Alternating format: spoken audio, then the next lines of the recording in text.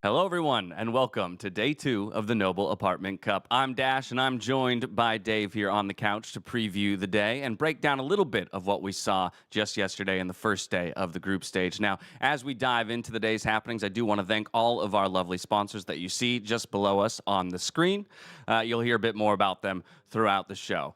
From here, Dave, let's go ahead and pull up the standings. I know it's only been one day, so they're not going to look that interesting in terms of the overall placements, but I think it's important to take note of how things broke down just yesterday. Hera, TaToH sitting up top the table with those 3-0 scores. Liereyy, Viper locking up the top 4 at the time being, and then Vinch and Yo currently still sitting in playoff positioning as we fall down to DauT Hera, or DauT Hearttt, ACCM, and dogao to round things out. But I think to most people, yesterday felt like it sort of went to chalk, maybe Yo Vinch being the surprise matchup of the day, if you're going to call anything a surprise. Well, I think it was a really good performance from Vinchester, right? That's the type of performance that we expected from him coming in.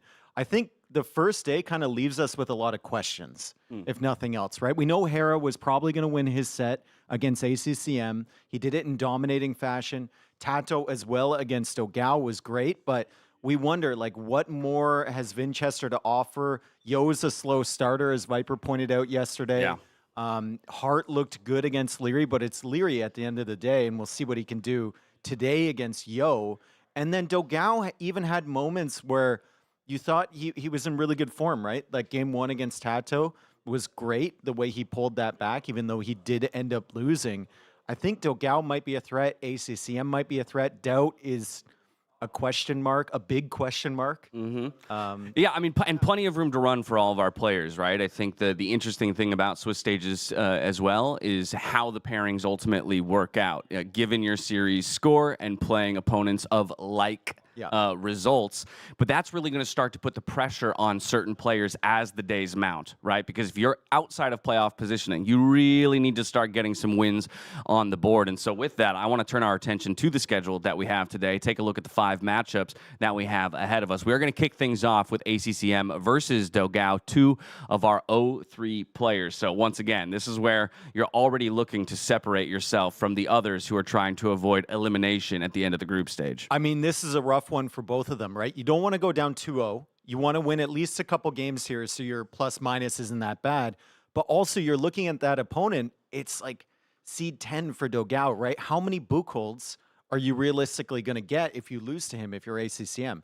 You're putting yourself really deep in a hole. So already day 2, pressure is on big time for these guys. Of course, that's just our first matchup of the day. We can pull up the schedule to take a look at how the rest of the day will play out. We follow ACCM and dogao with Yo versus Hearttt. Once again, mentioning that Yo, typically a slow starter. We'll see if today is the day where he starts to ramp things up or if it's going to take another day or two. DauT Vinchester will be in that 3rd slot before we get to TheViper versus Liereyy and Hera TaToH, the 2 undefeated players going up against each other in the 5th and final game of the day.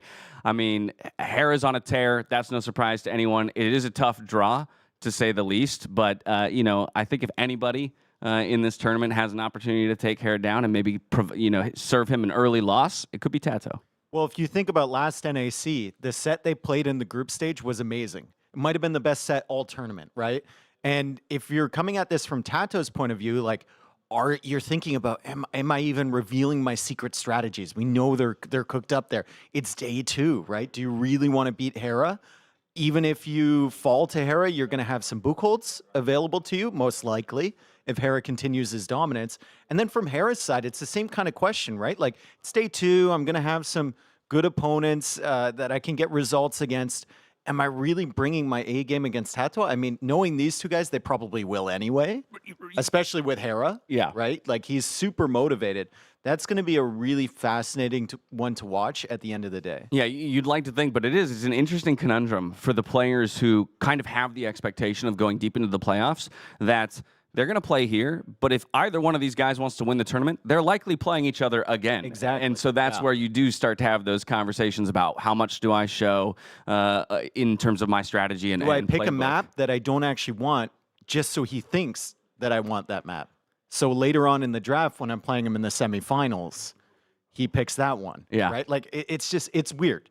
And they're really, really going to have to dive deep and really think about the strategy, not just in the set, not just in the games, but in the tournament overall. Exactly. For that matchup. Couple marquee matchups to close out the day. Of course, not to forget that matchup will be preceded by TheViper versus Liereyy. But as we take a look at this, I'm curious, in your mind, is there a surprise in store for us today? Is there somebody that you think is going to kind of make a statement, make a stand here on day 2?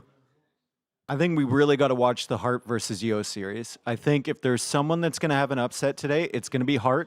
And we've seen Yo go down first 2 series before in these type of tournaments and make his way back, slowly grind his way back, right? It's going to be a difficult position if he loses that, but Hearttt played really well against Liereyy yesterday. Unfortunate matchup stylistically for him there. I think there's potential against Mr. Yo. Yeah, it's so funny. Mr. Yo is like the one guy, no matter what, until you tell me it's mathematically impossible. No, he's always right? in there. Yeah, and that's why, for most players, I go, oh, going down 0-2 at the beginning of this tournament is essentially spelling disaster. But for him, I'm like, nah, I believe he'd still find his way up into the top 6. And so that does kind of put the importance on Hearttt, though, to get a win on the board. ACCM and dogao, like we've talked about, that'll be the first matchup of the day. For both of them, I think, even outside of getting the series win, you want to get some map wins. You want to get at least a little bit of confidence injected into you for dogao, first time at this tournament. And that's, I think, the big thing. While a lot of these guys have experience at a tournament like this or of this caliber, playing on a LAN, that's where even getting a couple map wins is going to do wonders for him in the group stage. Well, I was in there earlier. It was only Vinchester, ACCM, and dogao when I first came in the practice room. dogao was like, hey, ACCM, you want to play? And ACCM looks at him. He's like, no. No, I don't want to play. We're about to play real seriously in a moment. Exactly. He doesn't want to reveal anything. So ACCM's ready. dogao is all fired up, right? He's been playing great Age of Empires the last few months. I thought he looked clean yesterday. I thought he just has a terrible matchup against TaToH, so we'll see what he can bring today. And I don't want to skip over that third matchup of the day in Vinchester versus DauT, because it's been a delight of mine to see Vinchester return to this apartment after missing out on the previous NAC. And I think his level of play has been absolutely spectacular in recent months. Of course, DauT is formidable, right? We obviously know him as a guy who can beat anybody. Yep. And I think that could be an exceptionally tough matchup for Vinch. But if he can overcome DauT here today, then all of a sudden I think he's inserting himself in a way to start making the top 6 a little bit messier than maybe it is expected in terms of pre-tournament expectations. I mean, Vinchester, out of all the players here, has been practicing the most, from what I've seen anyway. He's here first. He's one of the last ones to leave. He's practiced against a bunch of the players and even some of the players that aren't here. I know Barles has been practicing with a few of them. Maybe, if you want to hide some strategies or whatever, that's a good play to not play against someone you might match up against in the tournament. But Vinchester is ready, man. I've been watching his games in the practice area. I've been watching his drafts. He's super methodical. He's got all his notes written out. He's ready for every single circumstance. And it's just amazing to watch the comeback that he's had over the last year or so. Yeah, and again, one of the joys of the Age of Empires scene, right, is players can find themselves in the top 10, fall out for a year or two, and then make a triumphant return. And so we wait on bated breath for that third matchup of the day. As Dave pointed out, Vinch has been practicing plenty. He's got a few more hours to practice before he takes to the stage. But we kick things off with ACCM versus dogao, and we've got T-West and Mem standing by for the call.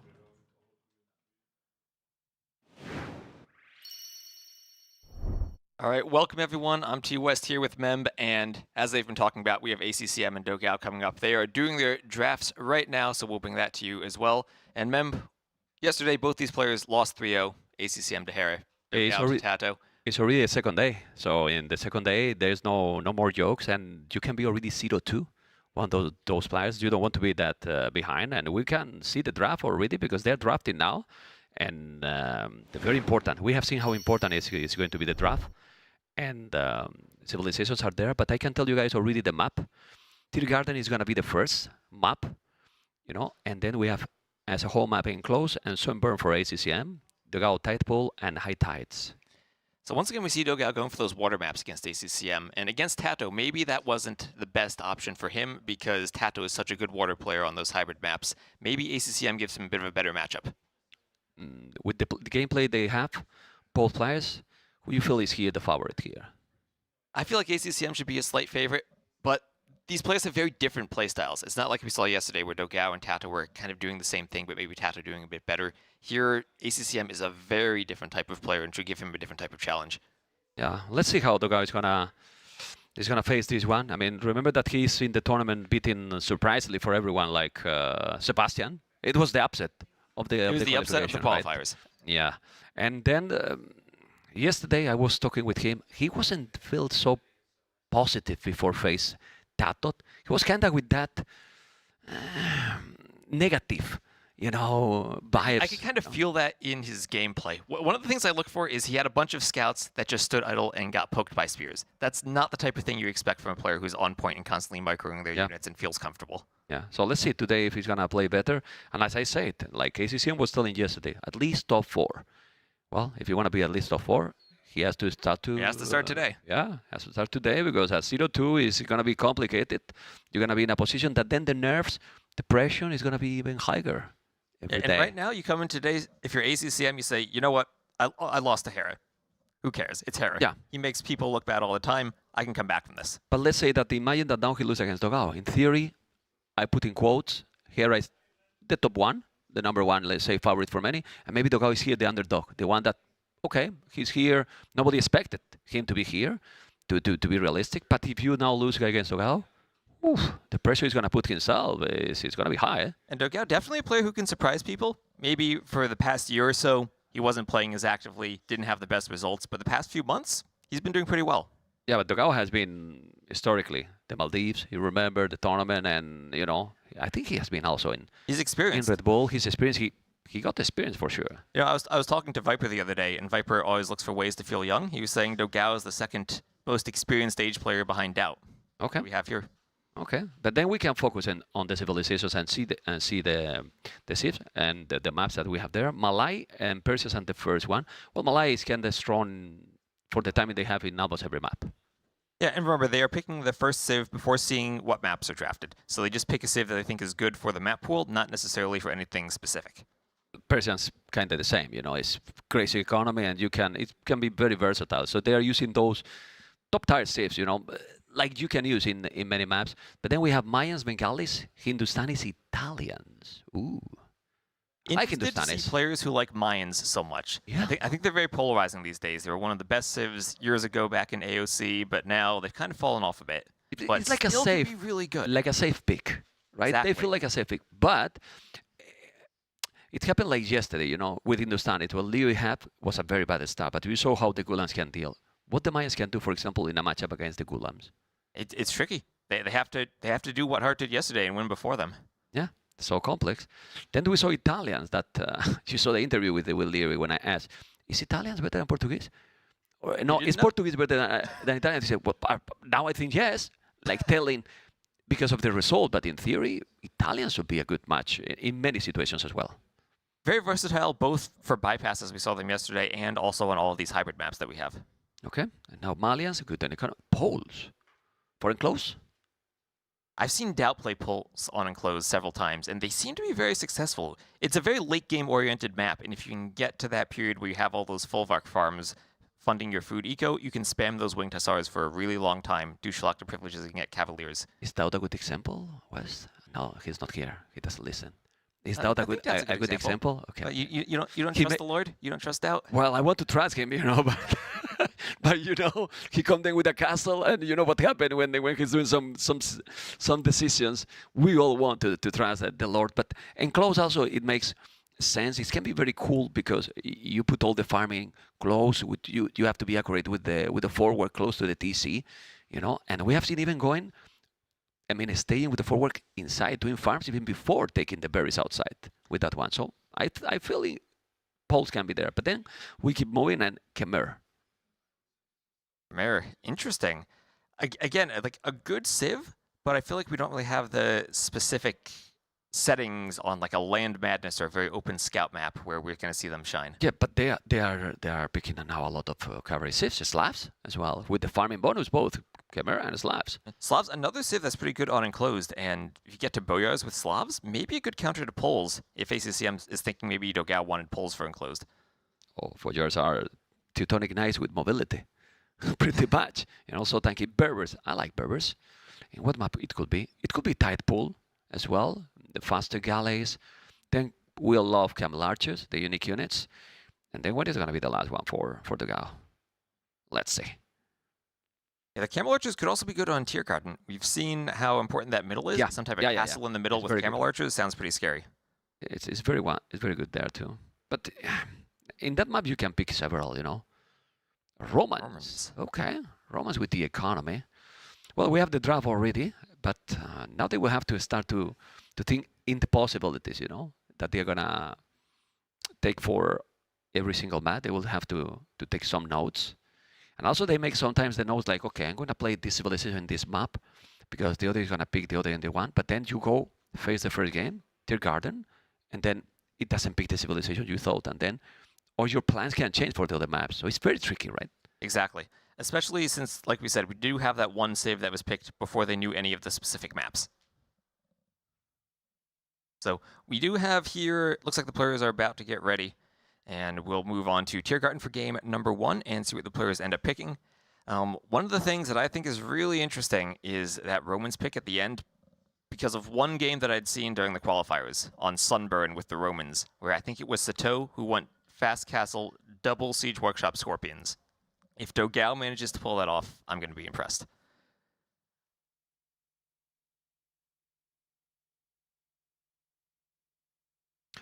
Okay, well then analyzing the draft, who do you think he got a better draft here? Because we have seen how the civilizations are so important, and it can dictate when the level is that close. It can really dictate the pace of the game and the result.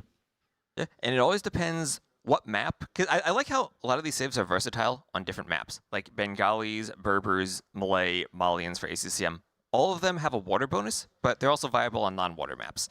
Similar for dogao, the Persians or the Italians can be used in a variety of situations.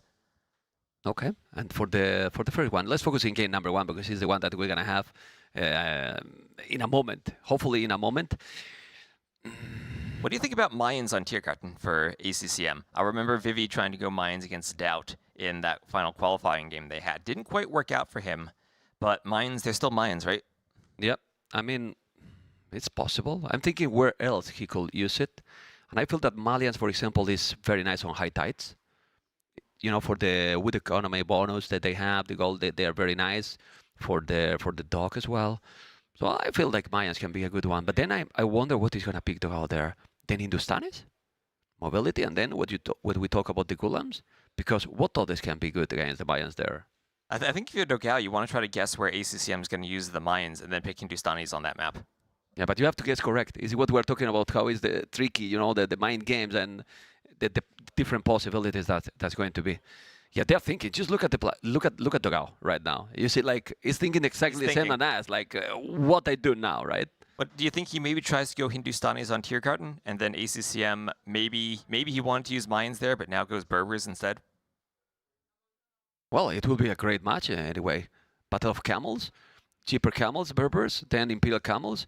You think which one is better will be in that matchup, for example? I feel like in the Castle Age, usually the cheaper camels tend to shine, but then when you get into the late game, and I think Tiergarten generally has options to go late, then the Imperial camels and the upgrades, when you start getting your 200 pop, then the Hindustanis start to shine more. Okay, let's see what is going to be.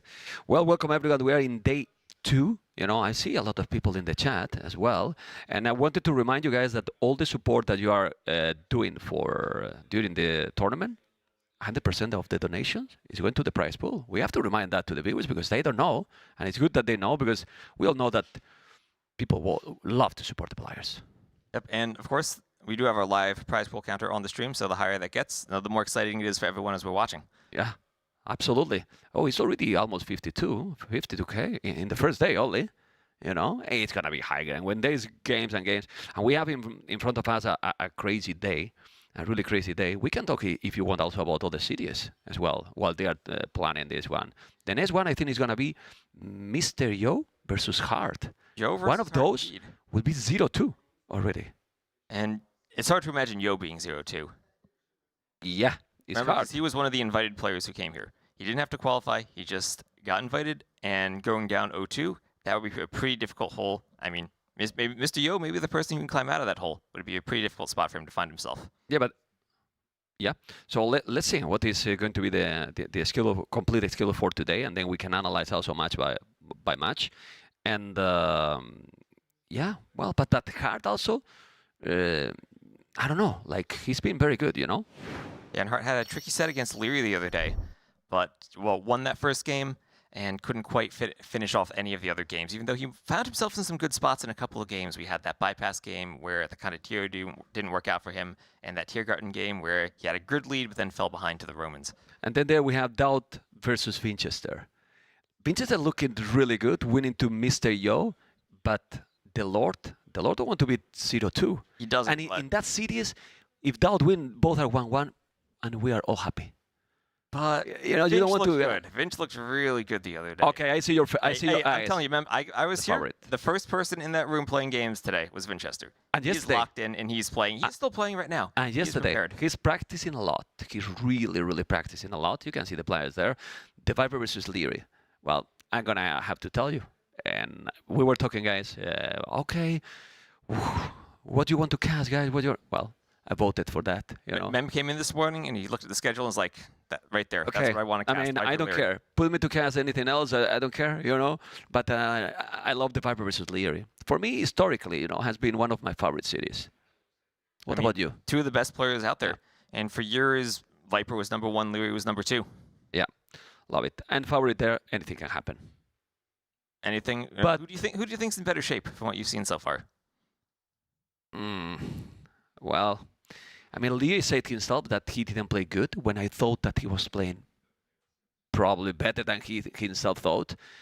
And then the Viper was playing against DauT.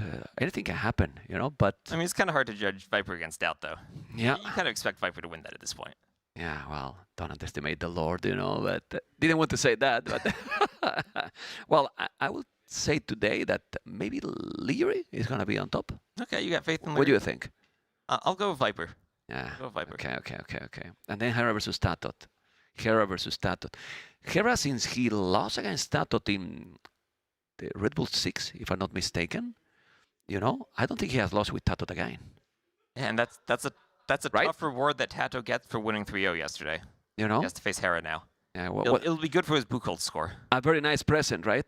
It's a very nice present to beat Hera that is looking scary. As we can see here, all the standings. Obviously, after the first day, it's not that important. But after today, it will start to look already strong. And tomorrow is going to be crucial already because there will be people probably with, you know, 2 series or even 3 series lost on the Wednesday. It's possible. Yeah, and right now we have Hera and TaToH at the top there. Bit of a tiebreaker because they had won 3-0. Then Viper and Liereyy each facing each other because they had won 3-1. And as we're moving down, we have Vinchester and Yo not facing each other again because they had faced yesterday.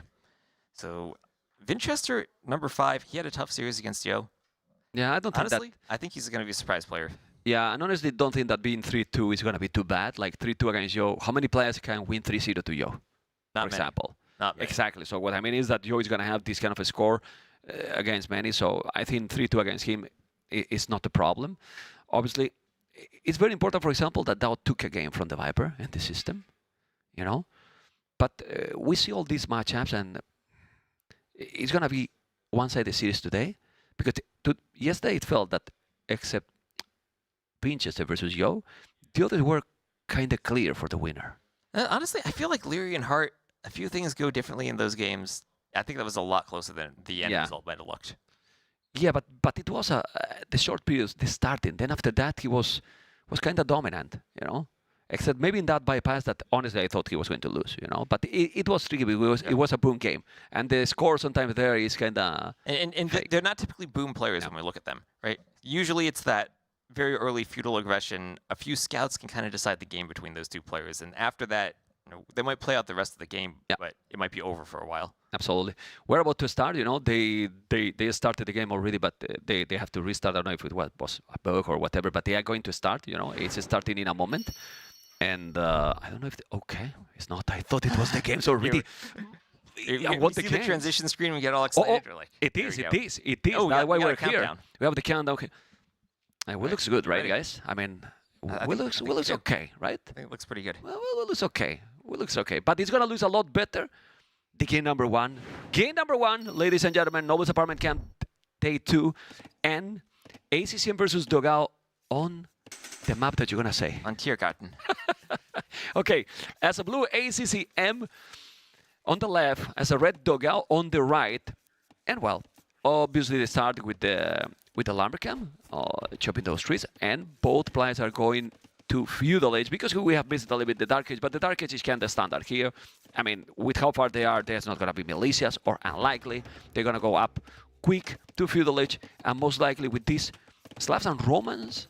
What do you think is going to be here? Ooh, now that's an interesting matchup. Both of them good economies, good farming eco for the Slavs, good overall economy for the Romans. Both can go pretty heavy into that knight and infantry play, and both also have really good siege workshops.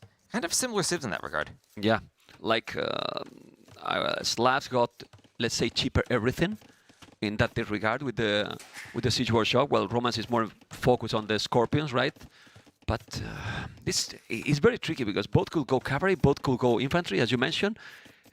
Well, depend on the pace of the game, but I guess that we might see some aggression in feudal. But too aggressive? I don't think so, right? I think generally on this map we're going to see something like what we saw between Liereyy and Hearttt the other day, where players are going to make a small number of scouts, try to harass before the walls can come up, but mostly focus on getting their eco set up to get into the middle.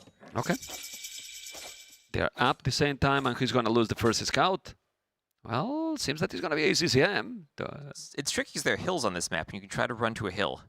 And Okay. they're just going to get away. DauT does a horse collar right away. We're missing dogao doing the horse collar. He should definitely do it. He's not doing with a lot of resources. It surprised me, but oh, I don't like that. Like even more in this map. Why are not doing the horse collar? It's something I've been seeing with players in these scout builds these days. They tend to skip horse collar because they're up so fast, and they really want to be able to add the spearmen in. And that 75 food, 75 wood you're spending on the horse collar, it can get kind of expensive when you're going up 18, 19 pop and the builds are so tight. But he has food, he has resources in the bank, so he could do it. Anyway, the scout is already done for ACCM. They're doing exactly the same strategy with one difference, as you mentioned. The player who is doing the horse collar doesn't have spears. dogao has spears. Probably spears are not that needed. Seems you are very far. You're not going to be surprised. Well, if you want to get the walls up like dogao is doing, we see that Then on yes. the mini-map, he's going all the way to the edge. You do need a spear or two to protect those walling villagers. Those trees are kind of nice because you don't have like a huge walls. We saw yesterday huge till the edge of the map with 0 trees there. Well, now it's getting kind of half of that area, so I think he's going to have a nice wall, and then he can focus only on the left. Yep, and of course you do have that rock terrain in the middle, so you can do small walls around your lumber camps, but you can't fully wall off from the middle to the middle of your base. Okay, we see a lot of farming already for ACCM. Let's see how it's about dogao. Dogao is going to... Is Arena? Yeah, you miss Arena at the tournament? I do. Because I now mean, we have... We have bypass. We have bypass. It's okay. It's Close okay. enough. Okay, scouts coming. There's going to be 3 scouts against 2, so he has to run away, Mr. ACCM. Well, I'm surprised, Like, well, but as you mentioned, maybe doing horse collar is kind of denied him to do more army, and now dogao has more army than ACCM. Yeah, he has 3 spears added in, has that extra scout, and at the very least, he's going to keep himself safe while he gets the walls up. And I think yesterday we saw how important the walls are when you're fighting over the middle, just to prevent that cavalry attack on the outside from getting into your base. Okay, and right now that is completely prevented, and staying at home is going to go around. But dogao is perfectly fine. He wants to be wall completely, and he's going to be. He's just keeping ACCM away from his base. Then Roman Seco. That 5% from the start, we have seen how powerful it can be. We know that the Slavs working faster is really strong. I would prefer Roman's economy. Especially on this map, I don't know how big of a difference it's going to make, but 5% faster chopping through to the middle can let you get to that goal just a bit faster. Yeah. And then maybe he can now... Oh, he already chopped. Can we check about how far is to chop in blue? He's almost there. But it's not yet. So it's not the 5%, and imagine that he could send now the scout with the village, but I see blue is diving in. Blue is diving in. And, ooh, almost, but he has a lot of spears. So he's fine. And that's what skipping that horse collar does. It lets him get all those spears out in time to defend against those scouts. Yeah, the question now is, he should make now horse collar, or you don't make now till you are going up to Castle Age? Depends if you're going to add more farms. If you have Yeah. all of your farms added in, remember, you only get the benefit from horse collar for newly constructed farms. So if you have your farms already, you don't need to rush to add it in. Okay. And also how far you're going to be in feudal, right? Is you're going to keep doing a lot more army, then say, okay, let's do it, because I'm going to keep going and going. But for now, it's not happening. And we see how those scouts are going around. In the middle of those trees, he's going to fight the spears. It's very hard in this situation to make any damage. Oh, he's doing the tower. He did exactly the same yesterday, ACCM. And I've seen this from pretty much every player on this map. As soon as they get through, they do that tower on the middle wood line. It's just so important to protect yourself and find a way to chop through. Yeah, but dogao is not doing. Dogao is not playing that way, and now he knows that his opponent did it. So at least that he doesn't see yet any archery range. For now, he's not doing. He's doing. There okay. he goes. Everyone is doing. It took him a bit of time to move into that second lumber camp, though. Yeah. He had chopped through first, and only now doing the lumber camp. Ooh, they're doing the same, forging. So they're going heavily more on feudal. Then I want horse collar. Yeah, if you're going to stay feudal and you're going to keep adding more farms in, then you want horse collar. And remember, forging will apply to your spears too, so it makes them a bit stronger when they're poking each other. Resources collected, pretty much the same. As you can see, guys, on capture rates, the tower is not up yet. You need to make it, but the spears are coming. He should be fine. Yeah. And another reason they're doing forging instead of the armor here is because they want to have the extra attack on the scouts to be able to pick off all those spears. Yeah, I think it became more popular, right, to make forging earlier than bloodlines or obviously a skill part in armor. Like there's a lot of spears, and in these kind of battles, as you said, affect 2 units. So it is absolutely better. No market yet. I wouldn't be surprised, depending how much they are trying to be aggressive, that we see the market soon. Or it can be a archery range, second stable. I think now it makes sense that, oh, dogao has the market already. So he's searching for the castles, and this is the first village down. And there's ACCM not being walled. It went for the small wall around the berries, but even those farms not close enough to the TC to protect that vill. Well, in this situation, for me, better position for dogao. When you are playing very similar strategy, one plays walled, the other not, the player walled has the advantage. You always want to prefer to be walled. Yeah. Okay, let's see those scouts chasing each other, and then he's getting down. You get the economy for dogao, still buying some resources. Probably ACCM won't need to buy a lot, but if he had the market already, he could be up. Look at the gold he has in the bank. But dogao is going to be quicker. He's doing the market now. dogao is ahead. And of course, remember, food is more expensive now than it was in the past. Yeah. It used to start at 130 food, now it starts at 150. So dogao just getting to the market first means it's just a bit cheaper for him to buy his way up. Yeah, if he's now he's not going to try. He's going to have the market. It's going to go up. It's not, what, 30 seconds, more or less, 30 seconds, not even 20, 25 seconds. But well, all this timing, and you can get the light gas a little bit faster, it can make the damage. You know? Especially if you're going to find a way to dive that lumber camp in the middle. Here, ACCM really needs to use his scouts to defend, but if you get that light cav timing for just a few seconds, you might be able to pick off some vills. Okay, he's doing the +1 armor now. He's doing now finally the horse collar. We were mentioning a lot, but he got finally here +1 armor. He got 5 spears. Remember that with Romance is double, so it's going to be +2 already. It's double the armor on the blacksmith. The armor. So let's see. He's sending the spear forward, and he can't send it because he's fully wall at home. So he can go with all the military forward and make the damage then. Right, and I wonder if he's going to think about doing the pikeman upgrade, because if you're looking against the Slavs, you're thinking they're probably going to want to go into knights. Yep. So having all those spears to turn the pikes left over might be a good advantage. Well, since he has double the armor, maybe it's not needed, and it's an expensive upgrade, you know. But he has 6 spears. Maybe it's worthy. I want to go all in aggressive. Population is almost the same. The game's so close. I think the games are going to be, in most of the cities in the tournament, going to be very, very close. The level is super close, closer than people think, really. But let's see. Scout and Spears is going to be up in a moment. He's going away with the Scout. Both are fighting with the Spears. Lighted upgrade. No resources yet to make the pikeman upgrade. But those light caps is going to be in time to face. He's definitely trying to avoid the battle, ACCM. And those spears on the other side is winning who? Well, more spears for, well, it's the same actually. And it's similar numbers, but the armor is there. The armor is there for dogao, and that's just going to help him just a bit more. Okay, light gas is there. And who is doing the pikes is ACCM, actually. Whoa, He's doing the pikeman upgrade. He's fighting now with the light because you don't want to fight there. But dogao definitely won't because he has the advantage with the upgrades. He's closer to the TC, but he has more numbers, right? I mean, if you got the light, he has more numbers, Blue. Yeah, ACCM has the numbers, and now he has the light cap upgrade. But I like how dogao managed to pick off that one villager during that fight. ACCM did not want to fight until his upgrades came in, and now he's just going to chase dogao away. Okay, now the second TC is going to be very important. Who is doing faster, it seems to be ACCM. But dogao has quite a lot of stone. He's doing the pikeman upgrade now. He has so many pikes, more than his opponent. But second TC is needed. He has to do it, dogao, quick. Yeah, and the question is, where do you do it, though? Do you try to wait until you're in the middle to do the TC on the gold, or do you just find a wood line in your home base to place it down on?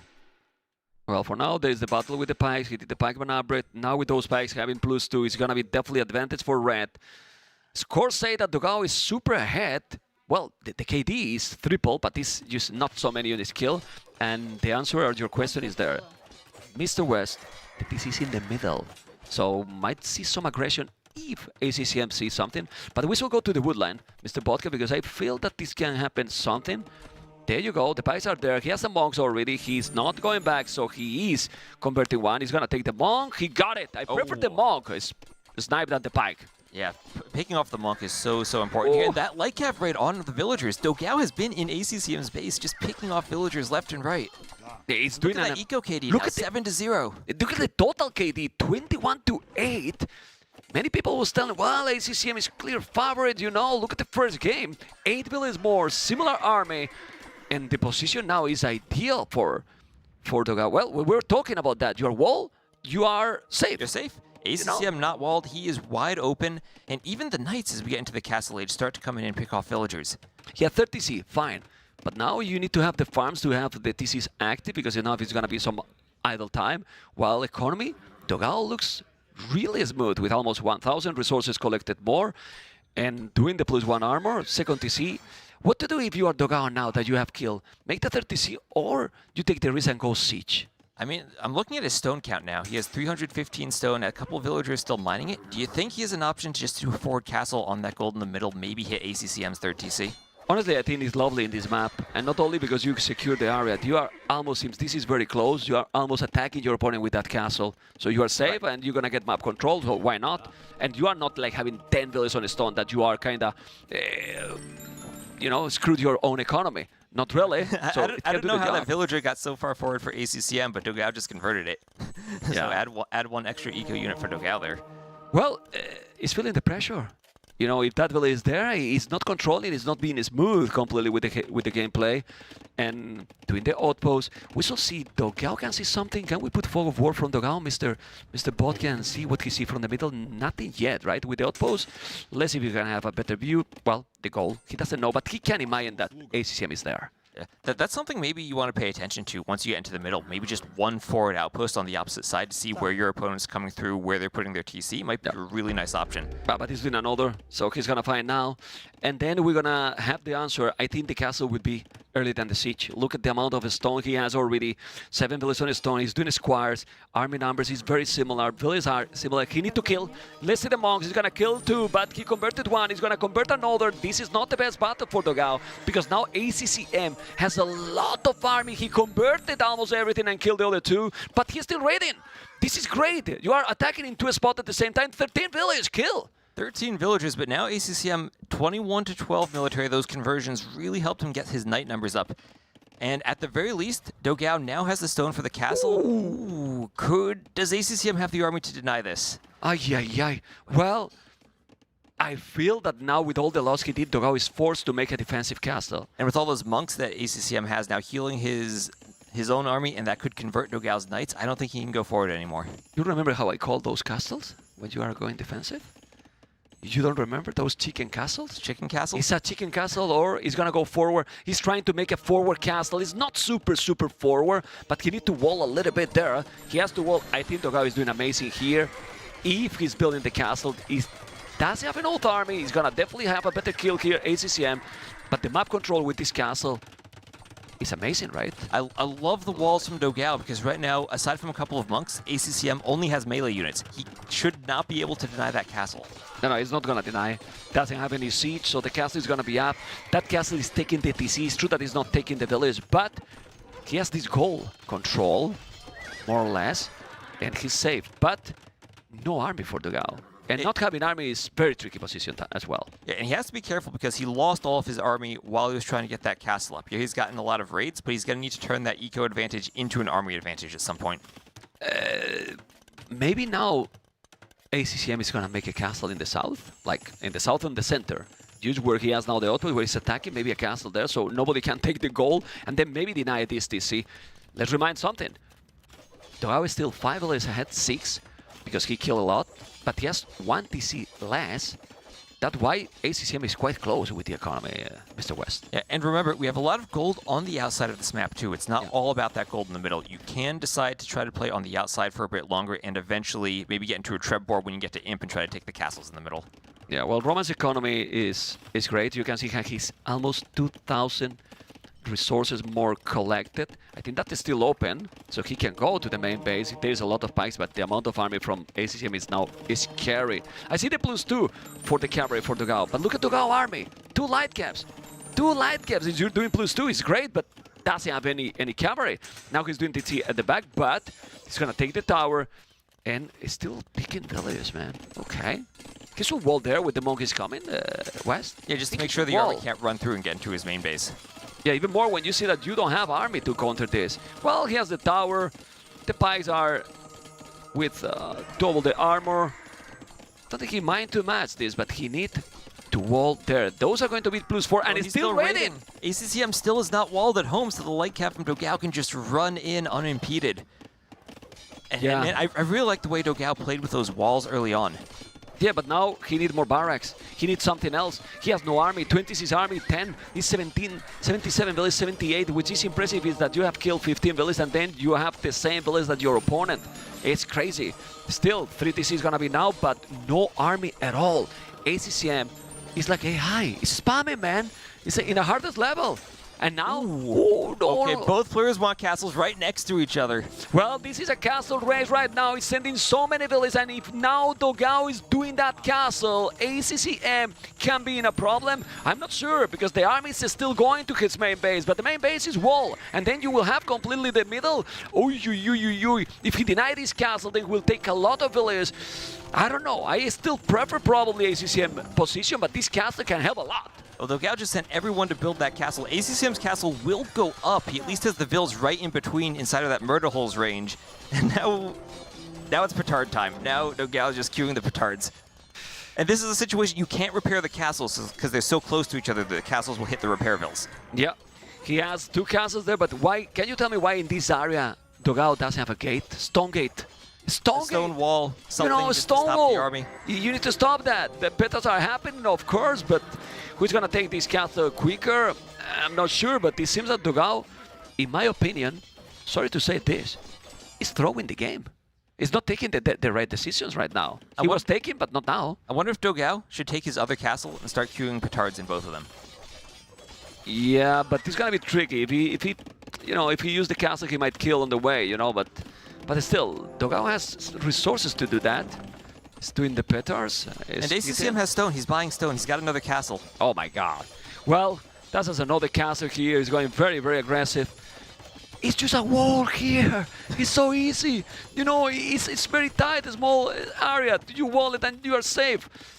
He played the safe all the game, and then you don't wall that. And then one tile of not being walled. Yeah. Yeah, well, now the map control is belong completely. It's game over. ACCM came back in this game, I will say.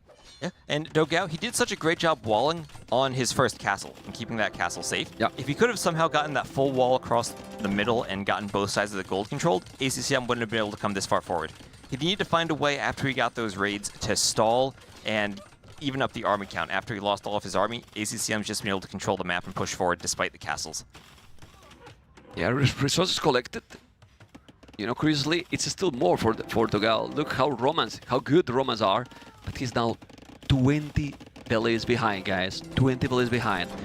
And honestly, with ACCM in this kind of beast mode, doing non-stop army and also booming, I don't know what dogao can do now to revert this situation. He will need to kill a lot on ACCM home. And look at the Eco KD now, 24 to 22, ACCM actually ahead. And killing more. The castle, oh, well, if you take the castle here, that's a better, ooh, okay. That's solid for dogao here, but it still need to raid, or not. Is this an oath? I think he needs to clear that castle at the front of his base, somehow clear ACCM's forward vills. I mean, right now he has the middle control, but like we pointed out, there's all that gold on the outside of the map. That middle control might not pay off just yet. And it's kind of fake control, because if now ACCM, like he's looking, he's gonna go up to Imperial quicker than his opponent, you just go trebs, halves, and that's it. Well, where does he make the trebs from? His castle's forward. It's gonna be pretty hard to protect those trebs. Well, but if you have the halves, and he still have army, like dogao does have a lot, you know, like look at the army he has. Slabs now, farm is also kicking in. He's still not even going to the berries area. He's now going to go with the outpost. The map is big, it's really big, and well, even if the score is very close, like we can have the idea, the feeling that the advantage is clear for ACCM, but they don't feel the same probably. They feel that the game is closer than probably it is right now, because those warriors now, I mean, what he has now, dogao here to defend. Yeah, I mean, ACCM at home, still wide open. Yeah. Still options for dogao to raid. And maybe clicking up to Imp for ACCM might give dogao just an opening to send those units forward. But now dogao's the one being raided. Yeah, it's not wall anymore because it's the castle. Look at the knights here. I mean, the KD was insane in favor to dogao, but look at now. It's going down and down, and well, ACCM, beast mode activated right now.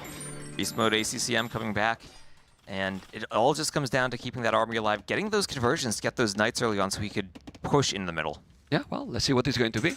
Population difference is still growing and growing, and right now, ACCM only need to stop doing village 30 seconds, and he's up to Imperial, sorry. And it's just everywhere dogao's villagers, he's being raided now. He's completely flipped from the start of the game. Yeah, he's ready now with some, you can see those Centurions doing the job, killing villages as well. But now he's 40 villages behind. They both have cav units everywhere in each other's eco. That mini-map is just blinking on every side. Yeah, but ACCM is on the way to Imperial. He's gonna drop a castle now in the middle. So your answer that how you're going to protect the castle or the traps is gonna be there. That castle gonna work really well. But the score, the score is taking the score lead. If this was for, you know, for winning a score. Remember ACCM, he just spent all those resources on Imp, so he's going to lose a bit of score because of that. Once he hits Imp, his score is just going to explode. Well, he's exploding already because the population is still growing and growing, and right now dogao is in big, big problems to keep alive. Yeah, I'm struggling to see how he comes back now. He doesn't have the resources to go Imp. If you look at the res collected, now it's ACCM who has that 2k lead, and he's just so far ahead in villagers and now in the KD as well. Yeah, well, he's taking out a couple of monks. Here dogao, but the problem is that with that castle that closer to his base, well, not only this one, the other one too, right? It's Imperial. In Imperial, is probably dogao gonna call it, or you think since the score is that close, he's gonna keep trying? I think he's gonna see how far away he is from Imp and call it. Yeah, let's see. I mean, if it were swapped and it were ACCM wouldn't call it. No, I will not ask you. I will not ask you that question. You know, TaToH is never quitting. I mean, with what? With 200-point difference? No way, man. It's impossible. But here the score is kind of lying, you know. He still have this score because of the start of the game, you know. Also because his economy has been very good, but now ACCM is really, really ahead with resources collected.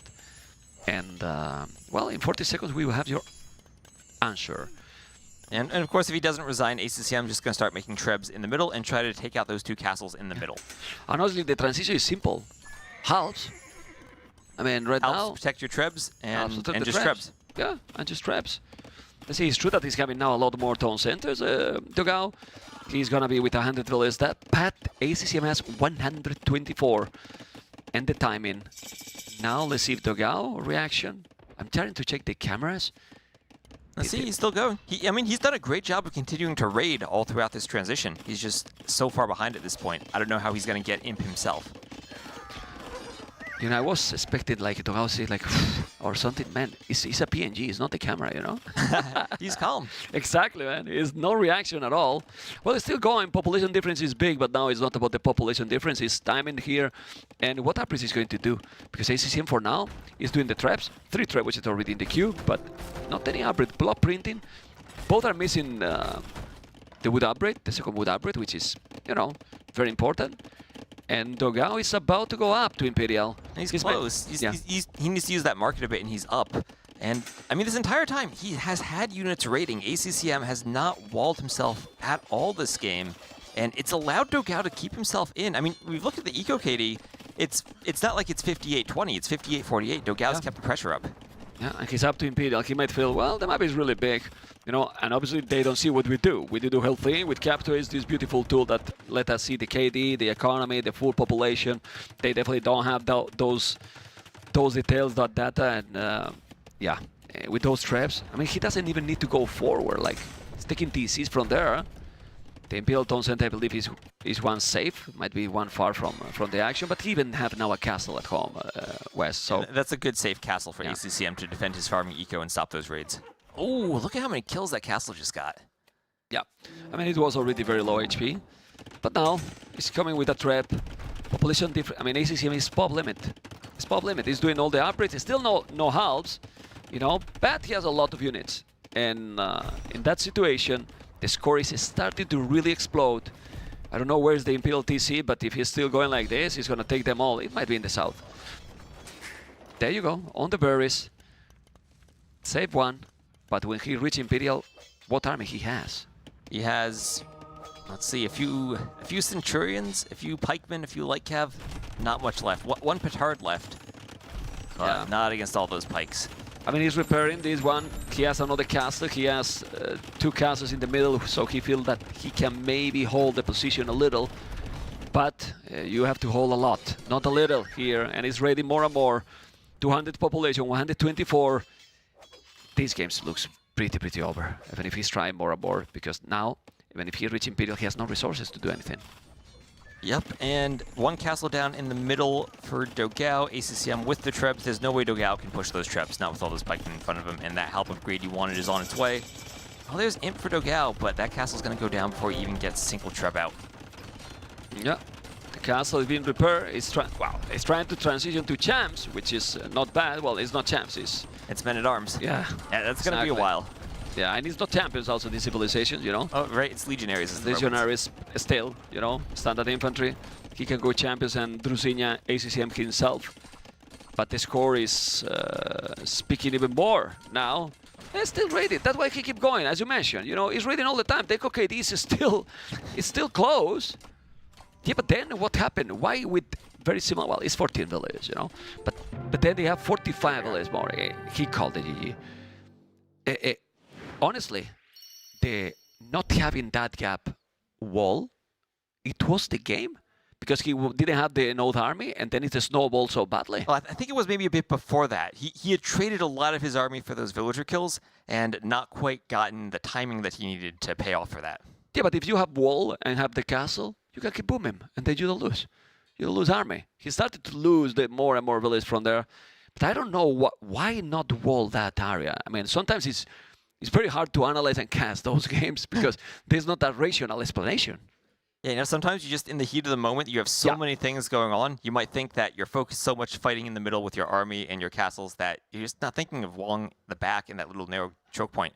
And again, it's not a standard map, right? It's not your standard map. You're not playing 10 million games like you are on Arabia on Tiergarten. Yeah. Well, remember that they can pick whatever map they want. Tight pool we might see now. You think dogao probably goes to his home maps now? Yeah. Yeah. And specifically that one, Hearttt is also a more aggressive map, I would say. All right, well, we'll figure out soon because we're going to head on over to an ad clip and we'll be right back. And now, a word from our partners. Look, you know how exhausting it is to control all our fine electronics at home? Well, I think I found the perfect solution. Elmo, come here. Come here, boy. Sit. Hey. That's a good boy. You're fine. Sit. More. Couch lamp. On.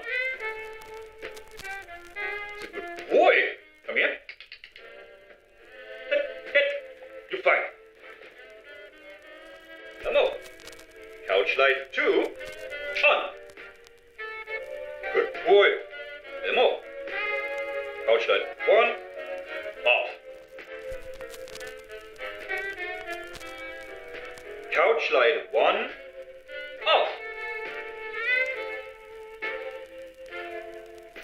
Maybe it's time to try something smarter.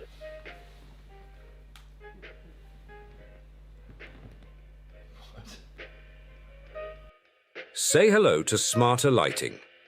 Hammer Smart Lights bring voice control, energy efficiency, and 16 million vibrant colors right to your fingertips. Oh my, what a terrific alternative. More smart, more home. Hammer.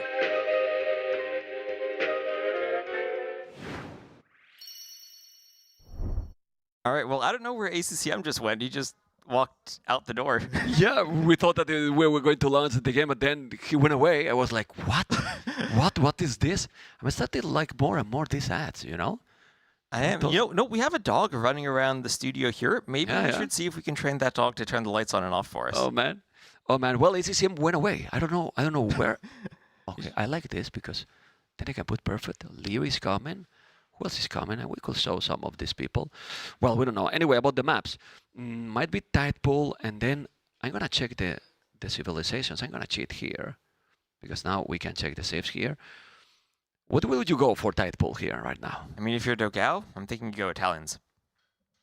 Makes sense. Persians, another water civ, but not really a late game water civ. That they lack the final bracer upgrade for their galleons. Usually you're going to see Italians here. I like Persians a lot for high tides. I do too. I think they're much better suited there where it's not really a late game water map. Yeah, well, we can see that ACCM. I mean, we are not lying, you know. He's gone. He's gone. He's completely gone. And we have here the civilization we were talking. We don't know 100% if it's going to be TaToH, but if it's high tides, we can also make the predictions. Like we said already, Persians, and then Malay probably for ACCM. Malay or Malians for high tides? Oh, for high tides, I think Malayans. If it's TaToH, I think Malay. Okay.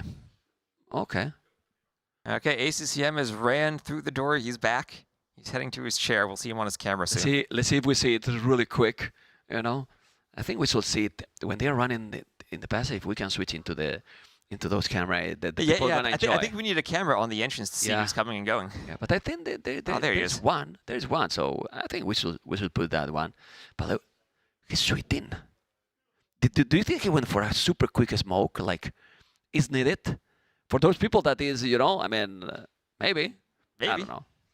I don't know, but he seems to be sweating. I wouldn't go out. He's locked in soon. I wouldn't go out with the weather here. You know, I mean, it's not that cold like the last time you were not here. It's a bit warmer today. Yeah, well, warmer. Warmer for them. Well, warmer for them is my city, you know, 20, 25 degrees, you know. Anyway, it's going to be, the second game is starting soon. We might know the map very soon as well. Well, as soon as we know, hopefully they can give me the information, production, and then we can focus. But I think I vote for TaToH, you know, for TaToH. That feels like a safe pick for dogao here. Yeah. And he doesn't want to have to face ACCM on some of those land maps. He's going to prefer to be on the water maps. I like how ACCM has played the previous game because I feel that all that psychological factor that sometimes I like to mention, he was in a moment that was getting ready, losing a lot. He kept calm and he kept playing his game and dominate. He was a hammer in that game. And he held on. He figured out a way to turn it around. And as we say all the time, monks defending yourself, they can change games. Absolutely. Absolutely. We missed the bypass. But I miss bypass. But bypass yesterday was played differently, you know, but I'm sure that we're going to see some really, really clown games in that map. I've seen some players practicing their 1 TC pushes right down the middle. Some Castle Age aggression, some Monk aggression, even some Fast Imp aggression. I think that's going to be a really interesting map. Okay.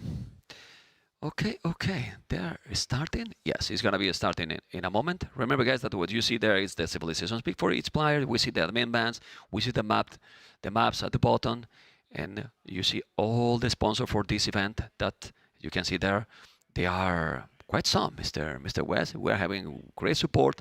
And you guys, don't forget that every support that you do it for the tournament in terms of donations is going to be entirely to that live prize pool there that is already in 51K 675.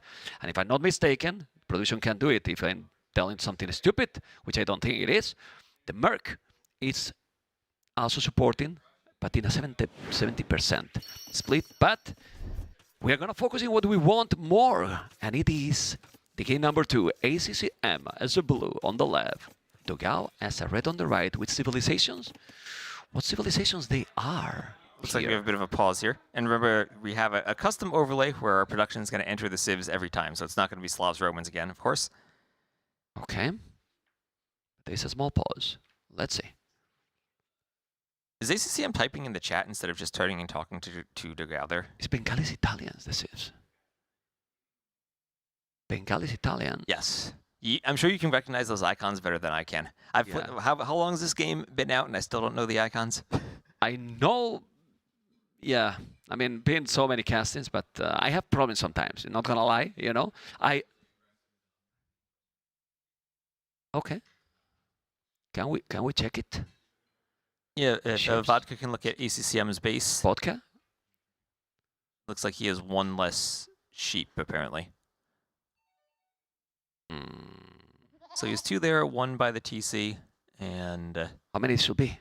You're supposed to have 4 sheep by your TC, and then another group of 2 extra sheep on the 9-ville start. Okay. Right? So on your standard maps, you have 4 sheep that are by your TC, then 2 extra groups of 2 sheep. But on the 9-ville start, because we start essentially 2 minutes and 30 seconds into the game, you have 2 less sheep, so you have 6 total for each player. Too much information, guys. I know. For me too, but I got to script the maps, Ben. Okay. Well, we're gonna start again. Then we can talk a bit about the civilizations, Bengalis and Italians. So a bit surprised that he went Bengalis instead of Malay, but Bengalis still a really good water map civ. Yeah, but Bengalis, I feel that for water fine, but if the game has to be compete on the land, it has less options. Fewer options, but really strong options if you go for those elephant archers. Yeah. Well, but not quite as fast as Malay are, though. But Italians has counter to that. What about Genoese crossbowmen? Are not an oath against them? I mean, that's interesting because if you have the elephants, they just have so much HP. Sometimes they don't even care about the bonus damage. And remember, Bengalis, they take less bonus damage. It's not like these are going to be the Dravidian elephants. But I like a lot in that one the Genoese crossbowmen because they are nice in tight spots. And that map. You have a lot of tight spots because it's so narrow with all the you water don't need mobility. In that map, you don't need that much mobility. You know, you can be protected a little bit more. And well, let's see what the people think that is the best civilization there. Let's see. We are checking the chat, guys. Sometimes only for the good things. Yeah. Well, what I really like about Italians on that map is just their speed, with how cheap their age ups are. It's so tight, you can get to those early Imperial Age trebuchet wars with your castles and really apply pressure early on. Okay, we are starting again, and hopefully now it's going to be completely fine. As you can see, we are checking that, and it seems to be fine. Yep, I think so. It is fine. And then we have ACCM, of course, as a blue on the right. dogao as a red on the left is Italians and Bengalis, as we mentioned. Those rocks areas also that makes that the map is a lot more complicated to wall, but we're going to see quite a lot of water, at least in the start. Yeah, and we see dogao already going to dock on the outside. So you have more fish in the middle, but it's more aggressive, and he might want to be playing a bit of a slower game here. But Italians, do you think they could go for a fast castle? Sometimes Italians, they want to go up fast into feudal to fight over the water. Sometimes, because of how cheap their age-ups are, they do have that option just to go straight for the fast castle into fire ships. Honestly, they are too far here. Like, it makes sense, no? I mean, you, during the transition to castle, you can still do some galley or some fire galley, so you are fine. I feel that the castle should be the way for both, probably. Yeah, I think it makes a lot of sense here, especially since it looks like on the right corner, ACCM is going to be going for that outside dock as well. Okay. Let's see what he's going to do. Both are going, well, the farthest one. Nobody's going into the middle. I think nobody's going to go really into the middle starting. Then late into the game, yeah. But the corner is the safer choice, the safer approach. So one thing we've seen a lot from the Bengalis is, even just on land maps, that fast castle into the Rathas. You think that might be an option for ACCM here, focusing on the land with a unique unit? How do you stop them? Skirmishers? Maybe Genbo? Well, but again, they don't have the mobility. Don't have the mobility. Well, I would like to see aggressive, but in this map, aggressive is a word that we are going to see a little bit later, right? Right. It's difficult, you know. It is very difficult. At least that you feel that you have the weakest civilization and you want to make something different, right? But it feels that it's going to be complicated. As you can see, it's doing the loom. Both players are doing the loom, but just to have the safe villager. Yeah, in case that the scout is coming, you know, but it looks a Castle Age approach. I don't know what you think. Do you think they go dock the middle when they get to the Castle Age then? I think it makes sense to go Castle, get your War Galley upgrade on the outside docks, and start making fires in the middle to try to control the middle water. Well, maybe. But 22 up is not Castle Age. Could be. You think? I mean, it's 19 villages with 3 fishing ships only. Well, you get with Bengalis 2 extra. Italians is cheaper to go up. It will be very fast up. You do have the fish. Okay. Oh, ACCM getting in under the TC. Not going to take any of dogao's sheep, though. Yeah, you have to be risky these days with the TC. If it hits your own sheep when your enemy controls them, it kills them instantly, and you get no food from them. And we've seen that a lot, especially from Hera. He's an expert at getting you to snipe off your own sheep with your TC. So annoying. More than an expert, so annoying, man. That's really, really annoying. Anyway, we're going to see what's going to happen now. And it's still going. ACCM very close, trying to explore and get all the information possible. But yeah, there will go some galleys. And the thing is, where do you make now the second dock? Will be outside? Will be inside? It has to be outside, right? Oh, he's doing the barrack. Nice. I mean, they're so far apart, it feels like even if they go scouts, it's going to take so long to do damage, it's not going to pay off in time. And you cannot wall completely, but you can wall in circles, you know? Wall in a circle. So, it's just like dogao's doing right there. Yeah. But I guess it's going to be... He's doing one fire galley, and then the bar... Ooh, forward dock by ACCM. Well, ACCM then need to wall at home. Is he doing a stable? Yeah. And he spotted. Did he see it, ACCM? Oh, yeah. Yeah, he did. He did it. He see the stable, and now ACCM just need to wall in circles, and he might take the water. And he's going for the forward dock. Now, the forward dock is important because you probably want to go fires here if you're making a quick transition to the Castle Age, and it lets you get your fires close enough where they can harass the enemy fish. Okay, let's see what is going to happen. He's sending now dogao another, let's say, forward dock. Well, keep sending forward and forward. Okay, this is interesting. The build order is completely different. As you can see, he's taking the scout. No, he didn't. You want to keep the scout alive to have the information, even more if you're not doing the stable, right? Yeah, and just like we saw in that bypass game the other day with Liereyy and Hearttt, losing that initial scout on a map like this matters so much. Yeah, it's been like you don't really know what to do completely. Let's see. The galley is coming from dogao.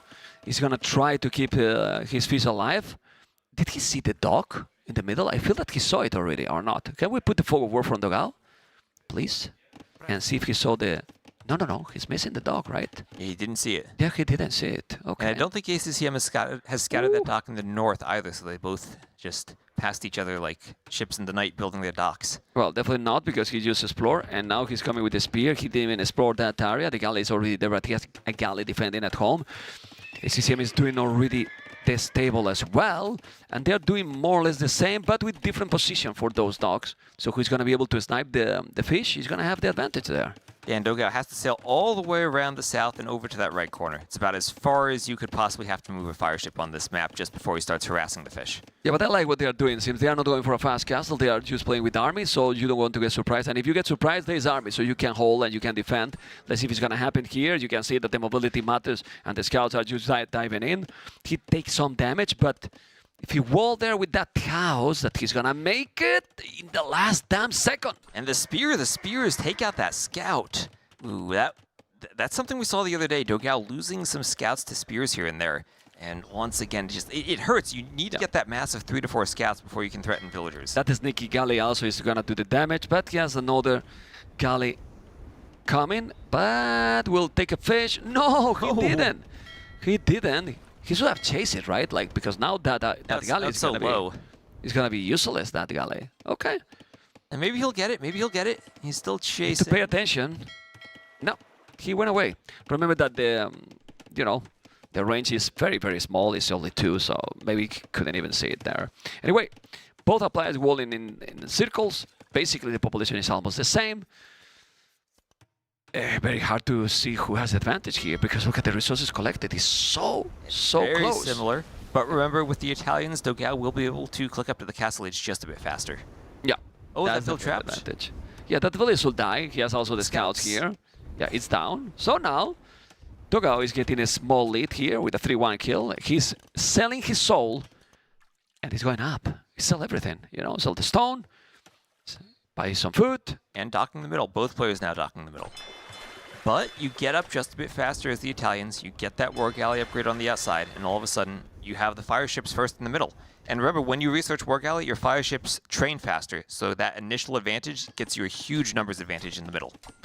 This is very nice. Look at the amount of fish he has, dogao. He has nine fishing ships. Again, cheaper to add them in as the Italians. That's quite a lot, because usually when you're against Bengalis, you are afraid also that you're going to be behind in the economy because you get those extra villas for free, you know, which, yes, he's ahead in villas number, but it's starting to be very slow to go up, and this can be a big advantage.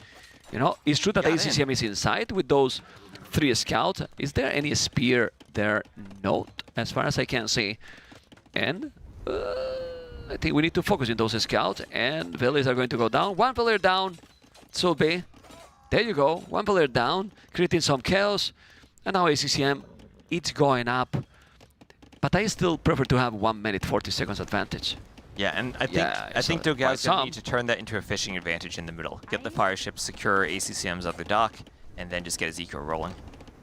Yeah, let's see if it's gonna happen. It's true that he has no stone, so he might need to buy if we want to add extra tone centers. But it's double the fish, West, and double the fish will work in the long run. Yeah, and we're not seeing, like we saw the other day with TaToH, anyone sending vills forward for those stables or any type of land aggression. Both players look like they just want to go up to the castle age and continue playing on the water. Ooh, another villa, sadly, because that strategy was fun. That strategy was really, really fun. With triple stable, Malay elephants. Oh, man. Oh, man. Okay. We could see elephants here from ACCM, but I think he just wants to stay water. I wonder if he'll change that approach now that he sees the uptiming from dogao. Yeah, because you might think now, okay, if I go full water now, dogao might take it because he's going to be up quicker. He's going to have the galleys. He's going to have the war galley upgrade. And then he's going to kill already the fish. As you can see, in 30 seconds he's going to have the upgrade, but that is sloppy. You need to be protected there. When you know that your opponent is just going to come, he should be well. But well, villa down. And it's important because it's a forward one. Yeah, and that's now 2 or 3 dock villagers that ACCM has managed to pick off with those scouts of his. Yeah, well, look at the Echo KD. It's important. So, ACCM, 6-3, but he's starting to lose now more. And he's too micro. It's not micro, he's killing the fish. Trying to kill the fish. He should go for the galley. He should definitely go for the galley, because in long run, you might lose the galley yourself. Population, ACCM is still ahead. Now he's getting 2 more extra villas, 6 villas more, but no fish for ACCM, Mr. West. And the fish are going to give a really nice advantage to dogao. I mean, look at his food count now. He's already at around 500 food. If you wanted to go imp kind of quickly as the Italians, we do have that condottiero option that we saw yesterday. Could be viable on this map too. I don't trust in condottieros anymore. You don't trust them anymore? Condottieros I will never mention anymore, you know. I mean, I don't know. Anyway, you can see that any situation can be different here, but according to what you said, what dogao is doing is buying a TC, but what ACCM is doing is building a castle already. And we all know what comes out of those Bengali castles, those rathas. Oh, man. It's what you asked at the start. How do you stop them? Well, he will need a monastery right away, at least. You know, you have to have some monks, because he doesn't have a stone to himself make a, you know, his crossbowman or anything. But there's scouts also inside from ACCM attacking those villages. And he killed some villagers, as you could see in the top right corner of your screen. Well, those scouts are now going to die. Well, but they did a lot of damage, you know. They disturb a lot, they take some economy. The KD is better for ACCM in military and in economy as well. Who has the advantage here, Mr. West? I mean, I feel like right now dogao would have an advantage if he had kept all those vills alive. If he had just walled in those dock vills, if he kept his fish alive in the middle where he should have had that advantage. But ACCM, he's just been doing a great job picking off an eco unit. 1 vill here, 1 fishing ship there. Well, dogao is doesn't have the army advantage. dogao is doing cav archers. We were talking about how to stop those unique units, those rathas. Cav archers is the options he picked, you know. Well, they do cav archers with Italians. I don't say that is bad, you know, but we're gonna see, as I told you yesterday, cav archers with Aztecs, Incas, and with Mayas. Every single civ these days. My goodness. I mean, are we sure this is... I mean, we have the camera there. That is dogao. It's not DauT, right? Yeah. DauT isn't up this early. Okay. Okay, there is a demo. Good demo shot. He's going to try to kill those fire ships, but in the middle he won't have anything yet. or anymore. The Rathas are coming, but where's the Cavarches from, dogao? I lost them in the minimap. I think it's in the top right corner. Yes, but this is all fully wall. And does he has ballistic? Nope. He's not wall either. But now he's not wall either here. And now those Rathas is going to start to kill more and more villages. ACCM is starting to explode his population. I mean, well, 71, 62. 8 villages more. He's having the Cavarches, but who's doing the damage? It is ACCM, and it's just so it can be very tricky to be walled on this map with all of that rock terrain, but you have to find a way to do it. Right now, ACCM is walled. I mean, he could wall there. I mean, he could wall there for till the trees, you know, but he didn't. Absolutely. Now it's true that dogao is killing some villager in ACCM base, but it's close. I mean, in terms of economy, it's very close here. But dogao is now denied the goal. He's not mining any gold. Yeah, and if you look around the outside of the map, it looks like a lot of dogao's fishing ships have been cleaned up there too. So he lost that fishing advantage that he had. He kills a few fish in the north, but around the south and the western corners, he's already cleaned up. Can we check Vodka dogao base to see their goal position? That goal is forward. Then there is another goal here on the left. Where's the third goal? The third and the fourth goals are very far forward. Are those? Yeah. Well, there's nothing to the north. This map looks like it spawned all the golds in the south. Then if ACCM doesn't manage to protect this area with all these ratings, dogao is dead. Because he cannot mine gold at all, look. I mean, he can now go, but then he keep raiding, you know, and those gold piles are really, really far. We see how ACCM has also some piles that are far, but he's going to make a TC in that one, and the other is protected because he's fully wall, which is not doing dogao in this game. Yeah, on this map, it's so important to keep control of those gold piles. And in that game the other day where we saw TaToH go for the forward stables, where did he build those stables? Right on top of dogao's golds. On the golds, yeah. Yeah. Well, in that one, it was a lot more, you know, tricky because it was all in the same spot. And, well, let's see. Because with the third TC, having the castle, the good thing with the castle is that you're doing unique units, but also your base is safe. Like, I don't feel now how dogao can make damage. Because fish is not that great anymore for dogao, 4 fishing ships only. Well, now ACCM has 3, so not a difference. While in Village number, doing wheelbarrow already, he has a lot more now than his opponent, 8, 7. And, well, but he has Bozo. dogao has more eco upgrades, and not even horse collar for ACCM. He missed some upgrades, Mr. West. Yeah, but look at the res collected, about 1,500 more for ACCM, and I think he's just in a really good spot right here. Like you said, I don't see how dogao manages to keep those gold secured in the long run when the Rathas should be giving ACCM so much map control as they now transition towards the Imperial Age. And if ACCM see it and he has good army, and now he has good army, if he's coming with a forward castle, because look at the stone he has in the bank, then he's in a problem, in a real problem. And you know, it doesn't even have to be that forward of a castle. Yeah. He can just go put it on those 2 golds at the south of the map, and it's going to be a great spot. It's what I mean, to control the goal. You know, not like in his face. Just try to get the goal control and then dominate from there. Okay, well, you have to explain, man. Whenever you say a castle, I think you mean on his face. Yeah. Okay. On the resources. Better on the resources, that one. Okay, he's going to take that one and coming with more. Yeah, it's coming again. Then he has to evacuate again all those villages, as you can see. He's doing it. He's still with some on the goal. Yeah, he's still in the south now. But this tricky position here. They are not taking the rallies. Well, ACCM has 1. Both already. But check the population. Check the population. It's exploding. Because ACCM is raiding constantly. He's creating chaos. It's affecting his economy. If we check at the bottom right corner with the efficiency, look at dogao. It's never going up or not a lot, more than 60%. ACCM on 75%. All these kind of small things are adding and adding and adding, Mr. West. Yeah, you spend so much time keeping your villagers inside of the TCs so that they're not picked off by the Rathas, that they're not working and they're completely idle. Yep. Okay, Bodkin arrow. Whoa, all this raiding without Bodkin. Now he has Bodkin. Imagine if he's going to make also ballistic here. How many Rathas he got? He's starting to have good amount of 10. Like, when you are doing unique units and you have 10, he's now finally forward, not with the castle, but with the siege workshop. And then you have 10 unique units, and then your opponent has 1 Cav Archer. I mean, the schemes is now not the option probably, because you make a Mangonel or few Scorpions and you get it. I would love to see that castle in that area. Let's see, because he has the stone. He has the stone now. Yeah. I mean, both players have stone for a castle. Okay. I feel like both of them would want that castle in the south. I don't know. Can we check the player scoutings again and see how much they've scouted the gold in the south? Looks like they should both see it by now. They did everything. Yeah. They did. But here the thing, West, you know, check resources collected for ACCM. It's so much higher. It's and there's crazy. that castle. Yeah, the castle is there. It's not One villager. directly... Only what? Yeah, dogao's building a safe castle. ACCM's villagers are on the way, but right now he only has one. Okay. Well, he feels safe. He feels that he has the control. You know, he's coming with more, not many, so he's not really sacrificing his economy at all, but he's already 20 villages more. He has more army. In dogao, I mean, he's falling so behind.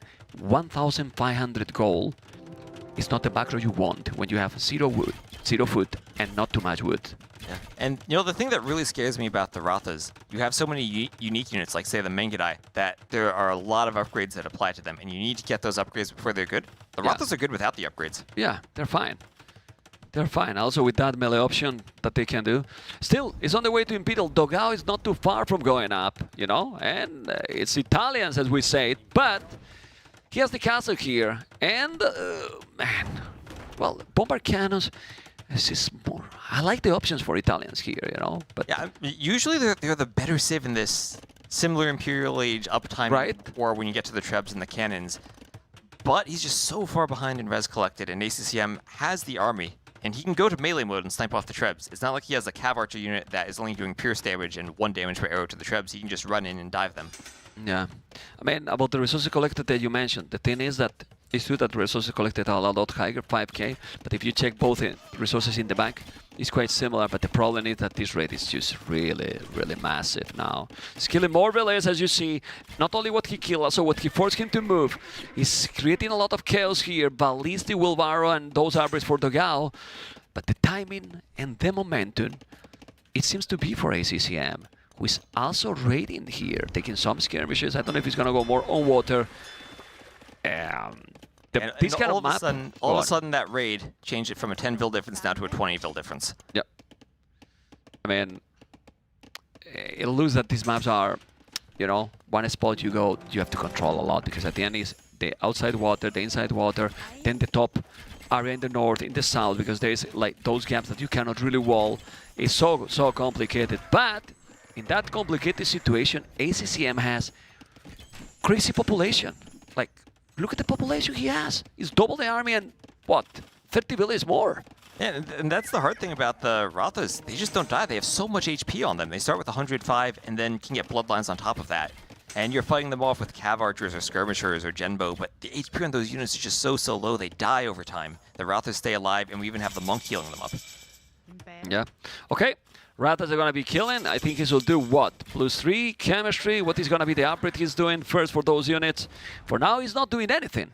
Well, he's doing one trap, but we need to see something else from ACCM. The score difference is scary. Like, scary. I mean, you see that the score, and yeah, maybe the players are not paying the most of attention, but it's huge difference, and he's now doing the castle in the north. 65% of the map belong to ACCM now. It does feel scary. As you get to Imp, though, you start getting Brace, so you get your upgrades. You feel maybe a bit better about fighting off the Rathas. They're not quite as strong in Imp as they are in the Castle Age, but now it feels like dogao's last chance is going to be if he can clear that army and maybe win a Treb war against ACCM's forward castle and get to that gold in the south. Then what other army you should do with the Rathas here? Maybe you go skirmishes yourself? You go Skirmishers yourself. You could just add maybe Manganel Onager in to try to clear the Skirmishers and the Genbos. Yeah, I mean, he has the resources. He could do the upgrade. Onager and Trebs. Onager and Trebs? Onager and Trebs, and then with the Onagers, you're going to kill those units. The problem is the bomber cannons. You know, he's doing chemistry already, dogao. Let's see if he can do them. Remember that bomber cannons from Italians are cheaper as well. Some raids, though. Ooh. You have ACCM going for the light cav, too. And, this is just looking really bad for dogao now. He can't take resources anywhere. His efficiency is going way down. Okay, Trebs are there. He's going to take the castle. Has to be careful with that one. He's going to repair that. Like, I feel that Bengalis is not especially strong in Imperial. They definitely fall off without the bombard cannons. Right. They don't have the same options that other civs do. I like the elephant, though. They'll help push in towards the Treb. And also on the water, we have the fires in the middle there from ACCM. He's controlling all of the water now. Nice walling from dogao to keep the elephant out, but that's just a house there. It's going to go through that really quickly.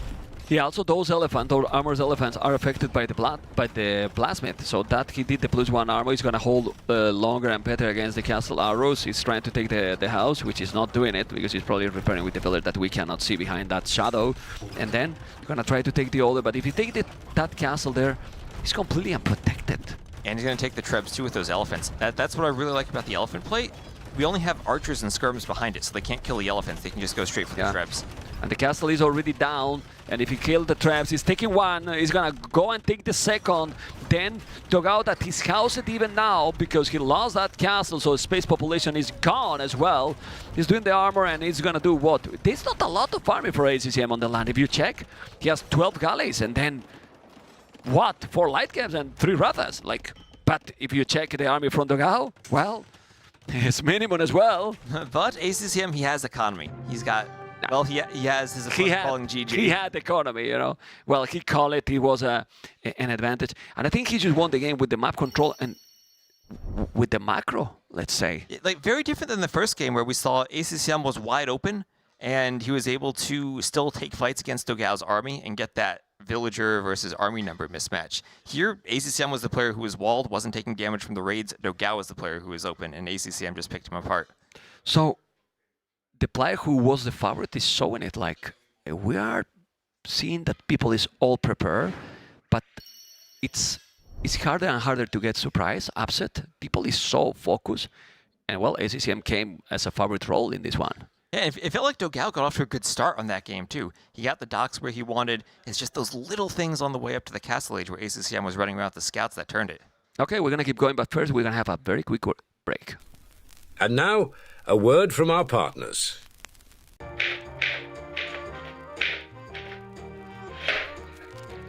Have you heard of the 21st century?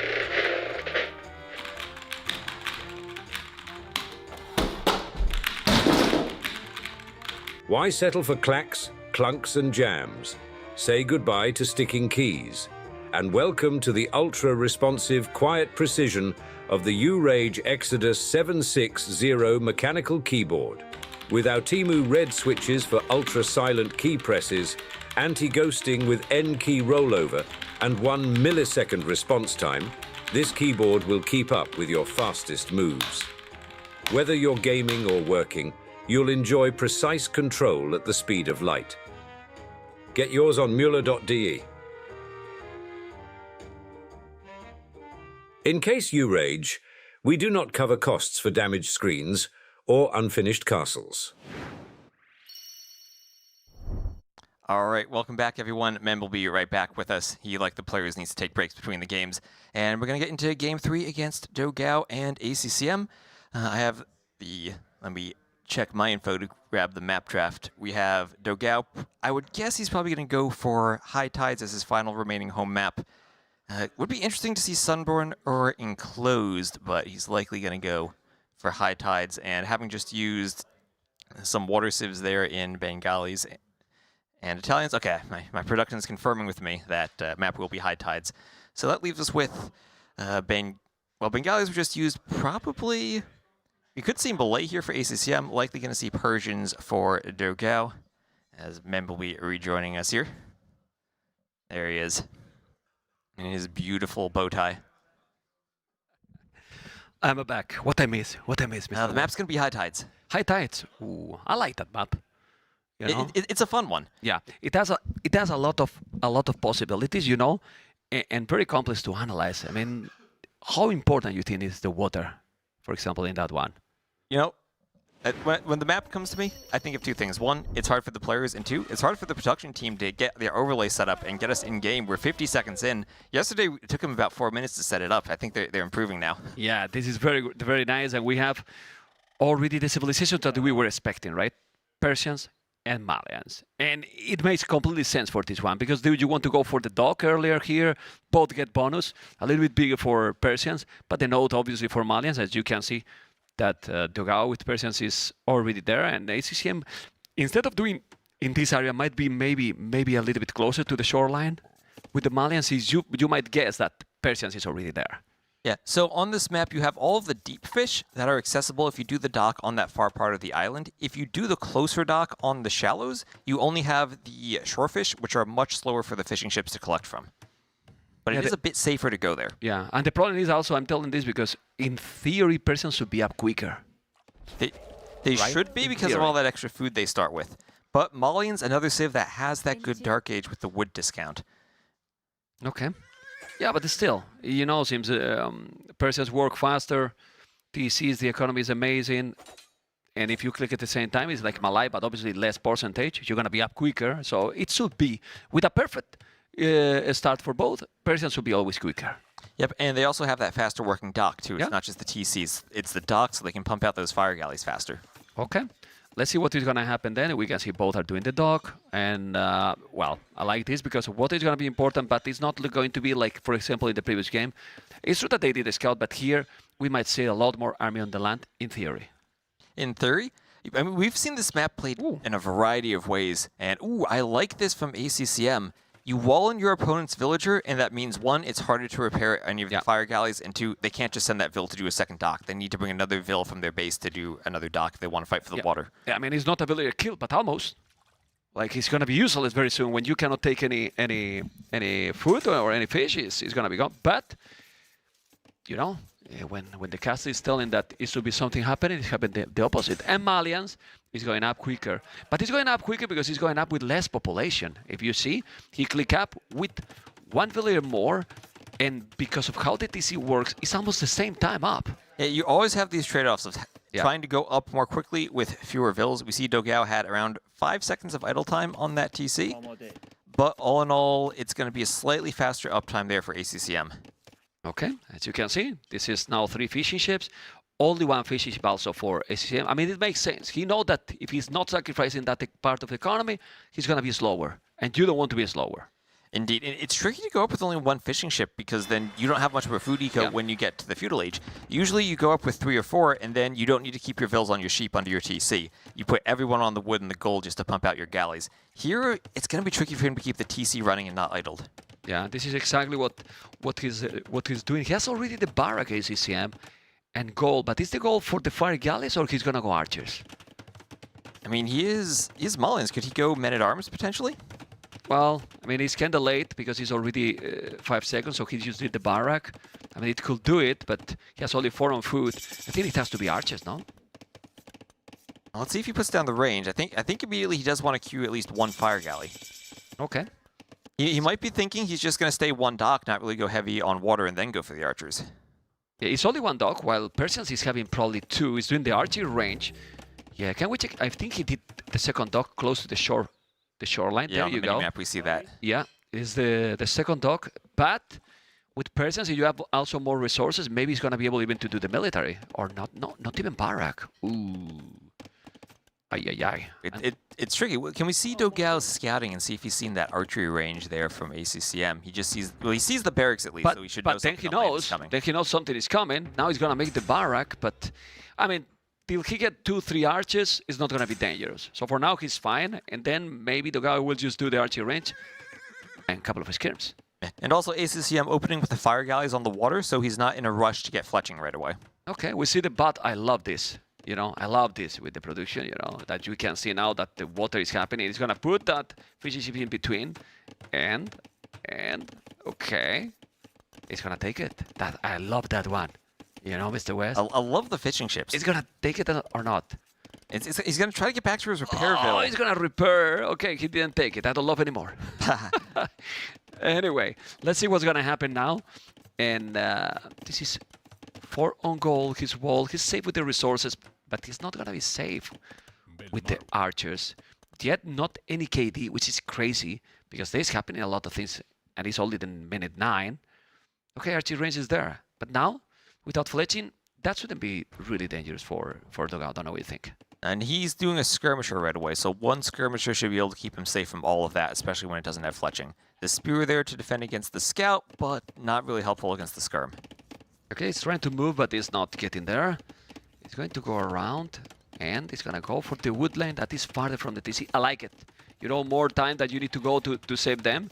So I like that area. The thing is that not having fletching is not the end of the world, probably. Maybe one villager down. Or at least a lot of idle time if he forces them to fight. Oh, but he's gonna kill one. He has to kill that one. Yeah, he's got it. He got it, that one. But this is still crazy, you know, because Persian's DC is working fast, so ACCM is gonna take another. Well, ACCM is gonna take another. He's not running. He's taking another. Well, that's absolutely worthy. Or not. 2 villagers down with the 2 archers? I think so. I mean, Yeah. you need to do some damage, and he didn't even need to invest fletching into that attack. That's amazing. Okay, see now those fire galleys is gonna go away. If he gets a demo over there, that would be a great hit. Yeah, it's doing Raising it. the fire out of It's the dock. a little bit, yeah, it's after that one. Then it's not the way to go. Then, doing the mill. Now dogao, I mean, he's been playing open, you know? Like, he walled in the first game. Second game, didn't wall. It cost him a lot, and now it's costing him a lot as well, not being walled. But population, though, dogao, he's still ahead, because Persians is sick. It's really good. And even without fletching, he tried to go for those small walls. The archers still, even just 2 archers can shoot over it and force your vills to react. Yeah, well, the water controls belongs to the Brazilian player. He's trying to take another village here, ACCM. It's true that that take KD is just 1 fish, and 2 villages are down for dogao, and might take the 3rd in the middle in that water. Did he take it? No, I don't think he did. But galleys, in the long run, he should take the water control. He has 2 dogs, so. I feel like dogao's in a really good position now because he still has his fish alive. You don't have too many fish on this map, but 3 fish to 0. ACCM's land attack it killed a couple of vills, but at least was cleaned up. And he should be okay. But double demo. Double demo coming. The double demo is gonna probably change the things with only 1 dog. The demo is coming. It's gonna make, ooh, that's a good one. That one is almost dead as well. And I think that fish now is in danger to be in the damn hell. I wonder if the demo could hit those fish too. But why he's not sending the demo? If he send the demo, he's taking everything now. If he's sending the demo, oh my god, Oh, perfect demo! Perfect demo right now, he take absolutely everything, and now with those galleys down, will take the fish, and the all villager. disadvantage that you were mentioning in the west, it's gone. It's really gone. And ACCM docking the south of the map. Okay, so there are a lot of shorefish down there. There are no deep fish, it's just shorefish, but you can take them with the vills and drop at the dock. Yeah, finally some counter-attack here from dogao. dogao has to attack, has to do something, because that last move, that last minute on the water was definitely bad for himself. Now he's trying to make the damage on the woodline, but how many units he has in that archer range? Is this 5 archers in the archer range? Blue? ACCM? I don't know. I guess. There's the flag there. It looks like he has 6 archers out on the map somewhere. He's adding in some skirms, doing a defensive tower on the goal, just trying to find a way to stay safe. Yeah, the 4 are there, so it's only 2 in the archer range. And then creating some skirmishes at the tower need to be up. He's gonna make it, because he just made the fletching now. And you see how without the fletching, it's a lot easier. He's gonna take that villager? No. He didn't save that villager, better say it. Okay, archers and skirmishes going down, but look at now ACCM population. Looking really good, Mr. West. And we'll see if the archers... Ooh. Ooh, that's a rough engagement. He was downhill at the start and didn't have the numbers. He had his army split up into 2 groups, and ACCM just jumped one of them. Well, he's doing great. Look at the KD. Oh, that micro. 2010 is double the KD. It's true that resources, though, for dogao are looking smooth, looking nice to go up. So ACCM is not too far, but taking the water control with 1 dog is quite good. Especially against 2 docks from the Persians. Exactly. It's kinda amazing. Well, he was patient. He waited to have the demos, and then when he got those demos, he dominated. Yeah, and you do let your opponent fish while you're doing that, but as long as you eventually clean it up, especially if you can clean it before your opponent gets the food to go to the castle age, then you're feeling really good. And I don't mind too much that he's a little bit slower to go up here, because he still have more population, and having more resources already than the Persians is not the normal, it's not the standard. It should be the opposite. So it means that, in my opinion, ACCM is still with the lead here. I don't know what you think. Yeah, I think he absolutely turned it around with his control of the water now in the north. And I really like that dock he did in the south, too, just getting a bit more of that extra resource. You know, a lot of players just ignore that part of the map, but it can be really important to keep your food eco going. Okay. This one is, yeah, it's great. Yeah, just look. He has 19 on foot, 9 on foot only. The guy, like, he seems to have a lot more right now. Like, the distribution is just a lot better. 10 on wood only, 18 for dogao, you know, but what is going to be the transition? Because that's the question here. I don't see any stable for dogao, right? Usually you think of these as cav civs, right? They both have access to good knight lines, good camel lines. Yeah, but the You can stable... play them as crossbows, but of course you do need the stable for the cav. At least, you know, the bloodlines, you need the husbandry, so you need the stable. I don't see any stable. I don't know if the ACCM did the stable. We will check in a moment, guys, but he's going to try to get the middle botkin arrow. Oh, what do you see dogao's queued up there? I see some cav archers. Yeah, I mean, no surprise. Remember, guys, that Persian also can make Parthian taxes in castles, but we see cavalry. It's a scale part in armor coming here from ACCM, but okay, the stable is there behind the blacksmith. We see camels from ACCM to fight the cav archers. When you have that many archers, I will go a couple of knights. Having those many archers, prefer also the knights. They are stronger, and also for the raid later is just better. And having those archers, this amount of archers, I don't know what you think. Then later, if the game changes, go for the camels. Don't know what you think. Okay, it's different, right? Because the camels are more flimsy if you have archers that can kill them. The knights are a bit tankier, but if you ever do close the distance on the cav archers, the camels do a lot more damage. Yeah. So it depends on whether you feel like you can force that fight or not. Let's see. He's going for the knights right now. Crossbow and botkin arrow. I mean, it has a good amount of archers. Also, Malians, remember that Malians can get... They lack bracer when they go to imp, so it's a bit of a harder transition for them if they stay on the archers. But I wanted to say that if you go for ballistic approach, you can have also the upgrade super quick here. Indeed. And, well, let's see, because this is not yet a mass of cav archers. He has more crossbows, so that's a problem. Yeah, remember, it takes time for you to amass those cav archers. You don't just turn the archers into crossbows like you do in that feudal transition. Okay, he has to be careful, and... Ooh. Yeah, well, it's now micro time. Micro time, but I think dogao's starting to get the numbers up. Yeah, now yes. He's doing the armor though. Well, armor also really there for dogao. Still no bloodlines can really be really bad. We saw yesterday and now, if you have a good micro, those 20 HP is so much needed, especially against botkin arrow. Especially against that, and especially against the hill there. Yeah, double archery range now, so he's gonna keep going crossbows. He feels comfortable with a couple of knights. I don't know if siege will be involved, but well, let's see. Do you think maybe some scorpions against the cav archers could be a play here? Oh, with ballistic, I will love it. The ballistics, right? Because the Malians, as you were talking about Malians and the ballistics, it applies to all the scorpions now for all the civs, and it really does help out against how fast the cav archers are. You can actually hit them as they run away. It will be really nice. I was checking if Blue was going to make a second TC, which is not happening. Who is doing it is dogao.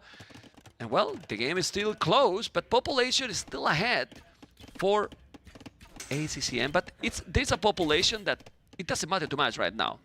All that water one is irrelevant. He has 6 galleys. You know? So what do you think about ACCM not adding in any fishing ships right now? I was about to ask. He did the dock in the south, and he could have added 1 or 2 there, and now he's one in the north. He could add the fishing ships up there too. Yeah, I don't know why to... I mean, you are avoiding that your opponent is fish booming, but at least fish boom yourself. Anyway, ballistic is there. Now we have a lot of crossbows, and those crossbows with ballistic are lovely. The fire galley is going to make some damage. He's trying to get those, but he couldn't. It's so many cav archers, but he's bringing 3 galleys. Okay. Now you don't want to fight against the 3 galleys. Obviously, if you have the range, yes, you can. And he's doing well. Nice. Nice job here by dogao. But in front of dogao's base, I see the blue mark with so many crossbows and ballistic, and that's going to be a disaster. 1 pillar down, 2 down, 3 down, 4 down gonna be probably. There you go. 4 down. Ballistic is absolutely ballistics amazing. is insane. Once you get in on that wood line, without ballistics, probably no vills die. Everything runs. But now, oh, here comes another raid. The monk is there. Okay, he has the monks now. He's okay against the knights, but those crossbows, oh, that was just so much damage. And ACCM has the tower. He has the tower to prepare for that. Yeah, and he's having here the crossbows now with ballistic. He might lose 1 or 2 villas. Yes, maybe more, but you don't want to lose the numbers. I mean, if you kill the village, you don't want to lose the numbers. He's dodging the arrows. They're dancing. They're in the disco, Mr. West. He's trying to convert, and he gets a conversion. And the other was deleted. That was nice. That was very nice. Population is still close. More economy now for dogao. A lot more army for ACCM. And when you're doing cav archers, you want to be the one with the numbers. Otherwise, big problem. This feels almost like that first game again, where ACCM is just able to get such a huge army lead. Yeah, and this is what is happening. 21 archers and keep going. More and more. Well, the KD is massive for ACCM again. Look at the KD. 38 to 21. Man, hit so many. And it's all because of the ballistic, I guess. Also, you will need now the +2 armor if you are dogao. Because against this +2 and ballistic, how do you stop it? Either that or siege. And the ballistics makes it so much trickier to fight with the cav archers against the crossbows, because remember, the cav archers have one less range. Yep. You're relying on being able to dodge those arrows so you can close the gap. Even if in the straight-up fight you're the stronger unit, the extra range makes it so much easier to micro with ballistics on the crossbows. And we have seen the result of that situation, right? It's absolutely insane. And he's getting closer. He's getting closer with more and more crossbows. As you can see, he needs to move against his Echo. And he's not like he's on 3 TCs. He's only on 2 Tone Center. It's true. You might say, hey, but ACCM has only 1, but he's still coming. He's still coming aggressive. I like this position for ACCM, don't know. But I think, ooh, That hill's tricky. That hill, no doubt, he doesn't have the numbers to hold it. ACCM could just climb right on top of it. He's on the gold, he's on the farms on 2 TCs. Oh, that's such a nasty hill for those crossbows to stand on. Yeah, but he's gonna have Thumbrin in 20 seconds. Let's see the mangle is coming. Let's see the micro from ACCM. We usually see him booming with better micro, but this micro is it's one of the moments that I love the most in this game. And you can see the micro taking the hill, going back, retreating a little bit. There's also another group of crossbows denying more economy. ACCM is so active in this game, West. So active. And he gets the mangonel too. He's taking everything. I mean, he's taking everything. Morville is down. He's 18 village kill. Yeah, he's behind in village, but with 1 TC only. When he's doing more Tone Centers, he's gonna destroy it. Still destroying more. Yeah, and look, he has added that 2nd TC, and he has a 3rd and 4th added into the back of his base now. He's gonna be booming after this. Well, I don't want to be negative for the Brazilian, for dogao's fans as well, but this game, these cities are looking so good for ACCM. And not losing any game, it seems, because the population now is exploding one more time. He's ahead in village now. He has killed 27 villages already. 27 to 5 losses, and dogao had been getting those early raids, but just wasn't able to do the same continuous amount of damage. Yeah, well, he's trying now, but he has archers, he has that tower. That tower is being amazing. So much. Yeah, it's been amazing. Imagine if he's doing guard tower there, then the 0 damage. Yeah, I love to see guard tower because we never actually get to see the architecture on the buildings. They're very pretty, but we don't see them that often. They're good, man. They're cool. They are really cool. Let's see the micro here. Okay, it's going back. Population is crazy, man. It's really crazy. Is this the ACCM we expected to see yesterday? And then one Canadian player did let us see? Well, that's what we say about Hera. But that boom, I mean, that's the ACCM we saw against Hera. No, this is that we mentioned Hera and bada-booms happens, you know? It's insane, you know? Look at those cav archers, the mangonels, he's going back with those crossbows. He's still picking villagers, though. He's still getting value out of those crossbows. He gets the knights and finding a hill to stand on still, getting as much value out of those crossbows as he can. But I mean, if that mangonel shot doesn't land, he probably wins the fight still. It's so important that he lost those crossbows. You know, we bring bad luck to the players. We say that he's playing insane with a micro, bam, but the moment he's facing, he loses all the crossbows. All of a sudden, it looks like you and me are microing the crossbows. No, I'm a better micro player, man. What the hell?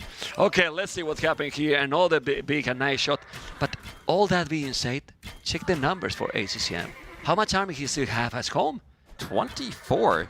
He still have a lot at home, but he's ignoring those anymore. But you know, despite 32 vill kills, dogao's still only down by 6 villagers. And look at the res collected. Yeah, there's a bit of a difference there, but it's not like it's 2-3k difference. Yeah, but that happened because he has 3 TCs Persians. I mean, with 3 TCs Persians, he's only 4 villages behind, but after losing 32. 32! So shows how good that Persian economy is. Crazy. It is crazy. Anyway, how are you gonna counter all this? You need a lot of siege, but the problem is Persians don't have good monks. If now ACCM is going to stables and going full knights, for example, dogao is dead. He can't do anything. Well, I mean, Persians, they still have camels as an option. They can kind of counter that with their own stables. Yeah, but he will have to switch into that, and then economically talking, it's gonna be... Well, same thing for ACCM, right? He only has 1 armor. He doesn't really have that commitment to the stables yet. It would be a transition for both of them. It's probably then going to try to go Imperial. Oh my god, he's coming again. He's coming again. The ballistics. 3, 4, 5. In 5 seconds. Yeah. That's just insane what a difference ballistics does. And if you don't have ballistics, the villagers run and you get 0 kills there. Yeah. Okay, well, again, Will is on the TC. It's going to keep going. And resources from ACCM are looking really, really smooth. I mean, same for dogao. Looks like they're both getting ready to click up to Imp at around the same time. Yeah, but when you have that amount of army and this build is different, the transition is going to be a lot smoother. Yeah, but still remember, it is Malians. They don't have Bracer for the crossbows. ACCM is going to have to transition to something. Well, maybe not, because Persians also don't have the +3. So if you go Arbalest, you're still fine, right? Like, no, I mean... That's true. Think about that. I mean, both these civs lack Bracer. So the Cav Archers, they're good in the Castle Age for the Persians, but you still have to transition. But dogao is the first player to click up to Imp. Yeah. Down by about 15 villagers, so not in a great spot, but doesn't feel like he's completely dead yet. Yeah, I mean, for me, it's less important the village. It's more about the army on the field. You know, like, he's so crazy amount of army. He's losing the Mangle. That's a good first step to try to come back. He need to kill all those two as well. Otherwise, the push is going to be real. And the castle from ACCM is going to be there with the outpost it is. The castle is going to be where the Mangles are. And I hope he's going to make a castle there. Because I don't want to see a chicken castle, Mr. West. I think we finally want to see that castle that you want right on his face. It's coming. There he goes. It's coming. He's going to make maybe in the north outpost. Doesn't matter. I mean, a forward castle there is definitely the way to go. He need to go. Okay. But there's so many crossbows. The Mangle is down. And with this amount of crows, and the castle has to be there in that spot, close to the outpost. It's taking all the map control. And how do you take him off from that? I don't think you do. I mean, I think that castle could have been even more forward, denying all those farms. It could have been on the hill by the lumber camps. Exactly. But he's very safe. It's a tournament castle for him, making sure he's just going to close out the game and control that stone, give him an area where he can hit that gold too. And now dogao, if he gets up to Imp, I mean, he still has an option to treb that down, but he doesn't have a castle yet and doesn't have stone for a castle either. Oh my god, another builder down. I mean, if it was a ladder game, maybe the castle is on his real face, but as you mentioned, being a tournament game, you prefer to go safe. He's now trying to dodge those arrows. He's in Imperial now. He's doing part-time tactics, but he has 10. He has 10, 9 Cav Archers now. Still killing, he's controlling what? He's not even microing. He's killing now village or army. He doesn't care. Whatever is going through that area is down. He just sends all the vills back to work on those farms. Nah, when he sees that he's Imperial, he's gonna call it. I mean, if he was in Castle for a minute more, and then he can match, but he's gonna be like, oh man, his Imp also now is crazy. It is really crazy. Well, husbandry.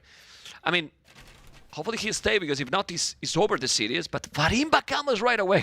We see that transition there from ACCM going for the camels. And if he can get some raids in with the camels, with all that extra attack, they're going to be good at killing villagers too. What? Cavaliers as well? Cavalier, go for both of them. So greedy, this guy. I mean, he's got 120 vills. He has the eco for it.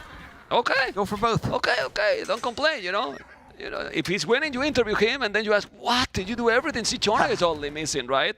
Anyway, you can see Cavaliers, Camels with the Arbrets, now plate mail armor, all the Arbrets. And how do you stop these units when you have all the Cav Archers? You need halves here. And it's Cav Archers that don't have Bracer. Yeah. Like we've been saying the whole game, it's tricky for both these civs to move from that crossbow or Cav Archer composition into an Imperial Age army, but ACCM has the resources to do it. Yeah, I mean, he's probably noticed already that those camels are already +4. They don't have any blacksmith attack, you know. Well, +5, because he's a 5 extra. Look at that for him, but before any blacksmith upgrade. Yeah, that's not the normal, you know. It's not the standard, but he's coming with traps. And, well, ACCM today. Oof, right? Dominating. Yeah. I mean, I like it a lot, the first game, how he came back from that situation. And then it seems that that game probably gave him the confidence that he was probably liking from yesterday. Exactly. Yesterday, I mean, yeah, you have to be really confident to face Hera. Yeah. But today... But probably he won like, okay, maybe I'm gonna lose, but I want to do better 3-1, 3-2, you know, and it was kind of clear still, you know? Well, I think this game was pretty important for him, knowing he was up against dogao. This is not a set he wants to be sloppy in. No. You have to be 100% here, and he is being 100% with 162 population now, doing forging finally. Not a hole there, he's doing the house, but population difference is crazy. He's doing even skirms. I mean, you can do that. You have the +4. dogao is now having finally a good numbers of Cav Archers, but as you mentioned, it's not an oath. It's not an oath, and this is the GG call, and the ACCM dominant today. Winning 3-0. Now, did you expect that? Because we were talking earlier, I was saying I thought ACCM was a heavy favorite. We listen to the players, right? Ah, I like to listen to players. Okay. Huh? You hear them, right? Yeah. Nice. I swear, I made the university, I clicked ballistics, and then I sent the cavalry archers just in patrol, you know? And then when I see all that.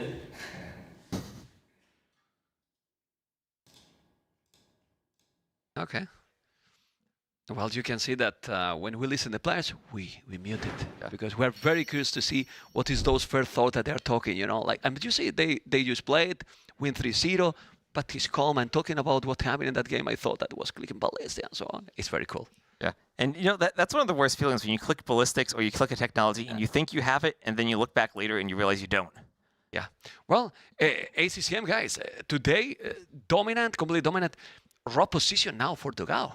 Right? Yeah, and coming into this set, we were talking earlier. I said I thought ACCM was a heavy favorite. You had a bit more confidence in dogao, though. Yeah. What do you think you saw from dogao today? Well, I think ACCM was just better. Like really, it was better. He got some moment that he could do the job. But look at the position now here for dogao. He might need to face one of those tomorrow. It's almost like 100%. Either Yo or Hearttt. And probably, right? It has to be them because they are the one. One of those is going to be 0-2, and I don't think any other can be. That makes it really tough for dogao. Could be DauT if you lose against Vinchester. Well, still it depends on if they're 3-0s or 3-2s or whatever. But DauT, well, it's. I mean, DauT's scary too. Yeah. Yeah. Okay. I think they are going to come now very soon for an interview. And I believe that we'll have a small commercial break, and then we will go for the interview. Yeah, we go for the small commercial, and we go for the interview, guys.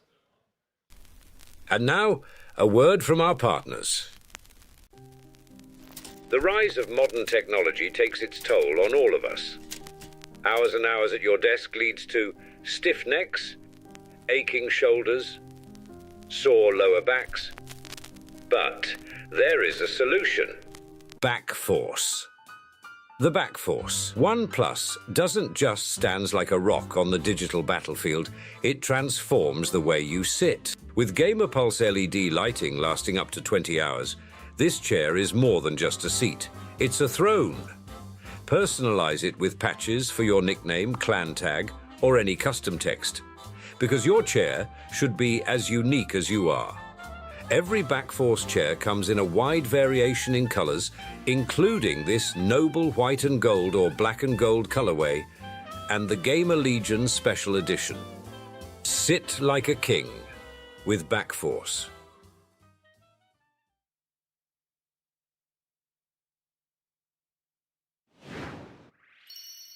Let's go without it. All right, so ACCM, congratulations. How do you feel today you're facing dogao rather than Hera? Were you feeling more comfortable in this set? Much better. Much better. Good. Yeah. So now, 3-0 loss yesterday, 3-0 loss today. Do you feel like you want to be top 4 in this tournament? Do you feel like that's still a good goal for you? Yeah, it's still a good goal for me for now. Awesome. So let's get into the games. I think Vodka is going to give us some highlights. And against dogao, game number 1, it felt like dogao had some early raids on you and did a lot of damage. He was walled, you weren't. How were you feeling at the start of that game? Yeah, I feel I make a mistake, but like dogao even makes more mistake than me. Like I take a good fight in the middle and then I snowball from there. Okay, right. So we saw early on, he was around your base with the scouts. He was fully walled. You didn't wall. Do you feel like that's a way to play the map? Just is walling too expensive there, or is it easier just to play without it? Yeah, walling, but like I prefer to spend my resources on the economy and the army instead of walling early. I think walling later should be good on that map. Yeah.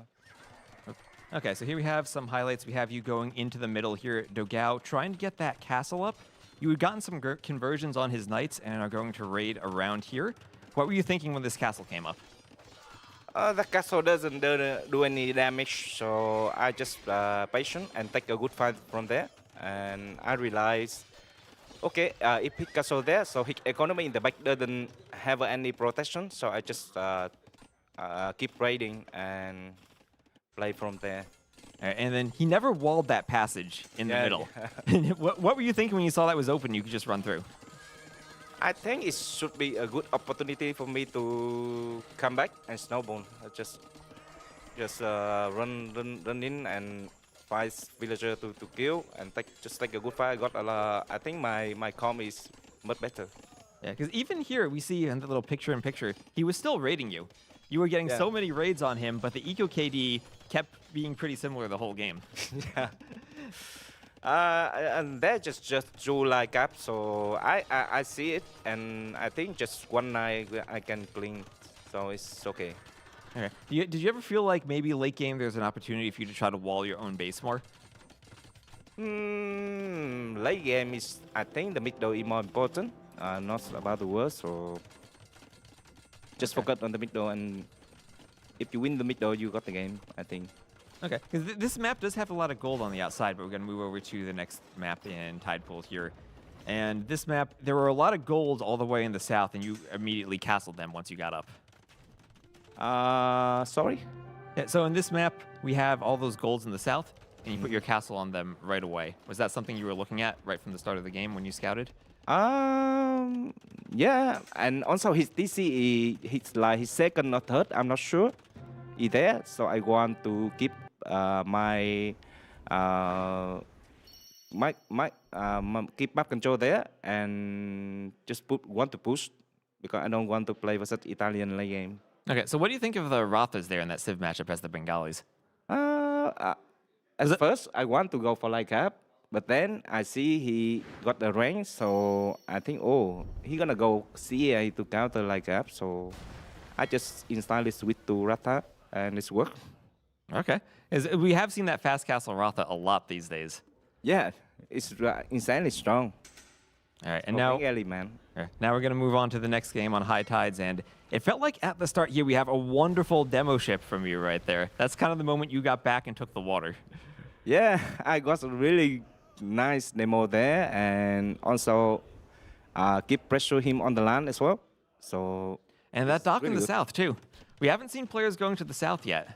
At first, I think I gave up the water, but I took a really good fight. I didn't expect to win the water with first person, you know. Yeah, because you were one dock against two, and those were Persian docks. Yeah, it's 2-person dock, and I didn't expect to win at all. So I just go to the bottom to take the fish. So to make sure my economy is not behind, but I just win the water. And do you think winning the water just basically won you the game at that point with the Civ matchup, or do you think there was still opportunities for dogao to come back? For me to come back, or for dogao to come back after you won the water? I think the water is good for early, but for later it doesn't matter. Okay, because here we have you taking another good fight with the crossbows, and it just felt like once you had ballistics, you were behind every single wood line, killing villagers all the time. Yeah, that was Malian favorite, right? Because you got the faster ballistic, so just can snowball and really good. Awesome. So you're now 1-1 in your sets. Are you feeling better about yourself than you were yesterday? Much better. Much better. I know we saw you running fast between the games, I guess, to go take a break between them. Yeah. I feel much better. Good. I hope I win today, and I did it. It's amazing. Awesome. Well, I think you did exactly what you wanted to do, and I think we're going to throw it over to an ad and then get into the next set. So thank you very much, ACCM, and congratulations. Thank you, TaToH. Thank you.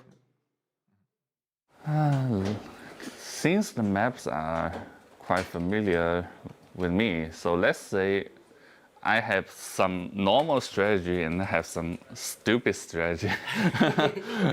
Those stupid strategy is going to use against someone like Viper or Hera, I think.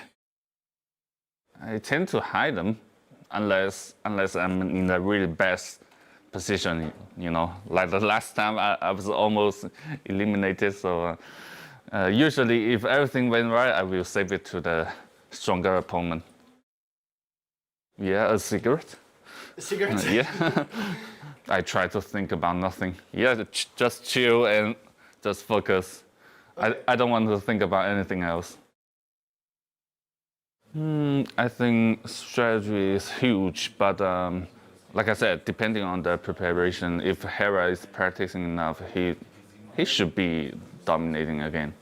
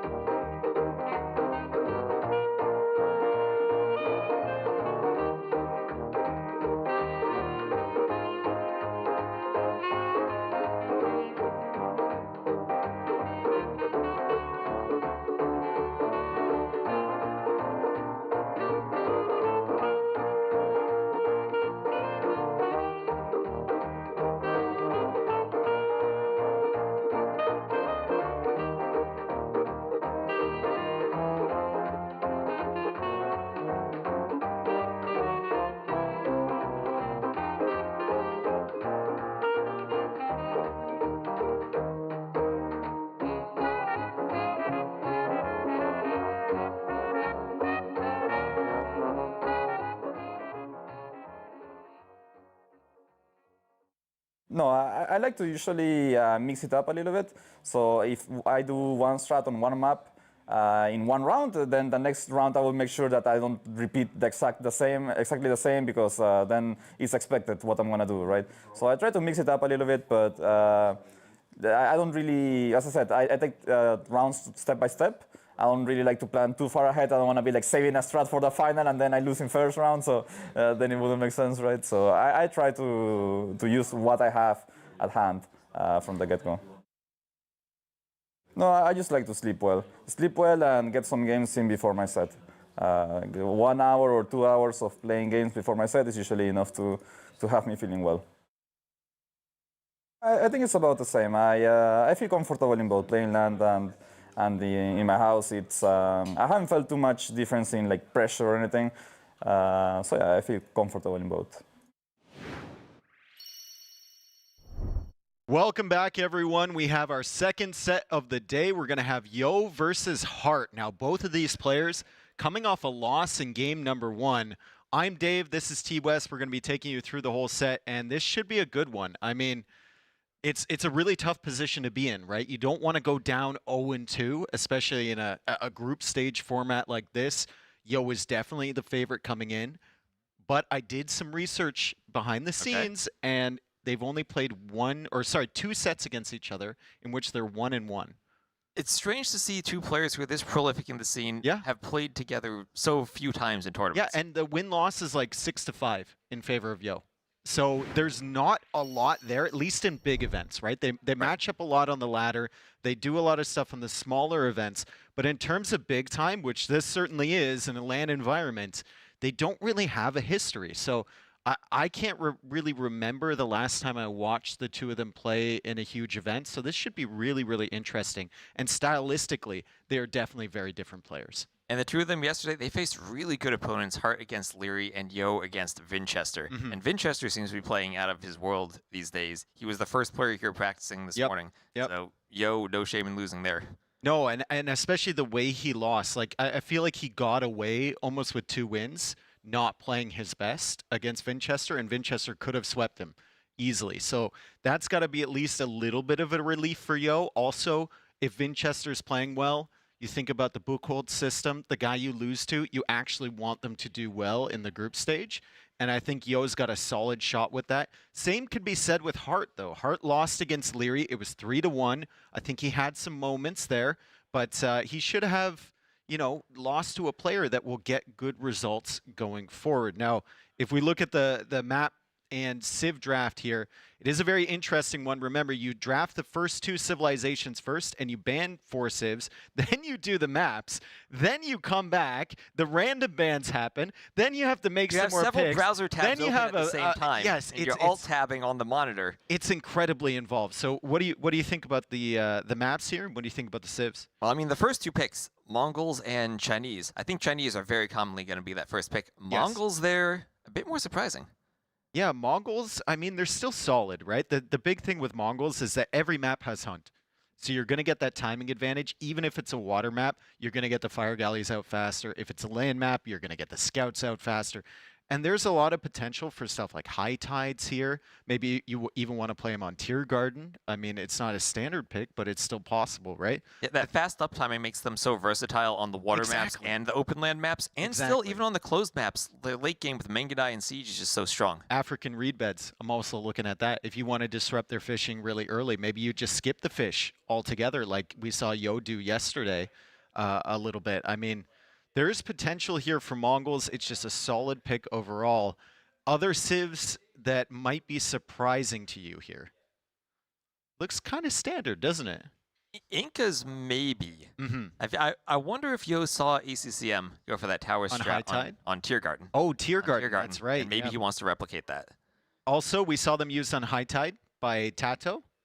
Right, we did. I wonder if High Tide is an option for the American civs. I mean, even Mayans or Aztecs. It could be. I mean, Mayans can do relatively the same build as the Incas there. I think their follow-up is going to be a little bit weaker. But they get the extra villager at the beginning, which helps, kind of balances out the extra pop space from the Inca houses to get yourself faster onto the water. I mean, there is potential for sure. Where do you think Huns is going to slot in? Huns there for Hearttt. That's interesting. You would think maybe Bedouins is usually the Huns map, but not picked in this draft. It's also the China map. Like if you look at it, right? Like if you draft the Civ first and then you have 2 picks, I'm really surprised that he didn't go for Bedouins. And so Huns are pretty flexible, but they tend to be better civs than what the Huns can do. You can use them on the water maps, but maybe not your top pick. I think maybe Tier Garden might be where we see the Huns. Yeah, and maybe the random bans down there is influencing that a little bit. We see a lot of good civs banned out there, right? Like that's the random element here with maybe a civ that does stuff like the Huns, like Khmer, playing the fast scouts or fast cavalry, getting banned out will dictate what sort of mobile civs you're going to pick later on. Now, Copenhagen is also a map that Hearttt has selected here. Yo has Burgundians. And he loves Burgundians, and that plays right into his strengths on a map like Copenhagen. Meanwhile, Hearttt has something like maybe Chinese there. Maybe he believes in it. Bengalis could be a potential. You could even see him. I don't think it's going to happen, but Copenhagen's a late game map. Maybe like Magyars if you really believe in the comp. Maybe even Saracens if you think you're going to have Mamelukes to deal with. Yep, and you're playing Galley War as well at the top. Exactly, and they have the faster fire and galleys. Yep. And remember, most importantly, they have the market. It's a great map where you're doing that fast castle build. You can use the market creatively. I was watching some players do some insane builds because you start with the extra res. It's regicide resources, right? So I was watching some players in there like not even queue up a village, just queue up feudal age right away. Like maybe 1 villager, then feudal age, and then it's like all in on the wood to get the galleys out really quick on that map. It's really, really cool to see what you can do, especially starting with the barracks. So you only need the additional Dark Age building. Now maybe, I don't think the players would do this, but the Saracens do have extra carry capacity on their transports. If they wanted to transport to the back and go for a king snipe. Travis, you know that. I know that. There's no way like, the players they know that. knew it at one point. Yeah. they probably haven't. They don't remember little numbers like that. That's for sure. Like every time I see someone with a Sicilian transport ship, they're like, I can see everything with this thing. Oh my God. Yeah, it's only been around for 3 years. Well, to be fair, they changed that bonus about 3 or 4 times before they settled on it. They did, yeah. At least we don't see players still using them as rams anymore on the water. Yeah, exactly. That was a little bit ridiculous. So Yo and Hearttt just getting ready here. We should be starting soon. Thank you, everyone, for being here. Welcome all the other channels that rated the GamerLegion channel. Make sure to drop a follow. We're going to be here for the next week or so. Next week, we have the finals on Sunday. Finals on Sunday. Watch party starts on Saturday, I believe. Watch party Saturday and Sunday? I'm not certain if we still have tickets available for that. Maybe the mods in the channel can link that if it's possible, if you have nothing to do before Christmas. I'm pretty sure we all still have discount codes for it too. Ooh. Okay, you could save some money. So, Tier Garden, first map. You think Incas could be potential for Mr. Yo? He could be going for the same sort of strategy as ACCM.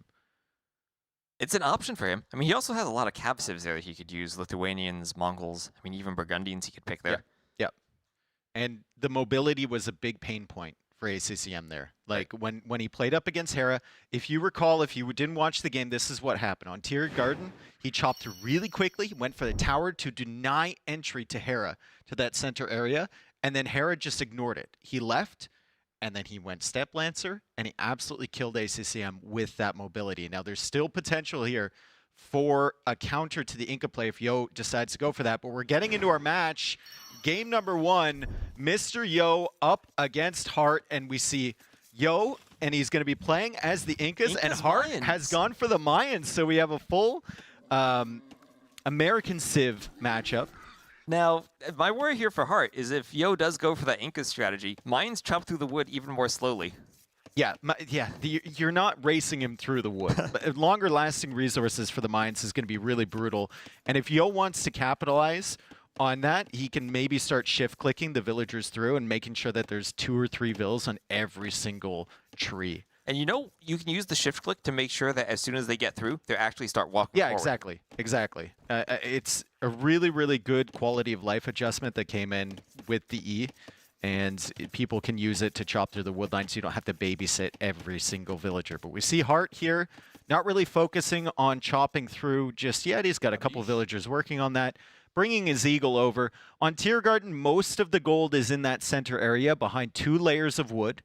A lot of the wood is in that center area as well, so it's a really important focus. And then on the sides, we have berries, we have some hunt, and each player starts with an outpost. So if you get Town Watch, which Yo loves to do in Feudal Age, you can get some really good vision on whether your opponent is kind of expanding out there or whether they're going for some raids along the side. Yeah, and there is also a bit of hunt out there, and I wonder if with that Mongols pick, we'd ever see the Mongols player going out there to take that hunt early on. It could be an option, right? Or I think a civ like Georgians could be really good here. You just roll a mule cart out there, take the hunt, and then roll it back to the middle to take the wood or maybe some of that extra gold. But Mr. Yo only has... he's chopping the diagonal tree. So he's got 2 trees left to go. 72 wood plus 100. So 170 wood remaining until he's through, and it looks like he's prioritizing that. Not much further behind is Hearttt. Hearttt actually might be ahead, even with the Mayans chopping through that wood line. He's chopping the right 2 trees in order to get in. Yeah, you have to position it correctly. You don't want to go diagonal through the wood, otherwise you're doing double the work for the same amount of progress. Barracks now already coming up from both. If you chop through, the problem with the Mesocivs is that they don't have access to scouts, so it's just going to be eagles coming in there, which are not very strong in the Feudal Age and take a long time to produce. And if you send archers through, odds are your opponent's already going to have a tower to lock things down. So I can't see a lot of damage coming in that area super, super quickly. And Yo obviously isn't going to get that insane forward tower time that ACCM got yesterday against Hera. Yeah, and we're probably just going to see what we see pretty much every game. As soon as you chop through, you're building that tower on the second wood line to keep your next lumber camp safe. Yeah, I mean, and there's a lot of wood there. So it's not just about keeping the villagers safe there. It's about, keeping them safe long term on these wood lines. And the other wood lines to take on the edges of the map are going to be clumps of 8 trees, 9 trees, something like that. So long term, you definitely want to lock that down. It's worth spending the stone on, even though the other stones, if you're going to go out to them, are quite a distance away from your base. Yep, and as we add in the archery ranges, you're so far apart, you're really not going to do much damage in the Feudal Age. When you get to the Castle Age, both of these civs have different ways of dealing with eagles. Incas can go for slingers, Mayans can go for plumed archers. Yeah, Incas are really brutal in the civ matchup against Mayans and Aztecs, because it kind of negates you pushing with eagles. It kind of forces you into crossbows, and then the Incas can go skirms, which are cheaper for them, or they can go eagles themselves. And then you're just running around with crossbows trying to counter those eagles. So the slinger just adds another dimension to this Civ matchup. And I think if Yo's looking at this, he's going to be fairly happy as we see the double. We see the double POV on the wood choppers. I think. Who do you think is getting in first? I think Yo is getting in first. I think I mean he has 3 Vils on that tree, and he is Inkas. I think it's Yo. I think it's Yo. There he goes. Yeah. Does he have the Vil shift queued though? No, he doesn't. No, I mean Hearttt might take the first step inside still. Yeah, it's just an eagle war on the other side. Got to be careful not to fall behind in that in Feudal Age. You don't have slingers in Feudal, but at the end of the day, eagles take like 5 business days to produce in Feudal Age, so it's going to be really, really tough to get those numbers up. And they can't even really take fights against villagers until they get the full upgrades, right? They need the armor, they need forging, and then it's suddenly difficult for the villagers to fight them off. It kind of appears like we're just going to have enough units to keep each other safe, and they'll try and focus on getting the castle age as quickly. Yeah, and we even have the defensive skirms coming out from Yo. Now, Yo has done some insane things with skirms in the past. I've seen him win feudal skirms against castle eagles, but this shouldn't be too much of a fight as they try to get up to the next stage. No, the eagles are, I mean, they're close to Yo's base, so Yo should have the production advantage. You can see him saving those eagles, and he's going to go garrison those in the TC.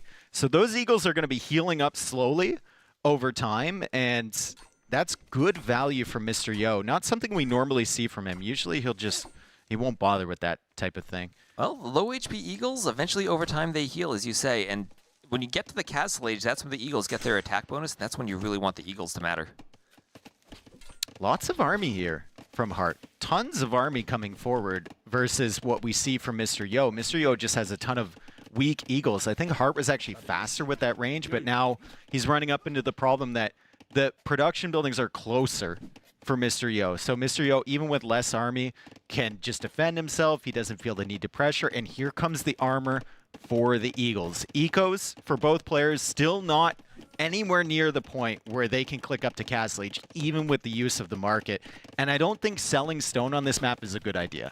I think you always got to keep your stone for a tower. Always got to keep it for expansion, because it's really rare you're going to finish this on 1 TC. But now that you mention that, it is kind of weird to see both players still with 200 stone. Neither well, player went for there's that no tower pressure. in the middle. They're tracking each other well, right? They had eagles forward. Hearttt had an eagle forward. He could see Yo wasn't coming to him, and he was forcing Yo's eagles back. So there's no pressure at all. They don't need the tower. They can try and save that for as long as possible. And I wonder if that extra stone means you have more options for doing that castle in the middle of the map that we've seen a few times. Yeah, I mean, it is true, right? The castle can lock down everything. In the case of dogao earlier, it kind of screwed him over a little bit. He invested so much into that, and it didn't get him anything.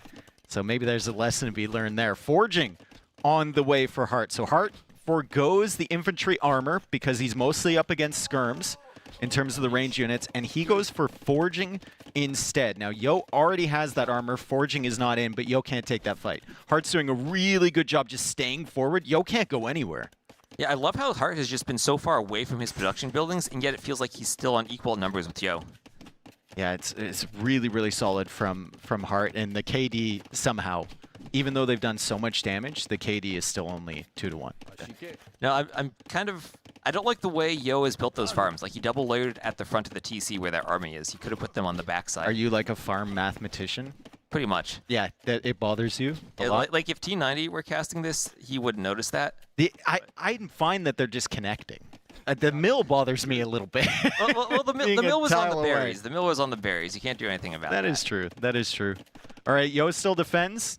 Nothing much happening here. Wheelbarrow on the way for Hearttt. Resources looking good. Resources looking a lot better than Yo's. He's kind of cut back on the eagle production a little bit. Mr. Yo still dropping food and gold into that. And Wheelbarrow is going to kick in and really, really help those villagers on the farms. Look at Heartt's eco. 400 plus resources collected ahead. And that's what you get when you're the mines, because you don't need to do that farm transition as early since you have all that hunt. Yeah, and you get the extra villager at the beginning. It makes a little bit less of a difference on 9-vil starts than it does on a standard 3-vil start, but it's really, really nice for them. And honestly, I really like it on the 9-vil start because you're not housed at the start. Exactly. As long as you have your you don't have to get point, you don't have to do loom. Exactly. So there's not a lot of idle time early in terms of villager production. Wheelbarrow on the way for Mr. Yo. I think before Wheelbarrow is complete, though, Hearttt might click up to the castle age if he really prioritizes it. You can see he's kind of nervous about that. He doesn't want to fall behind in military against Incas. He wants to keep his advantage, so he keeps queuing up units, which keeps him further away from the Castle Age. And Mr. Yo has done a wonderful job of defending and keeping his weak units alive until that Eagle died, of course. KD is still only 5-3. And importantly, 0-0 on the Eco KD, so even though Hearttt has been forward, he has not managed to pick off a Vil yet. Really, really nice job from both. They're both playing pretty secure here. Hearttt is being very, very patient. He could have pushed in before, and he didn't. Mr. Yo has been defending patiently. Now Wheelbarrow is in for Mr. Yo. Heartt's about to click up.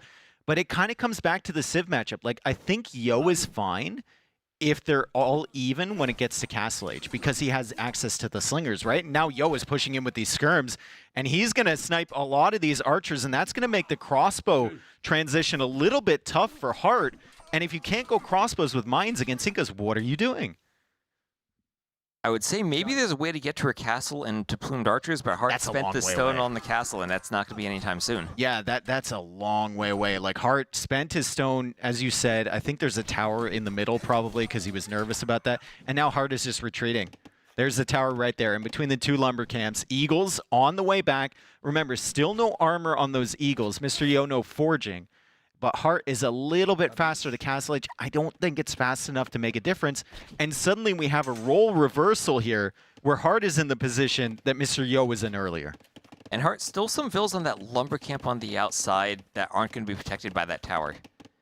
Yeah, I mean, there's some stragglers there. Mr. Yo doesn't have any protection at all. He knows where the army is from Hearttt. He doesn't need that protection. Well, he doesn't need it until Castle Age, when the Eagles get really, really strong, right? They get a big boost. Maybe Hearttt could sneak like 2 or 3 around and start sniping the villagers, especially if you're losing army forward. I think he's just more concerned about cleaning this, though. He wants to get that timing where he gets up to the Castle Age, gets that +3 attack, and maybe clear the skirms. That's a really risky push forward there from Mr. Yo. He's clearly trying to clear the archers so that the crossbow tech can't have as much of an impact. And he comes forward with those skirms. And look, one archer body. There's like 8 skirmisher bodies. And he definitely didn't get the value he needed, but I think we know what the plan is going to be from Mr. Yo. 4 Barracks Eagles. Can they afford this? We'll see if he sells the stone to afford those Eagles. Usually you do that even if you're on 3 barracks, but for 4 barracks you might have to. I mean, if you want to afford the Eagles, they are cheaper with the Incas, right? You could maybe have a food discount though, right? Not a gold discount? I mean, look, he's selling his food. He's selling his wood. They have a food discount indeed. They don't have a discount on gold. But if you drop a TC on the gold and start tossing more villagers on there and have like 20, that's a good use of your stone, I think. He actually uses some of it to go for a gate here. He wants to be walled in the middle to make sure that Hearttt can't loop around from the back. Yeah, and Hearttt is back. We've only looked at 2 spots on this map so far this game. We've looked at this spot at the front of Mr. Yo's base, and we've looked at the other spot at the front of Heartt's base. As Hearttt now goes for the full walls, I think he's nervous about the 4 barracks that he saw. He doesn't want to get counter-raided by Mr. Yo, so maybe walling up right now is a really good timing while Yo is busy. Yeah, and the armor just now going to come in on those Eagles, so they'll be able to take a better fight against the crossbows now, and Yo's going to try to engage and push them back. Even but deletes nice the micro. House. Yeah, nice even micro there deletes from the house so he can get through there. Heartt's step back micro is beautiful, as you said. And Mr. Yo, he was so good at saving the weak units before, and now it just kind of looks like he's bumbling after this army, hoping for the best, and he's not going to get it.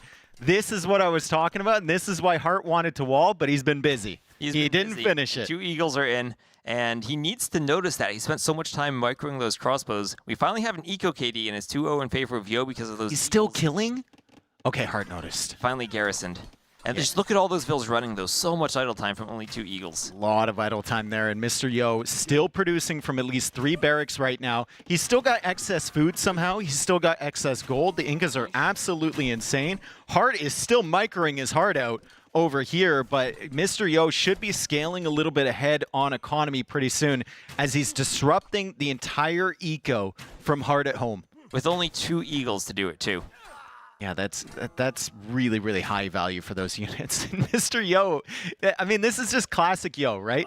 He knows he's in a good position. He knows that Hearttt is going to have to focus all of his attention on these units to micro them down. He's just going to chase. He's just going to chase. He trusts his units to do the best job.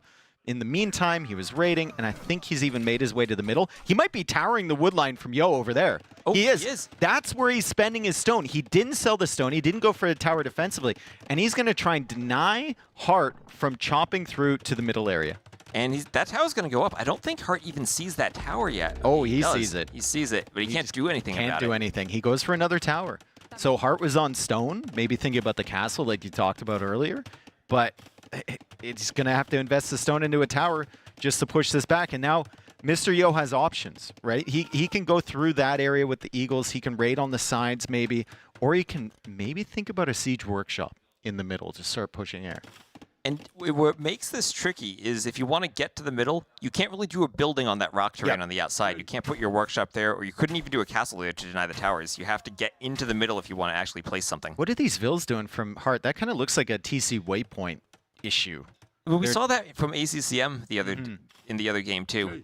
I think he probably just like has something set to the middle, but then the middle's walled and they can't find their way in there. True, yeah. Or he accidentally clicks it because he's clicking so fast up to the north. I know Viper's had problems with that in the past. 27 crossbows, 25 eagles for Mr. Yo, but he's found his way into the woodline. You can only track the eagle raids for so long, especially when you're paying attention to the crossbows. This is the advantage for the eagle player. If you're fighting in a choke point, if you're fighting in one spot, the crossbows should have the advantage, but if you're fighting in multiple areas, the mobility of the Eagles is insane, as Hearttt actually managed to get some crossbows in the middle, and that's a good wall for Mr. Yo, but still, while the crossbows are over there, the Eagles can feast. All those Eagles now, look at that eco KD, 11-1 from Yo, just getting the Eagles into the heart of Heartt's economy, disrupting all of those villagers, and there's no way for Hearttt to clean this up. He can't just make 1 or 2 crossbows and kill the Eagles. He needs to commit to 5 or 6 crossbows. He's got 35 crossbows. When's the last time we saw most of them, though? There's a group over here. There's a group at home. And Hearttt has to have superhuman attention to detail and multitasking to make this work. And now the Eagles are sandwiching him from the other side. He's going to try and retreat where he can. He's going to try and bring reinforcements. But Mr. Yo is forcing him into a corner, and he's going to clear that up. The other engagement for Mr. Yo might not be the smartest one, though, under the tower.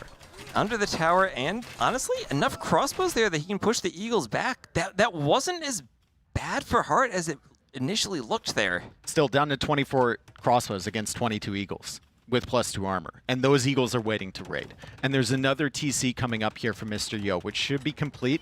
The Eagles can hold him off. Looks like he's on stone, so interested in maybe an additional town center once that one is up. But you have a castle in the middle from Hearttt. Hearttt was collecting stone, and that's going to give him access to the plumed archers now. Plumed archers. He wants as the mines that has the attack bonus against the infantry that actually can deal with the Eagles. It's a good thing they're cheap because he's got 5 on wood right now. So the wood eco is not looking great for Hearttt. The food eco no longer looking superb for him either, and he's 10 villagers behind. But he will have plumed archers running around the map. That's a good TC spot from Yo. It kind of forces the siege workshop out from Hearttt if he wants to pressure that area. And once again, just the Eagles just everywhere. Amazing rates from Mr. Yo. Eco KD 12-1. And these are raids despite all the effort Hearttt put into walling. We can see that on the minimap. He's full walled his base and yet still is getting picked apart by those Eagles. Very, very good use of the mobility here from Mr. Yo. What is he doing with his resources there, T-West? Like, is he thinking Imperial Age could be a potential... He's close to it. Play? I mean, you don't really go Imp without a castle. You can see he's still got 3 vills on stone. But what is Imperial Age gonna give you, and are you gonna have the eco to get it? Like, I understand Elite Eagle, I understand armor, but right now he's only at 63 vills. Oh, that's 10 more than Hearttt has, and Hearttt is still open down there. I think he can just go Imp, and he doesn't need the castle yet. He can do it on his way up and then get Trebs. Yep. So the Eagles are in at the backside. Another Eagle raiding party just waiting to come in. Hearttt is just responding. He's constantly reacting to whatever Yo is doing here. This matchup is really, really tough for the mines, especially on an open map like this. Plumed archers are going to start to come out. He might have enough stone for a castle, but there's nowhere he can really put this castle that will make a massive impact in this game because he's constantly going to be just chasing these Eagles with the crossbows. Finally, ballistics. That's going to be a massive upgrade for all of these crossbows. He'll finally be able to hit the Eagles as they run away. No, we saw in that last game, you just get your crossbows with ballistics on the wood line. All of a sudden, the villagers start dying. Yeah. Here, the Eagles can just run away, no problem, not even take a single hit when ballistics isn't in. Another Eagle raiding party, I think, coming in on the right side. It's going to hit that TC again because he knows the crossbows are in the middle of the base. So here come the Eagles once again. And every time that Hearttt tries to like push forward with the crossbows, he's getting distracted. He has to bring him back again. Yeah, and it all started, as you said, Yo didn't do the tower. He's been tracking that army the entire time. Exactly. Sending his Eagles everywhere he knows the crossbows are not. He's done a fantastic job of that. His army tracking this game has been beautiful, and he's kind of been forcing Hearttt into really bad positions with his army. As the plumes come around, I don't think there's potential to snipe this. Remember, the Inca Vills also have that +2 armor as well, so it makes it even more difficult to kill for the plumed archers, which don't have high attack. And again, there's not enough room in the TC for all the wounded villagers. And the Eagles have 5 pierce armor. They don't really care about that TC arrow fire. They're going to limit that TC to the only 15 vills that are inside of it. Nice raids here from Mr. Yo. Villager count now 70 to 56. This kind of feels like a situation with Hearttt just loading up on wood and stone, no food, no gold. It feels like a resigned situation. Like, what are you going to do against even the final armor upgrade, let alone Elite Eagle, let alone Trebs? Like, and what is your solution? Especially since he's been going crossbow into plumes, he doesn't have like a bunch of Eagles to jump the Trebs. Exactly. And he doesn't have Siege either. Doesn't have a Siege Workshop, doesn't have Rams, nothing along those lines. He doesn't have access to Trebs, and it's the final desperation raid here. I think there was a lot of vills on the gold and stone at the back of Yo's base that he could potentially hit, but I mean, even if he kills all of those, even if he kills 20 villagers right now, which he's definitely not going to do with the Eagles sitting right there waiting for the crossbows to come in. Elite Eagle immediately queued, and Yo just needs the armor, and all of a sudden those crossbows will be useless since they'll only be doing 1 damage to the Imperial Age Eagles. Oh, he's waiting. He could take that fight with Castle Age Eagles, but he's waiting for Elite Eagle. He wants to completely clear this up. He really doesn't have an Imperial Age economy at the moment. Like 72 vills is not insane. I mean, Eagles, they don't need an economy. As we've seen this game, the crossbow's now backing up. Final armor upgrade on the way. There's Elite Eagle, and Hearttt, I think, knows that he will need to try again next game, and it's not going to happen here. There go all of his crossbows. He's got a plume army to back it up, but Imperial Age is a pipe dream at the moment for him. And Heartt's just doing what he does, I suppose. He's just going to try and micro it down as best as he can. At this point, what does that micro even give you? A few more shots on the Eagles. Couple more shots and the Eagles come in. It's not going to work. We have a Treb war now going on in the middle. Yo should be able to clean up that castle without much of an issue, and now still up by about 10 vills. Eagles everywhere. I mean, how do you deal with the Eagles if you're the Mayans? You need to get the plumed archers, but it's just so much slower to get them going. Well, you gotta have pressure forward, and we saw Hearttt do it in late Feudal Age, right?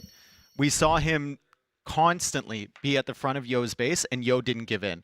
If Yo messes up once there and he loses like 2 skirms, suddenly Hearttt is sitting at the front of his base. Maybe he's on his gold. Maybe Yo doesn't go up as fast. Instead, Yo went mega production with the Eagles, with the skirms. He pushed them all the way back. And once you get to Castle Age, there's only one option. It's crossbows for Mayans. You can't go Eagles because he goes slingers. And you can't go Eagles because the Eagles are cheaper for the Incas anyway. Exactly. It's just a really good Civ matchup. I think Hearttt probably didn't like his chances going into that game, seeing that one. And Yo played that really, really well. So we're going to go into game 2 here shortly. Hearttt is looking for a good map for him. Where do you go after that? Do you go to like a Copenhagen? Do you go to a really slow map? Or are you trying to speed things up? I feel like Copenhagen against Yo just isn't a good option. I mean, you do remember when Yo ran his king into the castle, maybe? I don't think he's going to do that again. Dude, he's so scared with his king. It just like garrisons it right away. He doesn't move at all. Maybe that's true. Maybe you just need to start the game and then just start Xing where you think his king is to scare him. Yeah, I mean, you could do that. Some suggestions for Hearttt against Yo. In the meantime, though, we have a message from our partners for you. And now, a word from our partners. Back then, a pocket watch told you the time, if it wasn't broken, that is. Today, the Hammer smartwatches do so much more. From monitoring your health to managing your schedule, and even keeping you on time for the next Age of Empires final, everything is just a glance away. And they do it in magnificent style.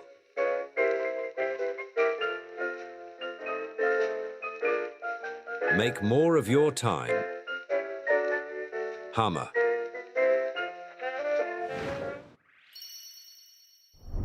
Okay, so we have game 2 coming up. It's going to be Heartt's pick. He could go with one of his home maps. He could go with one of Mr. Yo's home maps. We were talking about Copenhagen a little bit. You don't think it's a good option against Yo, especially with Burgundians? Especially not with Burgundians. Okay. Yo is very comfortable there. And let's see what they still have. I mean, it's kind of a strange home map pick anyway from Heartt against Yo to begin with. He must have a plan. Like, he must have a plan. Remember, he has plenty of other players to confer with in the room there, and all of them basically have a good grasp over what Mr. Yo prefers. So I'm assuming that Heartt's got a plan there. He's got a civ that he really believes in, or maybe he just thinks Mr. Yo is going to overrate himself with something like Burgundians. Do you think he has a plan to counter Burgundians and he's just assuming Yo's going to take Burgundians? I think, yeah, that's the assumption that you need to make. Now, it might not even be Copenhagen. Yeah, it is Copenhagen. It is Copenhagen. And Mr. Yo has left his base with the king. Oh, no. He's already forgotten the lessons he learned last year. Well, at least he's not scouting towards his opponent's castle. He's scouting the corner of the base. And he's found his opponent's king. Okay, getting a Hearttt couple hits. It's a minute and 50 seconds away from Feudal Age. A really quick Feudal Age here for Mr. Yo. And now the scout is coming over from Heartt, so Yo doesn't go after the king anymore. It doesn't make sense. Yeah, honestly, it really isn't worth it to get those hits on the king. You're not going to kill it in the Dark Age. You're just kind of wasting your scouting time. Okay, so good setup there from Mr. Yo. He only sent one villager forward to fish at the dock, but he is up to Feudal Age really quickly. I think this is like Feudal Age, maybe 1 or 2 fire galleys in the north, and then you try and come and dock down south on that pond. Yo is playing... He's playing Koreans here instead of Burgundians. Koreans? So no Burgundians. Oh, great late game civ. And hard to push early game because of the towers, too. And really hard to push with Chinese. Especially with Chinese. Chinese usually have that weakness against bombard cannons or heavy siege, and that's what the Koreans specialize in. Yeah, this is a very, very nice build from Mr. Yo. I was talking to you about the fast builds I was watching on Copenhagen. This isn't even the fastest feudal. Like, this is a really quick one. But I saw one that I think that was like a villager or 2 faster than this. He's up on 14 vills, and you can definitely go up faster. Okay, Doc is coming up here from Heartt, and Yo spots that right away. Great scouting. He's got the Feudal Age scout now, so Heartt has to be careful. He's trying to cheese it. He was trying to go diagonal against that villager, and now trying to get through the weak wall is not going to be able to do that. Good attention to detail there from Heartt. And it's 2 galleys in the north from Mr. Yo. So I'm curious whether Heartt even wants to contest the north side. I think we'll know whether he builds a second dock there or not. I think the answer is probably no. Yeah, because Yo does have double docks there, and we do have 2 galleys queued up from him. So it looks like he's just going to try to snipe off the fish and probably just assume that seeing the dock in the south, that Heartt isn't going to fight over that water. Yeah, and I mean, he might go double galley, 1 fire to help against the dock up north, and then only fires down south. And it makes more sense to go fires down south because of how small the water is there. Exactly. So here comes the villager. Guarding it with a scout as well. We saw, you know, some problems with wolves before, and also he knows that Heartt is around here with his own scout. I don't think either player has loom yet, so you got to be really, really careful with those. Singular fire galley, I believe, in the north from Heartt, but with the 2 galleys and the fire galley follow-up from Mr. Yo, he's going to be able to clear those fish as loom now comes in for that forward villager. Does Heartt have loom on that dock villager there? Mr. Yo, can you wall that in? Now, the answer not. Is no. He does not have loom. And down it goes. She dies. She got some good fish in there for Heartt, but obviously not having loom and losing track of that. That's a pretty common villager to lose on this map really early. Yeah, and down goes the fishing ship 2. Yo's going to have the dock in the south, and Heartt just now going to spot it. Look, even a spearman there from Mr. Yo. I remember watching a lot of games in the previous NAC on this map, and the build became make a couple spearmen from the barracks you get initially, and then go and snipe the hunt from your opponent, because there's a lot of deer. There's like 8 deer or something sitting out there, and Heartt and Yo essentially have the same idea here, both creating spearmen. Heartt going for 2 instead of the 1 from Mr. Yo. Ooh, double dock there from Hearttt, so he's going to try to contest this water with fire galleys. I like that we have that guy just fishing, like, constantly. Like, he's doing good. He's catching. He's still the life down there, just fishing. He's still going. So Mr. Yo trying to go after the hunt. Unfortunately, I believe he runs into a wolf near the deer from Hearttt, but he's still fighting in the north. Hearttt trying to keep his fish alive. Hearttt just trying to keep something alive up here. And 2 villagers coming forward, so Hearttt will manage to keep this fire alive, I believe, for a little bit longer, unless he still doesn't have loom. Well, he can snipe the vills with the galleys. Oh! I thought 2 villagers would be enough. Galley. I thought 2 villagers would be enough. Apparently not. Apparently not. 3 fishing ships now killed by Mr. Yo. Actually, no. 2 fishing ships and the 1 villager. And a villager. And now the 3rd fishing ship. Everything in the north cleaned up. Nice job. And we still have that villager fishing there.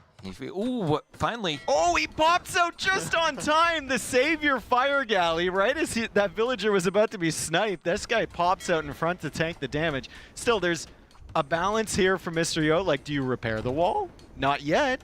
Yeah. But at some point you will need to, and then you'll need to stop repairing the fire galley. And you got to wait for the other fire galley to come out, and you don't get demos as Koreans. All right, and we have a double view of this in our picture cam as the Vill tries to run away. He's on the run. The quick walls. Quick walls from Mr. Yo. Okay, and now he's getting poked through the wall. This man lives an unfortunate existence.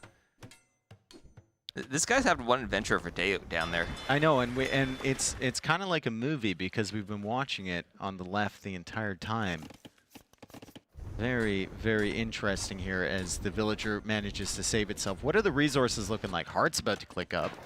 Yeah, Yo's about to click up too. They're both doing pretty well. Look at the eco advantage though for Hearttt.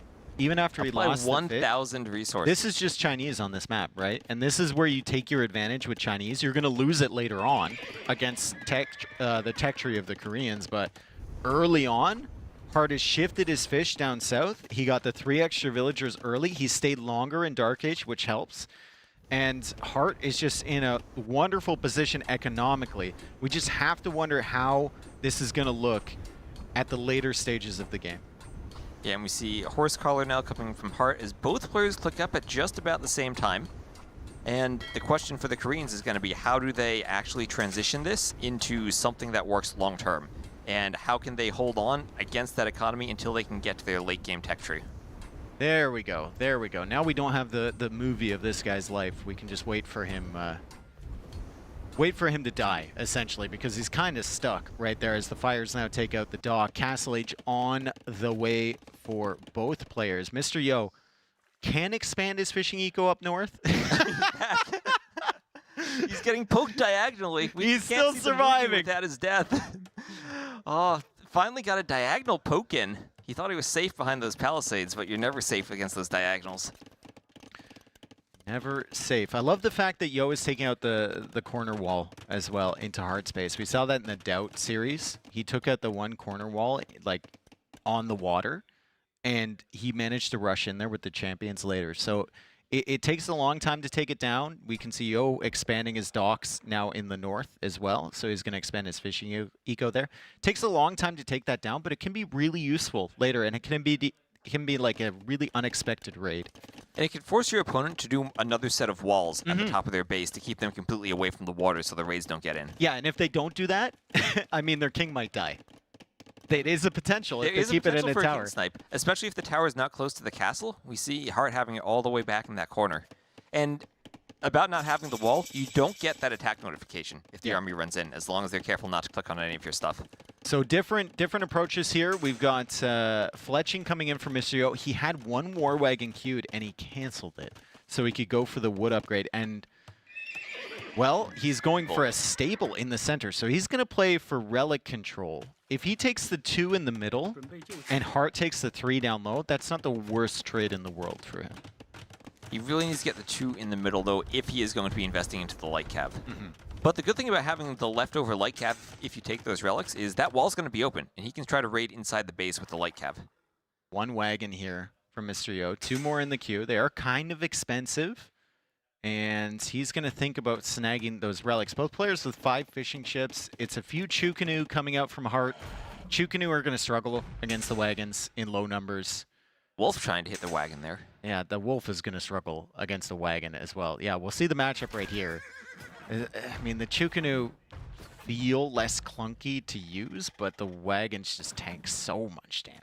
Yeah, it's like the Chukanus, at least they have the damage output that they can kill a few wagons here and there, but they just have so little HP compared to them. I think like later on, when you get 40 Chukanu with Bracer and with all the upgrades, it feels like an okay matchup against wagons because the wagons are so clunky. They take so long to engage and get close, and it's not an easy patrollable unit. And it's hard to get all of them attacking at the same time. Exactly, because limited range as well. So the Chukanu are good there, but early on, I mean, it's just a unit to keep Mr. Yo busy, essentially, and try and distract him from the fact that Hearttt is stretching out for that relic. Nice little monk snipe there with the scout from Mr. Yo, and he's probably going to take the 2 relics in the middle. I think he already took one of them. No, they're both still there. Both still there. But when he takes them, that stable in the middle is just the perfect position to get the scouts there to hit that monk. Exactly. And Hearttt doesn't know about that, I think. So Mr. Yo, really good positioning on that side.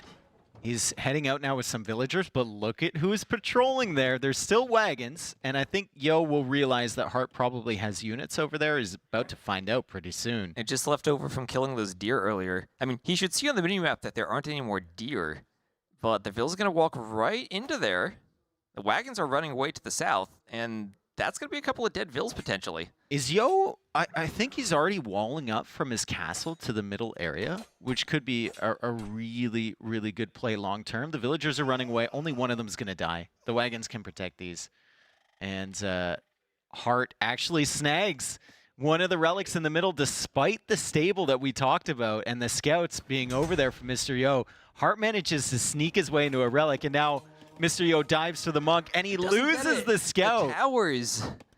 How often do we see the towers on these maps actually matter? Yeah, the tower's usually just, you know, a refuge for the king to keep it safe so you don't accidentally ungarrison it from the castle. 4th TC now coming up from Hearttt. We look at the eco right now. He's got 56 villagers against the 47 from Mr. Yo, and he's 2K resources almost ahead. Well, this is where the Chinese have their advantage on this map. Yes. And Heartt's going to need to do something, transition to Imp, get a good push despite the war wagons, and try to win the game quickly.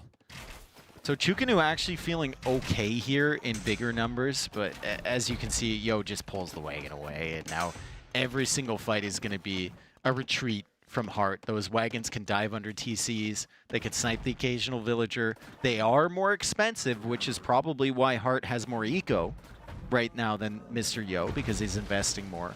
But they put out a lot of damage, especially in the Castle Age. And they have so much HP that when you're fighting the Chukanu, when one gets weak, you can pull it back. Exactly. And you can heal it or put it in your castle. And that's exactly what Mr. Yo just did right there. Right. So, I mean, it's a good situation for him. Monks are quite good against them, and Sanctity now coming in for Hearttt.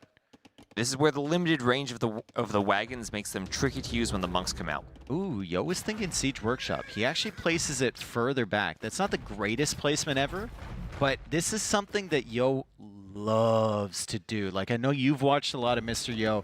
I've certainly watched thousands of games of Mr. Yo. He has 3 TCs. Odds are he's going to have a forward Siege Workshop, because he wants to keep your attention on one space for a very long time as the wagons now dive in. Easily snipe the monk, even with Sanctity.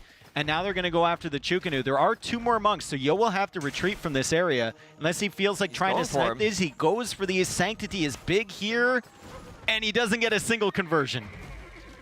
And now the Chukanus, are there enough wagons? I don't think he can chase that, but now he has that hill.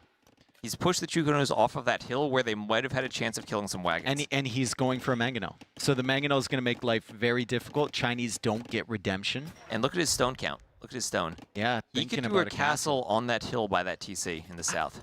Do you want a castle there? I don't know if you do. I think the castle in the middle is the better play, right? Between the 2 golds in the middle of the map. Well, you know, there are still those 3 relics on that pond. If you do a castle there, then there's nothing that stops you from taking those relics. I mean, yeah, and I think he's walled up north from the woodline to the castle too, so he could lock down that entire side. He's already, okay, he's just walling this. He's just walling this.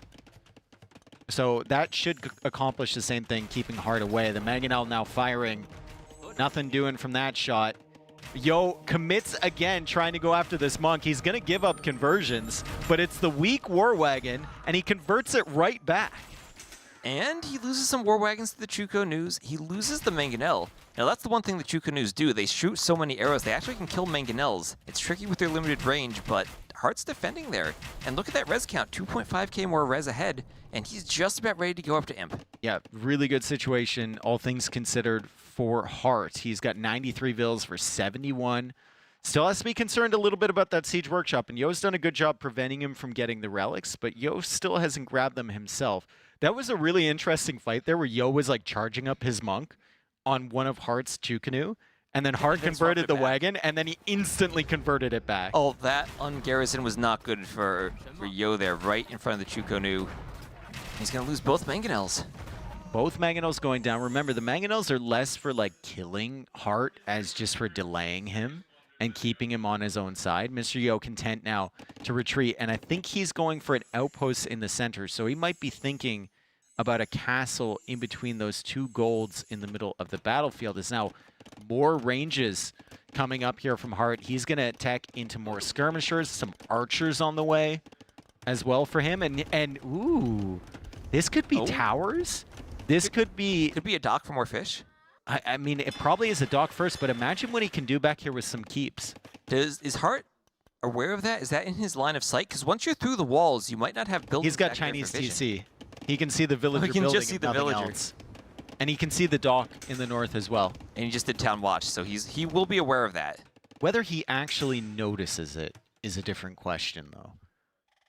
Because you're not going to be looking there. No, and it blends in with the water, too. Yeah, Yo's Like, playing. it's blue. Yo is the blue player here, right?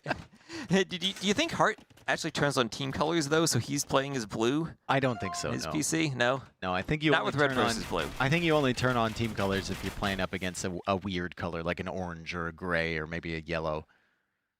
Monks coming forward from Heartt. That's a lot of monks with Chinese. It is a lot of wagons from Mr. Yo, but still, skirmisher on the way from Yo. The skirms can do well against the whole army from Heartt if Yo has a competitive Imperial Age time, and he's only a minute and a half behind.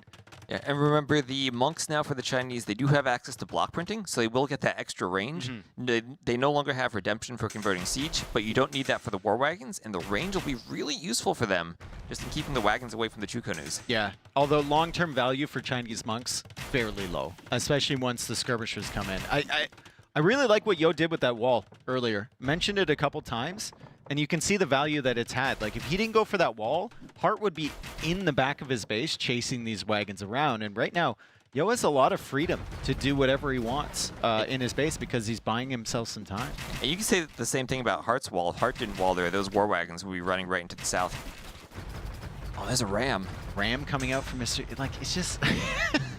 It's just like, who does that, right? Like, who goes for a ram here to push through these walls when your opponent is in Imperial Age? That's really, really aggressive from Mr. Yo. He continues to pressure. Block printing now on the way for those monks because Heartt expects the wagons to come back this way. I don't think it's going to be wagons at all. I think it's just going to be skirms. Well, if it is just skirms, that's going to be good for the Treb board because he has the Trebs out first, he has the castles there, and he has the Treb production. King going to the keep in the back. Yo being extra aware of that king Extra now. aware, yeah. And look at, there's the keep, and now the houses are being built here, and suddenly it's kind of a pain for Heartt as he didn't notice this at all, that villager being very, very sneaky. The army is now in from Heartt. I don't know if there's that much they can find there, but the skirmishers are coming out from Mr. Yo, and critically, Koreans not only get keep for free, but they get the final armor, all the armor upgrades for the skirmishers already, and he already had Bodkin, he got Bracer right away, he got Chemistry, which is almost in. Those skirms are fully upgraded, like instantly. Yeah, and those skirms are going to be fighting Chukonu that have limited range. Yeah, so this is fine for Mr. Yo. The wagons are coming back now. I think the monks aren't in the right position to help out this army, and the wagons are just going to come in and snipe this trebuchet. Oh, that's poor positioning on the Treb, too, being so close to the wall where the wagons can hit it. Ooh, villagers coming to repair. He might be able to save it. Where are the monks? Where are the monks? There's 2 monks right there with block printing. And more monks on the way. There they go. 10 monks. Yo needs to back up. Okay, and he saves the Treb, and it's so important to have 3 Trebs out because that's the threshold where you really can't repair and keep a castle up that long as the 4th Treb comes in now. It makes it even worse.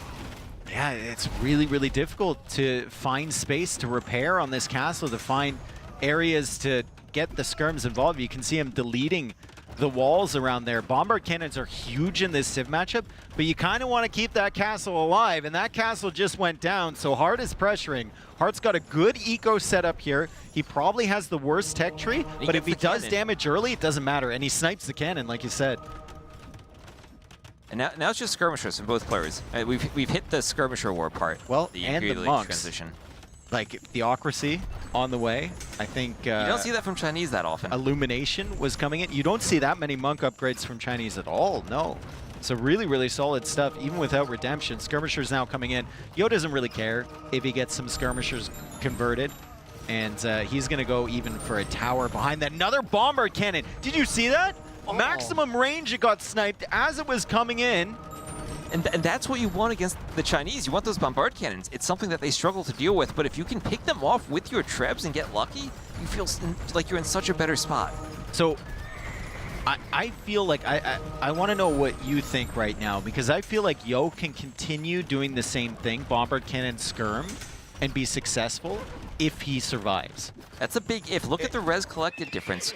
About 4,000 more for Hearttt. Yeah. And I think Heartt's in a position. I think Heartt's in the better position here. Yeah, and I was about to ask you, like, what should he tech switch into, but it's going to be Cavalier. Thing, I think. It's going to be Cavalier from Hearttt. Yeah, and I think that's a really good call out, because if Yo manages to hold on against this composition from you, it's going to be really, really bad for you long term as Chinese. And I think you need some sort of backup plan to take advantage of your good food eco and the resources you have in the bank. And Hearttt is making the transition into Cavalier. I don't know if he's going to make any immediately, but he wants that to be available. Like, he gets Cavalier, doesn't even have the first armor upgrade. Doesn't even have bloodlines, right? I think you need to do all 3 of the armor upgrades before you actually... Yeah. It's a step-by-step process. And it's a tricky transition now, because you're at that stage where you're at 200 pop, and you don't want to slow down your army to make Cavalier and hide them. All right, Skirmishers backing up. Yo's got the bombard cannons. This is so difficult. You can only rely on the trebs for so long. Like, you got to get lucky with the shots on the bombard cannons. You can't convert them with the monks because you don't have redemption. Another trebuchet goes down. And Yo, if he plays patient, if he plays really, really defensive here, I can see him pushing this back. The cavalry upgrades are on the way from Hearttt, but they're slow. Oh, but the skirms could pick off another cannon here. A treb might go down. But that's the only thing Hearttt can do right now against the cannons, is just keep the skirms far enough forward that the cannons don't get in range of the trebs. And he sniped it with the final javelin from that one skirmisher. That skirmisher did its job there. Siege engineers, though, coming in from Mr. Yo. Is that tower going to win that fight? It's garrison and it's shooting more arrows. It probably will. Another keep here from Mr. Yo. Skirmishers still pushing in. Heartt's doing a fantastic job with the trebs, just keeping them behind this wall of skirms. And he has the monks backing everything up, converting skirms, converting wagons. The unique tech now for the Koreans coming in for the extra range. Arrow slits as well coming in for Mr. Yo's towers. But he only really has 1 tower there. It's not like he has 10 or 12 towers and Heartt's trying to push through all of them with only trebs. He's on his back foot adding towers just to buy himself time to try to eventually... I think it's so he can win this one. Oh, he lost! He lost! Hearttt repaired. I think that's illegal. That tower was not on fire. There were repairs. I think that's illegal. Another cannon going down to the skirms and to the treb. Heartt's done a great job picking off those cannons. This is very frustrating for Mr. Yo. I mean, and Hearttt is doing a fantastic job with the conversions, too. Here we see the first couple Cavalier on the field as Yo just desperately tries to take out this treb any way he can.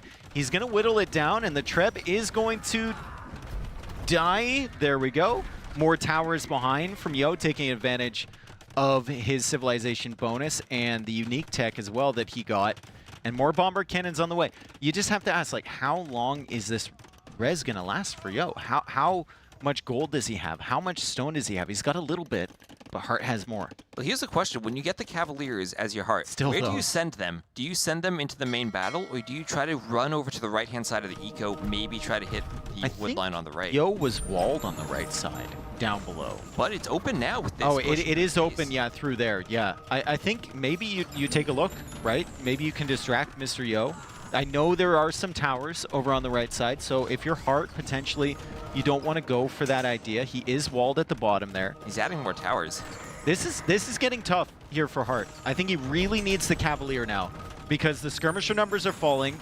There's too many towers, and Mr. Yo is slowly whittling down the skirm numbers, and he can come forward with his bomber cannons to potentially snipe these trebs. I just don't think the Cavalier can be useful when there are that many towers out. Yeah, it's going to be tough. It's going to be tough for sure. You have to use them to just protect your trebs. Yeah, and before we saw the skirmishers with all their range able to protect the trebs, now the Cavaliers have to actually close that distance and get under the tower fire to hit the cannons. Might pick off another cannon there. He gets one. Down it goes. He gets one, and if he can control the cannons, which are incredibly expensive, there's nothing to kill the trebs, and the trebs are the main damage dealer here for Hearttt. So the Cavalier filling the role that the skirmishers filled earlier, keeping Yo as far away from him as possible. And this is just beautiful from Hearttt, taking advantage of his superior eco that has been rolling this entire game. We have more resources collected from him, more efficiency from him overall, and now the Cavalier Skirm combo with the trebs behind is absolutely feasting on everything that Mr. Yo has. Yeah, Yo's population is dropping. He's down to 140. He's got Vills, and that's it. Vills. He's got 130 Vills and 140 pop. Yeah, skirmishers coming in, more towers on the way, Arbalest coming in as well. We've got even architecture, so these towers, I think, aside from murder holes, I think they're like fully upgraded. Any heated shot, technically, I suppose, but I'm not certain if Koreans get that. Murder holes, There we go. There we go. He's clicking them, he's clicking them.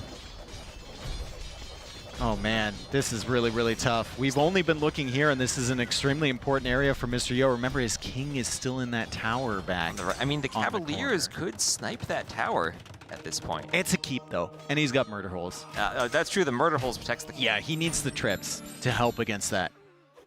Yeah, Yo doing all the upgrades just to protect that king. More raids coming in, severe lack of towers in the eco. The king is on the run now. He's running. He senses danger. Now, Yo is still at 130 eco. He's got 126 villagers. He still has 3 fishing ships, and he's gone for a cannon galleon up north as well. So he's just trying to do as much damage as he can along the edges and disrupt Hearttt however he can. He's staying in this game because he knows Koreans are the better late game civ, but he's lost so much momentum. And he's just so far behind in eco, too. I like how Hearttt has 3 monks on that island, and he just forgot about them. He's microing so much with the skirmishers. Well, we've been waiting for those relics to be picked up for ages. For all game. Yeah, and it just hasn't happened. Hearttt hasn't felt the need. He's focusing on the important areas here. And Mr. Yo finally with some Arbalists to clear up those Cavalier, but how much have those trebs done? It's incredible. The trebs have provided so much value for Hearttt so far this game. Especially with sniping off bombard cannons even from the start. That's what Yo really wanted in early imp, to get 3 or 4 bombard cannons so he could one-shot the trebs. Yeah. But he never got to that mass in time, and he kept losing them one by one, and that let the treb push continue. That was the priority, right? It was very clear. Like, even with the skirms, even with the Cavalier, even with the trebs, it was just kill those bombard cannons because I can't convert them. Doesn't have redemption. Hearttt has no chill. Hearttt is just coming in here with production buildings. He's got the skirms, he's got the trebs, he's got everything in the middle of Yo's eco, and he's got more Cavalier on the way. Capped Ram even coming in for him. Mr. Yo is struggling. Hearttt has been pop capped for the last, what, 10 minutes? Yo doesn't even have 200 pop space anymore. He's going to need more houses at some point. He's lost all those castles. I don't know how he's still at 177, though. Like, how has he not lost more? Ooh, the transport ships. Oh, he only had 2 monks over there. He's going to need to take another trip. Yeah, well, he's going to drop this off, and then it's going to take him 15 days to bring those to the monastery, and then it's going to take him forever to go grab the other relics. You can't shift queue units that are inside of a transport ship, unfortunately. That makes sense. That does make sense. But Cannon Galleon's still working away on the eco from Hearttt. Maybe Mr. Yo can bring something over there. I don't know if he has anything to actually bring. And there's a forward castle with the trebs that have been alive all game rolling over now to the south. Another one still attacking in the north. And Siege Ram on the way from Hearttt, still fully pop capped here. Mr. Yo somehow up to 180 pop. We don't know how, as the monks now load in the transport ship. Those ones bring that relic back to the monastery, and Hearttt will finally get that gold income. Will he get those cannons under that castle? He's trying to pick off those trebs, and maybe finally he's going to get the cannons. Trebs. He'll get the cannons, but the trebs are going to go down. 1 treb will remain. Well, 1 treb he can repair against. That castle might stay up for a bit now. Yeah, and he's still got a bomber cannon, so I mean, Hearttt has to be a little bit careful. I like the way he's positioned that trap behind the castle. Makes it difficult for Yo to snipe it. But still, Yo is at 170 pop with an enemy right through the middle of his base. I don't know how he's managed to keep his pop up like this. Oh, we have a moonwalking transport ship bringing the last relic in. Wouldn't that be a moon sailing transport ship? And it's walking on the water. Oh, okay. Ram goes down. Is that castle should go down now. The ram comes in. The Rams are going to make life extremely difficult for Yo. He can't keep his bomber cannons alive anyway. And he kind of needs the bomber cannons to help against the Rams. The Cavalier now coming in from the other side. Doesn't really have much for that. The Halberdiers are over on the left, so he's going to lose villagers on the right. And he's even to the point where he's like selling food for gold. And he's housed again. He's housed after losing that castle. So this looks pretty over for Yo on a map. I honestly have thought it was over for Yo for the last 10 minutes, and it hasn't been. Well, that's Yo. He'll find ways to hold on, but I don't know if he can find a way to win from here. I mean, maybe not, right? Maybe not. It kind of looks like he's making his light cav up north, though, near the water, in the middle of the map. He's got some units maybe raiding up there. Yeah, there's light cav coming in. There's a bombard cannon. Oh, do you think he's gonna go for a snipe? Ooh, dude. Oh, did he see that before? What's his line of sight look like? Look at Hearttt. He's walled that in completely. Yeah, he doesn't know. He can take a guess though, right? I know, but the map's the same thing every time. Credit to Hearttt for walling that in completely. Yeah. And look at Yo's king all the way on the right corner. He's doing everything he can to keep it safe. Yeah, and Yo calls the GG. That was a good game. I think Hearttt did a really good job. He knew where he was going to lose, which is late, like really, really late if the Koreans have a good setup.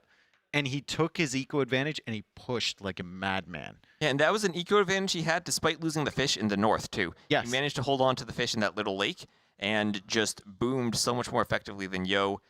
Even with the war wagons, wasn't really too big of a problem for him. Yeah, I mean, at one point we looked at the economy and he was 1,000 resources collected ahead, and I think both of us were a little surprised after he lost the fish. How far ahead? But it makes sense if you think about it. 3 extra vills for Chinese in the Dark Age. He stays in Dark Age longer. Mr. Yo spends a lot of time going up to Feudal. He's not really doing that much with his eco.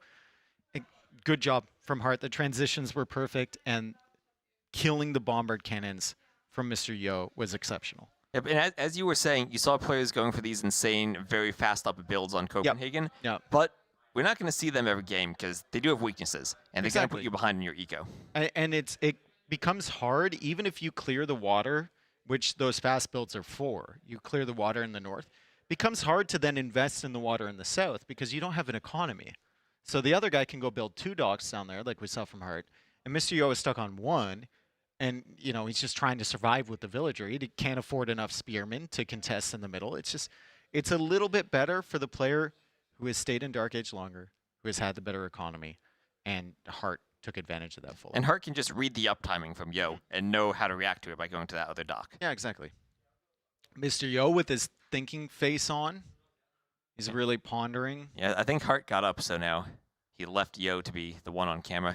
God, watching Yo play live, like, it's not only his keyboard that it feels like it's made out of lead and looks weird. He, like, doesn't have his arm on the table, like his mouse arm. He has just the wrist on the table. Everything they tell you not to do, and, like, ergonomically, right? I'm surprised it's still there. There's the keyboard, by the way. And he just flicks his wrist a little bit. You know, he's super chill. Well, you know, he has a very, very low DPI on the mouse. You really have to move your mouse about 2 desk lengths. I know, but he doesn't do that. He doesn't do it. With his wrist. He does it all with his wrist. I mean, it's just the little things, right? There's that wonderful keyboard we were talking about. It's very interesting. It's purple. It is, yeah. And no, it's actually multicolored. It's multicolored. It's purple with a whole bunch of colors in it. Anyway, we have a message from our partners before we make our way into the next game. And now, a word from our partners.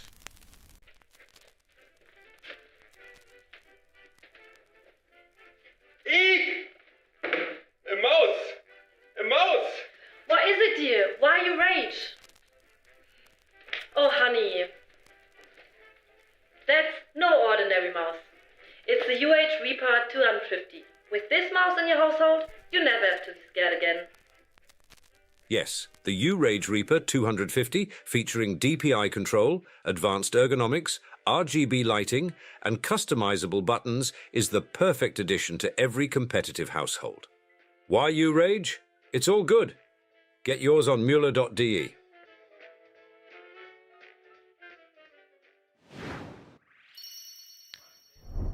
Welcome back, everyone. Game number 3 upcoming. I think we can pull up the draft here and see what both players have available to them in terms of maps remaining. And I was told the map's going to be High Tide. High Tide, so okay. You're gonna be picking his first home map there. And what civs do we have? I mean, Armenians, classic water civ. But do you think Hearttt might be tempted to go Mongols there? You could go Mongols. You could also go Lithuanians. Very, very good hybrid map civ, right? I'm looking at the overlay now. Is the overlay swapped from the scoreboard and the players? Yeah, it is. Yo's civs on the left. Okay. Yeah, because Hearttt just played Chinese on the previous map. So Yo picking his home map of High Tides, and he has Mongols available, which I think would be a really interesting civ pick here. Yeah, Mongols are Lithuanians. And then on the other side, we have Hearttt. It's kind of weird with it. He doesn't have a traditional civ for High Tides. Yeah, he doesn't have the Persians or the Malians or even the Incas that we've He's got Huns. He does have Huns. I think Huns are good there. Yeah, I think Huns could be really, really solid there. Magyars could also be really solid. If you want to play land, so one thing I've been thinking about on that map is like, if you want to play land early, and then you go and dock in the feudal age, and like take out all your opponent's fish, and you're pressuring them on water, if they have to invest into the dock and the fishing ships, sure, they get more food, but it's going to be really hard for them to get up at the same time as you. It's going to be really hard for them to have the wood for the production buildings to defend. So I think that could be a play. You know, I wonder if Saracens also could be a civ there because they have the faster firing galleys. Maybe. And then they have the market. Are you usually playing galleys on that map, though? I think it's an option. It is an option, okay. I mean, depends on where you dock. If you go for 2 docks right in the middle, then you're probably going fire galleys. But if you dock on the shallows, you have more room to get the galleys the out. edge, yeah. Although they can come right through the shallows in the middle underneath that gold area to get directly to your docks, right? So it's not like they have to go all the way around, as they often do. Okay, here we go. Game number 3, we've got Yo, and he's going to be playing as the Lithuanians. If I can read the civ icons correctly, and then Hearttt as the Huns there. So Hearttt has opted for the Huns. Now, Mr. Yo has already come out here. What is that wall? With the dock. I mean, he's keeping the villagers safe until he has enough wood for a dock, I suppose. Okay. I've not seen that before. I think that reeks of him losing way too many villagers in practice games, right? Right. And I mean, I guess there's a threat that if the Ville gets walled in, you don't have room for the dock, so you might as well wall the entire area. I mean, there's also a threat that maybe your opponent sees you're over there and comes in like palisades the shoreline, so you can't dock right next to the shorefish. Maybe that's happened to him before, and that's why he went for such extensive walls. It seems like a little bit of an overinvestment, but he's already got the dock up and he's got the fishing ship coming out. We have Hearttt now pushing forward, and he's going to find a shorefish of his own. He's going to go for the dock a little bit later, as we usually see civs against the Lithuanians being later up with the dock, since Lithuanians can send the initial villagers directly to wood. They get that 100 food in the bank. Exactly. They start with that extra food, so you can skip some of your Dark Age and go straight for the lumber camp and go for the earlier dock. Okay, we've got now Hearttt kind of banking food, thinking about going up to feudal age quick. I would expect the same thing from Mr. Yo. Loom is now on the way, so he should be clicking up, I believe, after Loom is up.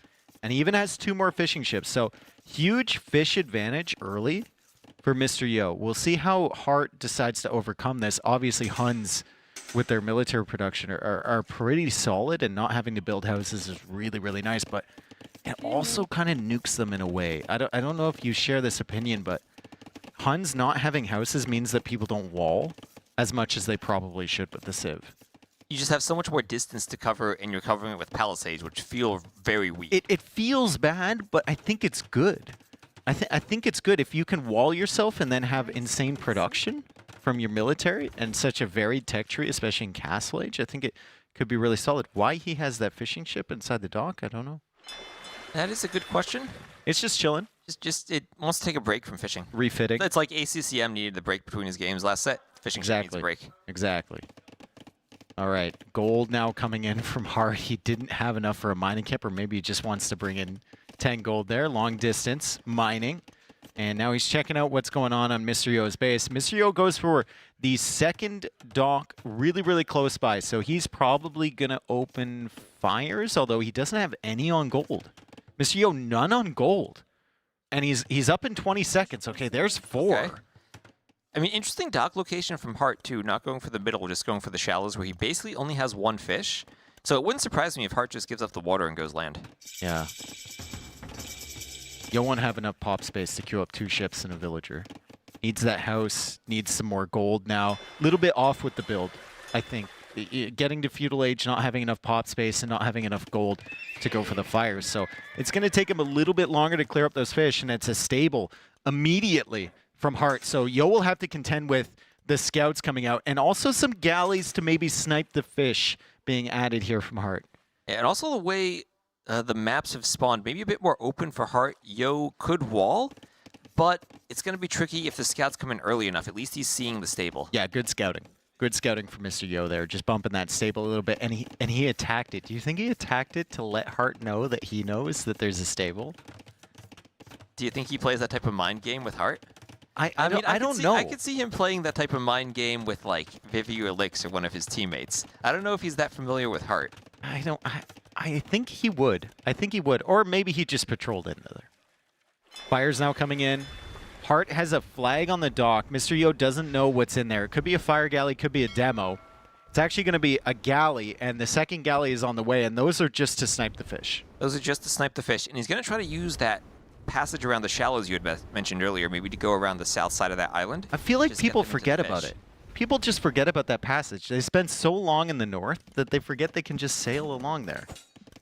Well, there aren't any fish there, so I can understand it being forgettable. Scouts coming nice in. Wall. Good wall there Nice from Mr. Yo. A little bit extra damage on Hearttt. It's not going to kill any of these scouts, but takes one down to about half HP. So Hearttt needs to retreat. I think Hearttt is adding in a range behind. He's snuck out with the galleys now, and there's the range already. Mr. Yo, not certain if he actually saw that range, but he can assume that's where the transition is going. Yeah, and now the transition is going to be the scouts prevent Yo from full walling himself, and they force those small walls, so now the archers can come forward and try to do damage. Galleys now looking for moving fish. away. They were looking for the fish. They didn't manage to get them, and Yo is actually adding more fish. So Yo is going to have to be really attentive to his fish up north. I think he saw the galleys there, and he's looking for them, but he can't find them. So Hearttt can swoop back in and start sniping fish again. Hearttt just waiting for the archers. There they are. There they are. On the land, and he's found the fish. One fishing ship down. 2 fishing ships down. 6 arrows to kill a fishing ship, so it's 3 volleys from a pair of galleys. Unless it's a Japanese fishing ship or a Portuguese fishing ship. Or unless the arrows miss too. They miss sometimes. Do they? They do, yeah. They have 90% accuracy on the galleys. Oh, that explains some of the fish that I haven't killed. Dave's like, my entire life has changed now. My life is a lie. I just assume that they hit every shot. All right, galleys running away. I don't think there's an escape route here for Hearttt. They're slightly faster than the fire galley, I believe, but... And he's still sailing around. It doesn't matter how low the HP is. They still shoot arrows and kill the fish. And the archers are in. The archers are in, but Yo is ready for that. Skirmisher, spearmen, Lithuanians, great civ to play skirm spear. They're a little bit faster. They can catch up with the archers if they're running away. They can catch up a little bit faster with the scouts. And yeah, Heartt's not finding anything. Heartt's not finding any damage here. And now Hearttt is about to lose his galley, his final galley that he's nerding out with. No, he still has 2 there. They're just stacked on top of each other. Are they stacked? Yeah, there's 2. Oh my god. Or maybe there's another one on the other. No, I think there's another one. Oh, they were stacked. And he's gonna How find did you some see skirms. that?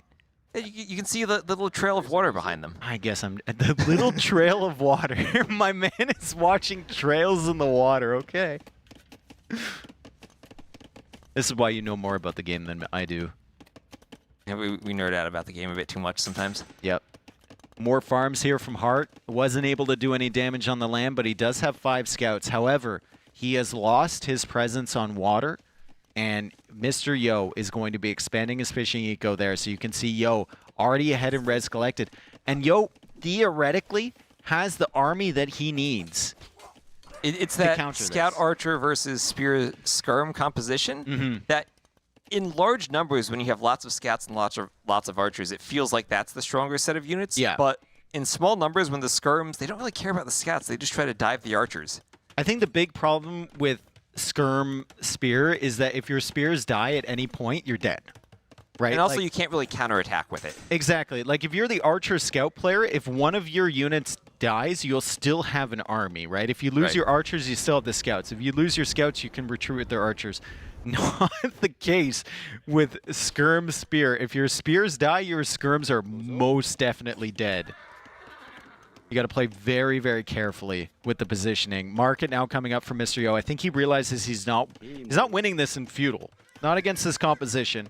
He needs to get to Castle Age. He needs to take advantage of his fishing ships, and he needs to play defensive overall. And the Lithuanian Skirms is going to be really important if Hearttt decides to go Cav Archers as the Huns. Lithuanians, I feel like they generally have a weakness to Cav Archers because of how reliant they are on their Nightline, and they really need to use their Skirms well to make up for that. I mean, he's already got Skirms, right? So it wouldn't be a difficult transition. I Not think at all. Playing into Cav Archers here might be, unless you're going to add Siege right away with them, it might be really, really tough against the Skirms if Yo has a competitive uptime. And Yo is about to click up. Hearttt is already up. 2 minutes and 15 seconds away. 2 minutes and 30 seconds away for Mr. Yo. And the Scout numbers aren't really there from Hearttt anymore. So the Skirmishers can almost fend for themselves as the Scout now comes out from Mr. Yo as well. But that's the last Spear now for Yo that's gone, and the Skirms now have to sit under the TC to stay safe from those Scouts. There's only 2 Scouts, though. It's not really a threatening number. We've got a third one on the way, but it's very, very far away. And Hearttt is just looking for another angle to do damage. I think Yo might have gotten Town Watch earlier. I'd love to see his line of sight and see if he can actually spot these units moving at a long distance. But he will know that the Archers are coming in now. As the Scouts work away on the house, nothing doing over here. Hearttt continues to rotate, looking for damage. Nice walling from Yo to keep them out, and great usage of the Skirms, keeping them inside of the walls so the Scouts can't get to them, and just slowly whittling down the HP on the Scouts.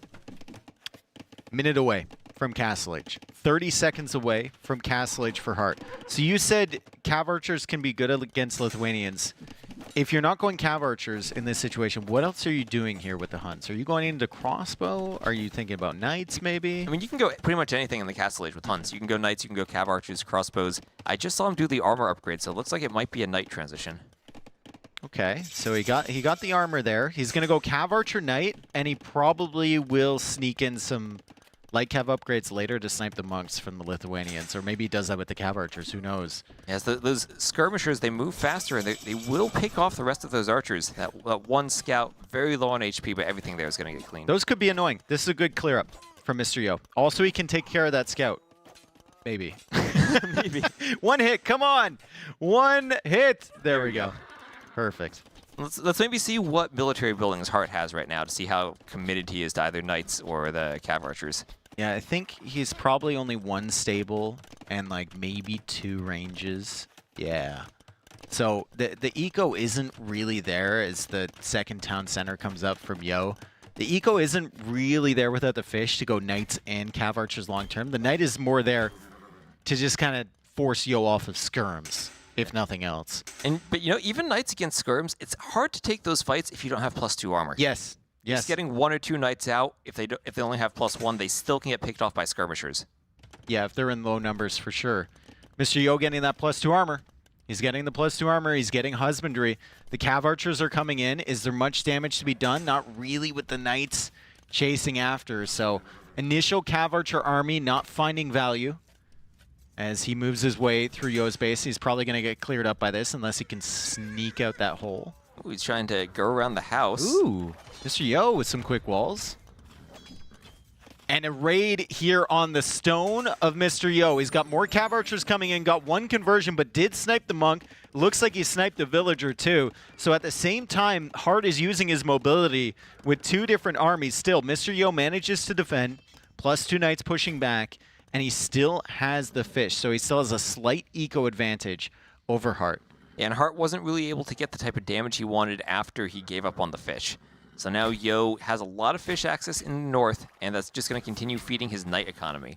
And maybe we should talk about the relic positions here. Yo is the Lithuanians. We have one on the northern island, one all the way in the south, and then that triangle of relics in the middle. Yo is diving in, and he gets both of the monks. He doesn't get a knight Not converted. a single conversion there. And he's chasing down getting another a monk, but he gets distracted by the villager. The knights are in, though. The cav archers are hovering right behind that. Look at Hearttt. He's not taking the shots that he's not going to hit. He's waiting till he's really up close to those knights. He wants to clear them up, but +2 knights, killing villagers regardless. Yo with 7 eco kills. I think 2 of those were fishing ships before, so 5 of them are going to be villagers from Hearttt. Hearttt with only 4 eco kills. I think 2 of those were fishing ships as well. But now he's starting to get that cav archer mass. He's starting to get the unit that'll counter the knights. And what does Yo do against them now? I think you just hold He's for a got one while with the skirm left. +2 knights. Yeah, and then you can make a transition if you need to. I think the +2 knights are enough to just keep them busy at the moment. I don't think with this many TCs you really have to be worried about dying in Castle Age unless you let him kill all the villagers underneath the TC. Ballistics is in now. And maybe he can pick off another couple of Wallingvilles. Yeah, this is a good play from Mr. Yo. You just raid. You just raid. You rely on your TCs to defend. If he gets in too deep into your base, you can make some more knights to counter him. At some point, you can go into a castle. You can get hill forts, which is a fantastic tech against cav archers running around. It gives you extra range on the TCs, so you actually can force them away far enough that your villagers are safe. Yeah. And I think in a previous NAC, Yo said the most underrated tech in the game is hill forts. So he knows about it. He's aware of it. Whether he's interested in going for it is a different question. Still only 5 on stone, so the castle is a ways away still. But he's thinking of it. He's thinking of it. And Hearttt trying to pick off that monk. Yo dancing the monk. Keeping it alive still. Finally it goes down. Nice job from Hearttt. Really nice job. He has ballistics, 17 cav archers. But where are you hitting? Where are you doing the damage for Hearttt? You can pick off a villager here or there, but now you run in. There's scorpions. There's town centers. There's going to be a castle soon. I think you need something other than just cav archers to finish this game. He's adding in a 3rd TC. And, I mean, looking at the res collected, despite the fish, it's only 500 difference. Hearttt down in Vills, but if he gets the 3rd TC running, might be able to start closing that gap a bit, as long as he's keeping the pressure up and raiding. I mean, those fish have been sailing to the other side of the world for fish for a very long time. Like, it has not been efficient ever since the feudal age, essentially. So it has boosted his eco a little bit, but it hasn't been the biggest thing ever, as now another scorpion trying to be sniped down. This is a good attempt here from Hearttt to snipe villagers and kill the scorpion, but he's losing HP on those cav archers and he needs to run away. Yeah, the repairs come in so quickly on the scorpions. Oh, wow. So many villagers. Once you get ballistics, those vills die. We saw that in the previous set, and we're going to see it again here. And still pulls ahead in the Eco KD, losing some HP on these cav archers. Mr. Yo just like refuses to do anything about that, and it might be because he wants the cav archers over there to a certain extent. He wants to go for that castle safely as the cav archers try and run out of the map, and now the Scorpion's got a good setup. Another commitment here from Mr. Yo to try and go for those monks. He gets one, and he can't get the other one, but the castle for him, I believe, will complete. And he's somewhat dealing with the cav archers in the back. A lot of them are very weak. Somewhat dealing with them, but still not completely dealing with them. They will get out, and that castle will go up. Going for the 2nd relic in the bottom of the map, I believe. The monk is on the way. He's already got 1 in the monastery, so his cavalry have +1 attack. And there's another one up north. Hearttt has gotten 2 relics. And do you think that demo from Mr. Yo is waiting for a monk to come grab that relic? I think it is. That's sick. If it is, he's just like patrolling and waiting for that monk to snag the relic. That's so cool. Ooh. Ooh. Cav archer's not paying attention. These are weak from before. Oh, don't pull. No. What are you doing, dude? Oh, man.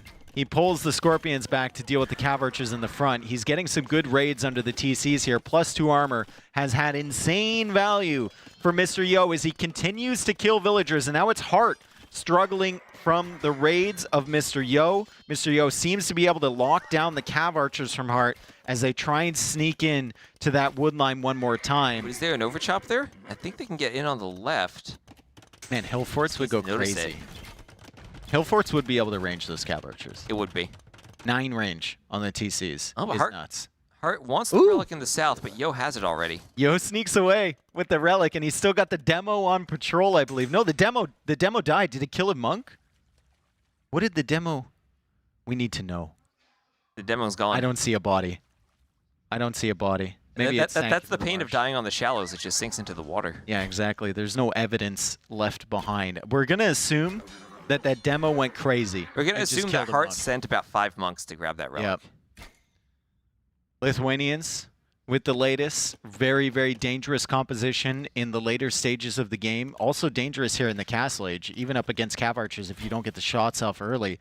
But Thumbring is on the way for Hearttt, and Hearttt still has 27 Cav Archers right now. It looks like he's kind of patched the walls on the front side of his base, so not a ton of raiding potential for Mr. Yo anymore. And he's going to apply pressure, but does Yo even need to react to this? I don't think he does. Just a couple Scorpions should be fine. And Yo's doing ballistics himself. I mean, I feel like Hearttt at least is keeping his Cav Archers alive. And maybe not against those Scorpions, though, in the back. Yeah, those were the weak Cav Archers from before. Meanwhile, another raid from Mr. Yo, and the walls were not patched from Hearttt, so the Lithuanians, the latest, are in the back here, and they're going to snipe villagers super, super quickly. Hearttt is at 82 villagers right now. Yo is sitting at 87 villagers, and Hearttt now has to pull army back to respond to these latest. In the back of his base, he's got some idle economy. Mr. Yo adding a second castle. And ballistics is complete for his Scorpions now. But it's still about the unit composition. The Liereyy, I think they're going to struggle to deal with Cav Archers if the Cav Archers get to that big mass. Yeah, but they can just raid. They can just force them back. Like, I think Yo is in a much better position than Hearttt right here. Like, Hearttt can't do damage to Mr. Yo. Yo can do damage to Hearttt. We'll see if Heartt's able to clear this up. He should be able to, and then that kind of resets everything now. Yo, a bit of a villager lead, a bit of a res collected lead. But Hearttt at least now has shored up the back of his base and has the army to kind of deal with the raids as they come in. He's up 33 to 18 military right now. Ooh, I was saying he can't do damage. Okay, that outpost was clutch from Mr. Yo. That went up just on time. He was thinking about extending south and taking advantage of that gold and the stone and everything down there.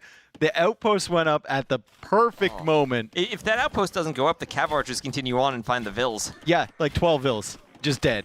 Especially with Thumbring and ballistics already in. That's a raid that got cleaned up, though, and that's pretty expensive. Yo does click up to Imp, though. Hearttt not going to be too far behind, though. And Hearttt with the score lead now as that Imp is clicked. He's using the market to go up, and there we go. Less than a minute difference there. And we're not really going to have forward castles or an immediate Trebor, so that difference isn't going to be too important. I mean, the bottom of the map might start adding up here. The gold and the stones down there might start mattering pretty soon. Who can get control of that? And Mr. Yo obviously was attempting to go down there at some point. Still hasn't grabbed the relic in the north. Heartt's done a good job locking that down. But Hearttt might be the one that gets a castle south first. And he might just strangle Mr. Yo in terms of long-term gold access. This is where the water might even come back into play if Yo is able to keep those docks up there and keep water control and stop Hearttt from getting to that gold island. Yep. There's gold on both sides, right? There's gold in the south. There's gold in the north. Right now, Yo can't extend to either of them. I think Hearttt can. So we'll see what he does to lock that down. Scorpions with ballistics are a problem, and Hearttt is just avoiding those.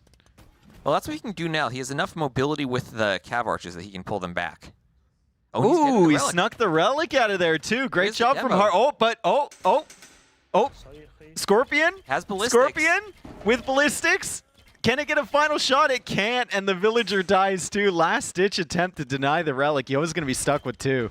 And that's clutch against the Lithuanians. Remember, they no longer get Blast Furnace. The +2 is just going to be like a normal Imperial Age Cav unit there. Latest trying to catch up. Relic drops so the monk can convert, but the Scorpions with ballistics are so tough, and Hearttt just needs to avoid those until he has Bracer, essentially. Now the conversions are targeted for both players. Oh, that's a good conversion, because he can get the Scorpion and then delete from the other monk, maybe? Yeah, that was a sick conversion. Really, really sick conversion there for Hearttt. He backs up with the latest Mr. Yo, and he waits for the final armor upgrade to come in. Handcart also on the way. Conscription also on the way. He's getting all his techs. He's setting up his eco. 42 on food. Probably adding more farms too, and a lot of gold in the bank. The question is just, can you secure those gold areas? And, well, now if you're Yo, you have the Scorpions out, but there's just so many Cav Archers. I feel like they can pick off the Scorpions in these numbers. Do you tech into Skirm now? You have the latest. You want Skirm. You have the faster moving Skirms as Lithuanians. And you get the Tower Shields upgrade, which makes them so hard to kill for the Cav Archers. The problem is that Hearttt will probably then tech switch into some cavalry options, right? Look at the resources from Hearttt too. Is he going heavy Cav Archer right away? It's not usually the tech that you go for. Elite Latest is on the way for Mr. Yo, and that's certainly a strong unit. Yeah, and there we see a heavy Cav Archer chemistry. He has Bracer already. And I feel like heavy Cav Archer, a unit that can deal very well with the latest. I don't think any unit can deal with the latest. When they only have 2 relics? Yeah, oh, man. I don't think anything can deal with these things. These things are ridiculous. They always have been, and they will continue to be ridiculous. Hearttt is trying to track them. But if these things ever get in, they could kill 30 villagers in the blink of an eye. Okay, well, Vil count's just about even. 43 military to 18. Hearttt has the advantage there right now. And he's getting the upgrades he wants on the Cav Archers. Like, Yo is playing so defensive here. How much gold does he have left? That's my question. He's got that stuff, and I think that's about it. He's got, yeah, I mean, kind of has that, but there's an army of Cav Archers in the way. The latest are now attempting to get in at the backside as the Cav Archers attempt to find damage again in the north, and Yo is making a tech switch into skirmishers. I believe the latest are in to hard space. What are they going to find? We've got the latest now running into monks. They'll kill him really quickly, and they're able to deny a town center potentially. That TC needs to go up so the Vils can garrison. And there it goes. Hearttt needs to notice that. He needs to garrison. There he goes. Even if you do notice it, they die in 2 hits or 3 hits. Like, they die so fast. And in the meantime, he's running with the Cav Archers in the north. Just lost a bunch of villagers. Down to 120 now. Mr. Yo at 121. And still the question remains, how is Mr. Yo going to get access to the gold? He is teching into the skirmishers. Hearttt has 54 heavy Cav Archers.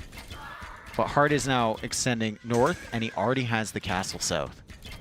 Heartt's played this really well in terms of controlling golds. Yeah. He's done a really good job. And I wonder if Yo has room to do anything else on the water, but he doesn't even have the War Galley upgrade. So if he wants to do maybe some demos to control the shallows, it's going to be a bit before he can make that transition too. Yeah, more villagers dying.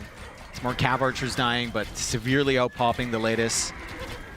They're going to take care of them, and some good quick walls there from Hearttt to just, you know, contain the damage a little bit and make sure that he kills all of these latest that are in the middle of his base.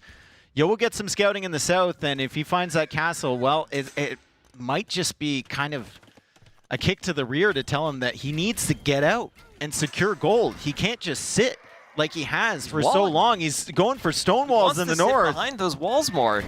He wants to sit some more. Like, oh, and there's a hole. There's always a hole. There's a hole.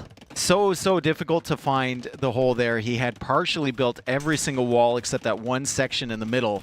As the Cav Archers come in, the skirmishers looping from the north side. So Hearttt will run into those skirms, but I don't believe that Tower Shields is in yet.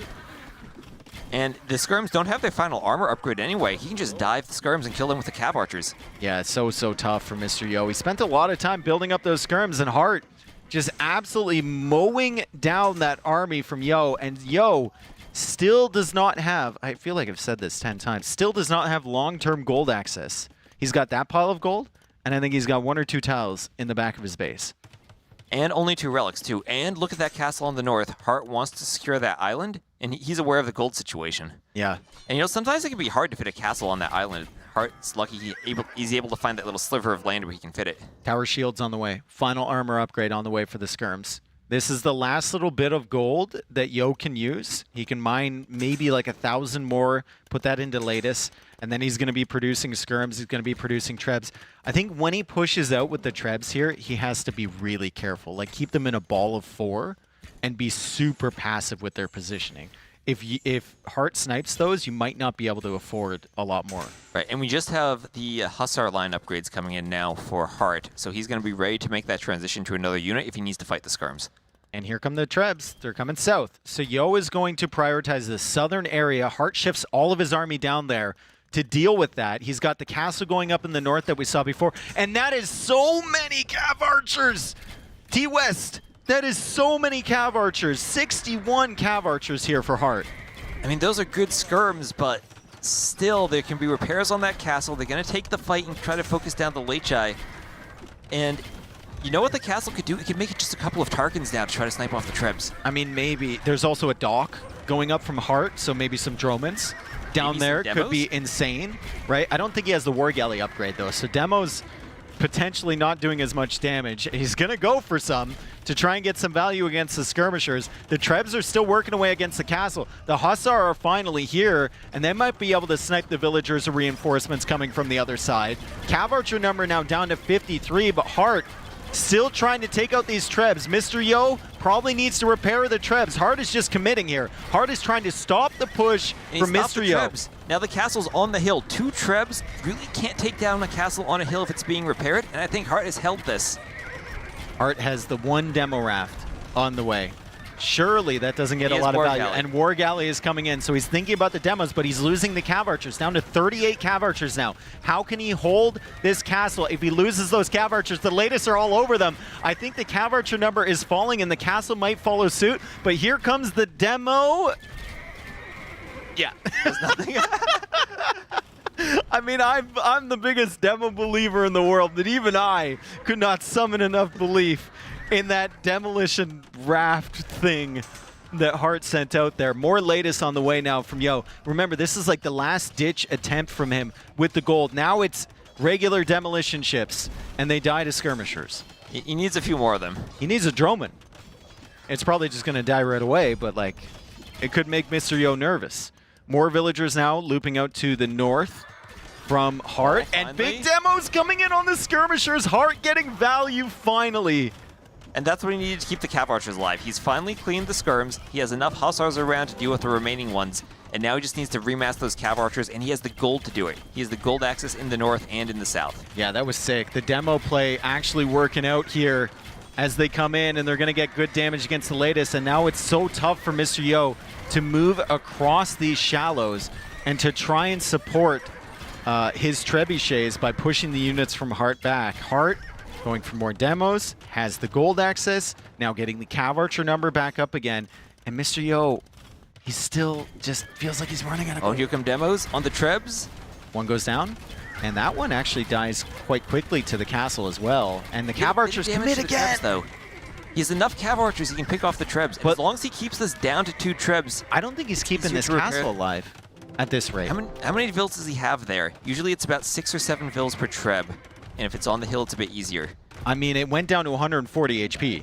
It went down to 140 HP, T-West. It went down to 140 HP. I mean, close. It's really, really close. And another demo comes in, and Hearttt is trying to dodge the skirmisher shots so he can get closer. And it goes Mr. down. Yo needs to get rid of that castle. He needs to push in here, and he's gone for a dock of his own as Thumbring comes in. He finally has potential access to gold. There's been so much focus down here. Nothing has happened anywhere else on the map. Hearttt with a castle in the north has just been chilling on that island mining gold. But, you know, it still might be difficult for Yo to get bills to mine this because of all the demos that are going to be on that shallow. Heavy demo for this tiny little shallows river. I absolutely love it. Unfortunately, the Treb is attacking the wrong dock. He could have denied that there. Denied it. But Yo has access to stone. Yo has access to gold. Hearttt does not have access to stone. He's got plenty of gold. He's actually got more gold in the north, but there's no stone up there. If you're the Huns, though, do you really need the stone? I mean, castles are nice, man. You saw how long he held on to that. As soon as he lost it, Yo was pushing forward, and Yo with more latest in the queue. Yo with more skirmishers. Hearttt, lowest Cav Archer number I've seen in a long time. Yeah, he's going to struggle to keep that mass up, but look at all the gold he has. Hearttt right now has 40 vills on gold. He's a stockpile of 1.5k. He needs to get his army back up. He's dropped in population down to 170, and he can't take that fight when he's at a low pop. Dude, the amount of patience here from Yo, he had such belief in this composition. He waited, in my opinion, way too long to go south, but he got it. He finally got there, and now he has gold access. He's got the skirmishers, and he's got the momentum in this game. He's sitting on the hill, taking out another castle from Hearttt. He doesn't have the stone to make more. And this is what we always see from Yo, right? Getting to these late game situations and just finding ways to win and stay in the game. And such good positioning on those trebs too. Yeah, that's what Hearttt has. He has a lot of gold. He's got a lot of gold access. 54 on food as well is beautiful. I mean, what do you do here if you're Hearttt? You feels like you can't leave this position to raid because you don't want to give up the front side of your base. But at the same time, you need to force some of Yo's army away from here. How do you do that? You just have to hold the hill with the cav archers, but it's so hard when you can can't kill the skirms fast enough. Hill forts, or sorry, not hill forts, tower shield skirmishers with elite lattice in front is so difficult to deal with if you're the Huns. And remember, the Huns, they only have the mangonel. They don't have the onagers for trying to get onager shots on skirms either. Mm-hmm. As if the lattice wouldn't just snipe that anyway. They don't seem to care about pushing in, and now with gold access, I don't think Yo cares about losing too many of them. Moving his trebs slowly forward, there's another castle to take. Hearttt actually bought 500 stone for a castle, so he can go for that option. He can use his excess of gold to just brute force base, though. He's putting it down there, try to stop raids. A little bit nervous about the latest coming in again. Back up to 49 cav archers, so he's done a great job on that count. He should have enough gold and wood to keep the cav archers coming out for a while. I mean, he has so much gold. Do you think there's a point where instead of going Hussar, he should just go for the Paladin line? I mean, yeah, for sure, but it takes time to switch into that, right? And it doesn't feel natural. It's kind of a niche situation. But it might be what he needs here just to kill the skirmishers. The Hussars just aren't really doing the job. Yeah, and the skirmishers are just pushing forward. The latest will deal with the Hussars as long as the cav archers are attacking the skirms. Might have been a little bit of an overcommitment there from Yo, but he realizes, I think, fast enough. And once the castle is up, Hearttt will need to back away from this whole engagement. And even if Yo loses that fight, he's still getting the position on the castle while also using his trebs on the other castle. This is just like a really sick game, honestly. Really, really sick. The patience from Yo, the amount of time he waited, the 3 castles defensively with the walls until he was almost out of gold. He pushes out. Hearttt, the control that he exerted earlier with the cav archers, really, really phenomenal. And then the production still, even late into the game, when you feel like you're losing momentum, Hearttt is holding on. He's trying his best to keep Yo away from him. One lattice in the back, denying 10 farms. I mean, look at Heartt's, the classic. Look at Heartt's farm count. Yeah, only on 45 farmers. If you're spamming Hussars, you really want to be 60 plus at least. Yep. Even Town Patrol now coming in from Mr. Yo, so he's got some excess res. He's going for hill forts as well. Beautiful job from him, and maybe he can, you know, add a TC to snipe the gold villagers from the other side of the river. Who knows? He's going to have those forward outposts, too, for the Town Patrol. He's going to see everything. It's actually a castle now north as the latest chew through the Hussar, and they'll get to the cav archers eventually. Cav archers sitting on the hill. It's only a matter of time. The cav archers are going to melt against this. It feels like Hearttt needs to pull those back if he's going to save his cav archer numbers, but he actually keeps them there. If anything, he's got the wood, he's got the gold. The Hussar are the harder unit for him to make right now. Yeah, the food count for Hearttt is just such a struggle for him at the moment. Oh, he has trebs, though. He has trebs in the north already trying to deal with that castle. He needs to repair, though. He needs to repair that treb. And he's repairing it. And he repairs it. And he snipes the latest. Great job from Hearttt to keep that treb alive. Where are the latest numbers here from Mr. Yo? He's not really producing them at the moment. He's now selling resources for more gold. Yo only has 4 villagers on gold. He has the south, but Hearttt had been down there with a couple of Hussars here and there just doing some raids. Yeah, that could have been a huge impact. Just those 2 that we saw earlier. I mean, the same thing we saw on the farms where that Leeches is still there. Those Hussars in the south could make a big difference, and Yo could lose the trebs here. He's got to be really careful. He's trying to repair. He loses another treb. Remember, Hunnic trebs are a little bit more accurate than the Lithuanians if you're just going to be involved in treb wars. This cav archer is all dying to the skirms. Is that latest still going ham against the TC? I see it blinking on the minimap. It is. That thing is going crazy. you know how the arrow numbers change as you get for the attack upgrades and fills in the TC? I don't think the TC is actually shooting it. No, I think it's got 1 vill inside. Man, the gates around the gold just to keep the latest out, but the latest are still killing. The trebs are being sniped. Can he get this one? Can he get this one? Can he get this one? The cav archers trying to kill the latest, but not in time. The treb does go down, and there's still a trebuchet there from Mr. Yo. And now the wood count for Hearttt is starting to drop. out of wood on his side of the map almost. He needs to go to the south to secure more of it. Yeah, I think Yo did have a bit of a better map spawn in terms of wood. Yeah. And Heartt's starting to run out. I mean, he still has wood in the south. He can go to the south. Heartt, unfortunately, cut off from the wood in the middle. And I don't think wood is what he's really thinking about right now. You just assume your wood eco is okay, and by the time you notice it, it's a real problem. If he does get it, you know, back under control, though, there are options up here. He could go for Dromans on the water. He has heavy demo already. Like, he's got some options if he can add in some docks, and he still has quite a bit of gold left to take as the Cav Archers are microing very nicely. And he sniped all the Trebs. Bombard cannons could be a problem. But it's still there. That thing is going crazy. Going for the university now. It's in the middle of the base now. Good setup here from Heartt behind those gates. What an insane game. What an amazing game we've stumbled into. And there's the first dock from Heartt going up as well. So Heartt realizing he's got potential if he gets onto the water. Trebs from Mr. Yo still pushing, and now bombard cannons against the Trebs from Heartt. The gate is open. The Treb is holding open the gate. Oh, wow. It is. The latest are through. That could be a disaster if he loses that Treb as well. 2 latest working away on it, and the gate was open.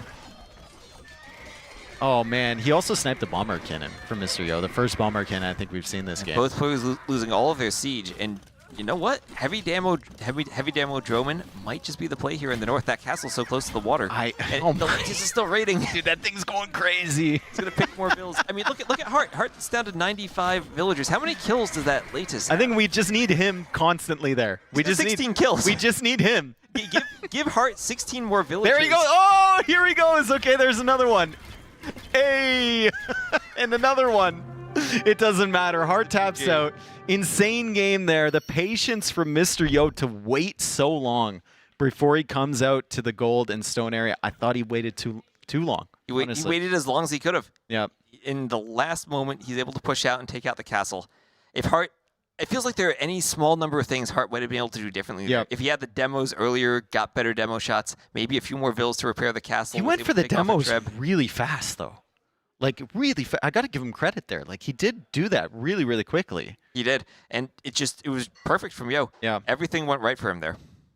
I mean, that's one where if you're Heartt, you're really struggling to see. I'm sure he has ideas. I'm sure if we would ask him, he'd, you know, say, oh, I shouldn't have lost these 2 Cav Archers, you know, 2 minutes in the Castle Age or whatever. But that's a tough one to know what to do properly in that Civ matchup. Maybe you just have to...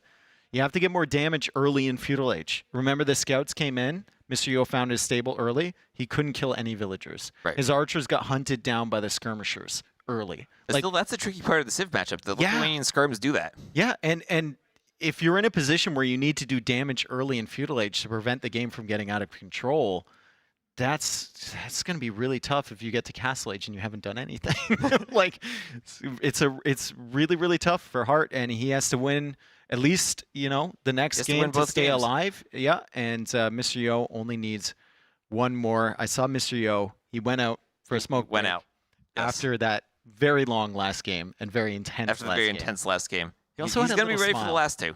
He had a little smile on his face. I don't know if you saw that. He was happy about that game, definitely. Yeah. He knew he was in a tough spot. Yep. But, I mean, that's how Yo plays. He gets behind, and he finds ways to stay in the game and finds ways to win. Okay.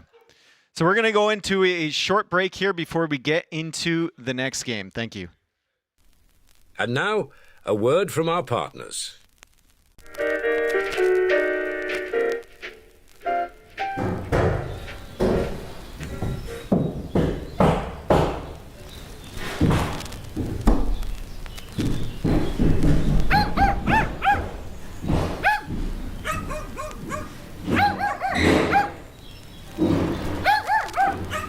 Tired of interruptions ruining your moment of peace? Discover true tranquility with the Hammer Bluetooth headphone Passion Voyage. With cutting-edge noise cancellation, immersive sound, and unmatched comfort in every note. Sounds like more Hammer.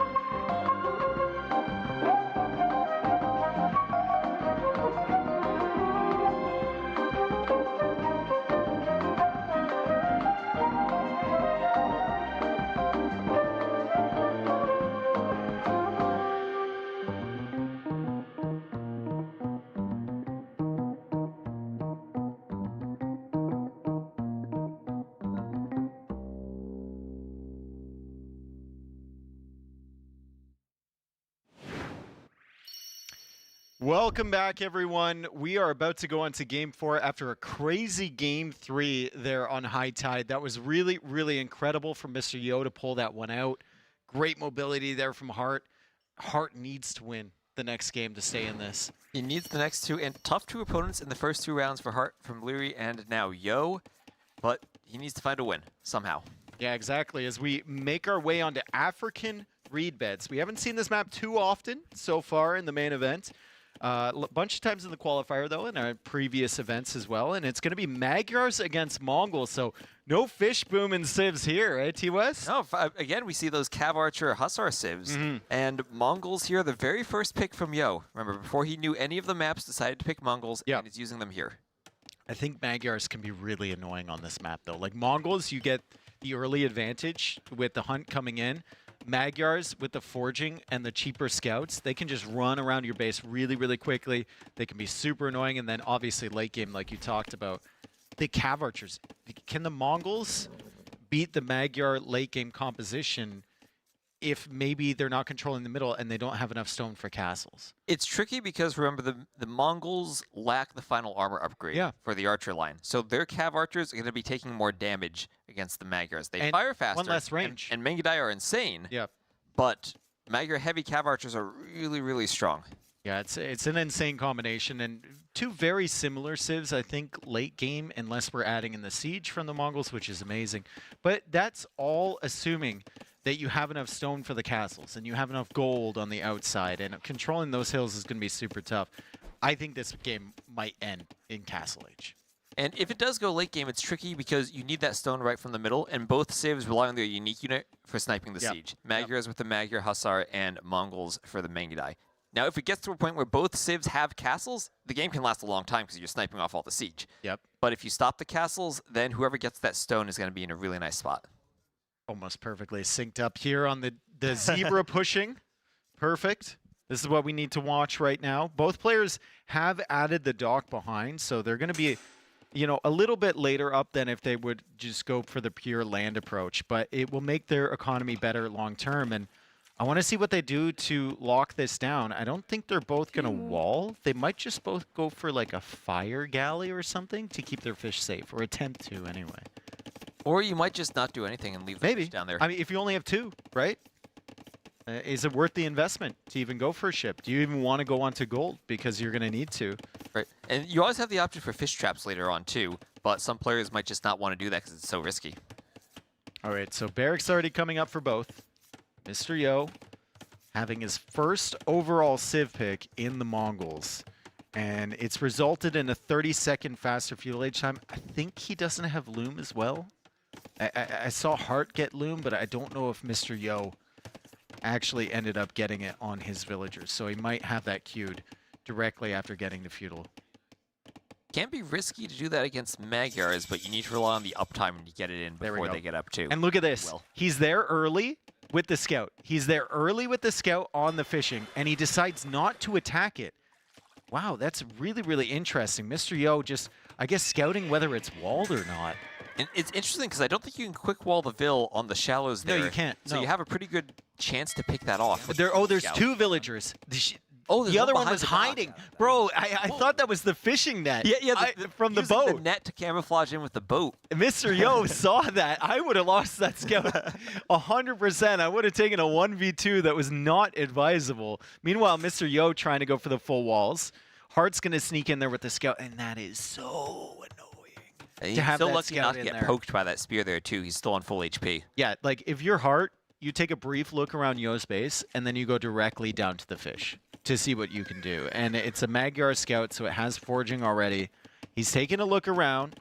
He's going to get an idea of what Mr. Yo's base looks like, including that hole on the left side of Mr. Yo's base. And then he's probably going to head down towards the fish. Oh, but he's going to find 2 scouts there, and that hole's going to be walled. And it looks like Yo should have full walls protecting everywhere. Good job from Mr. Yo. Yeah, really good job to chase that scout away. I think that's a lot more comfort for him now, adding the fishing chips coming in. More walls here for Hearttt. So both players going for the same strategy, and Hearttt is already adding in fishing chips, and Mr. Yo is doing the same thing.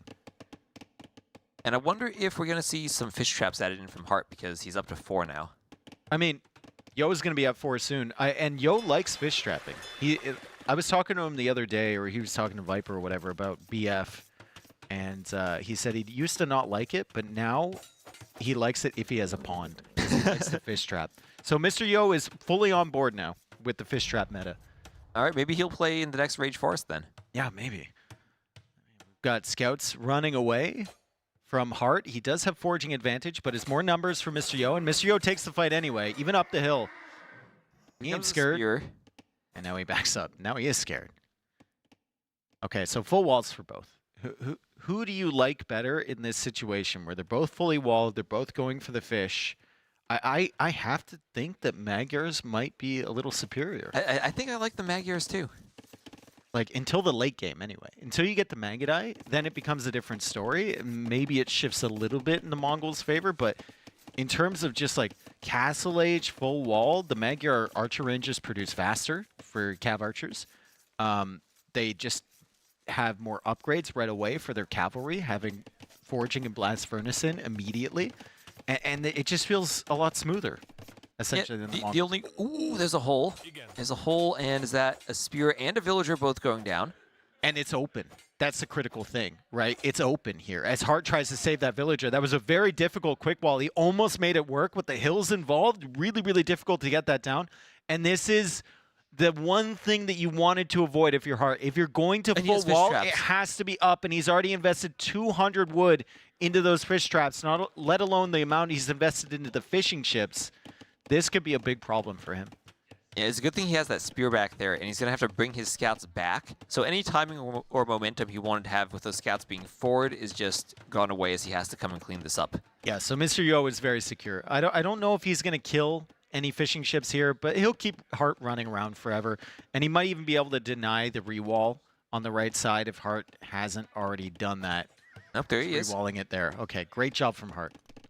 So not going to take too much damage from that, just has to be very careful those scouts don't snipe a low HP villager. And we have Yo clicking up to the Castle Age right now, Hearttt going to be a bit farther behind. Do they both play into Cav archers, or are you playing into something else if you're Mongols? I mean, what do you do else if you're Mongols? Do you have camels against Cav archers? Maybe steppe lancers, probably not. You're going to go them against Cav archers. I mean, if you're going camels or knights or steppe lancers, you basically got to get that +2 armor right away. And then you got to play the same type of game that Yo played last game, which is raid. And just push the... well, he's going Cav archers. Okay. Yeah. And I mean, if you go Cav archers as the Mongols, they do shoot faster. So they will be better in the straight-up fights early on. Yep. All right, scouts finally cleared there. Doesn't manage to kill a fishing ship or the fish traps or anything like that. And finally, Castle Age is on the way for Hearttt. He is a minute later to the Castle Age than Mr. Yo. Bloodlines coming in, Fletching coming in, basically confirming that it's Cav archers from Yo. Now, he does have a couple options, as we talked about, and Hearttt won't automatically assume Cav archers, and Mr. Yo is building those archer range out of sight of any of the units from Hearttt. So Hearttt still has some questions here on what Mr. Yo is going to do. We have bloodlines from Hearttt. Let's see what buildings Hearttt is putting down, because as the Magyars, he does get that free +2. He might have an option just to open with knights if you wanted, say, to really aggressively take that stone in the middle before the Cav archers. I don't know if you ever open knights here, though, as Magyars. Like, I think Magyars are more of a one-track. Like, I think Yo knows exactly what Heartt's going to do. Because he's fully walled, so opening knights just doesn't feel great. It feels like this just has to be a Cav archer. Yeah, exactly. Exactly. And Yo could make an argument for maybe going camels or knights and siege. But the Magyars, not so much. He's going to repair that house there, try to keep him out. And we see Bodkin on the way already. And queuing up the Cav archers. How many fishing ships for both? Six for Mr. Yo. The 9 with 9 for Hearttt. Hey, and he's already got the fish traps down. I thought Yo was a fish trapper. I guess I'm... Oh, those are pretty clean. Those are pretty clean. Right Old Yo used to just, like, put them wherever. He just put them everywhere, Yeah. right? Now he's very neat. He didn't care. Is that a university as well for Yo going up on the right side of his base? I see that the archer range is there from Hearttt. He's got 2 of them now. And if you're going Cav archers, you want ballistics as fast as you can, right? I don't know if you want ballistics in this situation, though. Like, you're fully walled. Ooh, we got the wall on time to protect everything from the scouts in the back. He does lose the villager, but I think that's worth it. That was a nice quick wall just in time. And down go the scouts. Second town center coming in for Hearttt. So Heartt's not going to go for that university right away. Goes for the town center, and it was a university for Mr. Yo. Ballistics is coming in for him. Second wood upgrade as well. So he goes for university ballistics instead of the second town center. And he's really going to pressure with military. Heartt's going to be the one defending here in early Castle Age. So now my question is, how do they transition and take the stone in the middle? Because we were talking about their unique units earlier. Oh, that's the Mongols. That's a long stone way. Is so important. I mean, you have the stone at home, so you can kind of like afford a castle to push out later. But I think in order to go to the middle, you're going to have to just have army numbers. It's just going to be mass CA. A nice dancing of the villagers from Hearttt there, not to lose them. Ballistics difference here is kind of big. The armor is coming in for both. Yo is going to get a little bit faster. And Yo has more cav archers so far, although the Magyar production will catch up with that. That it will. Yo getting now a second and third TC added in. What's the exact speed on the production? Is it like 25%? Oh, I forget the number. How could you forget the... This is why you're here! I know the bonuses. I don't remember the numbers. I feel that, though. I'm the same way. I think it's 25%. It might be 30. It might be 30. That sounds really fast. Most other bonuses are like 20%. Yeah, it is quite fast. Meanwhile, I'm sneaking glances at the chat to see if someone can answer the question. Cav archers now here from Mr. Yo. He's got 11 of them. 9 of them only from Hearttt, but he was fast to the second TC. It is 25%. I'm reasonably assured that it is 25 instead of 30. And the third town center now coming up from Hearttt. He was actually slower to that third town center because he goes for the university now. It's just so hard not to have ballistics in the cav archer mirror. If you don't have ballistics, you lose the fight. Well, and he was also spending a lot of wood early to get the fish traps set up, which Mr. Yo wasn't investing as many into, although he did sneak in a 7th fish, and he's going for more. He's thinking about it. He has more fishing ships queued. I mean, at what point do we start adding in more docks? I think there's room for that. Once you cover the first one, or unless you're floating like 200, 300 wood, and then you just go down there and start adding a couple more docks. You're fine. Now, as we look at the middle of the map, there are basically 3 little hills there. There's the stone in the middle, but also 2 golds on either side, with gold mines and a relic. That's usually where you want to build your castles once you get the stone for them to control those golds on the sides. I think it's really risky against cav archers, though, to go out there for your first castle. Like, you either need to go with all of your army, or you need to make sure that your opponent is preoccupied somewhere else. Right. Ooh, nice fight so far from Mr. Yo. You can see the Mongol extra firing speed there. And you can also see the ballistics there. Yeah. In the reset shots, ballistics just coming in now for Hearttt. Good engagement so far from Mr. Yo. Hearttt doing well, though, as Mr. Yo tries to push in. And it's 14 cav archers for Hearttt. It's still 17 for Mr. Yo. And they're not really going to engage in a big fight there. Whoever feels like they have the lower numbers is just going to run away. Ooh, that's a weak palisade. No houses behind it. Palisade wall. And there's no villagers there immediately. Yo takes a risk. Yo dives in. That's a risk to go in. Yeah, this could be a really, really big risk from him. I think he's confident because he's full walled behind. Now he's looking for as much damage as possible, and he nopes out of there actually quite quickly. I think there needed to be a way for Hearttt to try to like maybe delete a house and get a villain on the outside and wall that in. Yeah, but if he trapped that would have been insanely good for him. I don't know if there was any villagers nearby. He had some farmers there. Okay. Might have been the best play, as the cav archers now coming back from Mr. Yo, still hanging around that middle area. He's just now getting husbandry. Did Hearttt have husbandry before? I think he did. So maybe that's how Hearttt was catching up to him so quick in that one fight. The husbandry making your cav archers faster, of course. I mean, all of the techs super important for the cav archer wars. It's kind of that situation where you need so many techs, neither player really wants to get into the fight before they're sure they have them. Yeah, exactly. And you're constantly checking what techs your opponents have. Right. And seeing if they have ballistics, like you'll know after the first fight. Thumb ring, husbandry, right? The armor. And I mean, now Hearttt has the armor, Yo doesn't. So he's got the second armor upgrade. Yo snuck in gill nets. And Yo has 12 fishing ships. Heartt's still sitting on the 9 fish traps that he made before. Oh, he stopped. He stopped adding them in. Yeah. So Yo is kind of expanding his eco. In terms of overall eco, very, very similar. Yo is a little bit farther ahead, but overall eco units, the same. And he's adding skirmishers. Skirmishers from the Mongols. So going skirmisher, not going for the Hussar line. No. Just for skirmishers. I mean, you can do that later, right? The food eco still isn't quite there. You're producing from 3 TCs and you're thinking about imp at some point.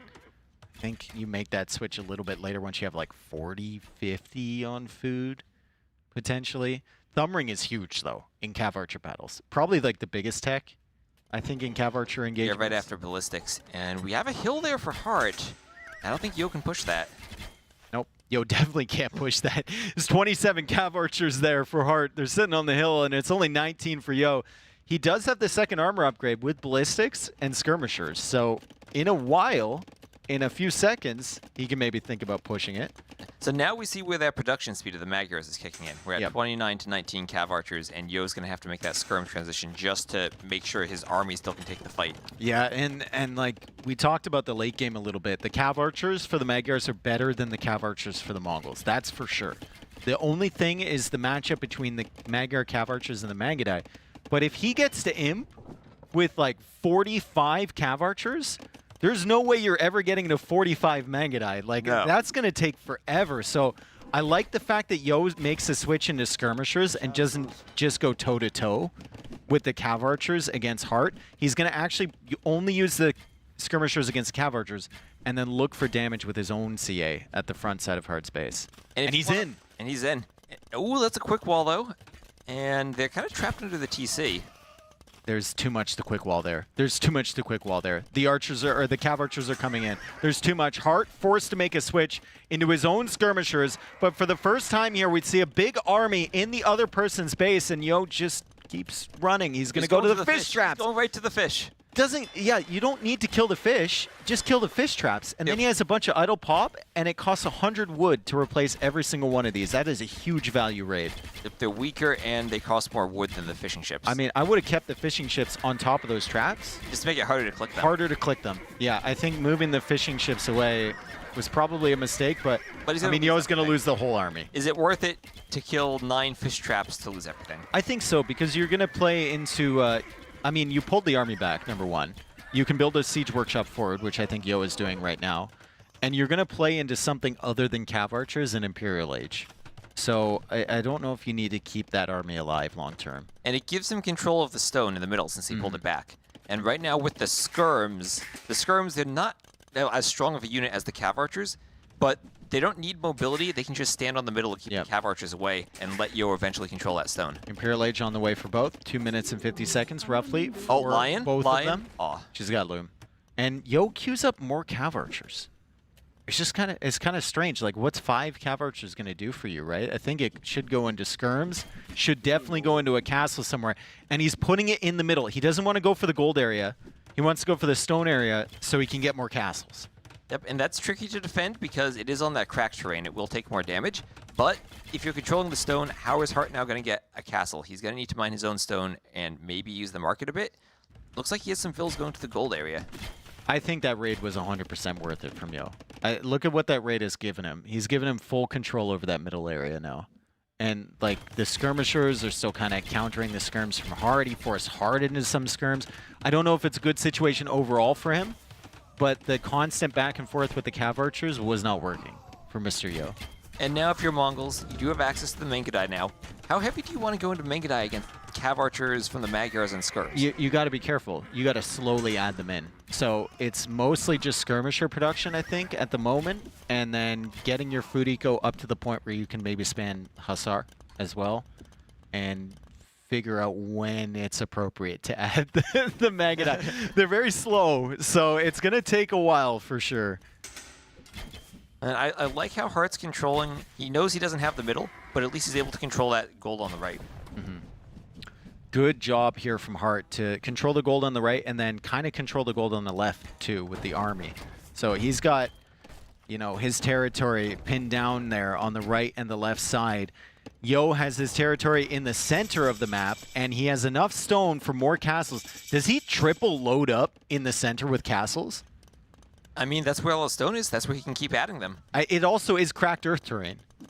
But also, how are you going to get Trebs there if you're Hearttt? You're not going to get a castle anywhere nearby if he's holding that with his army. The Trebs are going to come from the far side. Ooh, relics coming in now from Mr. Yo. You notice the markets in the side, which we don't show very often. You can trade with those, but it doesn't. It's a 1v1. Like, you're just wasting pop space. If we see someone trading with a market this game, it's going to be at like the 3-hour mark. No, you need no. This is what you need to do. You need to make an outrageous, like, if I see someone with a trade cart this game, I'm eating T-West slipper. And I mean, these are pretty big slippers. That's going to be a lot of slippers he has to eat. If we see a trade cart this game, I am eating one of your slippers, and they are dragon slippers. All the skirms coming over. That's a castle attempt for Mr. Yo. Another castle in the center, and he's still got plenty of stone, and Hearttt is the one that pulls away here. Man, he did not see the skirms coming forward. He did not see the villagers coming forward, and he's just going to probably assume that Yo still isn't out there. By the time he comes back, there's going to be a castle on that side. And the skirmishers are so tricky to deal with before you have that food eco added in to make that transition to the hussars. Light cav on the way here from Mr. Yo. Stables coming up. Killing the villagers building those stables could be really annoying, but there's a castle there to protect. And yeah, struggling to push out is hard. I mean, when he does push out, he's going to need, similar to Yo last game, like 2 or 3 trips, maybe 4 trips, right? Recurve bow. Recurve bow is so strong. Extra range on the cav archers and extra attack. And most importantly, when you get the full upgrades on your heavy cav archers, you can deal with skirmishers because they don't have that armor on the Mongol. I mean, even with regular skirmishers, it feels like you can kind of do well with your extra range, right? Big shot there from the Mangonel, lots of damage. Skirmishers are in front tanking, still doesn't want to lose too many cav archers, and Yo, again, doing a fantastic job just buying himself time. He's got gold excess. Critically, he has so much stone available to him, and he's already made the switch into light cav. He's got the skirmishers. He's adding in the Mangadai, which is a critical part of this late game composition for him, but it takes so much time, and he's bought himself that time. And I love how he added that castle on the right just to protect his trebuchets and make sure he can treb down that castle from Hearttt and take out that final gold. Siege Engineers even coming in for Mr. Yo. Siege Engineers, that's an expensive technology, but it's going to be super useful if you're engaged in just treb wars constantly against Hearttt as he tries to defend. Like, Hearttt can't get Bombard Cannon, so getting the extra damage and the extra range is insane. Yeah, the way for Magyars to snipe off Siege is their Magyar Hussar, but the way this game played out, he never had an option to transition into it. Yeah, he's not going to have any castles. He has one back in his base, which Yo will probably target next. He's not going to have any consistent gold income because he's been kicked off of this hill. He's coming over with the cav archers, which are really, really dangerous, but Yo has so many skirmishers. He's fine to just trade, like, 2 skirms for every cav archer that he snipes, because behind this, he's slowly adding in his cav archer equivalent in the Mangadai. And he's also slowly making that change to the Hussars. We see he's climbing up now into the mid-40s in the farms, and he still has the fish traps in the back, so he's going to have a good food eco in the long run. Yeah, I mean, if you have the Hussar, you can basically dictate where the cav archers are going to be as well. You just go into the back for Hearttt space. He has to pull back all his CA. That frees up so much space for you on the front side as the castle finally goes down. Mr. Yo thinking about rolling his trebs somewhere else. Hearttt thinking about a counterattack. But Hearttt has no military in production. He has no gold. He has no gold. He's coming out to the left side because he scouted there earlier and there was no Mr. Yo, and now there's a castle. And the Bills will go down to the castle. No mining camp there for Hearttt, and he hasn't noticed. He hasn't noticed. No, it's so frustrating if you're him, right? You assume it's fine. You've been kicked off the right side, and then you look over, and there's no mining camp. There's no villagers. All you see are bodies. Castle is going to kill Vils like that Late just did last game. He just keeps sending more. Yo is just a master at, forcing his opponent to be in an area that he wants him to be. He forces him back into his own base. Then he takes the middle control. And then he makes the transition into the skirmishers and the light cap. And then he goes into Mangadai. It feels like everywhere on the map right now, he's winning a fight. Exactly. He has 200 pop to 120. Yep. And he's got all the hills controlled. Vils is still going over there. Still sending Vils to that castle. Can we check how many kills that castle has? That castle has a lot. 20. 20. Killed 20 villagers. 20 villagers. And they're still going. They're still going over there. Still going over there. And Hearttt unfortunately, is going to be 0-2 so far in NAC. What an incredible performance there from Mr. Yo. I mean, just resilience and 2 straight games where he was super patient. Absolutely, and that's the type of game you see from Yo. Yep. It looked like he was in a really tough spot in Game 3. Yeah. Held on, and then same thing from Game 4. It was kind of equal, and then all of a sudden the scrums come out. Yo makes a good push, and suddenly he explodes in his economy and pulls ahead. Exactly. Yo had one game that he struggled in, the game against the Chinese on Copenhagen. He tried to be patient there as well.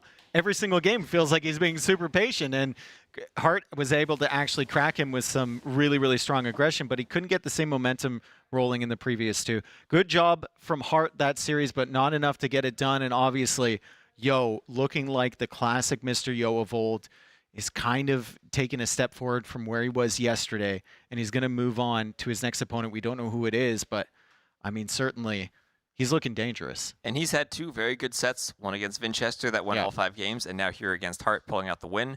And just classic Mr. Yo style, finding ways to hold on and win in the late game, even if he feels down early on. Yeah. Man, I mean, it was super impressive. We're waiting for him to show up for the interview, and once he's ready, I'll go on over there and be able to ask Mr. Yo some questions. Once again, very, very fun to watch. Game number 3 in particular was incredible. One of the better High Tides games I've seen. And it was nice to see them like just moving back and forth. Like it was kind of a chess match, right? Like one person moves forward, the other person moves back. They're one person castles here, the other person castles there. One person adds the demos, the other adds the latest. One person has micro, the other one has determination and macro. And sometimes that matters more. Yeah, exactly. I have to ask you, like, how do you feel about playing up against micro nerds, right? Like, well, you can ask him soon, as we're going to head into an ad break, and then we'll have an interview right after this. And now, a word from our partners. The rise of modern technology takes its toll on all of us. Hours and hours at your desk leads to stiff necks, aching shoulders, sore lower backs. But there is a solution. Back Force. The Back Force 1 Plus doesn't just stand like a rock on the digital battlefield, it transforms the way you sit. With Gamer Pulse LED lighting lasting up to 20 hours, this chair is more than just a seat. It's a throne. Personalize it with patches for your nickname, clan tag, or any custom text. Because your chair should be as unique as you are. Every Backforce chair comes in a wide variation in colors, including this noble white and gold or black and gold colorway, and the GamerLegion Special Edition. Sit like a king with Backforce.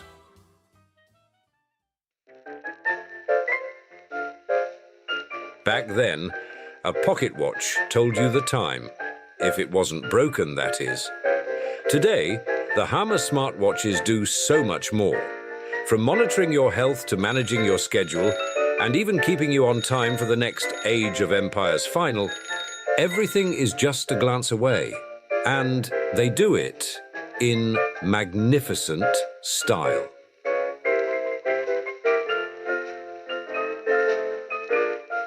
Make more of your time. Hammer.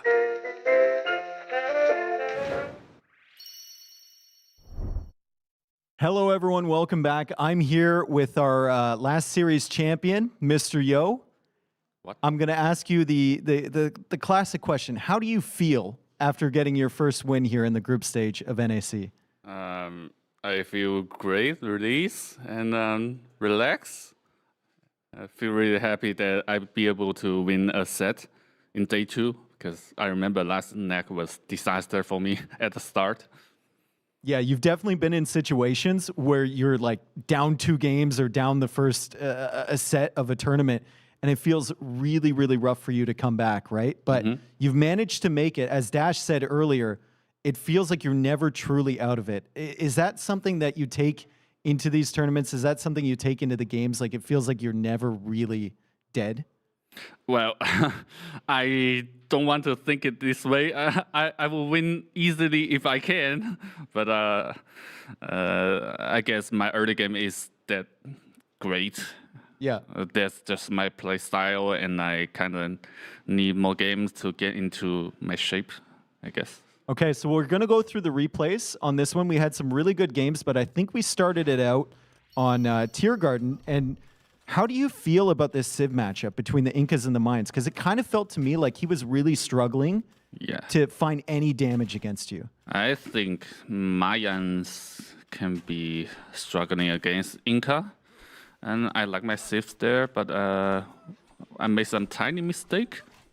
Have you noticed? I tried to cut in the wood, but I choose the wrong lumber camp. You went diagonal instead of straight, yeah. So was your plan early to do the ACCM style of thing where you go forward with the tower?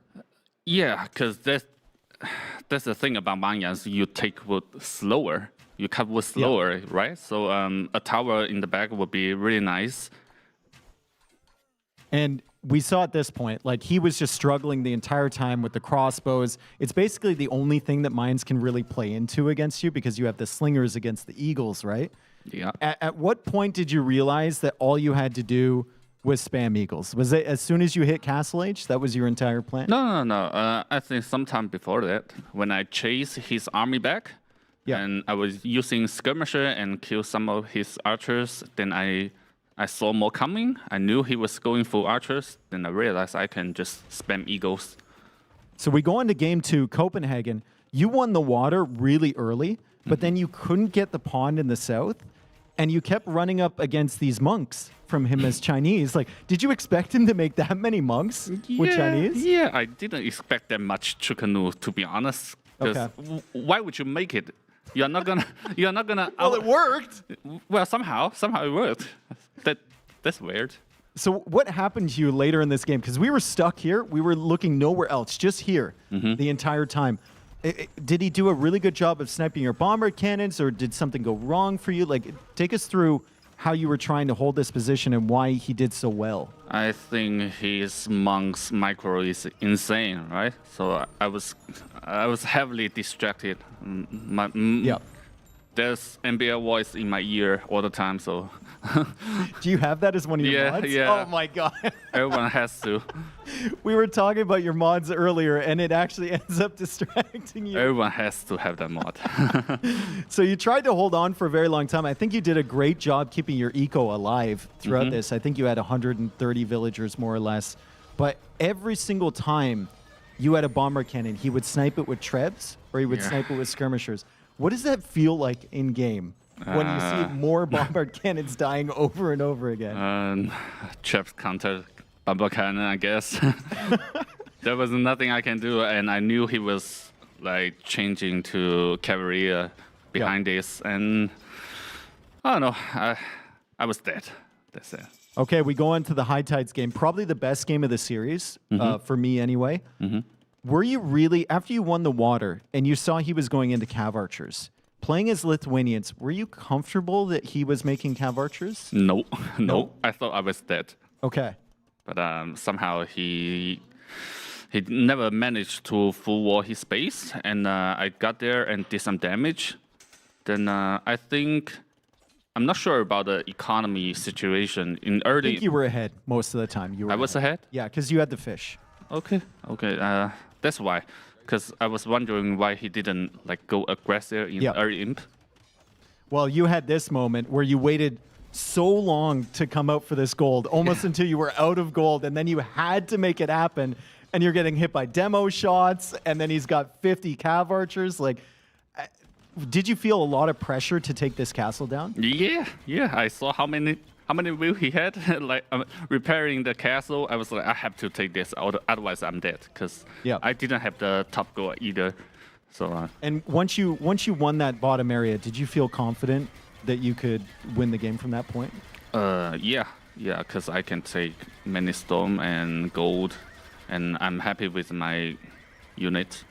Is there something he could have done this game that would be better for him than what he did? Like I said, I didn't know about the economy situation, but if he could push harder in early imp, like make traps right away, I think I would be in trouble, big trouble, because I didn't have skirmisher at the start.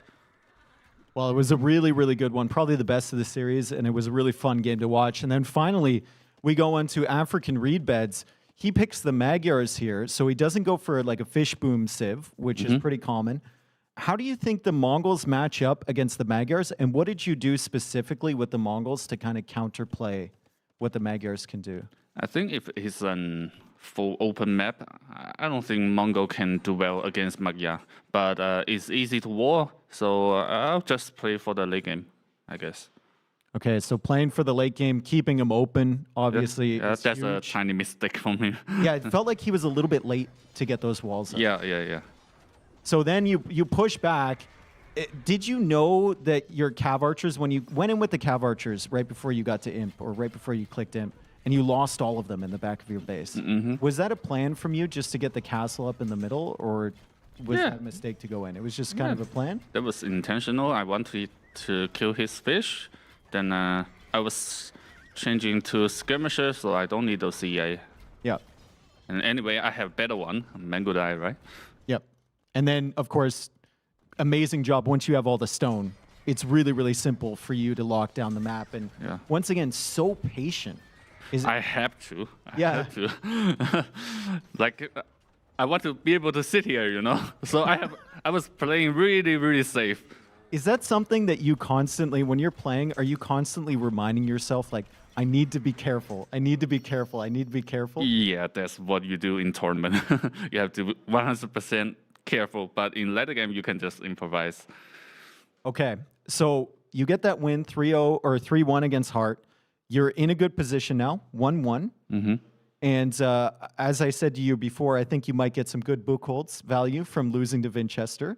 Yeah, I hope so. Are you feeling confident in your position after day 2, or are you just kind of, in the middle? Like, I think I still need much more practice. It's better to count on myself than others for Buchholz. And I guess we'll see. I will practice more, and I hope I will get better. All right, well done, Mr. Yo, and that was really fun to watch. Really, really good games there. We're going to move on to our next set soon, but before we do, we have a short break planned. Thank you for tuning in, and stay tuned. To be honest, I don't feel that lately I really invented a lot of strategies. So some of the copies of other players, some of the copies of ACCM. But yeah, mainly I feel that I'm trying to get our old strats to much better execution. So it's more not about the big strategies, but more about this, like one build there, a little bit faster timing. Like you make not 4 fire galleys, but only 2, then range, then another 2. So it's more about this little details which you get from practice, and probably that's where most of my attention is. For now, I have a feeling that you need to go all in because there is not much time to like save, etc. And I'm not a player who like constantly in the finals, probably like Hera, for example, who can try to think about, okay, I will not play this map until the finals. So I'm not in a position to do so. So I will probably play everything I know and try to, of course, you make it flexible to the opponents. And as I said, the small details, it's really hard to sometimes to notice and even harder to repeat. Like even if you're a top player, you see like, okay, you can make only 2 galleys and then, for example, do 100 different things and then come back to the water. So it's still really hard to execute without any practice. So I don't think that hiding is a good strategy for now.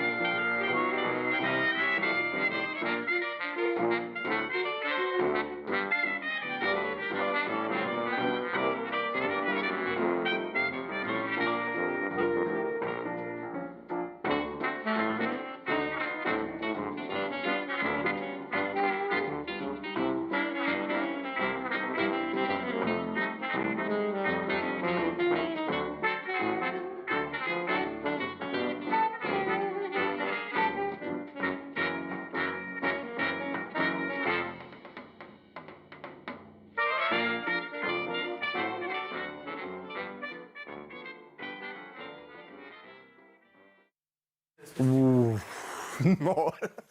Think maps are well known. I got more ideas how to play those maps than like all-ins. Yet, still, tournament is starting. A lot of things you learn about players, maps, and so on during the tournament, and some ideas pop out. But right now, I have more like a general idea how I want to approach every map. Because in this tournament, it's also very hard to prepare all-in strategy because there is 10 random bans. Each player ban like 20 civs, so you cannot get your civ. Let's say I have a masterpiece with gods. I will not pick them first. I will go for the Mongols or Persians, right? I usually hide them until I'm out of the tournament. I'm not even kidding. I'm hiding them. I'm not going to use them. I'm not going to use them. Then I'm out of the tournament. I'm like... So yes, I'm not hiding anything. Like also during the tournament, the gameplay, the meta, the strategies involved.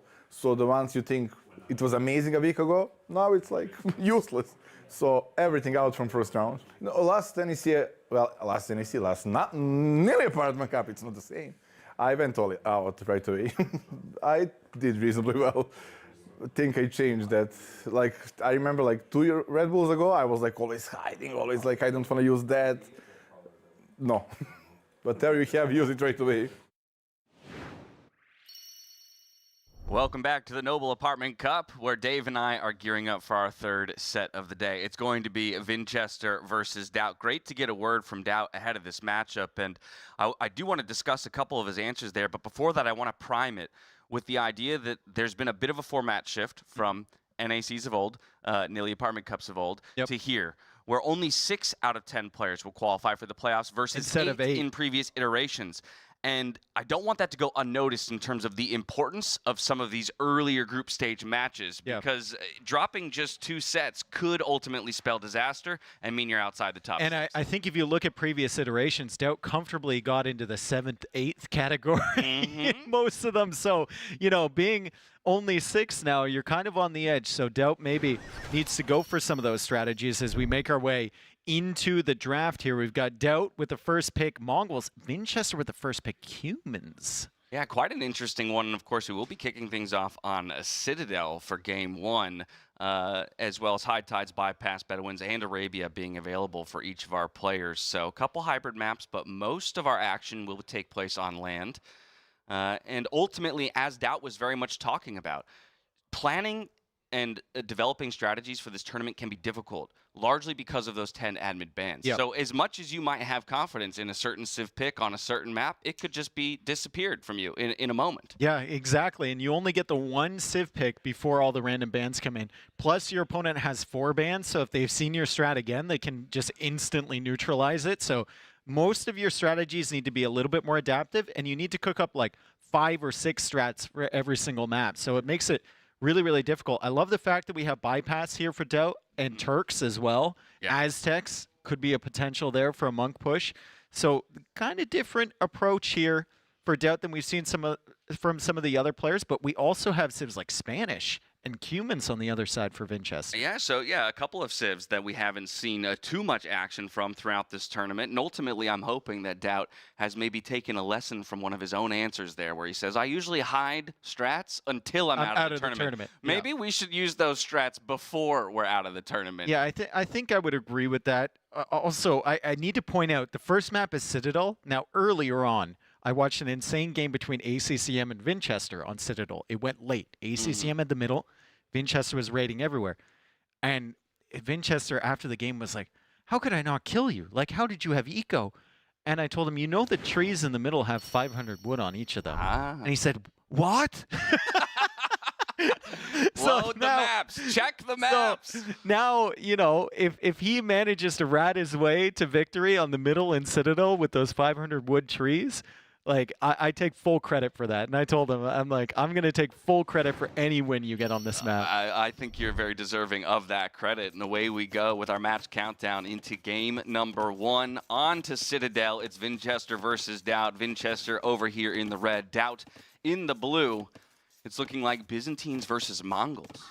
Byzantines, Mongols. So the Mongols can get up really, really quickly to pressure the water, which would be really, really good. However, the Byzantines should have the advantage in taking back that water and controlling it long term. So I'll be interested to see how DauT approaches this one with the Mongols. He is a little bit later to the dock. He's only sending 1 villager forward. Vinchester sends 2. so they won't die to the scout immediately. Yeah, we've had a number of DauT shenanigans throughout this tournament. Unfortunate losses of villagers early, so we've got the walling on the It's one hard side. to keep up on 9 vills. It's so difficult. Like, you're doing so much stuff right off the bat.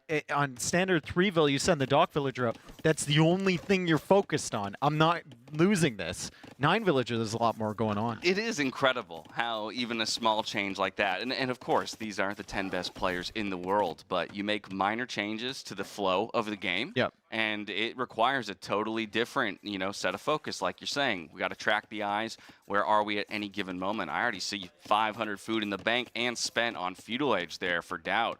So a quick uptime. Not really surprised, though, for Mongols. With that quick food income.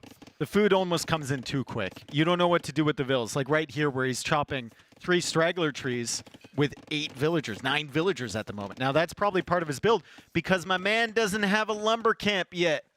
I don't think. He does have a lumber camp. Never mind. I was so deep into that. I thought he had like I a liked where mining you were camp going. or something.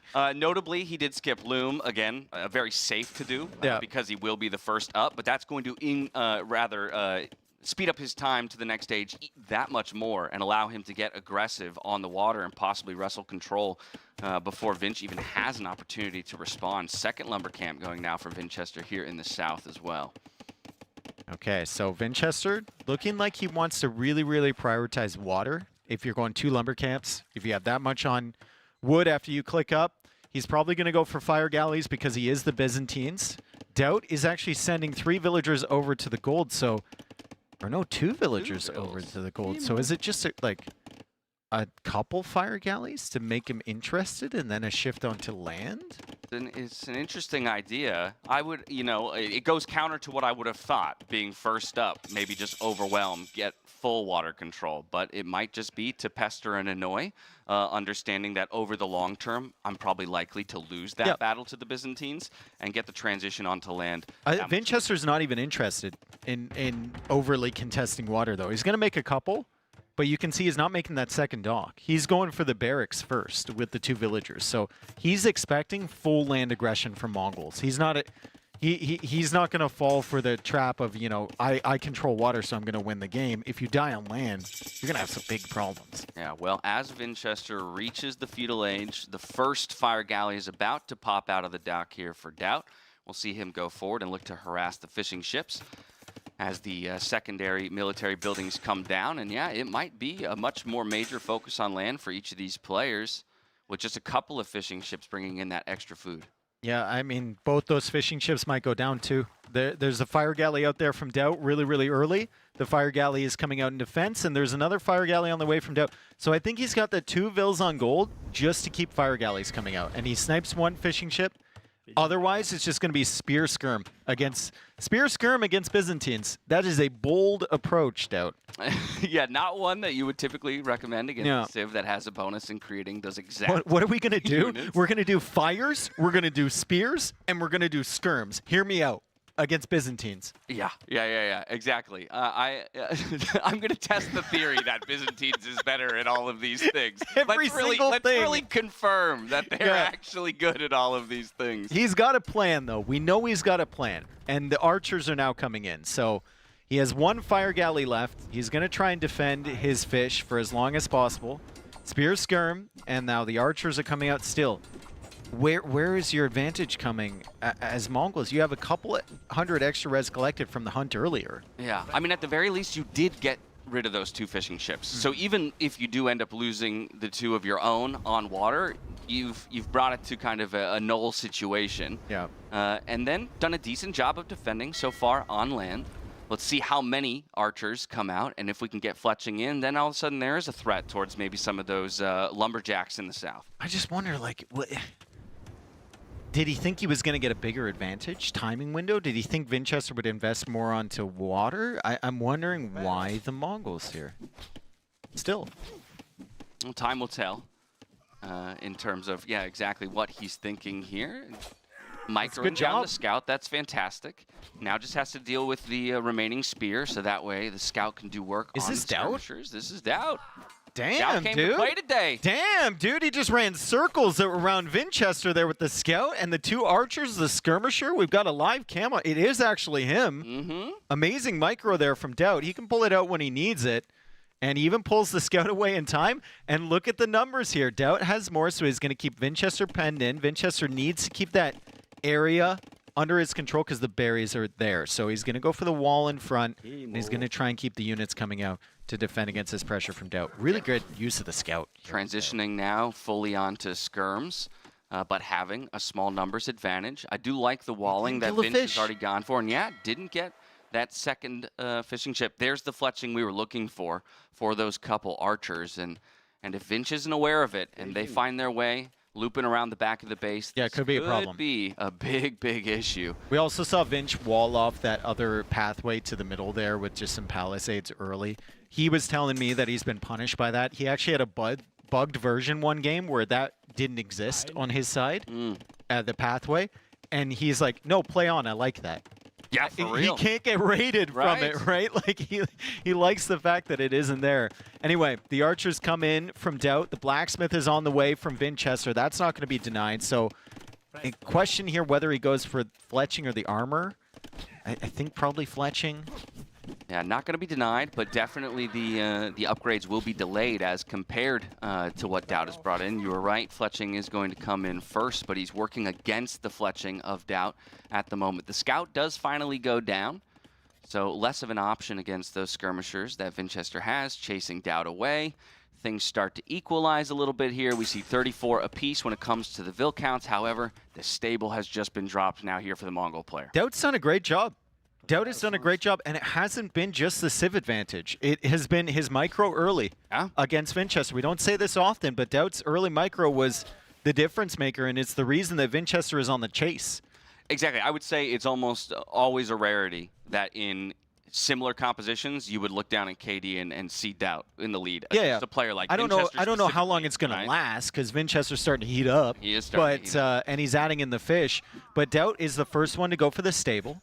Right, Vinchester is on heavy numbers of skirmishers, and DauT still has some range units to take care of those spearmen. So things are kind of growing in his direction, but now the full wall is almost complete from Vinch, and the market is going up. Yeah, and I wonder if Vinch is even aware that that stable has gone down, because his walls are taking him further off to the right. He's dropping a market at the moment, so no stable for himself to deal with. He's got Town Watch with Byzantines. I think he knew maybe about the stable. I mean, he's going to know now. The scouts are coming in, and that's a denied market, so he'll need to rebuild that somewhere else. He builds it a little further back, and the skirmishers are on the run, and again, it's DauT dictating the pace of play right now. However, critically, Vinchester has been able to add fish behind, so he will have additional eco over DauT. Yeah, well, that said, take a look at the food count over there for DauT. Even while producing 3 extra scouts, he's got 19 on food and already making his way towards those Castle Age resources. Vinchester could use the market, though, with 11 on gold to maybe equalize a bit, and he does just that, even selling his stone to try and get up to that all-important 800 food count Sick to get farming the Castle Age click. Really, really sick. No horse collar. That's going to hurt. That is going to hurt. Oh, that's going to hurt in Castle Age. He's about to click up soon. He's still got the scouts. He's still got the archers. He's got some skirmishers in there. Vinchester clicks up first. DauT should be right behind him. And if Vinchester doesn't clear this army, he's going to have big problems. If he gets too out of position with his spearmen or his skirmishers, that gold is suddenly threatened. Yeah, got to have those spears in position to work against the scouts. DauT doing a great job of keeping the scout HP high, using them to knock down the health of the skirmishers. Vinchester looking for the trades and is able to keep that gold safe for the time being. But the entire game has been played on this side of the map. Yeah, exactly. And DauT is still 600 resources collected ahead. So it gives you an idea of some of the efficiency problems with walling and whatnot that Vinchester has had. Also the Mongol Hunt coming into play earlier, maybe faster farms for DauT. I mean, it's been a really, really nice game from him so far. Gets horse collar before the next round of farms come in, which is good timing, all things considered. And the upgrades coming in for his cavalry. He's got enough resources in the bank to probably sneak in crossbow as well. Yeah, crucially, both players managing to get those extra eco upgrades in just on their way to the Castle Age. Bloodlines for one, archer armor for the other. Okay, so the scouts running away now. Still on this side of the map. Yeah. This side of the Citadel. And DauT has free access to the middle if he wants to go there. Remember, there's a lot of stone, there's a lot of wood, there's a lot of berries, there's a lot of everything. And I think the important thing right now, to contrast the series yesterday against TheViper, is we're playing DauT's game right now. Yep. Right? Yesterday, he was playing Viper's game most of the time. And this is exactly the style of game that DauT wants to play, where he's got some map control, he's the one hitting certain timings and forcing fights on his terms. Yeah, and it's a good fight. The Spearman can't catch up. He's running low on range units, but he will clear a lot of those skirmishers, and he's able to get out alive with the scouts. He's almost in Castle Age, so he wants to probably make a switch into something else anyway. But Vinchester is there a little bit earlier. I'm curious what Vinchester wants to go for. Is it just a couple camels, and then he's slowly bringing in the stone for a second TC? Also some monks being added in. Yeah, interesting, right? Selling off the stone to get to Castle Age that much quicker, but definitely recouping some of that stone now to maybe give himself the opportunity to boom up behind some of this forward aggression. With being the first one to produce a knight, we may actually see the camera cross the midpoint of the map over here into DauT's base. But we've already got Lancers on the field as well. Yeah, Vinchester is suddenly finding himself in a position to provide a little bit of pressure. So that's really, really nice for Vinch. The engagements didn't go great for him early, but he stepped it up, as DauT is doing with the Step Lancers now. And the camels are coming in, the skirmishers are coming in. No crossbow switch available for DauT. He lost all of those units. The Step Lancers will clear the skirms, but we still have cheap camels for Vinchester, and we're going to have some monks. Still, lots of Step Lancers on the field here for DauT. Yeah, overall, a very solid trade for DauT, even against those camels, right? Camels in small numbers are going to get overwhelmed by that, you know, little ounce of range that the Step Lancers have. Good raid, though, here with the first knight that was produced, just forcing DauT to go back, manage his economy a little bit. Monks are out onto the field for both players as well, so we're looking for relics, we're looking for conversions. But the micro here for DauT, it's been phenomenal. And once again, he's still dictating largely the pace of this game. Okay, so 2 stable production, I believe, from the Byzantines. Is it 2 stable? Yeah, it's 2 stable production here. 2 for both, I believe. Yeah, and the Step Lancers are coming out quite quickly as well. DauT at 9 Step Lancers, 2 monks. Mongol monks are not great. They're actually some of the worst monks in the game. But they have enough in the Castle Age. DauT tries to get greedy and go for that relic. Might get away with the monks. Yeah, gets spotted. He's going to go for the conversion. We have another monk coming in, though, for Vinch. Also looking to lock down a conversion. Oh, and Vinch will be lucky enough to steal one of those Lancers away. However, 3 camels go down. That's the price he'll pay. Relic picked up, though, and on the way back home, we'll see if DauT can find a way to snipe that monk. Run to the water! He's trying to save it. He's going to go on the other side of the gold. Villager also sneaking his way across to that middle area. DauT comes in, snags the monk, but he's going to sacrifice the Step Lancer to do it, and he's trying to convert back his Step Lancer that Vinchester got before. Also unable, I think, to convert another camel, so conversions have not gone his way yet, and he loses. Oh my goodness. That's going to be a little bit of a tilter. I mean, it was a great delete by Vinch right before the convert would have come through, and then he gets a quick conversion of his own, sends DauT running back home with just 4 Step Lancers now grouped up. More monks, though, still on the field, and we're starting to see those expansions of the economy, each player reaching out to the 3rd TC to get those booms underway. It's interesting how both of them have decided not to TC that middle area. And I wonder what Vinchester is going to do with that villager in the middle. Right now he's just examining the relic, but I'd love to see like some stone walls, because he's got extra stone. You stonewall the middle crossing, you stonewall the crossing to DauT's side. And then you try and TC it like he's doing right now. But I think you got a stonewall first. He's just going to make it with 1 Vill. I like it. I mean, I like it only because it seems the focus for both players is so locked in this relic battle right now that you just presume DauT isn't going to send anything that way. But of course, it is a massive risk. If DauT were to send just a single Step Lancer, could deny that TC altogether. Still the Knight kind of running amok in the back of his own economy, but won't find much damage as everything is well protected by the TCs. Another Monk picking up a relic. So far, the relic count is just 1-0 for Vinch, having brought that first relic home just a second ago. So you're going to be Mongols 3 TC against 4 TC Byzantines.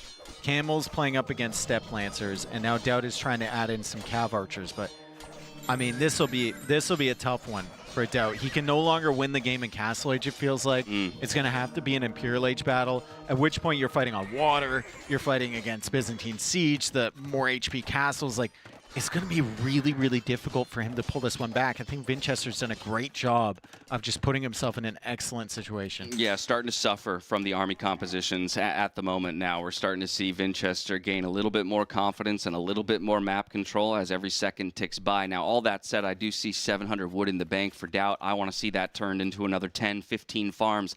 While your opponent has gone for the 4 TCs, that does mean you have the advantage in the Imperial Age timing if you choose to take it. And like you say, that could be the one opening for him ultimately to take down the Byzantines before they scale into that utterly dominant late game monster that we know them to be. I like this too because Vinch is adding another range, which tells me that he probably is getting ready for like a skirmisher switch because he's anticipating the fact that DauT will make either Mangudai or Cav Archers to combine with his Step Lancers. It's not just a full Step Lancer and a Camel. So he's going to be ready for that. See Bodkinero coming in, Handcart coming in. Even another archery range at that. I just don't know how DauT breaks this. Now, this is, I mean, it's beautifully called, right? I mean, this is that kind of game sense that you expect out of top-tier players. 500 wood on that tree that he's chopping. I take full credit for this. There it is. Full credit for this victory. At the end of this, it'll be Dave 1. Exactly. Exactly. Now the villagers going over to maybe wall that side, too. Second armor upgrade on the way for Vinch. 83 vills against 87. Cav Archers are being added in from DauT, but the ranges are there. Yeah. Vinchester's actually choosing to go into Archers now, so might be thinking about Crossbow into Arbalest. That seems a little interesting. Yeah, I mean, it does save him a little bit on the food cost, right? And if you are trying to keep up camel production at the same time, maybe skirmishers might be a little too difficult to produce as well. But all that said, while we've been lauding DauT for his timings up to this point, I think the same should be said for Vinch, right? We saw the University go down in the back of the base, as well as now a pretty aggressive forward castle placement. And at the moment, it feels like he has the military to make it happen, to protect it. Yeah, and another monk is going into the middle, so he's snagging relics from there, too.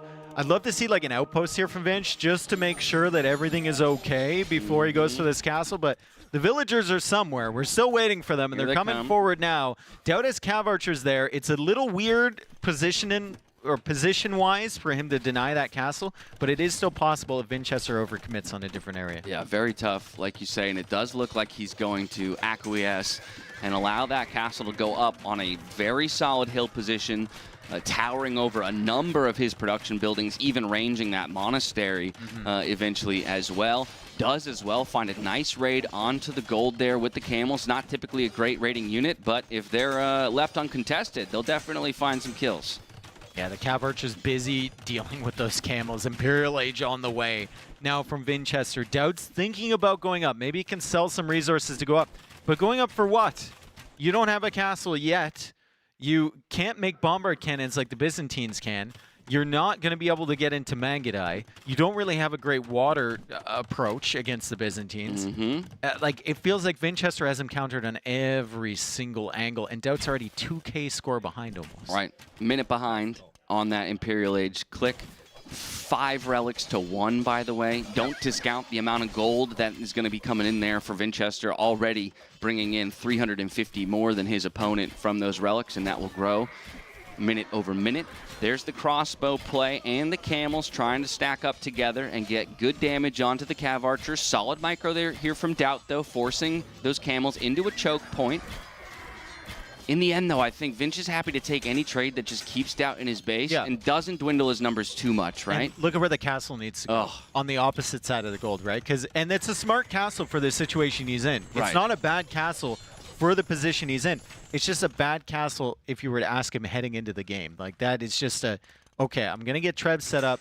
Hopefully I can hold and push this back, but it's definitely not likely. Yeah, ironically, Vinchester is in the position that DauT wants to be in as the Mongol player, right? The one with the more aggressive castle and the slight advantage in timing to the Imperial Age so that you could get the pressure with some Trebs out. This is a great find, denying 2 archery ranges for the time being, picking up a number of ill kills here on this gold.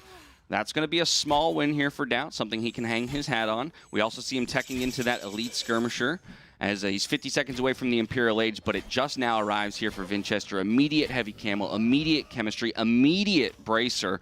That means, of course, the bombard cannons will be coming out in just a little bit. Yeah, DauT has been really active with these Cav Archers, and coming forward there, denying those 2 ranges being built, I think is even better than kicking them off the gold, because Vinchester has a ton of gold. It just kind of kills the momentum just a little bit for Vinchester, right? Now he feels like he can't make that many skirms. He's just going to go heavy camel. Now he's queuing up skirms from archer ranges that are way far back. You bought yourself probably 2 minutes by pushing forward like that.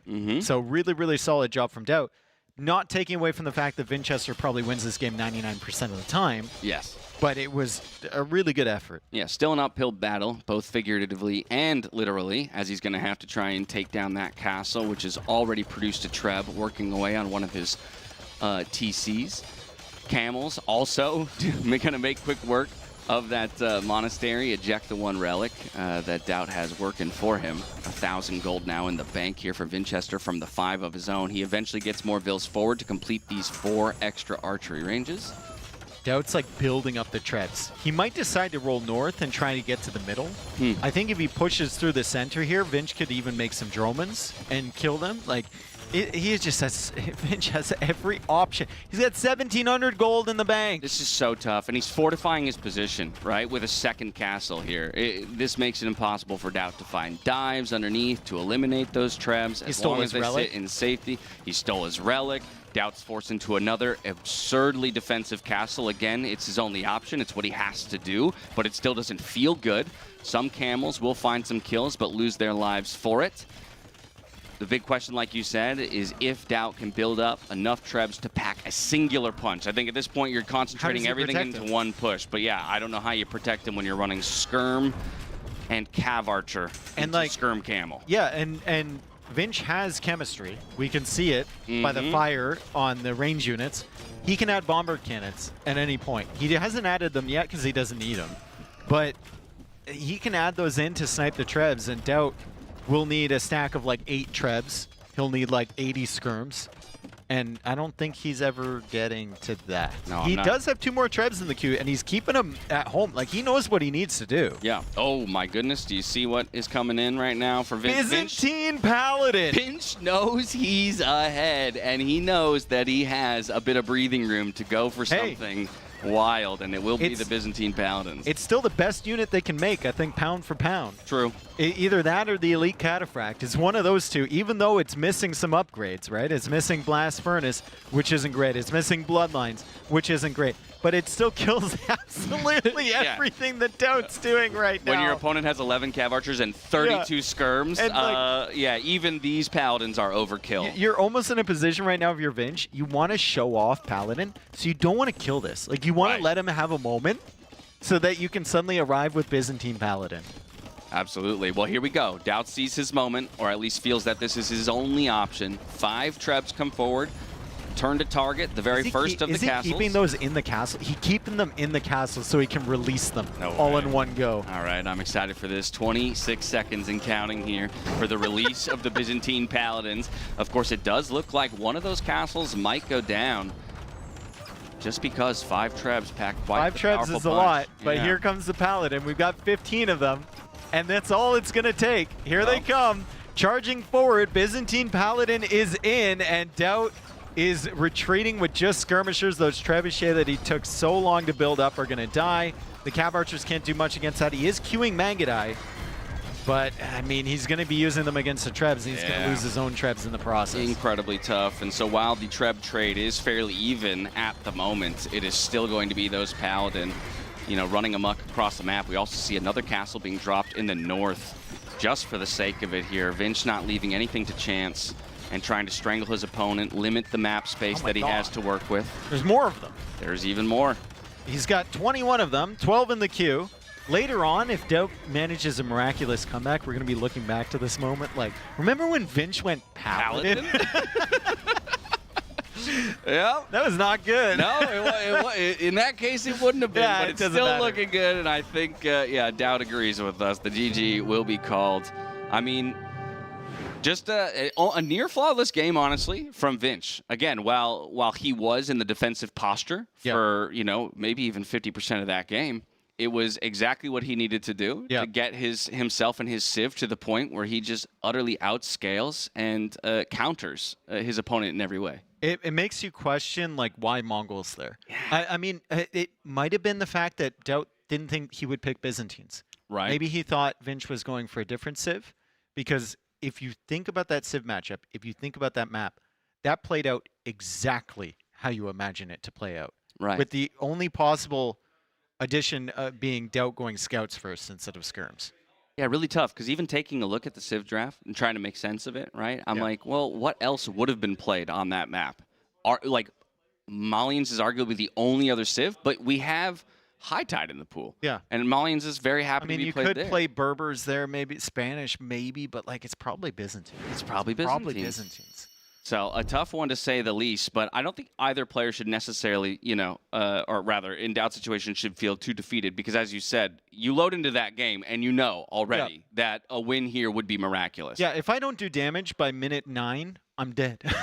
Right. That's kind of it, right? So I think the question is now, where do you go from here? Obviously, it's going to be map selection for DauT. Does he go for that Hearttt? Does he go for, if you want to pull it up for us here, or maybe up onto the screen? Up onto the screen share is the probably viewers the as smarter well. one, so we can all look at it together. There we go. We Bypass being, I like maybe the bypass Turks play that we were talking about. Yeah, but then if it didn't work with the Mongols, and then you go onto your little cooking project on bypass with the Turks, and it doesn't work there, then you're really in for a fight. It's a tough one. We're going to noodle on it. You guys should noodle on it too, while the players do as well. We're going to head to a quick commercial break. When we come back, we'll jump into game number 2. And now, a word from our partners.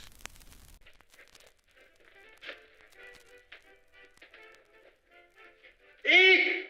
A mouse! A mouse! What is it, dear? Why you rage? Oh, honey. That's no ordinary mouse.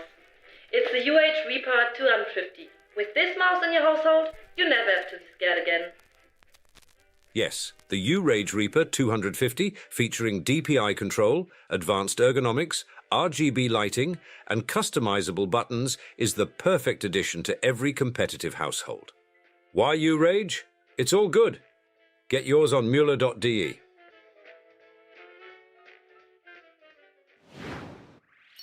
Welcome back to the Noble Apartment Cup for game number 2 between DauT and Vinchester. We said the players were going to think about it during that commercial break. They've come up with the answer. We're heading to bypass next. Civs still left to be decided and or seen, but it feels obvious that Turks has to be Turks, played here. And it feels Cumans. Cumans. Yeah, I've seen Cumans be really, really successful on bypass.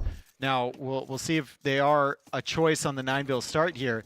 And we actually have Spanish against Turks. So we have the gunpowder matchup here. Unique unit showdown. Janissary versus some conks, maybe some supremacy later, which can be really solid on this one. Yeah. Now, it's interesting because this map has gone through iterations, right? Yeah. Where of old, the strategy was almost always who can get to that castle in the middle of the map. Yeah. First, not so much an option anymore. And so I do wonder what the approach will be for either of these players. Where will that first castle placement be? Is it going to be defensively, look for map control? Is someone going to look for one of those sneaks, bringing a number of villagers forward and looking to break into the base nice and early? Well, I think one of the strategies people go for now, I mean, you can't build the castle in the middle because it's that sand terrain. Exactly. Right? So that's a big change. But one of the strategies is like early stone wall forward against your opponent, just to prevent any sort of villagers coming with a tower, and then they put the castle. Like it's really, really dangerous if your opponent gets forward there. So a lot of people will just go for the stone wall initially. And another thing about this map, which you used to have to do on the old arena generations, not so much anymore, you got to hold open your gate with a sheep to push in the ostrich or the deer or whatever. It can be super annoying. I was about to say, admittedly, that's enough to keep me from pushing deer. Yeah, well, now, I don't know if you were around for old, like, original Age of Empires arena, but sometimes your boars would both be outside. Exactly. Your deer would be outside, and like 4 of your sheep. Right, you're deleting portions of your wall just to get your boars brought in. And then you're like got a sheep holding open the door. Yep. As you're trying to push in a deer, and you're also trying to lure a boar, and then this other maniac somehow odd all the res inside his base, so he had time to send the scout forward. Right. And it's a complete disaster. He's harassing your non-loomed vills. Yeah. Exactly. He's stealing some of your resources. It's not going to happen here. Not going to happen here. Exactly right. Both players focused on pushing in those zebras for themselves, working towards the feudal age. But as we've seen the approach here, not too much bypass play yet at the tournament, but we have had 1 or 2 games. Definitely because of the inability to place castles in that central bypass portion of the map. We've seen more players leaning towards fast castles and booms. But again, that's where I will be curious to see if either one of these guys kind of shirk the normal strategy to go for something surprising as they reach the castle age. Well, I actually like the Spanish a lot better if they're going into unique units because they're more mobile and they're faster.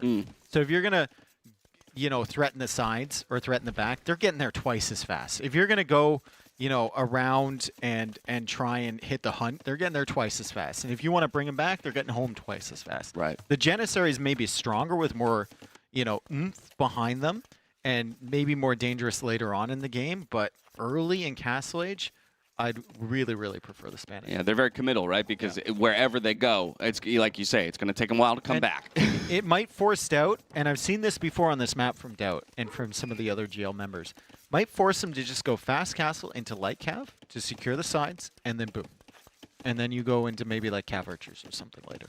Yeah, light cav for the Turks, it's such an easy thing to go into, right? But against Conks, I don't know.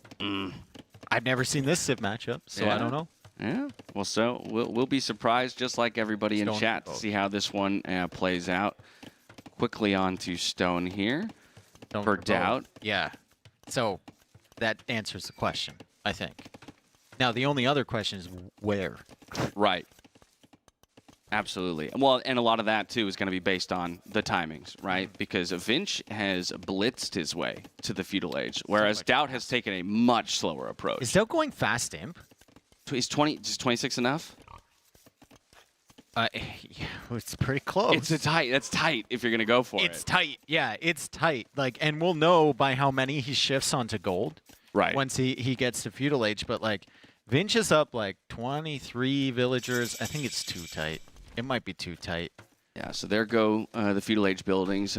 Market blacksmith here for Vinch, following a very traditional fast castle build. It's just for so this slow day for and age DauT. of Age of Empires. Yeah, but because that's the thing. If this is just fast castle for DauT, we're just going to be constantly questioning why commit to 3 extra villagers. You could get to those TCs. You could get to that. He has no food for fast imp, so I don't think it's going to be that way. It just we're asking why.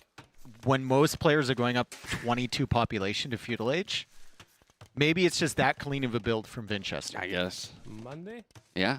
He's up to castle. Either way, right? If you intend to be the more defensive player, which maybe is DauT's idea, you know that you have the time before any conks come knocking on your door, right? Due to that travel time, you could invest into a few extra villagers, still get your castle up, So he's probably not too concerned about being punished, quote unquote, immediately for it. But again, he's just going to be behind in reaching that next age. As you can see, Vinch almost halfway there as the buildings are just now being completed here for DauT. I'm still looking for ways for this to be a fast imp. I'm looking for ways for this to work for DauT because he's still mining a lot of gold.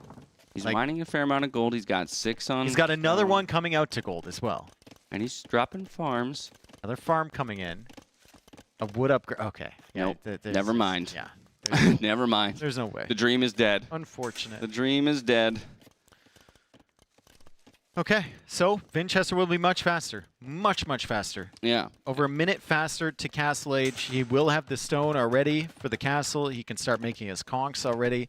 DauT stayed a little bit longer. His eco is, 300 res collected ahead, which happens when you stay a little bit longer. So maybe that's just premeditated. He wants to take his time getting up, and he knows that Vinchester, because of that sand terrain, can't just come forward and castle drop his face. Right. So he's got some time. Perfect stone count for the Spanish player. 5 seconds away from the castle age. Already bringing the vills off a stone. Okay, he's just going to opt for a central castle here, obviously. That's as far forward as he can place it because of that terrain. That's so fast, though, that if DauT wants to make a central castle like that, Vinch is already going to have units. It's true. Yeah, he'd be able to deny it. over the wall, so DauT would have to place it even more passively at that. And again, those are only palisade walls. A few conks, and maybe a vill or two coming forward to batter at the walls, and all this could be real ugly. Where's he going with these vills? He starts chopping wood now. He's got enough stone for the castle. He stopped as soon as he had enough stone. Still 20 seconds away. Vinchester's castle's already going to be up, dude. The conk's already going to be out. Like, and he's got a scout moving forward. Like, if DauT wants to place a castle, I've never seen a DauT castle 1 second into castle age before. And yeah, okay. I think he will get this castle up simply because he's choosing to place it this far behind the walls. Just one scout, one conch so far aren't going to be able to get through that palisade necessarily quick enough. So all in all, DauT will be safe, but again, he's squeezed for a little bit of space. He's fine. You know, in hindsight, we look at the resources here. We look at the position Vinchester has with his castle. It's not optimal for DauT, but he is ahead in economy. Right, it's a good point. If I were to drop you into this game right now and say, you know, like, which position would you want to be in? I'd say I like conks. You'd say you like conks, economically, I like DauT. Right. I think it's okay. Okay, house wall Can he here? get the house wall down? That's really important. If he does, and he does, and now the Janissaries come out, so they can start picking away at those conks, but Vinchester with some great micro. Conquistadors only seem to hit their shots when they're at max range. Right. Who's got better aim? That's the question. A Janissary or a conk? Oh my goodness. Oh no. This is just so much damage. I mean, that's your vill lead. That's the vill lead gone. Oh god. Just like that. And then some, even. Yeah, DauT's trying to cut him off, and he's actually getting his shots, but the conks snipe another villager. Great micro from Vinch. Yeah, Vinch, by the way, one of the most enjoyable players to listen to talk about Age of Empires. Well, he doesn't stop. Well, yeah, which is amazing. Yeah. I love that his mind is just As an constantly interviewer, you're going. like, Yeah, exactly. finally. It's very, very easy subject to interview. But also the way that he specifically thinks about the game. I know that he puts such a high priority, yes, on micro, which is not going to come as a surprise to anybody, but he says what he calls it macro micro, which is how you take the fight, not the actual movements of the fight, but the choice in how you approach the fight and take the engagement. And I think in a way we saw it there, where he has the perfect understanding of the reload time and the fire speed of the Janissaries, so he understands now how he has to move in order to take full advantage in a 2 conch versus 5 Janissary situation. So I think DauT is trying to go imp. I mean, he's massing resources. He's not making Janissaries. Okay. He's only got 2 on wood. He's got 28 villagers. So it's not good, right? After losing against those 2 conks that were in there, the macro micro from Vinchester that you were talking about. But he's going to try and make the best of it, and a good way is to push through the middle. But I guess he's decided against that now. He's banking resources, and now he adds more Janissaries, more monks as well. It's quite peculiar. A little indecision, perhaps, right? Maybe. You know, as soon as the plan didn't go. Or maybe he feels like he just needs more to keep himself alive. He's still banking a lot of food. He definitely is. 14 on food, still remaining on 1 TC. 14 on gold as well. Let's see the dance, though. I mean, once again, Vinch is just styling in this moment. Honestly, though, I've seen conks miss so many shots up close here. It's probably better to be, like, right next to it. Watch, this guy's going to miss a shot at some point.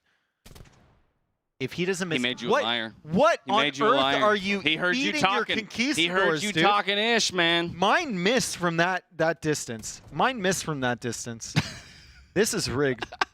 500 gold now in the bank for DauT. 440 food. Like, he's thinking about going in. But he's still got 4 on wood. Yeah, it strikes me as is just non-committal, right? Like, we haven't decided. I mean, we have decided. It's clear that he is slowly working his way towards fast imp, but as more conks arrive, he's going to feel the need to produce a couple more Janissaries in order to defend, and that delays the fast imp all that much more. We have a second TC going up for Vinchester. They always hit the units that are... That's a miss. It's always hitting the units that are moving. Like, it never hits the easy shots. I just have a thing about these sort of shots. Yeah, I'm with you. How did that guy come all the way through the front? Where did he come from?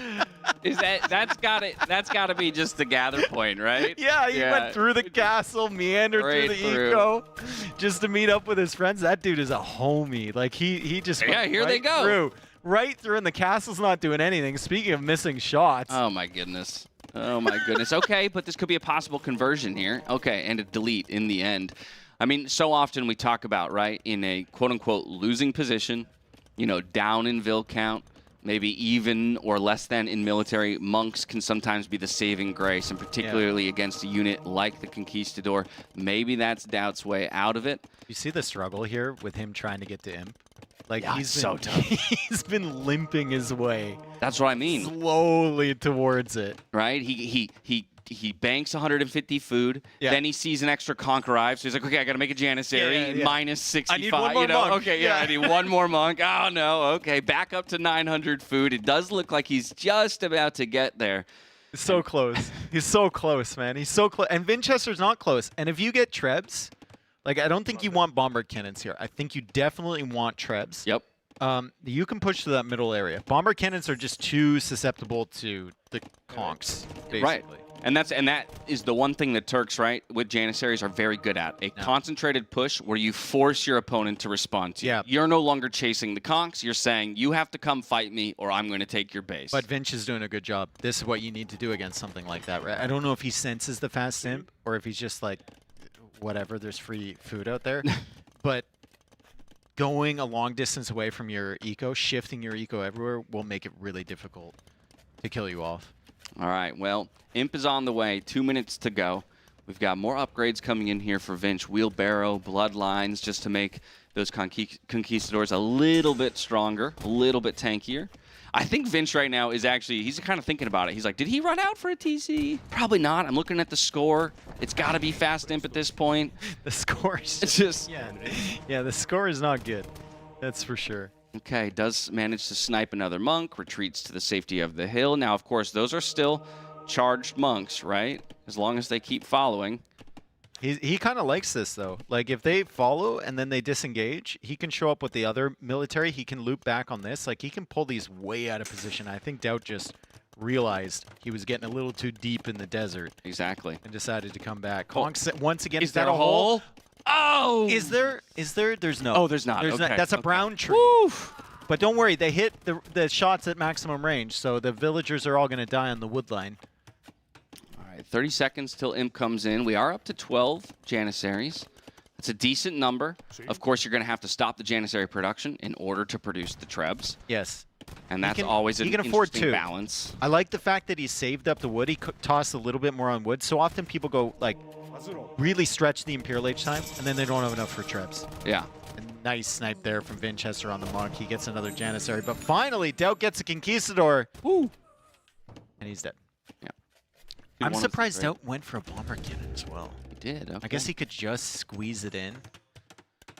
Feels like Trebs are just better here. Yeah, I mean, they hit so much harder, right? And again, you need to do damage, and you need to do damage they can't be killed fast. by the conks. Right. Like, not easily, anyway. You have your Janissaries there. The Bomber Cannons can just be sniped. Yeah, I think, as you mentioned, the scary thing here for DauT is even if he does successfully start pushing through the middle, we've set up a secondary and third base. Yeah. And they're well protected way off to the south and the west side of the map here. The conks, again, harassing from the back. We do finally have the Treb and the Bombard Cannon on the field, so I'd look for them to roll forward, and we can see just now starting to engage the castle on the other side of the map from Vinchester.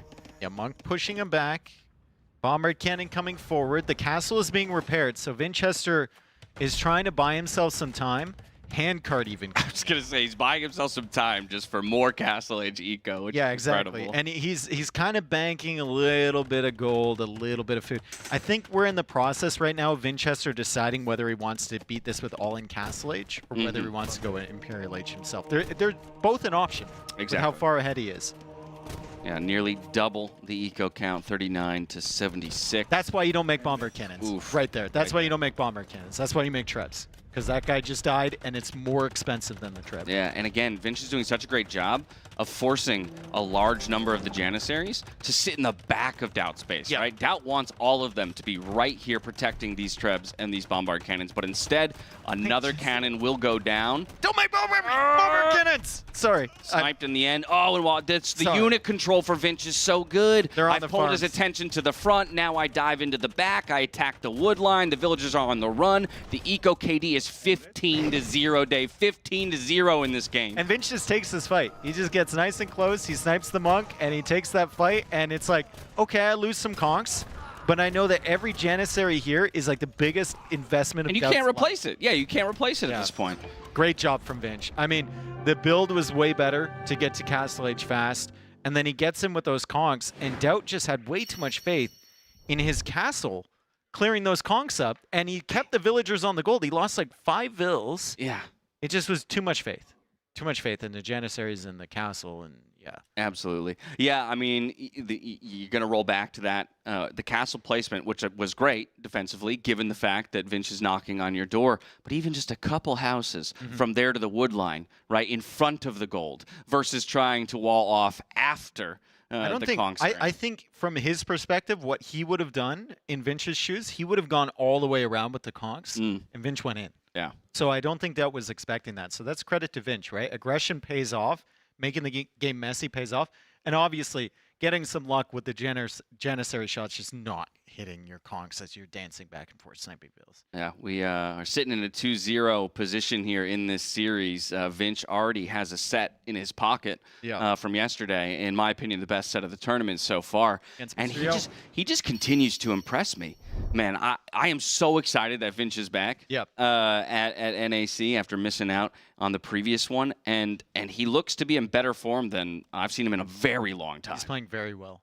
And the best thing about Vinch is, like, he plays his own distinctive style of Age of Empires. He has his little quirks, right? He's kind of like Hera in a way. He's kind of like Liereyy in a way. And then he has weird draft picks like Mr. Yo or ACCM. He's got weird strategies cooked up. Like, Vinch is his own entity.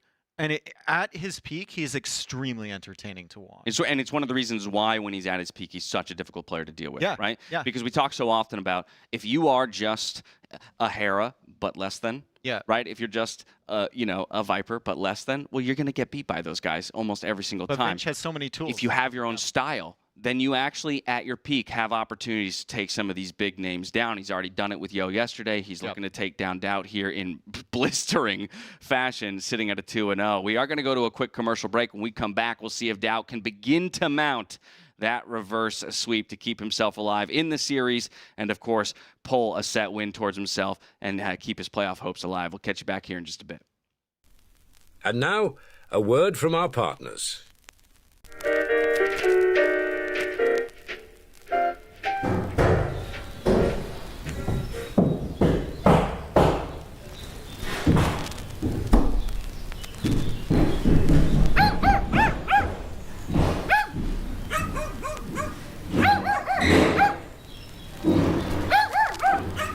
Tired of interruptions ruining your moment of peace? Discover true tranquility with the Hammer Bluetooth headphone Passion Voyage. With cutting-edge noise cancellation, immersive sound, and unmatched comfort in every note. Sounds like more Hammer.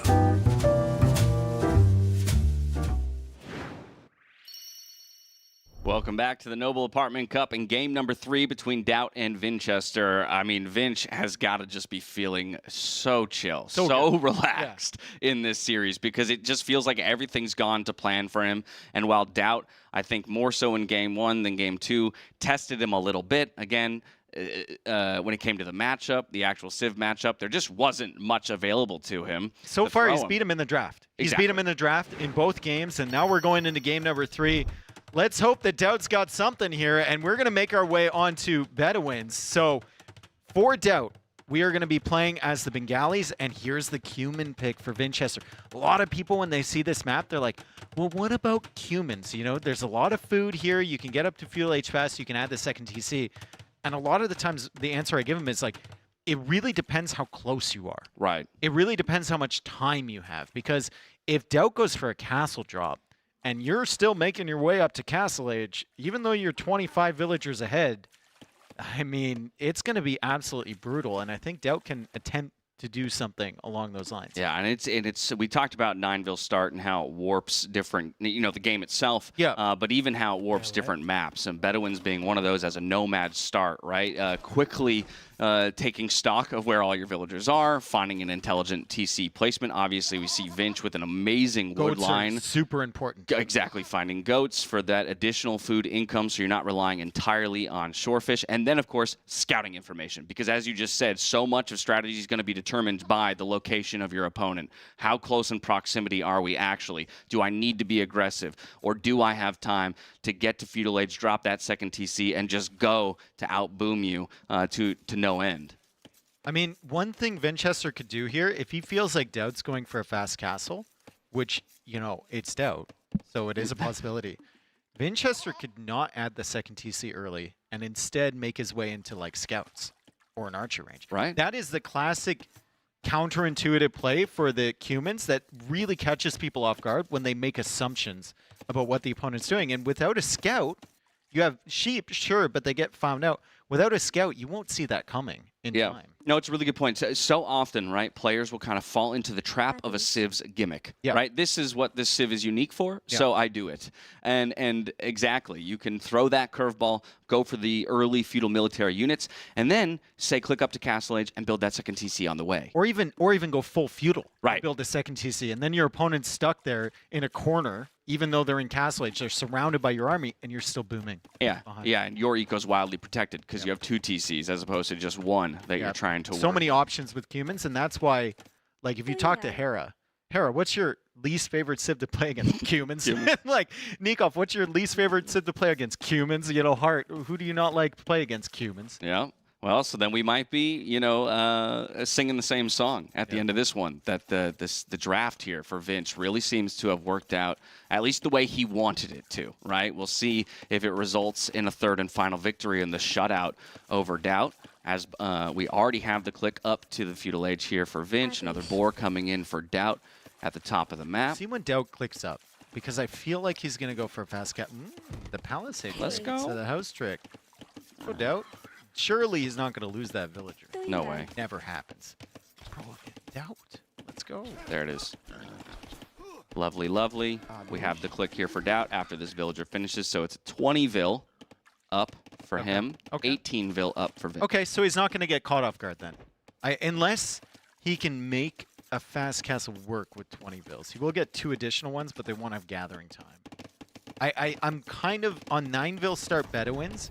It's really deceptive. You can't go by normal population counts. Right. Because the fish comes in so quick, right? But I think he can't make it work. Yeah, I'd be curious, again, on the scouting information, right? Because it's not just about the TC locations. Yeah, it's barracks. Okay, barracks is going to be the call. Cool. But, you know, we're also looking for those extra mills. Look at the walls coming up already for Vinch. I mean, he walls off the sides, and then he TCs like another open angle. Yeah. Like over there. Oh, man. Right? So he's just about to be, he's building a resort for himself. Exactly. And as a man who visits many fishing resorts, it's quite a nice one, actually. Yeah. There's a lot more fish than the ones that I go to. I think Vinch has been kind of a world traveler recently as well. So it's fitting with the theme. But the second TC is already on the way, having blitzed his way to the Feudal Age. More vills in the queue. Plenty of food to produce out of those 2 TCs. And as his opponent reaches the Feudal Age in 10 seconds, that's when he'll start thinking about any pressure that might come his way. Like, it can't be scouts, right? He's got the food for scouts, but like, what? Against second TC, scouts just feel so weird. Unless you know where their fish is, and maybe you can snipe the top villagers. fish, but does he I don't actually? think He doesn't know about that. He doesn't know about that. No, so he's just going to get himself some information. Maybe this is what we're talking about. He doesn't want to get caught off guard, right, by something. One so or two he's going to go for some scouts. He'll go for a spearman. He still has a decent amount of resources in the bank, and I'm really wondering how many scouts he queues up. Is it 3? Is it just 1? I feel like it's such a tough situation because I feel like it has to be 3 because if you feel the need to do damage, right? Again, against Cumans, knowing that very likely you're already getting outproduced 2 villagers to 1. I hate playing against Cumans. I feel DauT's pain right now. This is so like, tough. It's like, what is he doing, man? Like, is he just booming? Is he walling up? Is he going military? He's about to find out. So at least the questions will be answered to some extent. Yeah. But he'll run maybe right into a TC. Oh, okay. Finds the villager on the blacksmith. And no loom, no loom. Nice job, DauT. Okay, there we go. What? Okay. Don't freak out. He's got it under control. He's the Lord. He's the Lord. the Lord and Savior. All right, one Vil snipe here. Loom forced. And now the blacksmith denied, at least for the time being. It will be a market being placed close to the TC That's here. an annoying blacksmith to know. Absolutely. That's a lot of wood invested at the time. And it's a long way away. Exactly. And you don't have any military buildings. Look at Vinchester's resources. Even with that second TC, he was thinking about castle. He was. He's going to have to make another blacksmith. And it's a tower coming forward Okay, from DauT. That was an insane blacksmith denial. Okay, we might be DauT. delaying the castle age from Vinchester. He was thinking 2 TC boom into fast castle. I'm on stone. Like, I'm going to make a castle. And DauT is just pressuring him in feudal age. Loom coming in for Wow, DauT. perfect tower placement as well. Doesn't just see it. outside of vision. Oh, we might have a game on our hands, He had to folks. make another blacksmith. We might have. Yeah, he did. He did. And he's still lacking the resources just slightly. He's about to hit it, and he'll get the click up, but that's 2 minutes and 30 seconds that he'll have to survive before even reaching the castle age. Again, not a single military building yet for Vinch. So it's within gonna be range of the. Is it within range? No, it's not within. Oh, it is. It is. It is within range of the TC. Damn. It's always unclear when you're on the diagonal side whether it's actually within range. So DauT kind of messed up a little bit there. That tower is going to go down really, really quickly. This one still not seen, but not within range of the TC this time. Yeah, not seen and well protected from the scouts as well, in case Vinch did go forward to scout it with villagers. But I love this aggression out of DauT. It's what he needs to do up against a player who's played and another in tower a fairly greedy fashion. Let's go. Tower on the gold, tower on the stone, tower formerly on the wood line, and Vinchester still hasn't killed the tower on the wood line. He didn't want to sacrifice the idle time. He is up to the castle age, and he's going to have some problems here. He's going to have some big problems. He can't even produce from both of these TCs soon. Oh. I mean, interestingly, he's opted not to finish killing that tower. Values the working time of the villagers over the idle time in contesting that tower placement. But once again, we have multiple towers going up. The surround has begun. Vinch, if you wait till Castle Age to place a Siege Workshop, I'm going to be so annoyed. Because you can just make it right now. Yeah. He can make it right now. He doesn't have the wood yet. Or he just sold his wood. Yeah, he just sold it. He sold all of his wood. Yeah. So is he thinking about castle? He's thinking castle. Okay. That's what he's doing. He's buying the stone. He's got the villagers on the stone there. He's going to place on one of these towers, probably near the gold, I think, so that you can get access to it. It's got to be. It's got to be. And then he'll take that out and he'll have kip checks. Okay. So this is a castle to deal with one singular tower. That's the position that Vinch is in. I mean, it's yes. Get yourself kip checks. No, 100%. And you can feel a little bit better about yourself. You're just committing 30 villagers to building it. Again, DauT with another great tower here to even threaten the gold for a little bit longer. Just making a mess of this game, exactly as he needs to. On the way to the Castle Age himself, 2 minutes and counting. Does see that castle go up and is now dropping a blacksmith of his own. But you know, for all the talk of the resort space that Vinch had built for himself, it's a rather small resort at this point. Yeah, it is. It is kind of limited for sure. DauT has built that tower. I think once Bodkin is in, that tower might be within range, which is unfortunate. But at the moment, I mean, Vinchester has one food in the bank, so I don't think Bodkin's really a priority for him. 43 villagers for Vinchester, still 35 for DauT. He'll get an additional 2 when he gets to Castle Age, his Bengalis, which kind of keeps him in the hunt. Oh, and this is great scouting. I mean, he sees the kip checks, and he's got the resources to add TCs when he gets to castle. Exactly. Or but castle. But it's very important, and even using this final scout to lead the kip checks away, right? Look at him. This is fantastic. Come on, DauT. Look at him. Give me that jiggle. Jiggle. Ugh. Okay. Nice Hey, range. bought himself some time. Bought himself some time. Dude, these towers are still annoying. Like, there's one on the stone, there's one on the gold. DauT, I think, is going to get a little greedy here. He was initially going maybe towards a castle. I think it's TCs first from him. Okay. Monastery and TC placement. Yeah. Definitely got to be worried about those kip checks coming forward. I see them on the map now. There's 3 of them. They will find the TC, the original one, at that. But I do believe that second TC will go up without being threatened too much. I think kip checks will struggle. Like 3 of them are going to struggle to kill a Bengali monk before he gets the conversion. With the extra pierce armor. Right, and just how close they have to get to engage. I think the monks will hold them off for a while until he's got the enough stone to go for a castle, and I'm not certain on the Ratha versus Kipchak matchup. I couldn't say that I'm majorly experienced with that one. In like the range battle, I think the Ratha will probably lose in large numbers because the Kipchak are just faster to use, but the melee version of the Ratha is so much more versatile than the Kipchaks are.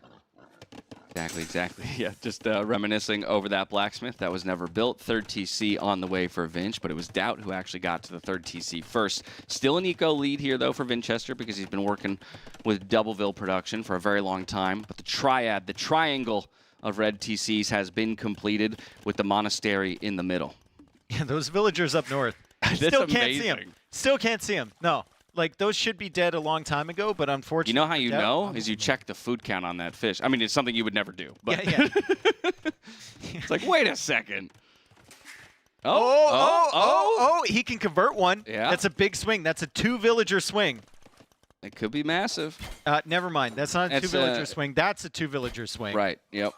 You'll recoup the losses of the Vills right here. Does go for the conversion, manages to snag one, and will pick up the rest. All in one day's work. Yep, all in one day's work. Kipchak's now coming in again. The big problem for these units, and the monks are going to get the conversions here as Vinchester needs to back away.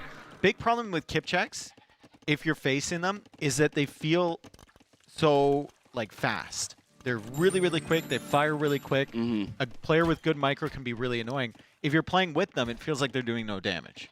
That's the issue, especially without Balkanero. Right. Yeah, and still waiting for that one to come in. Food count too low here for Vinch as he's trying to keep up the Vill production, and even at times struggling to keep that third Vill in the queue. 19 on food for him, 24 here for DauT, going for a couple monk upgrades, and some Town Watch. Love that on a map like Bedouins. Love that against a mobile unit like Kipchaks, right? You just want to keep track of them. You want to be aware of where they're going to be threatening at any given moment. Even a 4th TC now being dropped for DauT. Probably pretty aware that he's at least slightly behind still in the eco. First eco upgrade of the game. Ooh! First eco upgrade of the game. Bowsaw coming in for DauT. Still no Bowsaw for Vinchester. Yeah.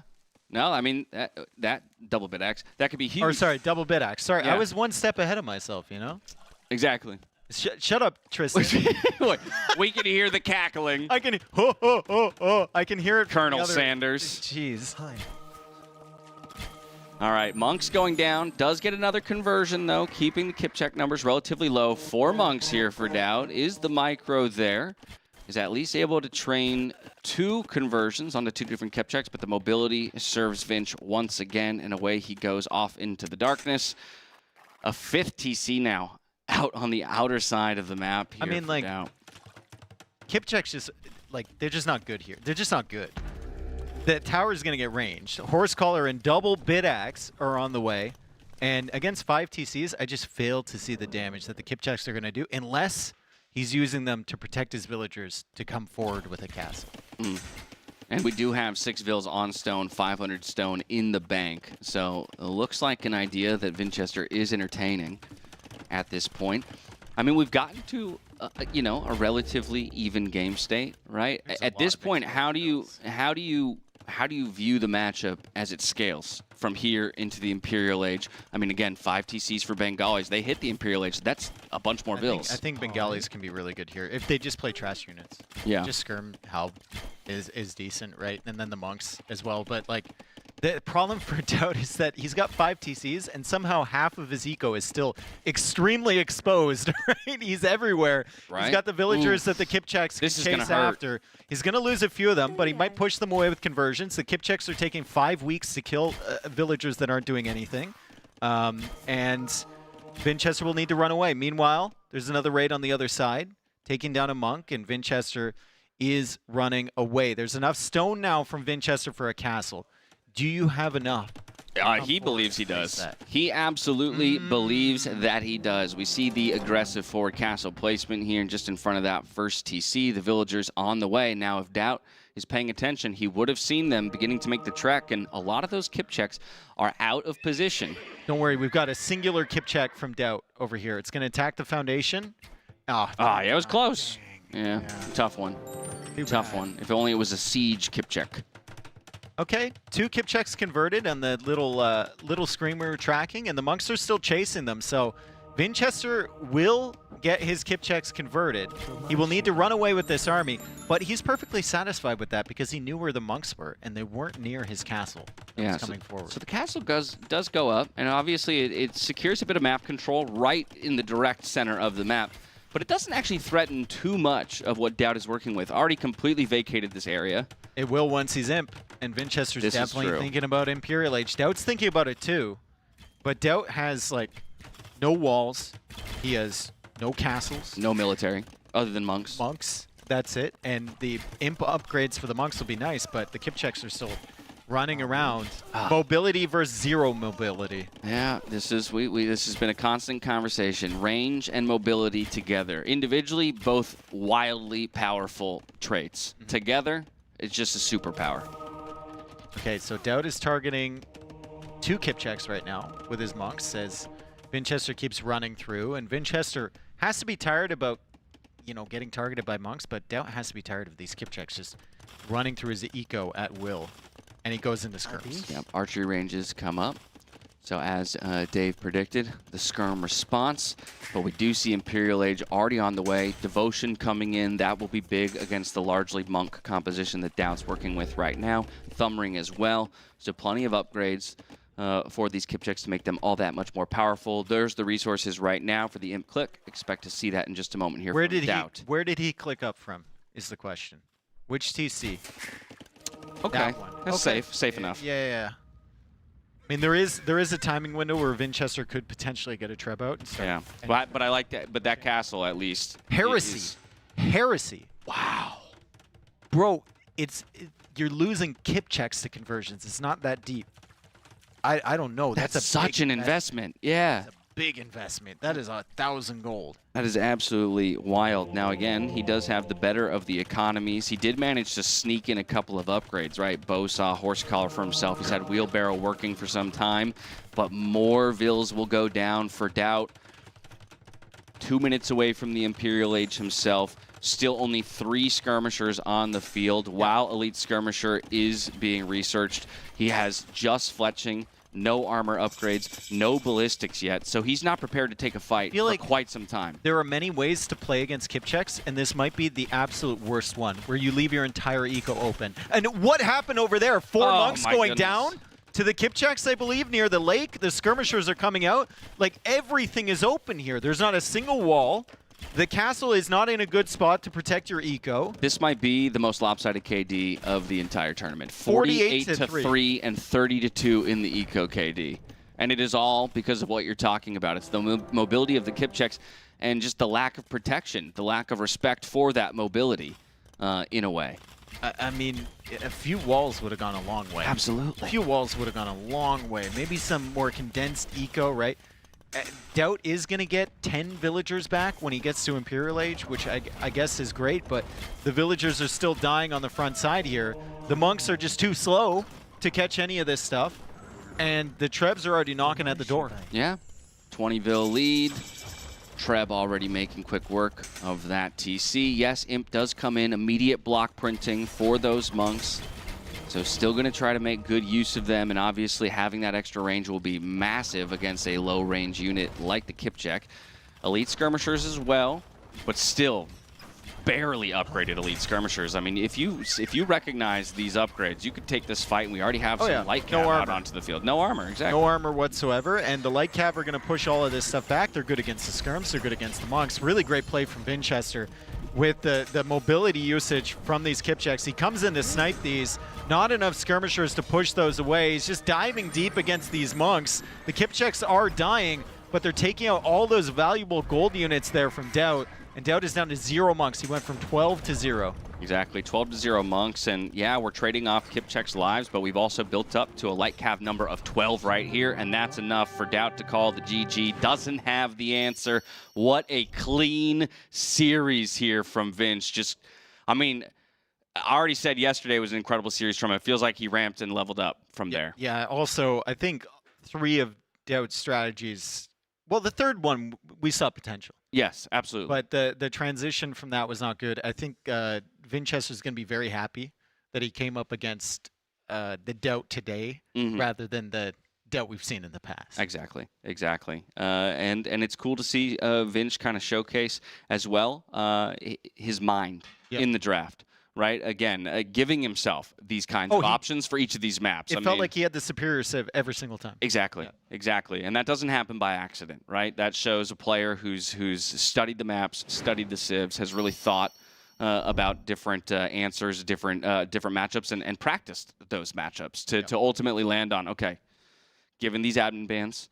That's the other thing, too. We don't maybe talk enough about how much of a skill it is. It's insane. To react, to deal with. Go do a mock NAC draft against your friend. Like you did one against T-West. Yeah, and we were largely doing it just to get more familiar with the format than to like try and see who would beat each other. And we were just struggling to keep things in order, right? Like it is not an easy thing to approach. And then again, you add on the pressure of the environment. You add on the intensity of the matches. And I mean, again, it's not a position I envy. I'm glad I'm on this side of the desk talking about it than trying to execute it. I mean, Vinchester is just so good with it. And like I said at the beginning of the day, he is practicing probably more than anyone that I've seen, at least when I'm here. And he's got notes for every single circumstance. So really impressive stuff. Vinchester's just getting set up over there for the interview. We'll bring it to you in a minute, but what an impressive start for him. 3-2 over Mr. Yo, 3-0 over DauT. He's overcome 2 legends already. Yeah, it's been a blistering start here for Vinchester so far as he has taken his seat in the winner's interview. We're going to go to a very quick break while Dave goes and slots over to ask him some questions. We'll catch you back here in just a bit. And now, a word from our partners.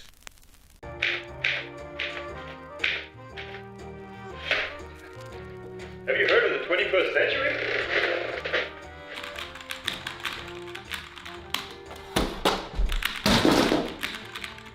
Why settle for clacks, clunks and jams? Say goodbye to sticking keys. And welcome to the ultra-responsive, quiet precision of the Liereyy Exodus 760 mechanical keyboard. With our Temu red switches for ultra-silent key presses, anti-ghosting with N-key rollover, and 1 millisecond response time, this keyboard will keep up with your fastest moves. Whether you're gaming or working, you'll enjoy precise control at the speed of light. Get yours on Mueller.de. In case you rage, we do not cover costs for damaged screens or unfinished castles.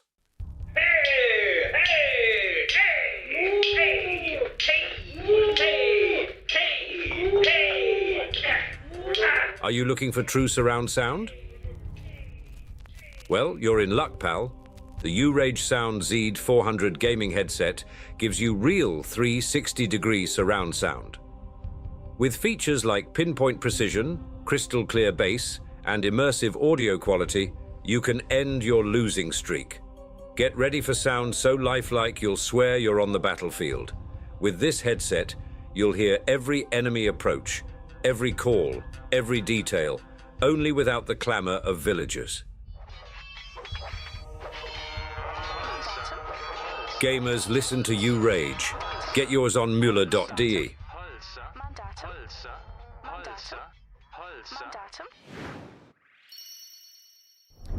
Welcome back, everyone. I have Vinchester here, winner of that set, 3-0 against DauT. And honestly, before we get into the games, it felt like to me that you kind of won those games in the draft heading into it. Did it feel the same to you? I think DauT still had a really good draft. Maybe I didn't expect Mongols on the first map. I think Byzantines looks like a perfect counter. But yeah, well, it depends on how he practiced. But from my perspective, there is still some ways for him to pick his civs, so it would be fine.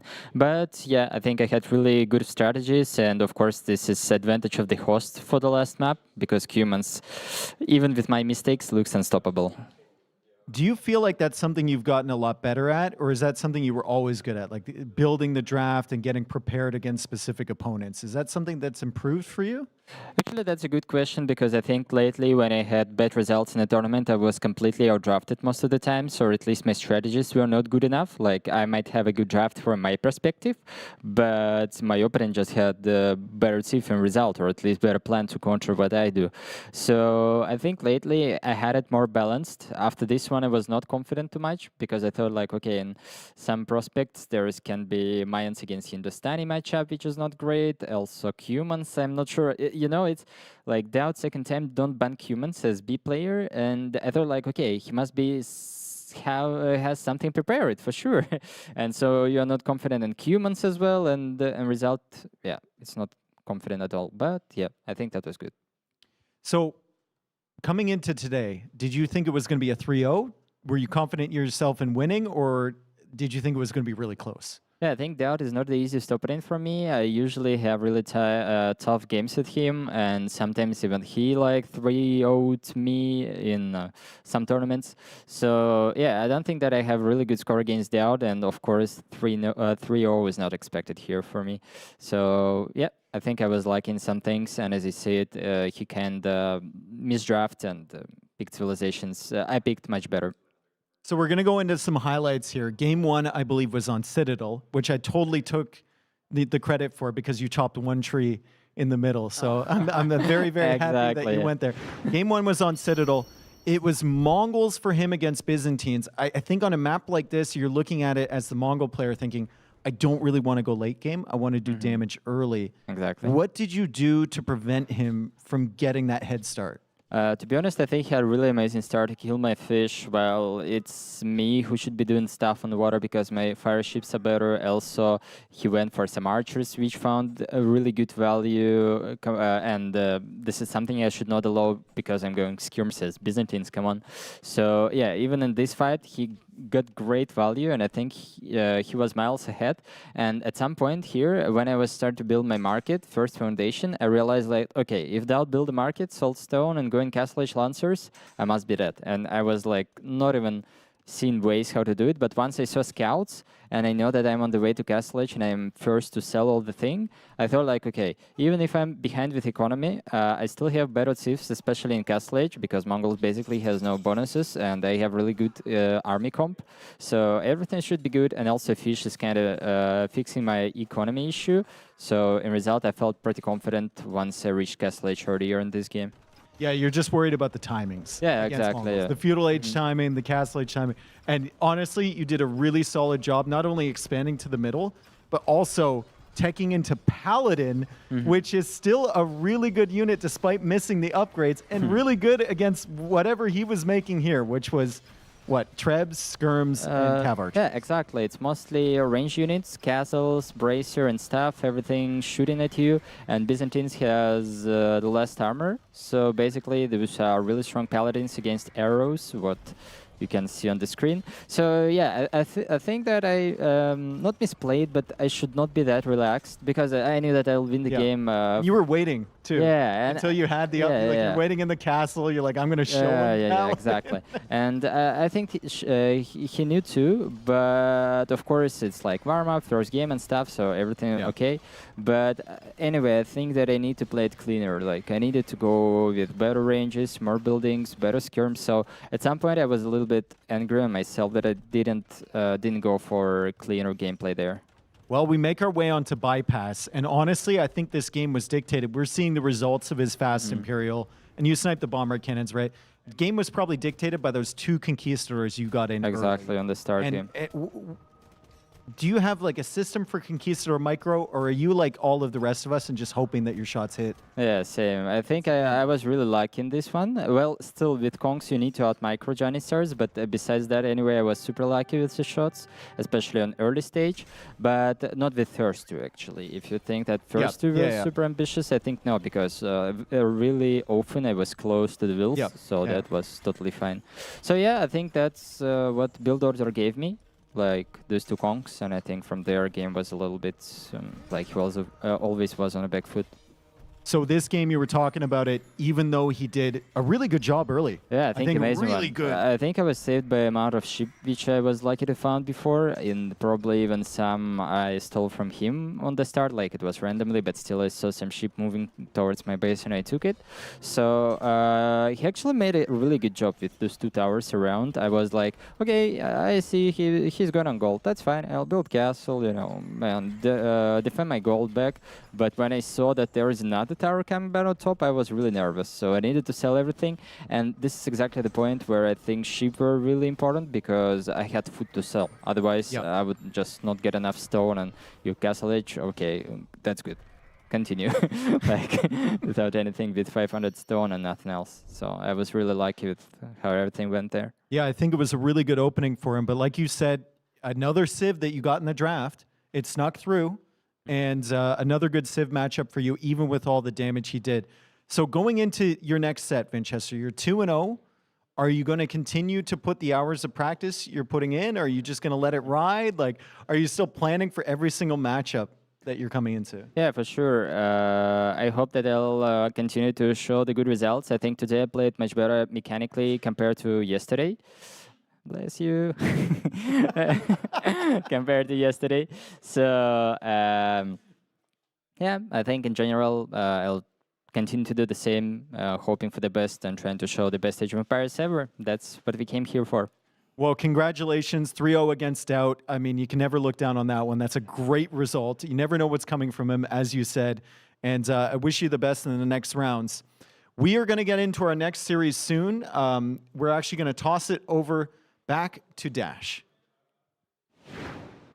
Thank you so much, Dave. Once again, congratulations to Vinch on an incredible victory and to be a wealth of knowledge in the interview as well. But as you return to the caster desk with me, it's time for us to talk about sharks. That's right, sharks of the surfing variety. Surfshark is back. It's yours and my favorite VPN, and they're showing incredible support to the Age of Empires community once again by being one of our top sponsors here at NAC Noble Apartment Cup. Now, we have an incredible deal set up for you guys if you want to take advantage of it with Surfshark as a VPN. We're going to get 4 extra months, so definitely be sure to check that out. I'm sure links will flow right through the chat in just a moment. But as you guys go and find some more information yourselves, I'll tell you a bit more about it. I think it's no surprise to most people, classically, that VPNs are most useful for privacy and security, to safeguard your data and your privacy online, especially while you travel around the world. And that's why I think it's incredibly applicable that we're talking about this at this event. As I fly from the US to Germany, I'm using public Wi-Fi at time. It's always nice to be able to connect through a VPN and know that my data is safe and secure. Beyond that, Netflix libraries, Amazon libraries, don't even get me started. If you need entertainment and you want entertainment that can only be found in specific places, VPNs are for you. But through all of that, a couple of cool features that come with Surfshark. All you need is one account. I know some people might be thinking, well, I've got a million devices nowadays. I've got a smartwatch that connects to the internet. I've got a phone that connects to the internet. I've got a laptop. I've got a desktop.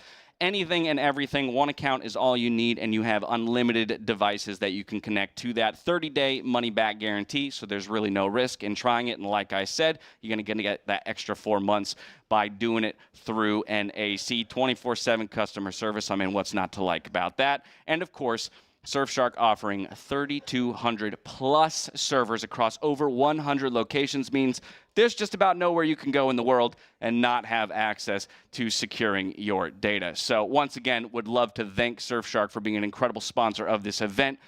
Their care for this community, Age of Empires, has always been incredible to see, and hopefully we can return some of that love to them. So make sure you follow those links. Check that out. We're going to go to a quick commercial break while we set up for our 4th set of the day. On the other side, we'll take you through it, and all the prep will begin. It's hard to say what's my favorite because there can be so many different factors. So, you know, a big LAN Game 7 that might not be as strategically deep still has tons of value and intensity there. You know, also like crazy micro-oriented games are also great, but I also love the strategic side. So it's hard to pick one. I personally find that I like a matchup or a game that has lots of pros and cons. So maps that are designed where one player can take an advantage in one area, but if they take an advantage in that area, then they're exposed elsewhere. And that can even be similar strategically. That type of thing is normally what gets me the most excited. I think that dogao is extremely underrated. Most people would not have predicted that he would have qualified for this. So I think to get in here, make it the way he did, beating the players he did in the qualifier, and also him seeing everyone around him just rank that he's going to be 10th out of 10 here. I think dogao is going to show people this week why he probably shouldn't have been 10th out of 10 on everyone's rankings.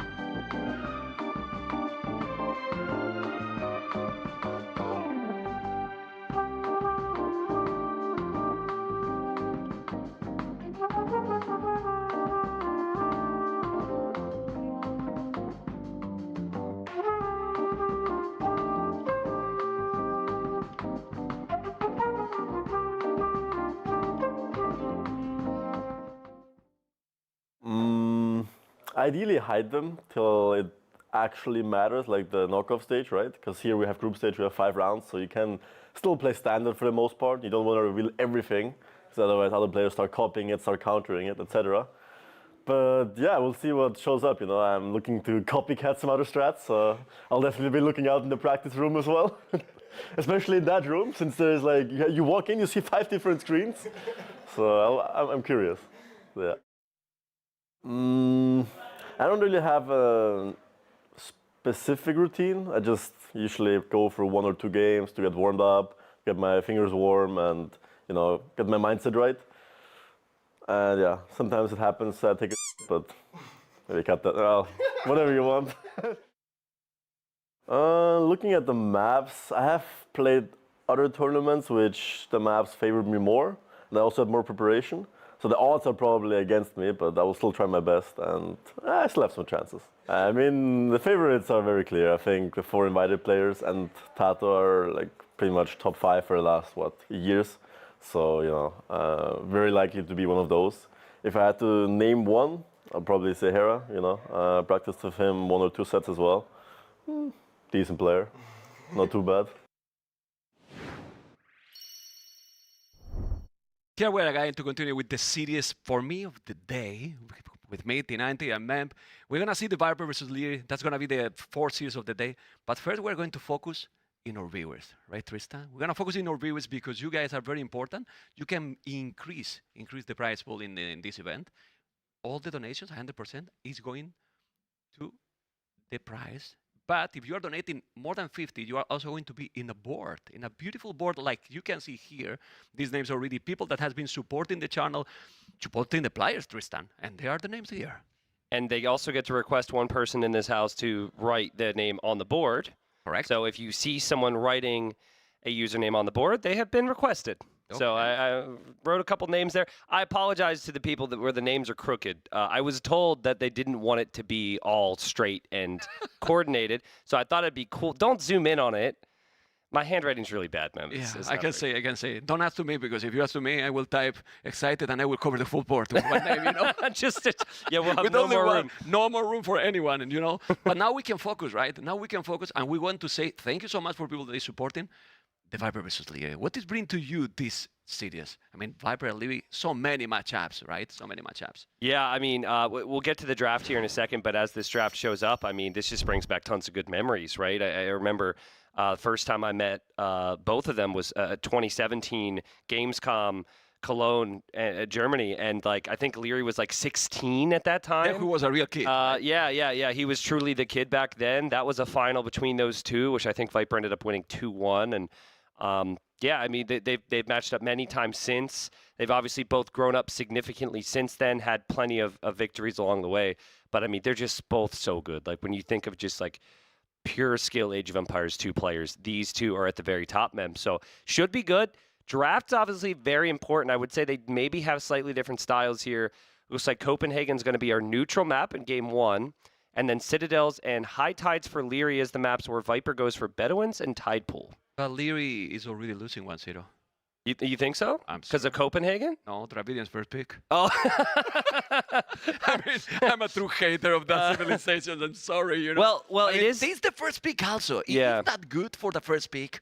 Well, so I'm not really sure. Like, I'm not personally in love with Dravidians for any of Lierey's home maps, but I do think Dravidians are one of the best on Tide Pool. So it's not as if there's not a pick that works here. The other thing to remember about the first pick here is they actually first pick Civilization before the maps are picked. Yeah. So you're kind of going for, you're then basing some of your map picks around what that first Civilization is. I think Viper's got a great first pick because Chinese, I think, are top 3 on Copenhagen, or maybe top 5.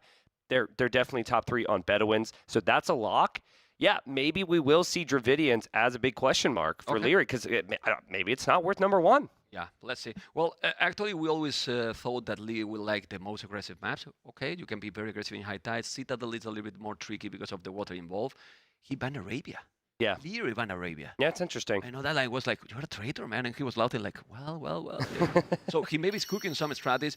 We were seeing how the players want to maybe keep some strategies, but knowing that the only 6 qualified, maybe you don't have to keep many strategies at all. Yeah, I listen, I think there might be like 1 or 2 things that pop up over the course of the week. But as you said, Memb, I think with the top 6 advancing and 4 being out, and this still being day number 2, loser here today is going to be 1-1. That's a dangerous position. If you're this good, you want to go 2-0. And here we are now in the first game. We are in on Copenhagen. We're a little ways in.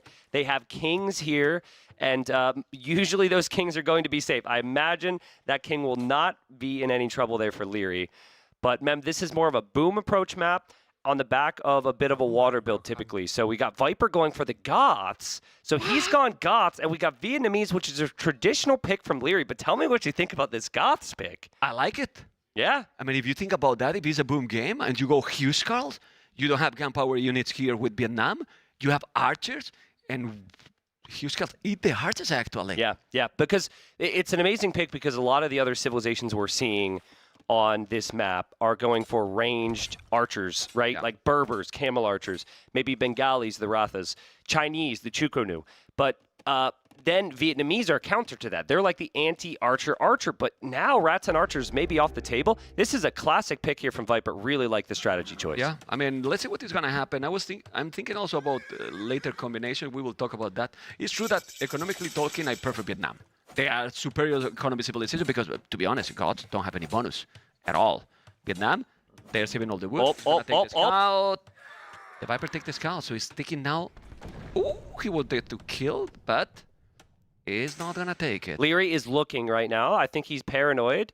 He thinks he doesn't know that Viper has docked here, and he's wondering if Viper has docked and if he can maybe get a second dock. Viper's scout is very weak here. It's just one more hit from going down, and he loses it, which is surprising. But then again, the main things that they're scouting have already been located, and now we have a quick wall war to start it all off. This is not something you see every day on Copenhagen.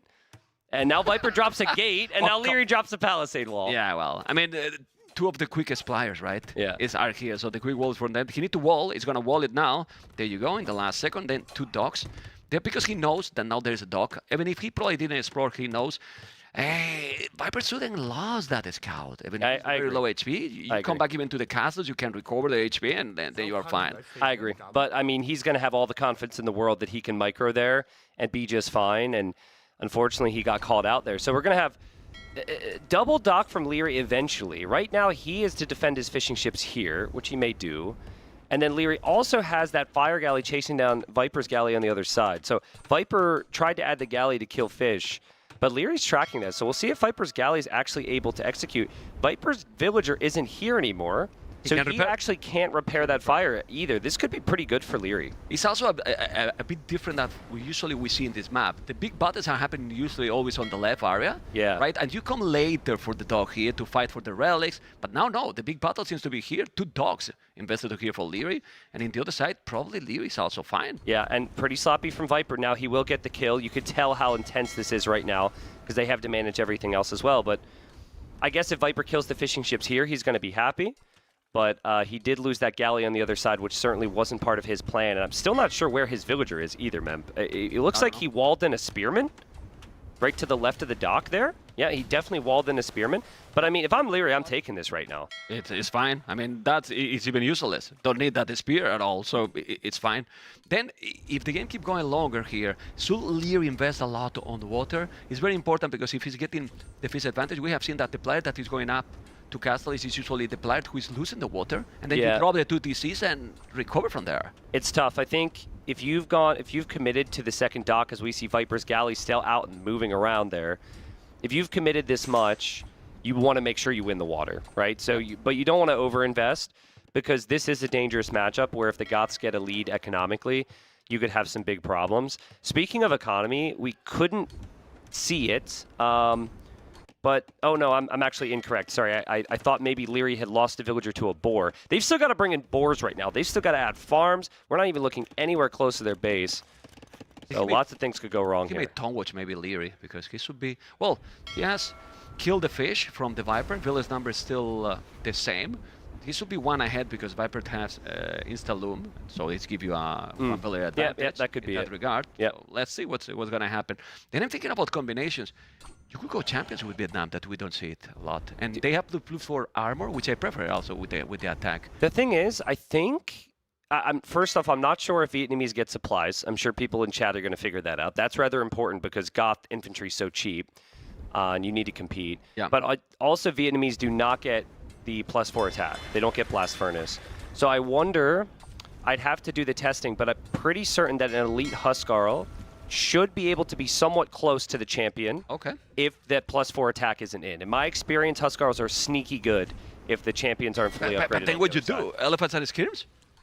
Maybe it has to be that. Yeah. Because elephants is gonna eat the infantry, except the halves, obviously. And Yeah. then you're gonna put there the skirmishes. But the problem is that elephants are so expensive. But elephants and archers is a deadly combination. Do you remember a game in the qualifier? I believe it was Nikov versus TaToH. And Nikov had like 5 on food and imp, and he made like 80 Rattans, right? And it was just killing everything. Well, see, that's how good the Rattan Archer is. So the fact that you can't do that now, and you have to ask these questions of yourself, is a really frustrating situation for Liereyy. When he drafted Vietnamese, he just thought, Rattan Archers, boom. Now he's going to have to be creative. So from a strategic standpoint, I think this is going to be very good for the Viper. But as far as this game, Lierey's out-executed Viper. He's finding fishing ships here. He's getting some really good kills, and Viper has going to lose both sides of the water here. And the good thing here is that, like we were talking, Lierey's not going to be super behind to going up. It's about to click up in a moment, but with a 700 gold in the bank, resources for the Viper are a lot.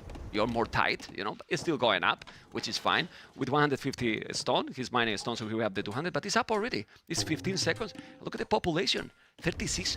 53. I mean, we're talking about that it's complicated, but if you have the eco advantage and you have the timing, then what you need to do is to don't give time to gods to shine. Just for those that, you know, maybe new to the scene, maybe just don't have the same history of the game, like this GaT's counterplay used to be done a lot to counter Mayans on Regicide Fortress. This was really common back in the day. But to see that in 2024 is pretty crazy. And Mem, if it plays out similarly, like, because for players, they're going with comfort, with history, with things they've experienced. We might see Viper go all in Castle Age. Just skipping Imp, researching Anarchy after he gets a boom, and just flooding the map with Huskarls. It could be really strong. After the 30C boom? Yeah, yeah. A mini boom, you know, and then spam Huskarls, Barracks, Petards. Yeah, because, you know, and try to snipe the king even. Because look at where the players are going to expand their eco to. They're going to leave their walls. It's not like everything's going to stay in their walls. Yeah. So if you make a third TC to the very right, if you're Liereyy, that's going to be exposed for Huskarls. Yeah, and this is one of the civilizations, since they are so cheap, you cannot really afford that. Yeah. And if you create the chaos, you can keep booming behind that. This planet has some skills with the macro, so they can do it. They can do that as well. So let's see. Which player do you think you would typically prefer on this map? Like, which one, if you were to guess before you see any of these details, would be the better one here? The Viper. Yeah, same. I will think of the Viper for this map. You know? Like, I think this is why he left the neutral. But I'm telling you, I was checking sneaky because we couldn't see the bans. The last ban before the neutral for Liereyy was Arabia. Yeah, it's crazy. He could have banned Arabia or this one. Yeah. And he preferred to play this map against the Viper. Yeah, well, I wonder. It's crazy for me. What part of that was like, oh, I can't lose with Vietnamese, right? Like, what part of that was just, if I base my plan around Vietnamese and all my practice games, I beat all the theoretical counter picks. And listen, players, they'll train with a lot of different individuals. But when you think of the players that are closest to Liereyy, they're not really players that are doing the out-of-the-box stuff, right? He's maybe talking a lot with Hera, talking a lot with Hearttt, talking a lot with these meta players who suit him, and probably not having anyone say, well, what about GaTs, right? Yeah. DauT usually pick the GaTs. DauT usually pick, well, this is GL, so, and he's doing already some huge help. Man, he's gonna eat the Rattan Archers. I mean, look, well, that's hits. That's only happening with this unit. He's doing even squares, so he's gonna be chasing those. I don't know even how much is gonna be the speed. When he's doing the squares, he's gonna be faster than the Rattans. Yep. Rattan Archers is gonna be down. This is like, we weren't even talking about this stage. Yeah. We're talking like later. We're talking later on. Yeah, so that's he can take 7 relics. That's really awkward. Look at where Lierey's built his TCs. He didn't build the TC on the outside where there's extra stone and gold. So actually, I think that's smart because he's aware of that threat. But even though Liereyy has the res collected lead, he's got 1,000 more resources collected. Even though his eco upgrades are looking great, he is on a timer here. I think even if he gets the relics, even if he collects more resources, there's a lot of resources to be found on this map, and the Goths are dangerous. Yeah, because here, Cavarches are not even a choice either. Like, Cavarches is have the same issue. Yeah, they have more HP. They have mobility. They have mobility with that, so I have an idea. I'm scared. It might be bad. Scared. well, just hear me out, okay? So, Vietnamese elephants, super underrated in my opinion. And they're because 450 HP. Yeah. What if you make like 10 regular elephants, enough where Viper says, "Oh my God, I need help," right? And makes like 6 barracks, preps help, and then you just go rats and archers anyways. A little bit of a switch up. Like maybe you just make enough elephants to force Viper away from the Huskarls, and then you can actually use the rats. But honestly, I'm not the most fanatic of this kind of map when there is always the sensitive. But what is make this map fun is exactly this. Yeah, agreed. Having the gods, because now we are discussing already for 20 minutes in game time, and we don't really know what is going to happen. Because when you know what is going to happen, it's kind of, okay, now we depend on the skill of the player, but now depend on the skill of the player and the decisions. Speaking of... 2 houses there. Now, okay, you're fast. That's impressive from Viper. Come on. Rats and archers are supposed to be fast, by the way.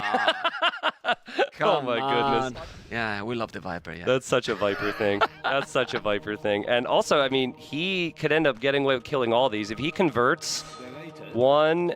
Yeah, he killed another, and Lierey's got to give up on rats and archers, dude. Anytime he moves forward, he's going to run into Huskarls. He just can't make his best unit. Yeah, he needs to do more monks, and he's doing more monks. The problem is now that the Viper will be getting the relics, and in this map, you can go up to 7 relics. That's a lot of gold for the late game. Gods that probably... Gods don't need it. He's going to make the strategy you were mentioning. He's doing already even the +1 armor. He has squires, +1 armor, already 7 Huskarls.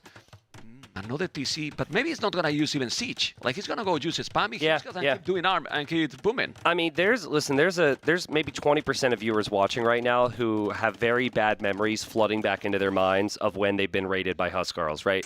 Like, you think you do everything right, you have the better eco, you have the TCs faster, you get access, you win the water, you get the relics, and then it just... You die. Yeah, you die anyways. So you're like, this civ is busted. And then you ask some pro, like, why don't more pros pick Goths? And then the pro player's like, well, because they're ass, like, and then you feel like a noob. But you remember one pro that is not here that hated so deeply the Goths? It's Argentinian. Hated the Goths. Yeah.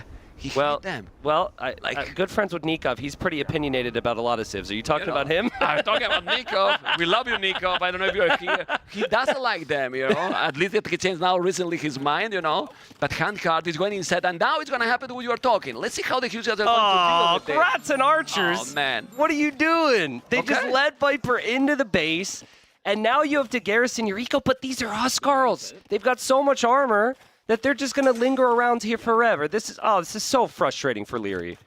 Yeah, well, but he was looking somewhere else, and he did all this without the loom. Still, Liereyy has lost 6 villages, but he's on the way to Imperial, and he's going champions. Menstradamus, I told you, he has to be this. There's no other units he has. Correct. There's no other units he has, honestly. I mean, to make the elephants or full elephants, you need not 83 villages and fish. You need 130 villages, basically, and a lot of economy. Okay, well, we had Memstradamus from you to predict champions, but can I get some credit with the Anarchy play here? We got Viper dropping more barracks. This is like 2015 all over again, playing against Mayans on Regicide Fortresses. Viper just deletes those Huskarls. Well, he can do 100 more in a moment. Exactly, no problem. Just don't give any to the opponent. But yeah, I think, okay, the reason for this, by the way, is because this gives Viper a lot more time producing out of his 4 TCs. Whereas Lierey's only going to be producing out of 3. Supplies. The question we were asking before. Go on. You can get, like, it takes a long time to get champion. So this is going to put Liereyy under a lot of pressure to expand anywhere on the map. But it does delay Viper's imp, which could potentially be an issue. Yeah, I mean, when he's having the +4 for that infantry, even if you have the Huskarls, and he's having a lot of monks, the micro is going to be important. I don't dislike here Liereyy position, Tristan. And soon he will have a stone to drop a castle. If you are able to drop a castle, and remember that the production is going to be quick for Vietnam because you get conscription for free as well. That's true. So it's going to be very, very nice, and it's going to be now on a timer maybe the Viper. He should probably rate, like 1 peta and rate the economy. Otherwise, it's a problem. Well, I mean, had Viper not clicked Anarchy, he could have clicked Imp already. So it seems like he clicked that, dropped the barracks. That was his plan. But now maybe after seeing longswords, he does actually want to go in. I see Viper's made a transport. I think he's trying to. Is he trying to sneak to snag the relics real quick on the pond? It has to be. Yeah. Oh my. No way, dude. Don't let him. Liereyy, you've got fire galleys. Oh, Don't let on. Viper do this to you. Liereyy sees it. Run. Go. No way, dude. That's sloppy. So That's Liereyy, sloppy. but we kept seeing moments where Lierey's ships were getting converted by Viper's monks. So I think he clicked his ships away and then has been so focused on everything else. Viper's going to get 5 relics because of those 3 being stolen. Yeah. And this puts Liereyy under even so much more pressure to push now. Yeah, absolutely. Well, the castle is forward, as you can see. Look how did you see the monks going in a formation, in a beautiful formation. But he's there with the castle there. Is there a small hill? No. But he's having Rattan Archers and already champion This is upgrade. crazy. It's a good combination. I'm really impressed with Lierey's macro. Holy. What we were talking in the sofa. Yeah, we were saying people underestimate Lierey's macro. Yeah. It's showing here. Yeah, I mean, he's got champion already. He's got good upgrades flying in with the blacksmith. The castle position's perfect, by the way. He also, if I'm not wrong, has stonewalled to that pond on the right side, so there's no way that Viper can really raid there. Double layer as well, which is really smart against Viper. And yeah, I mean, we know what Viper was trying to go for here, but now will he actually have time against this pressure from Liereyy? Yeah, now Hughescas is not annulled. With champions and with Rathans, I don't know. He's going to have to do both. Hughescas and champions, you can spam a lot. 53 farmers, I'm not sure here. There's a lot of units. But Liereyy is missing the +4. What are you thinking right now, Tristan? What do you think that the Viper could do here? Because the amount of army from Liereyy is 47. The population is really, really higher than the Viper. But when he's doing perfusion, oof, you spam it really quick. Well, I mean, the issue I see for Viper here is there are still, like, Rats and Archers actually pose a threat if he's trying to mix in his own champions. I'm really surprised. I know that Huskarl against champion doesn't feel good, but sometimes with Goths, you've just got to send it. And you could just outproduce here because your units are cheaper. He'll probably try and get to a combo. Elite Huskarl's not going to be realistic for him for a while. And there is perfusion now, so that will increase his production. But that's his castle, so he won't complete perfusion. He doesn't have. That's a real problem. He doesn't have another castle. That's really a problem. He's doing the castle on top of that hill. There's some champions, but as you mentioned, the military production, you know? Yeah. He also just lost his two-handed swordsman barracks. His two-handed swordsman barracks went down at 99%. So Viper will not be able to realize this. He thinks that upgrade is on the way because he has so many barracks. Lierey's completely pouncing on Viper's production. He will run into Viper's base. Viper will house wall, but Viper needs some time here, man. Yeah, he needs time for sure. He doesn't have the resources. He's spamming a lot of lone swordsman. It's still lone swordsman, fully upgraded. Yeah, but lone swordsman, you know? So you need to definitely make the next one, which is not happening right now. We need to check the Viper. Is he trapping those units? He trapping? Not really, because there is going to go into the farmers. Yeah. So this is like deja vu for Viper. He's getting raided by champions. This is what happened against DauT yesterday. Yeah, and the problem with Tristan is 200 population, and Liereyy is going really quick. He's being really quick. He knows that he has to be quick. And champion dies to Rats and Archer. Lierey's got Bracer and Chemistry coming in. He has good Rats and Archer numbers. Viper's in big trouble. It's over. He taps out. He calls the GG, and Liereyy outplays Viper. Even though Viper had a potential counter pick there. That was slick play from Liereyy. But this is the macro that people underestimate from this player. Yeah. Like they always say, you see Liereyy, and people think Archer micro. What Archer micro here? Yeah, he exactly. 7 archers, and then he was doing a boom, The champion going up. That takes a long time, right? You have to go from man-at-arms, snag supplies, go all the way up to champ, and typically we see a lot of people die in that time. Now, my question now is Viper feeling some type of regret in this because he did research Anarchy. He dropped all those barracks. He delayed his imp time. So I think Viper needed to either get the upgrades, make the barracks, and spam 50 units and wait, or he needed to not get those upgrades and click up to imp a little bit faster there. I think the only way was what you were suggesting: full castle, full castle, full army, even go siege. You break in, because if you raid, if you go with Ram, let's say that you don't go up to Imperial. Yeah. Well, who cares? You're spamming Hughescas. Yeah. You don't let your opponent go up. Exactly. You let go up to Imperial. Yeah, and you take the map control. That's the most important thing. You're actually very commonly going to miss out on a good kill-death ratio with the Goths. But Liereyy was able to wall the sides. Liereyy was able to advance to the middle.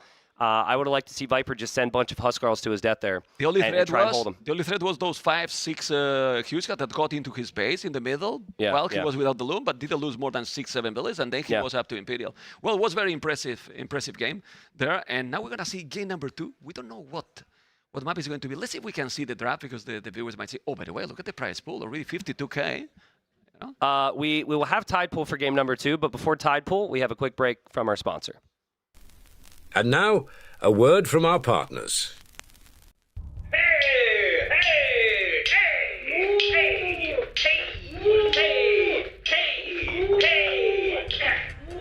Are you looking for true surround sound? Well, you're in luck, pal. The Liereyy Sound Zed 400 gaming headset gives you real 360-degree surround sound. With features like pinpoint precision, crystal clear bass, and immersive audio quality, you can end your losing streak. Get ready for sound so lifelike you'll swear you're on the battlefield. With this headset, you'll hear every enemy approach, every call, every detail, only without the clamor of villagers. Gamers, listen to you rage. Get yours on Müller.de.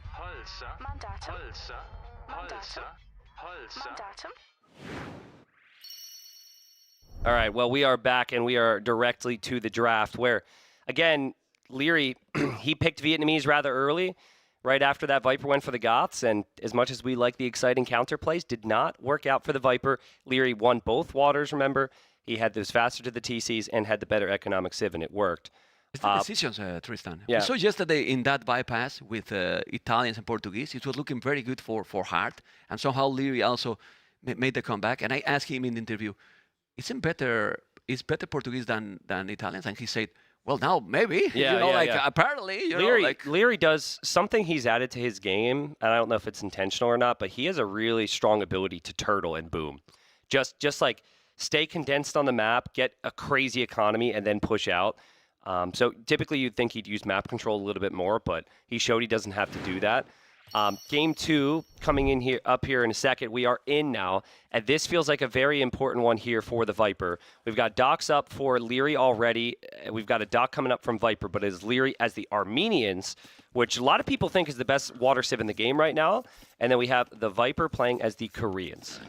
Before going into the game, we have to make a big shout out to Putty, because with 120 euros donation, that's going to be in the board later. Thank you so much, and thank you for the support.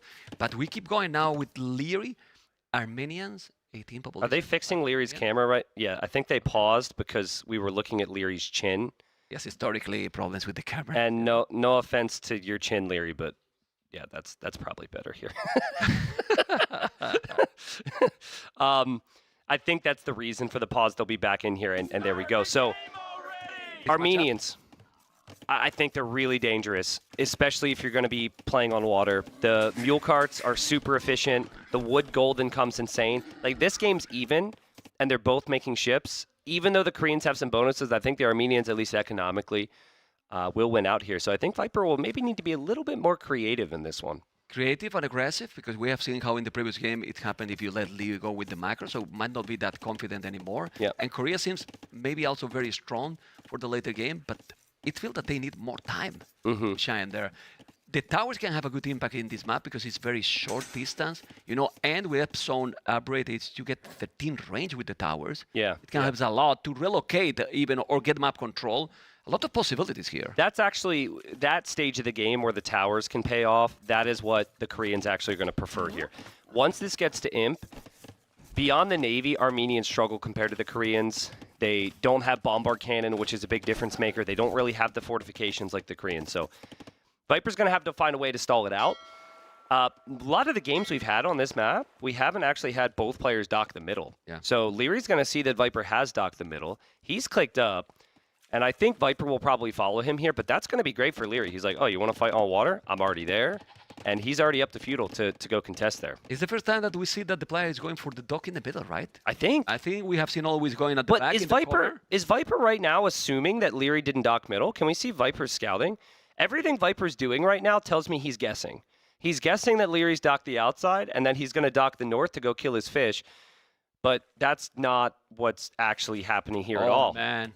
Viper, Liereyy is doing the second dock already. He's going to take the water there. Well, but he will have a dock safe also outside. So at the end, it's going to be more or less even. But how much? Well, I mean, that is gonna lose. If Viper was going fast feudal, he would have clicked up already. So what this could be is maybe some weird calculation where he's expecting to lose his fish in the middle, and then he just wants to add more on the outside.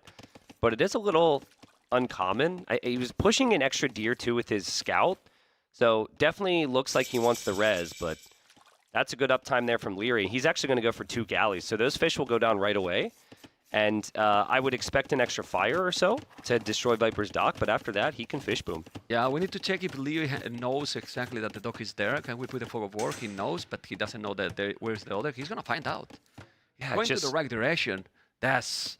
Well, sometimes the lag factor matters, no? Or you think that is kind of being intuitive here?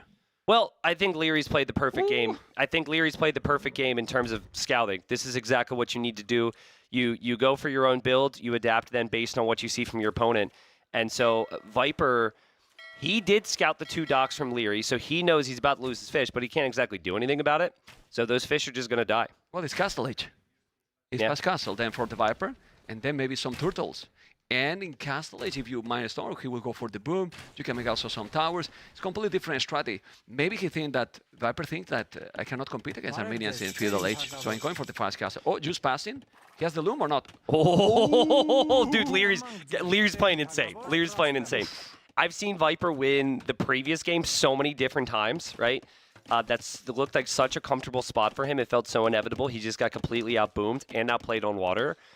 And now, like, situation like that, Liereyy didn't have a reason to really be paying attention to that build. The dock was already placed, but he's really has extreme focus on every detail. And the scout has seen every dock. He didn't miss the dock in the north as well, which is why he added his own dock. I mean, this is as good a game as it could really be from Liereyy so far. Well, right now he knows exactly what's going on. He sees the market, so he knows that his opponent is going for the fast castle, but he's going to feel okay. I mean, he's taking the fish already. He didn't take all the fish in the middle. I think there was 3, but he takes 2, so 1 probably is there idle, which is almost the same that being lost. Yeah.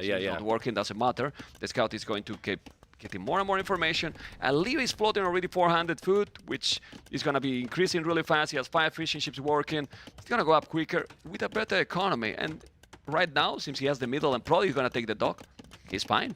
I don't know if this is a feeling that the players in this house are going to feel, but I could speak for like other players amongst the top. When you've lost that first game the way you did, and then you see a scout scouting every single detail, just being all over you, it's not a great feeling, right? You really are like, oh man, it's anything I do to try and mind game or surprise someone, he sees it. So Lierey's obviously in full control. That adds a lot of confidence from him. But every move that Liereyy has spotted, Viper has already noticed him being there. So Viper's going to have to find a new creative way to try and push back. And I think you called it, Mem. I think the only thing that would make sense is a sneaky turtle ship. On turtle ships. Well, he's doing the dock there. I think he has a fire galley in the north as well, the Viper, but Liereyy is coming with another. He has 2. Now he will need to micro, because if not, he's going to lose those galleys. He need to hit them back. He's going to, I think, try and go kill the fish. Yeah, but how much he has there? He has another 3?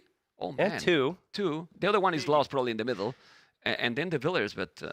yeah, there you go. Wow, look at the scouting, dude. He finds the next dock as well. The multitasking, here's what the APM is. The multitasking is being amazing, absolutely amazing. And now he's on the way to Castle with 46 population, the Viper 30. Look at the difference in the population. Yes, you might do some turtle, but the turtles are not cheap. Yeah, they're not cheap, exactly. So Viper needs these turtle ships to pay off. We've got the big water chonkers coming out of these docks, but the middle's the most important right now, because that's where Liereyy actually has fish. It's creating both there, if you notice. Not in the outside, both are there. You know, he will have to probably queue them till you get the second. He's doing the extra tone center, but if he's not getting the water in the middle, then Viper is clearly behind. I think, no, 100%. Yeah, 100%. I like the play from Viper to wait for the second turtle. I've seen so many people just pop out with 1 and they just lose it. 2, obviously you have double the chances there. If he make it, because look at the dock is going down really fast. The turtle is need quite some time, and maybe he's gonna take the dock. He's gonna be very close. He's sending another one. He put out, well, that's actually kind of good. It's helped him. It's helped him because maybe it's the turtle is out. There's the second turtle now. It's too many. It's too many galleys. He's gonna get it, and now he's gonna micro with like the archers. Yeah. He's micro the galleys like the archers, man. Well, look what Lierey's doing though. He's killing the dock. He's taking the dock, so Viper can't make another one. Fishing ships are faster than turtles, so you can just sail away. Everything is faster than turtles, actually. You know, everything is faster than them. You That's know? true. Yeah, they are so beautiful, pretty, but they're slow. They're very slow. And they were buff, I think. They're a little bit faster now. I don't know, millions of patches, you know, but I think they're too buff. That's why they can't move. He's gonna dodge. Nah, he's gonna lose one fish. If Viper actually kills a couple fishing ships, and he just sniped that Vil, and he was on the second TC, I think he's actually pretty happy with this. It's fine. It's fine. Because if we add up the price of all the ships that Lierey's made here, and then add up the price of 2 turtles, I'm guessing that Lierey's actually invested more. So that turtle, exactly what Viper would have wanted. You can see how even it is economically now. And he's taking also a few galleys here. Well, the game is pretty close. He's doing now the second TC. 4 villas ahead. He's there 4 fishes in more, so that's why you see guys 39 to 38, but the 30C is coming. 30C as well for Liereyy. Pretty even game. The good thing for Liereyy is that he has a lot of resources in the bank. That means that he's gonna have all the TCs working. For now, the Viper is also working. Idle TC exactly the same, 7 seconds. So close game, mister. Yeah, really close. I mean, it's just been a fun series so far. I think Liereyy, he did the right thing to really put a stop to Viper before he got going in the previous one. But here, Viper's done a good job to stop Liereyy from gaining that really significant lead that the Armenians can gain. Again, I've seen turtle ships just fail so many times. I've seen them fail more than I've seen them succeed in tournaments. So well calculated from Viper, but he's going to be thinking about late game. And Liereyy, he's got that turtle ship to maybe deal with. He's already got 1 relic. You get that relic for free out of the fortified church. He's got warrior priest running around picking him up. So I think if Liereyy could snag 3 or 4 relics, there's arguments that his late game position might even be better than Viper's. Yeah, I mean, it's still close, but let's see what's going to happen in this one. We have talked about how Armenians can be in water. They're very nice. But for the later game, I like Korea, man. Look at that freaking scout, dude. I am actually getting annoyed on Viper's behalf. Liereyy is checking everything. He's like, how many you got on stone? Okay, 2 on stone. That can't be a castle drop. That's going to be a tower rush. Just thinking about every little detail. Sees the scout from Viper. Goes to kill the scout from Viper. Now, if Viper loses his scout, that could be really awkward. Oh, and now the villager is being attacked, so that's going to be another kill. Okay, powerful. But he has the monk. He's killing now the scout, so now he will have to run away. He's going to try to kill the monk. He cannot because he's very close to the TC, and that scout, it's still going away. There's Navy. We survived. The fire galley is not a node, and he lost it. It was time, man. It was about time to lose that one. Okay, but my goodness. That leads me to my next point here. This is where Viper could consider a little bit of map control with towers, just to make things awkward. And now he's mining a stone. Yeah. 6, not 2 anymore. I would love, especially if we could see Viper scouting here, we could maybe calculate where he might place this. But you just want to take some map away. This might be why Liereyy is walking over with Vils, honestly, just to make sure he has vision. But that whole area, that is some valuable space to build castles and production buildings. He's having not only that, he's having also warrior priest. He has already 4 already, 1 more in the queue. He's trying to go there.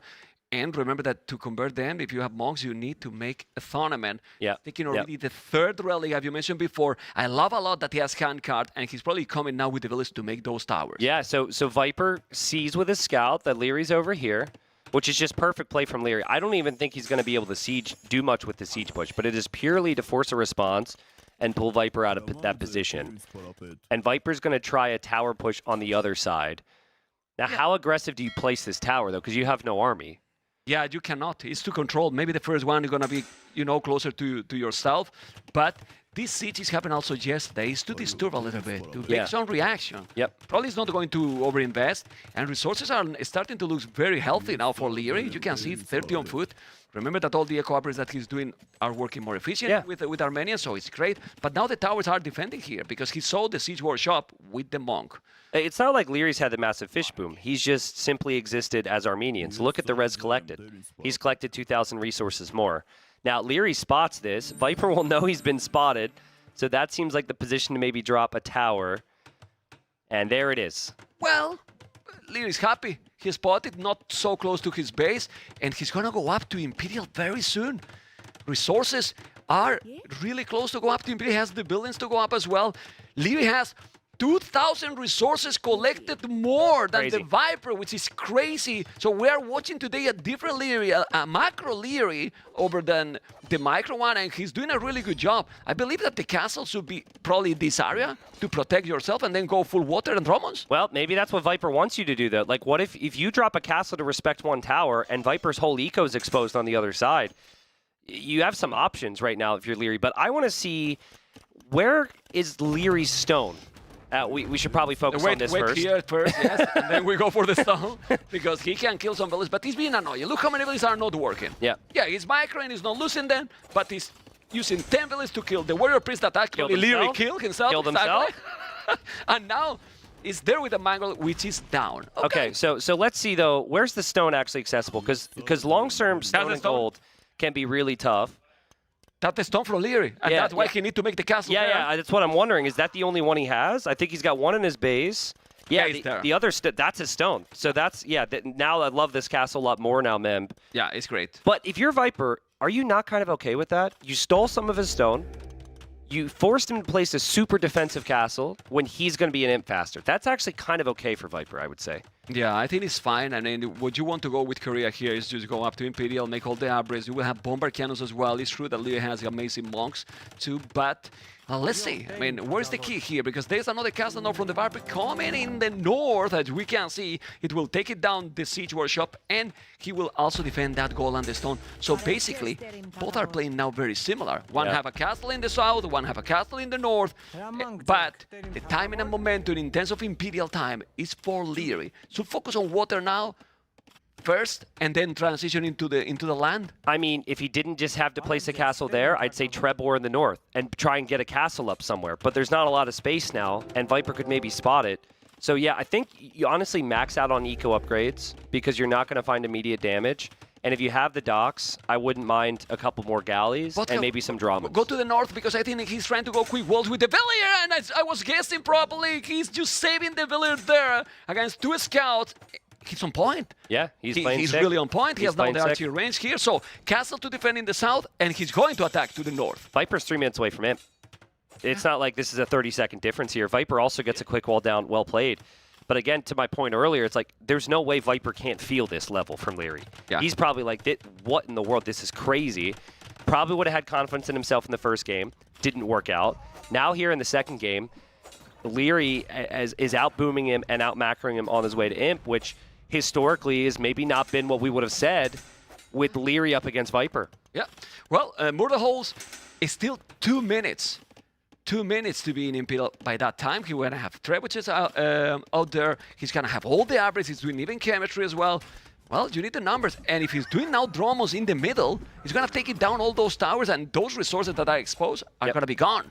So Droman range, is it 12 range? 13. 13? Okay. And around then that. And then, but Korean towers is 13. As well. Okay, so I'm wondering if Viper can get enough towers with all the upgrades. Wonder if maybe Dromans don't have as big of an effect. That tower's going to go down, so that's 2 wasted towers from Viper. Yeah, well, we're going to see now because he's doing the Dromans, so please, Vodka, when you can, we see if he's 12 or 13. It's around that, you know, and we're going to find out very soon. Now, it's still in the queue. We want to see them, but we don't have yet the possibility. It's still coming with the skirmishes. And in Imperial, you know, in the land one, they're limited, Armenians. But check the population. It's super ahead. The range is 12. 12. Right. Okay. You know, 12. So even worse in that regard. Yeah, so in theory, Viper could get the unique tech for the towers. But, I mean, we're a long way away from that. And Viper's really a long way from having a response to Liereyy right now. Now, Viper's still trying to box Liereyy in here. He's trying to hold the north where there's additional gold and then hold this area where there's additional gold too. Thinking that long term, he'll be in the better position. But right here, he's going to start to lose his castle. There's a Draman, there's a Treb. Like, this is tough for the Viper. Yeah, it's tough for the Viper. He's doing the upgrade for the towers, that one that you see there. The silver one is Upsilon, so it's going to be towers already 13 range, which is a lot. Yes, it's a lot, but you have Trebuchet, and it's going to be fun. Oh, that village is going to be gone. You should delete it. Oh, well, she joined the right side because she was going to die otherwise. So, I mean, can we blame her? No, definitely not. But look at that Drummond. Now taking the castle, 2 trebuchets, the skirmishers. Population, 20 population more. 20 population more keep coming with trebs. What I'm impressed is about the multitasking, and he's on both areas. Yeah, it's so good. It's he's perfect. in the north and it's in the south with trebuchet, and now he's building a forward castle. So he's not letting the Viper to advance at any moment. Yeah, and it's like Viper's not making any mistakes. He's just simply behind. And he's trying what he can, baiting the castle positions, trying to build towers, but everywhere you look, Lierey's got army and he's got siege to push the issue here. So, I mean, I'm really struggling to give Viper any ideas here, man. I'm not sure what to do. I think more skirms and then bombard cannons is his play, but that's going to take time. Chemistry is just now on the way, so he's 90 seconds away from even getting bombard cannons. Yeah, it's a complicated situation. He's doing it +1 armor. What is he planning to do? Halberdiers here? I think that's a misclick. That's got to be a high-pressure misclick there. I think he's trying to get armor for something else. Well, but there's nothing else because he got the range units. Yeah, so, I mean, cavalry is... It shouldn't be, but well, let's see. It's still a lot of stone resources. He has a lot of gold. He has a stone also in the bank, but he's unable to use it because it still doesn't have the population. Is coming with the traps. There were 2 trebs for Liereyy in the south. Now it's gonna be champions 100 HP. Oh my God! The Trev actually snipes the Mangonel as if things couldn't get any worse here for Viper. But how can you be that on point? How can you check even that? Because you need to click it. That's not randomly happening, you know.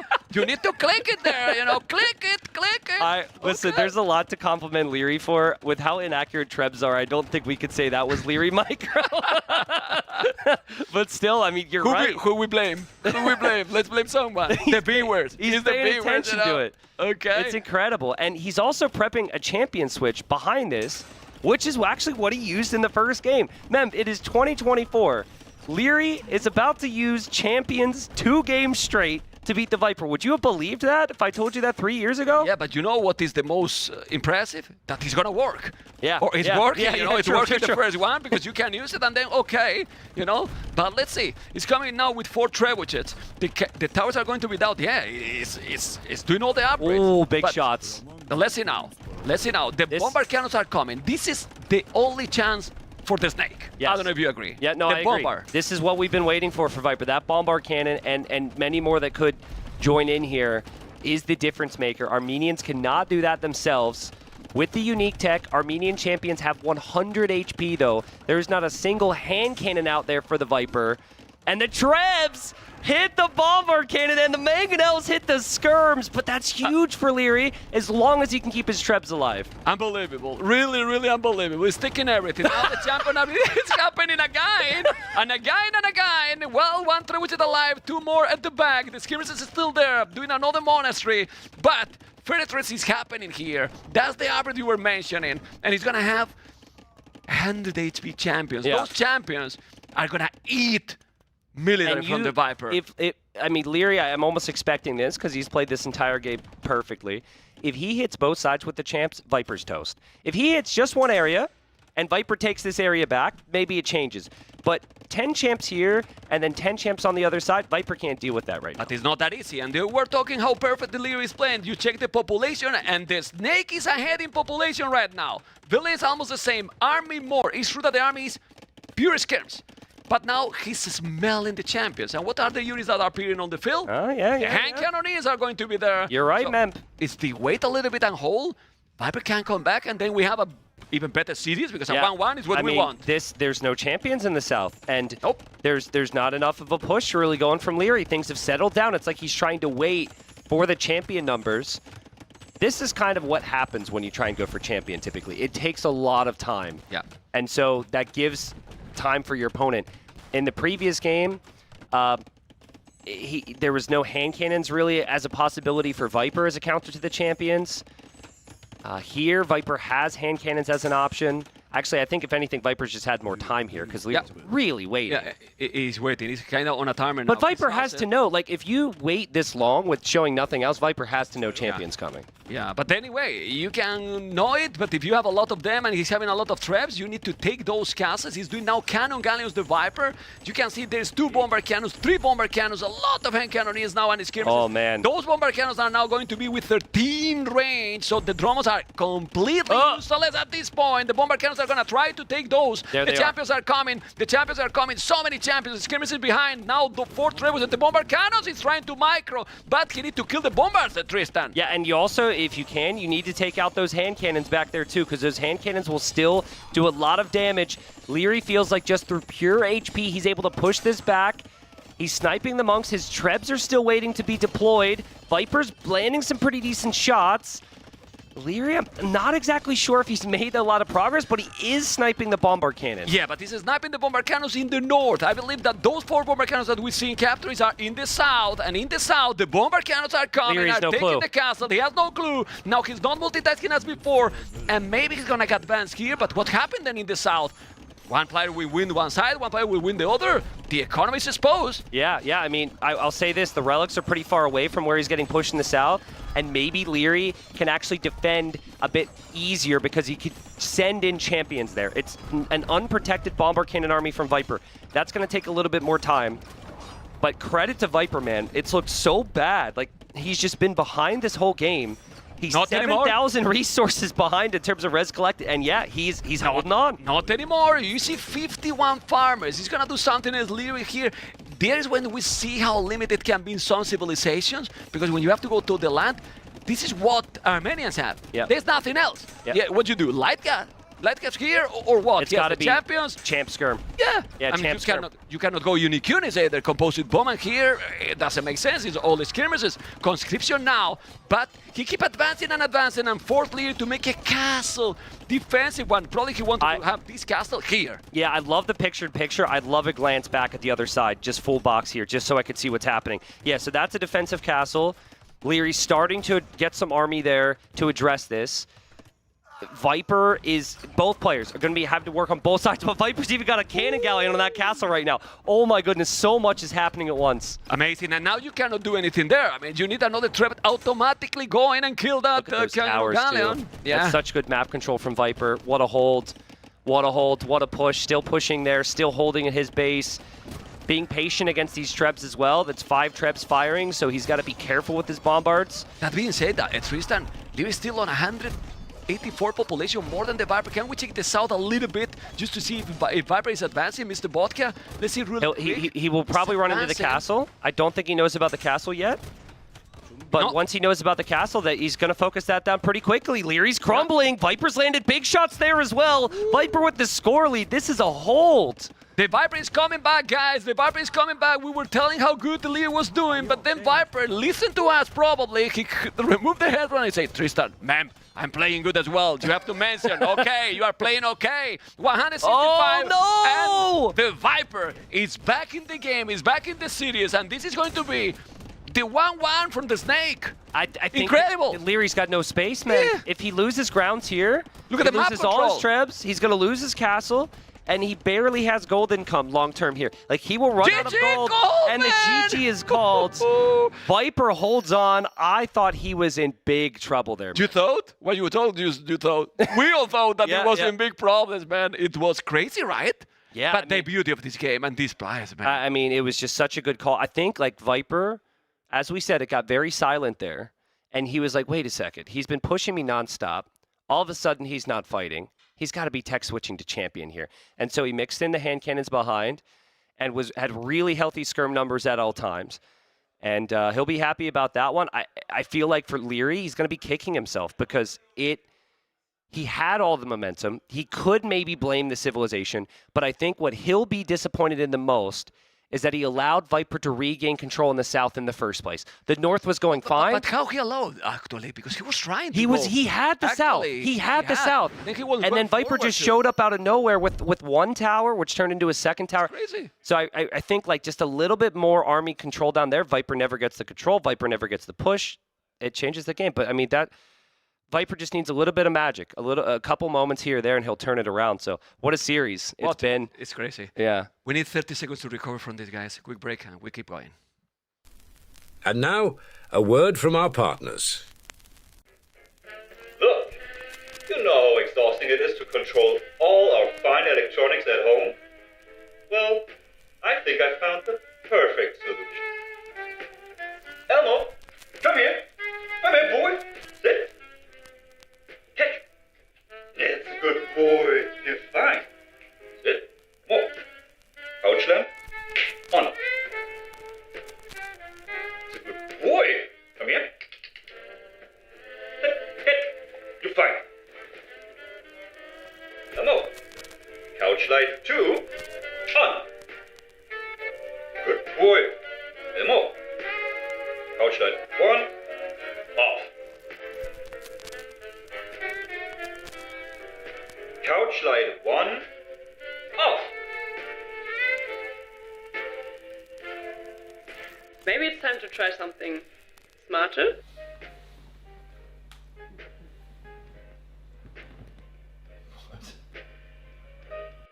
Say hello to smarter lighting. Hammer Smart Lights bring voice control, energy efficiency, and 16 million vibrant colors right to your fingertips. Oh my, what a terrific alternative. More smart, more home. Hammer.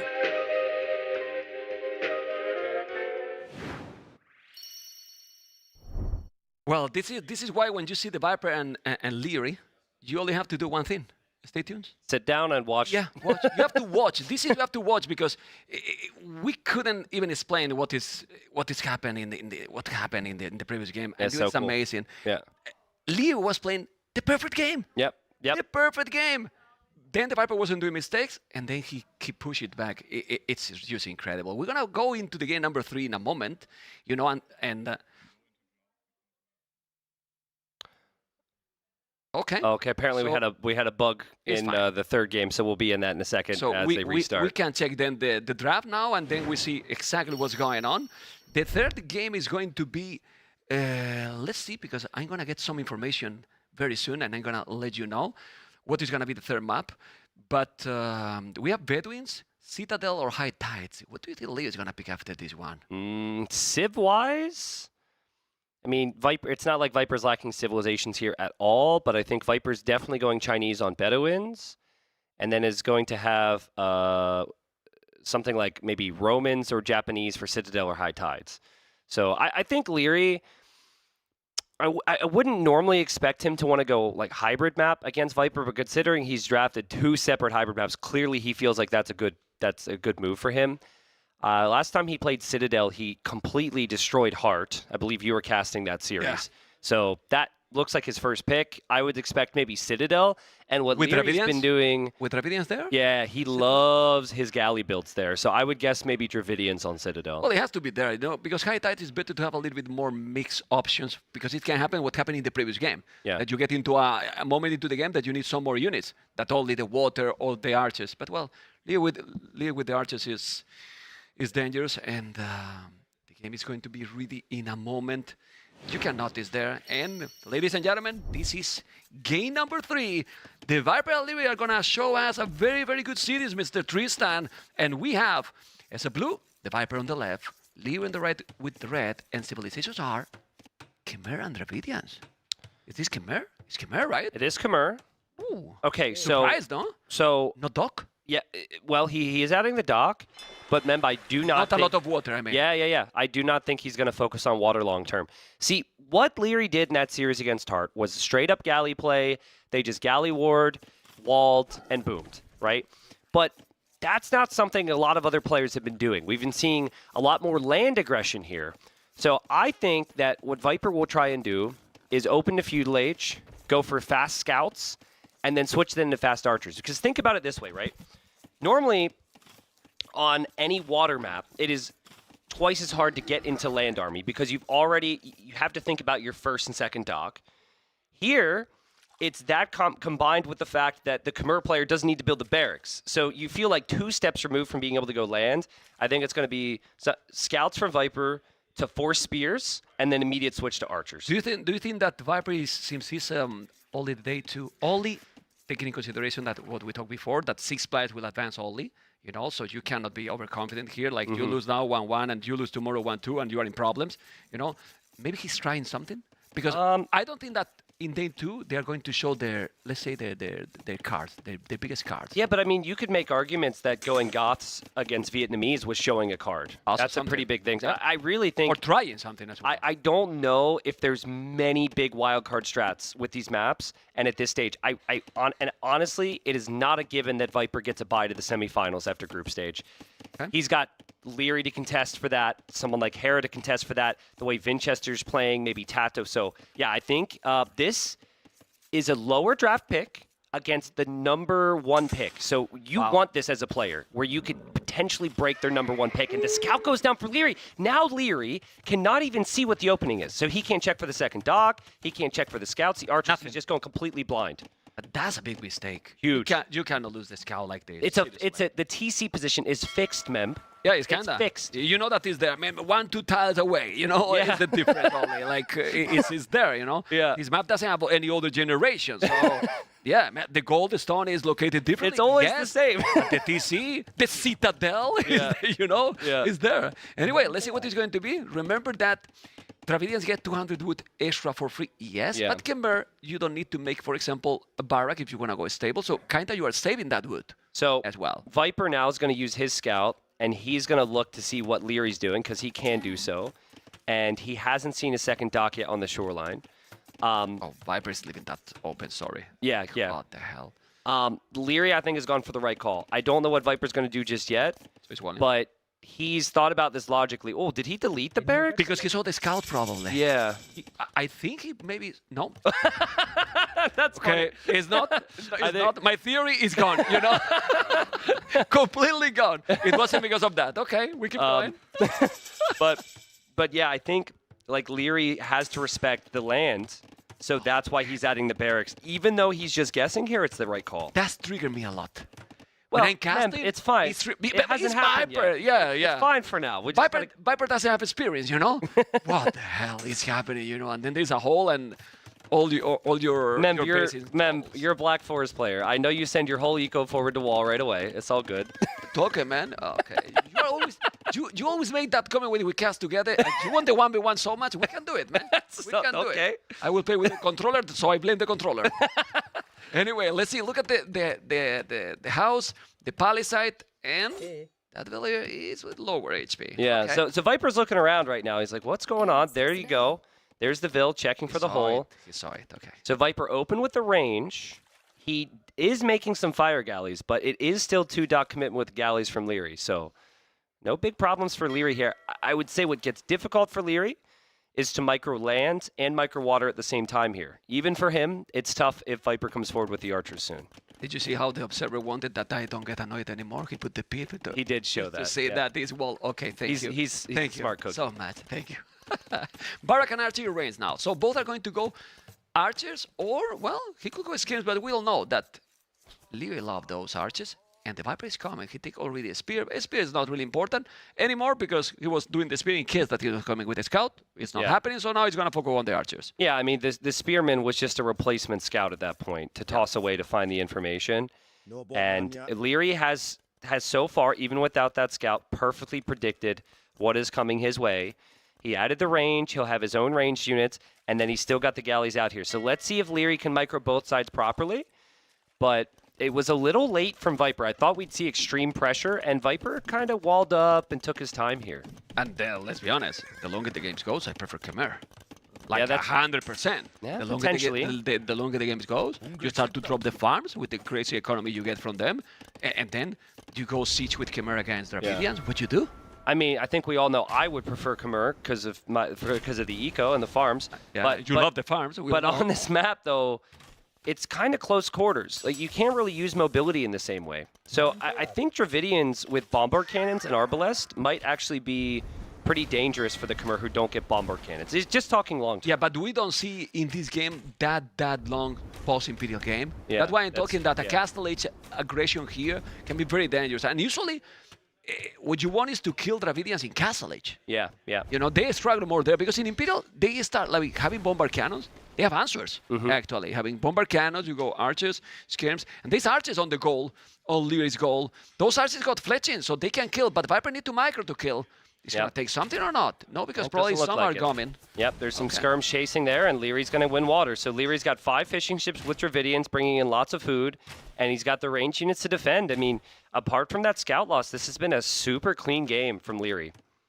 But the whole series, let's be honest. Yeah, I mean, whole this series. is 1-1, Whole and he's series. playing it still very, very smooth because I don't think he did mistakes, really. I honestly think that some civilization at some stages just fall behind, and that was happening in Armenians. But now let's see, the Viper is coming with more units. The Liereyy probably more on the land or not, because some of the units are on water, and Liereyy is doing the job. Look, that was crazy. He also Amazing. chased down one of the other archers. I mean, Viper's opening was supposed to be this dangerous guessing game, and it has just been so clean from Liereyy in the clear up. Beautiful play. Yeah, doing really well, but it feels that now the Viper, that in my opinion should do Horse Collar, even more with Chimera, and if he's going full feudal now, look at the amount of farms. Horse Collar would be great in this situation. I believe that we're going to see Fortune or Scale Better Armor very soon. Okay, so I'm going to tell you what a lot of players would do in Lierey's position right now is they'd say, we just cleared up his army. Great, let's go kill him, right? But against the best, Liereyy now just says, actually, hold on. They're going to have to make more army. He's going to hope I go forward. Let's let him over-invest and just go Castle Age. Yeah, and So- he will. He need the market. Yeah. Look at the goal. Yeah, he's got the market. He's going to wall up, ensure he's fully walled. And I think Lierey's just going to sit. It's going to be very boring for us, men, but I think he's just going to sit, wall up, make archers, and then play the crossbow timing. And Viper's just produced all these extra scouts. Well, Viper doesn't have the fish boom. Viper's not going to be able to do any damage here. When we talk about the boring, it's because we want the action, but we have to, let's remind to the viewers, this is a long tournament, right? Or longer than what people might think, and you want to qualify it, not to show, you know, aggression Well, I or mean, entertain the players, yeah. entertain the viewers, sorry. Yes, that would be great, but you want to be safe here, and this is why you need to go Castle Age. Quicker than Khmer, but Khmer Bond, this is cheating in Civilization. It is really good. Look at the food. It is really Look good. at the food. It's going to be up quicker than Dravidians and having a good economy as well. And this is where I really believe that Khmer is going to be favored here. If you go now siege with Dravidians, how do you stop it? Sorry, with Khmer, how do you stop it? With Well, Dravidians? so I like, Mem, this is a fun spot we're in right now because you're very pro-Khmer, and I unfortunately have found myself on the very pro-Dravidian side, which has not been very positive around the community, but I think Crossbow Mangonel. You think Liereyy can control that army? I think he's pretty good with that. Yeah, in the hands of Liereyy, I think Crossbow Mangonel is perfect. Could be okay. Because remember, Dravidians also have cheaper siege. Yeah, true. So it's like, and you would think that the Khmer would want Scorpions here, and you would think the Khmer want an open raiding game. It's walled. It's like you have half the map because the rest is covered by water. It's going to be kind of tough. Khmer has redemption also. Oh, true. Khmer has redemption also. That's why I'm telling you, I will go with Khmer 1 TC all in. Yeah. Change your mind now, because with the monks covering there, I mean, you're go talking with about the Khmer. greedy snake. Greedy snake isn't going. 1 TC all in. No, it's Viper? No. Viper's gonna respond. Viper's gonna respond with immediate 3 TC boom here. Stop giving you arguments. But for now, it's doing the, you know, the aggressive. It's Skillbard and armor, bloodlines. He's gonna try to do the army. You know, I don't know if with Forest Scout the light that will happen. Maybe it's not an oath, right? So he will go knights directly. But yes, he has 200 stone. Look at the amount of wood. Looks like you're gonna be extra tone centers. It would be the Viper thing to do, Yeah. and it's just so inviting when you have over 600 wood, and you make it to Castle Age. But I'm really curious to see how this goes there. Ooh. Wow, we actually have a dock from Viper. He walked to the middle to dock there to come back on fish. Lierey's going to do the same thing on the other side. But does Liereyy actually know about Viper's dock, I wonder? He has to know because the fish is there. Yeah, but I mean, you're not really he looking. noticed, right? Yeah. Yeah. Okay, let's see now, because there is Siege Workshop from Liereyy. The Viper is not doing yet any extra TC because he's doing even University. Okay. He's going aggro. Well, he wants to go. He's going aggressive. Yeah, he wants to get ballistics for those skirms. He's doing Bozo even. He's going all the co-operators that he needs. He's having Botkin. He did the forward dock that I believe is going to make galleys, but he noticed. Yeah. He's doing the knights. Ballistic even for those skirmishes. Then he need the Siege Workshop forward. If you are investing that much, yeah, you should go, or you think that going ballistic is an oath? I think in Viper's hands, he's going to hope to just simply out-micro those mangonels. So it's going to get really micro-intensive. He will have some knights, too, to maybe kill them. So this gets interesting. I think the ideal position for Liereyy would have actually been the Siege Workshop in the middle. It's really tough to get that continuous mangonel push going when you're producing from in the middle of your own base. So this is going to give Viper a lot of time. I think Liereyy did notice the dock. He's got more ships coming over to deal with that. But +2 armor even. It's still very defensive from Liereyy. I mean, you give Viper this much of the map, and Viper can do a lot with it.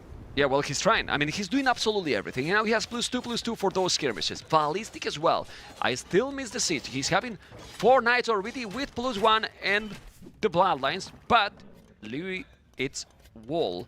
If you notice that he has ballistic, maybe Liereyy will do ballistic as well. Now he has 2 tone centers, so maybe he can afford it and be fine. Yeah, I mean, you're starting to see Viper with a lot of time here, and when you do have the eco lead, you obviously want to invest into military, right? Haven't seen the military from Liereyy really accomplish anything yet. Has it been worth the investment? We'll see. But some smart moves here. What Look in at the deer. world is Look at the deer. The deer is blocking the wallville. Don't you hate it when you're going to work and the deer just stop you from doing your job? Well, I mean, I cannot deal with the Bambis. So, I mean, don't talk to me about that. Can you imagine if this changed the game? I mean, imagine that now he's coming with all the army. I mean, fix it, man. Can you imagine, fix it. Can you imagine Game 7 Finals, Noble Apartment Cup? It is still there, man. And the deer is blocking a Ville. Like, no, but it's not blocking. He's pushing back. What? True. Because look at where it's here now. It's gonna push him out from the walls, man. What's going on, man? I think I really look. I can't look away from it. Please, podcast, can you remove that? We cannot focus in the captain anymore. No, put it back. Ah, come on. Put it back. No. The people want it.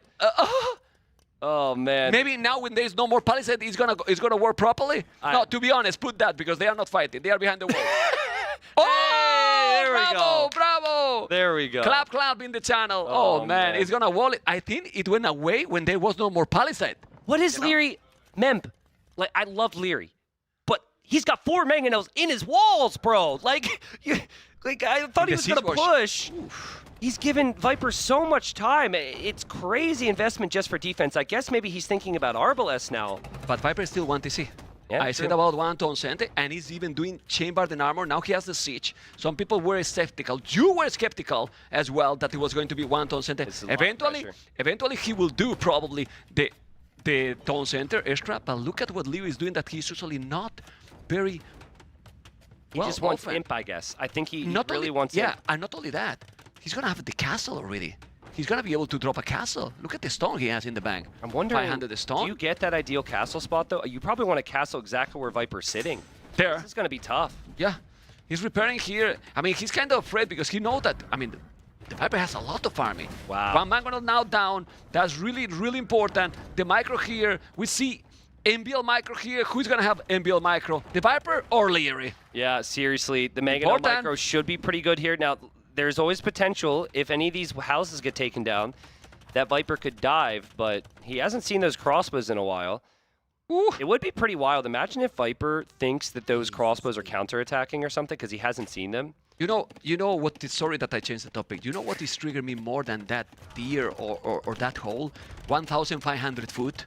You know, not having the buildings. Go Imperial. Well, Go already Imperial because that changed everything. You make chemistry on +3, and then you push back completely the Viper because Viper doesn't have enough economy right now. Unfortunately, the villager that was distracted by the deer got chosen to build the market. So he is building that market, and oh my God, oh, Liereyy, be careful! No, he need to wall, he need to wall, he need to make a stone wall. There's another hole happening? Here. Oh man, he's gonna kill now the mangonel. Mangonel coming. It's gonna be a DauT castle. It can be. It's gonna be a hole there or not. He's walling. He's walling absolutely everything. He's taking some villager bad. They didn't. There's a hole. Oh, he's inside. He pops out with 4 more mangonels. What in the world? Man, he got all the mangonels doing nothing. He's gonna lose everything now. But Liereyy is on the way to Imperial, and he should be more or less fine, but he should be in a much better position than this. Yeah. I mean, no. What? It's got to go up. 90%. No way, dude. DauT. No way. DauT vibes. Well, he's gonna That'll make it. Go up. No doubt. Look at, but with No all doubt. this, look at Liereyy population. Yeah. It's really good. It's 40 population more than the Viper. He's dead. I mean, Viper, that was everything he had. Everything he had. Now, he did kill a lot of mangonels, but they're cheap for Dravidians. And the key this whole time for Liereyy has been to keep the crossbow number high so he could upgrade that. And that's exactly the position he's going to be in here, man. Yeah, it's crazy. It's really crazy here. I think Viper can quit. When he reach Imperial MA. Oh, okay. What do you think? That he's going to quit AoE? No. No. I mean, he doesn't, he doesn't know that he's on the way to Imp right now. Yeah. But it's not looking great for Viper. I agree with you that those Knights were expensive. Think of the investment in the skirms. He got full attack, full armor, and ballistics. Maybe killed 5 crossbows. That was it. I mean, I think... The amount of archers he has now. It's just crazy. It's crazy. I mean, credit to Liereyy, because I was really hoping for offensive siege, but that could be problematic. It can get messy against the Khmer, and Dravidians have weaknesses. Yes. And it's snowball. Exactly. That's maybe what Viper wanted. To his credit, he's had the patience, and this is probably the best archer player ever in the game with 30 crossbows that are going to get these upgrades. I mean, Vipers, I don't know what to tell him. Well... the screw, to be honest. Yeah. 1,300 gold. The foot is going up really quick because Khmer is like this. But the timing and the momentum. Let's see the Viper reaction in 3 seconds. If he's gonna have any reaction. I think he's got to call it, right? He called got it, 2 man. Knights. So he quit. Calls the GG. He quit the game. Wow. It's crazy. This being a big crazy. Well, Lierey's playing crazy here. Yeah, Lierey's playing crazy. I mean, remember how bad it could have been for Liereyy? He lost his scout. We were expecting some awkward stages there where he wouldn't know what Viper was going for. But he played it perfectly anyways. He won the water very early on. He also was ready for the archers and knew that was going to be the opening from Viper. So it was a late pick from Viper. I don't think he'll be hugely disappointed in the fact that his late Civ lost to #1 Civ. But he's got an uphill battle to climb now because he needs to get 2 wins in a row. Don't you feel, Tristan and the viewers, don't you feel that Liereyy is not only also playing execute, it's feel prepare? Yeah, 100%. Prepare for the maps, you know. I'm seeing confidence from Liereyy. Just every move he makes, it just feels like yeah, this is the best play. Yeah, this is the best play. Well, guys, a small break, and we're back. And now, a word from our partners. The rise of modern technology takes its toll on all of us. Hours and hours at your desk leads to stiff necks, aching shoulders, sore lower backs. But there is a solution. Back Force. The Back Force 1 Plus doesn't just stand like a rock on the digital battlefield, it transforms the way you sit. With Gamer Pulse LED lighting lasting up to 20 hours, this chair is more than just a seat. It's a throne. Personalize it with patches for your nickname, clan tag, or any custom text. Because your chair should be as unique as you are. Every Backforce chair comes in a wide variation in colors, including this noble white and gold or black and gold colorway, and the GamerLegion Special Edition. Sit like a king with Backforce.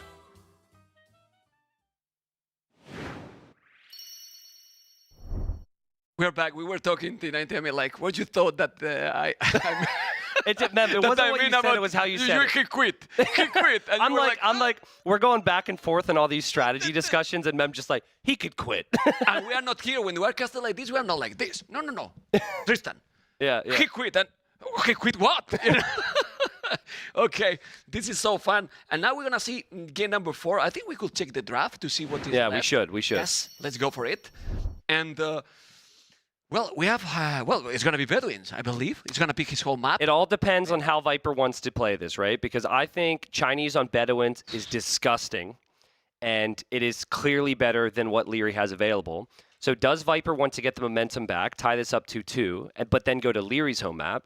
Or does Viper say, let's play the toughest game first on Lierey's home map High Tides, and then in Game 5, I've got the better Civ? If it wasn't Swiss stage, I will go for that.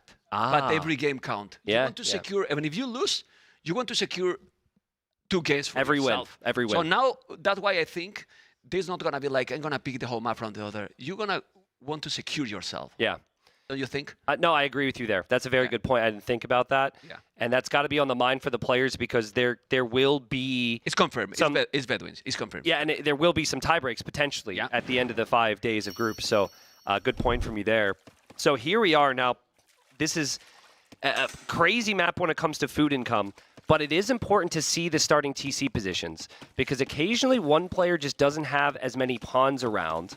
And I'm looking at least at Lierey's TC. I think he's got a slightly better TC. He won't have the vills that the Chinese have, but he's got more shorefish around. He's got a boar right next to him. He's got the wood. Viper, I'm not seeing the shorefish he would want. So I do think, even though it's around, it's maybe going to be a little bit more awkward for Well, Viper. since usually you are a bit more polite than me, and I'm a bit more straight, can we check Viper TC? I'm gonna tell you what I think about his spot. It's crap. I mean, it's total crap. Yeah, you look he at the could take one shorefish in front, then the berries, and check around. Yeah, it's not great. It's not great. His civ is insane though. Like his civ is potentially busted, right? He can't do that.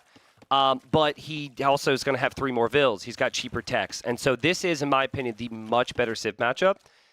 Yeah. The nice thing for Liereyy is he's got a civ with a perfect game plan. They've one of the best aggressive civs in Feudal.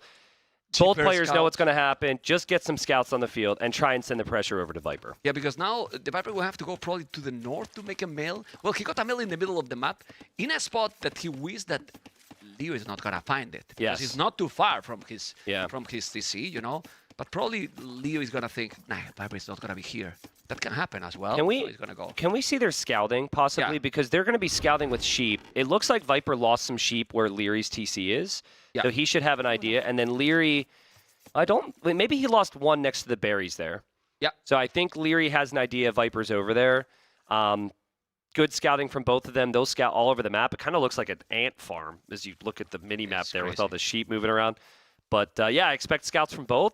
Viper's got a bit of work to do to wall up, though, to protect his eco lead. He has to wall a little bit for sure.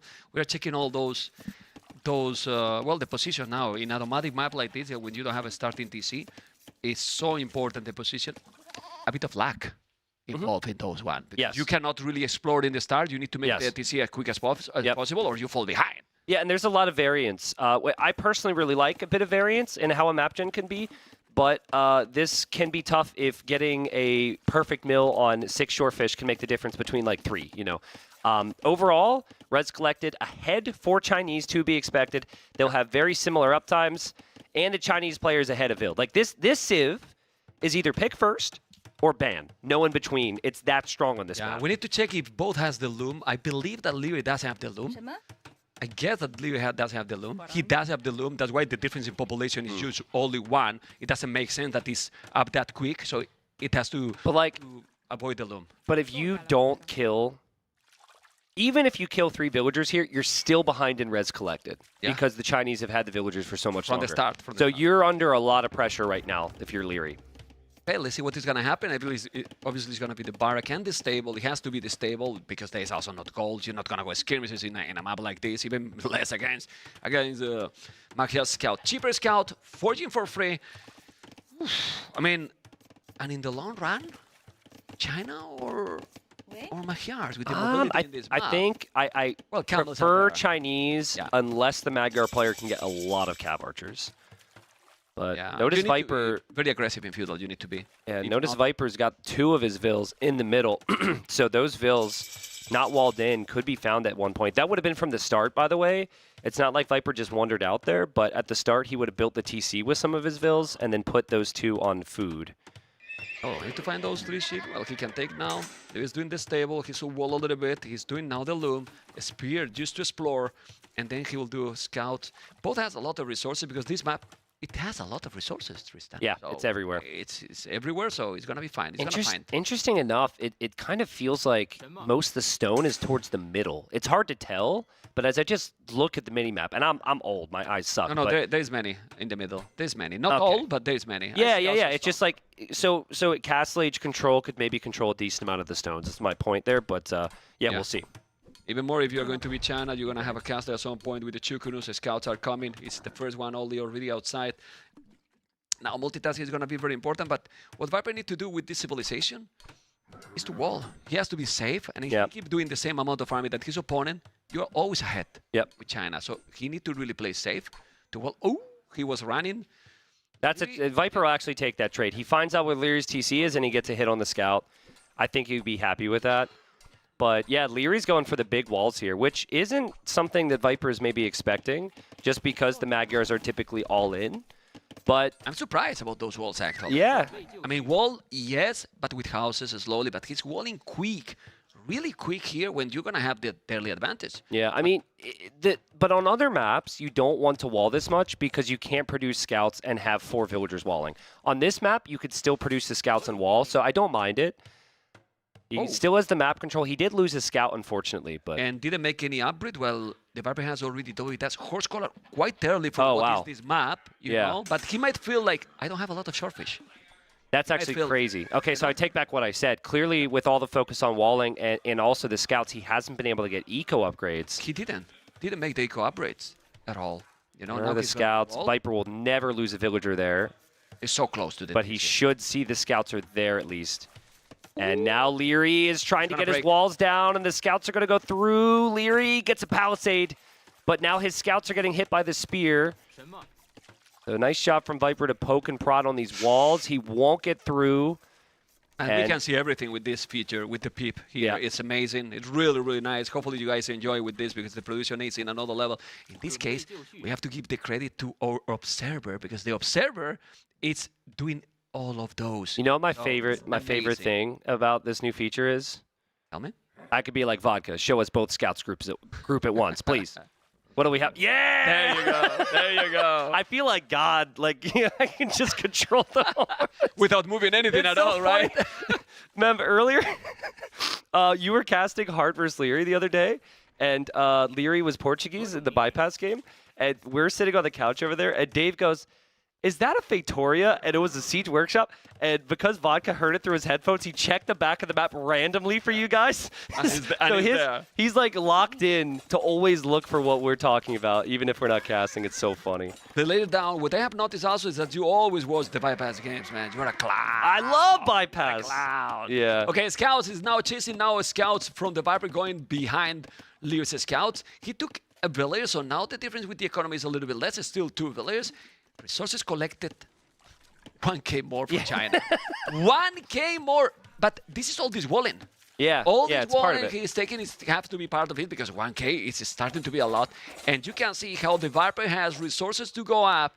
And in this kind of situation, if you are going to be able to go up that quick, make the 2 extra TCs and keep going with army, Viper is in a very good position to force game number 5. Yeah, I agree. I mean, this really wasn't what I was expecting from the Magyars. What I thought we would see was fast scouts, fast archer switch, heavy spearman play, but he's given Viper a little bit of time, and Viper's used that time. Viper's only lost 1 vill, and he's managed his eco perfectly with upgrades that Lierey's been missing out on. And Viper's on the way to Castle Age, and with more army. Yeah. Which is the part that is impressive as well. Well, China is really good in this regard. You know, the economy they get, and also in this map probably even more, you know, because you make the TC, you get the 3 villas instant, you get the short fist. You barely get idle TC. You can see 13 seconds, and maybe it wasn't even in the start. Maybe it has been during this transition. Bloodlines incoming. Cav Archers with Chinese is going to be double archery range. If he's doing the Bloodlines, he has to be Cav Archer, right? I think the only thing that Liereyy wins this game with is Cav Archers himself. So Viper's like, even if my Cav Archers don't mass quite as fast or maybe aren't quite as good long term, they're still good. Yep. And I'm going to have a nice eco lead. So Viper's probably thinking ahead here. Also doesn't feel very natural to go skirms because they're quite slow. The map is open, so yeah, it's gonna be Cav Archers from both. And you can always put there a couple of camels also to go with the Cav Archers, right? Or just go 3 range, right? And say, okay, I've got more eco to spend, so I'll just make more, right? So I think it's a good approach there from Viper. And he's doing this blindly, but he's also thinking, what would I do in his position? I've only killed 1 vill. I've got to go all in Cav Archers, so Viper knows. It's blindly, but in quotes, because in theory, like, what he's going to do with Backyards? He's going to go Knights against China? Doesn't make any sense, right? In this position that you can make even monks. The scouts are coming. He's trying to well, it's forcing him to spend more resources. And going back, now fletching already coming. He need to do gold mine and arbor. I think he didn't make it, and I think he need that arbor, because if he's going 3 archery ranges and he has only 7 on gold, it feels too low for me.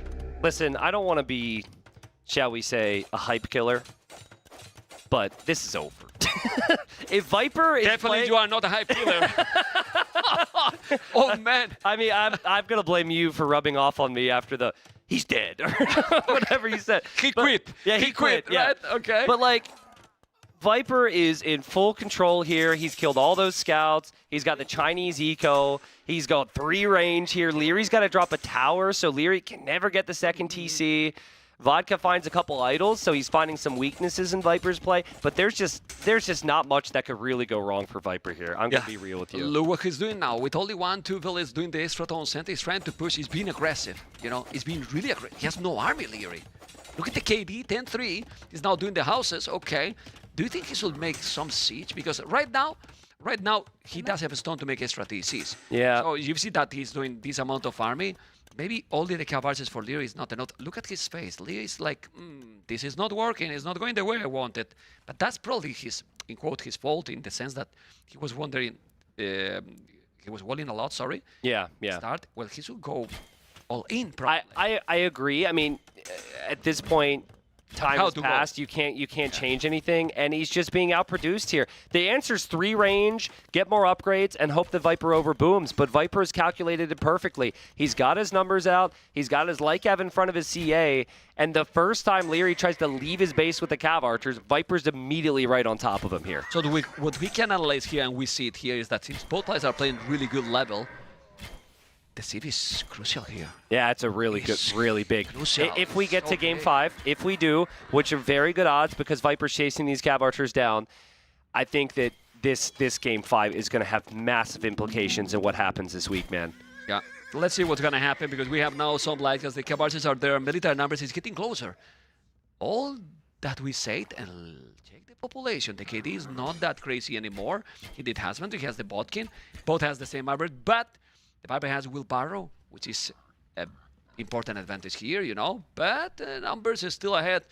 Well, Liereyy need to rate. Yeah, he needs to get some damage. The only thing about Viper's play that you could maybe criticize is with all this time, all this control, he has not full walled, right? He's got an area of his base which is open there, and that is a really risky area of the map right now. Let's see if he's tracking Liereyy, though. I think he sees Lierey's Cav Archers. Yeah, so he'll know his villagers can move over to that side now. Well, for now, he's going back. He see all... Ooh, ballistic. Where is he going? Ballistic. What is he going to chop? Is he going to build a dock? Is he going to chop a tree? What's... Yeah, I mean...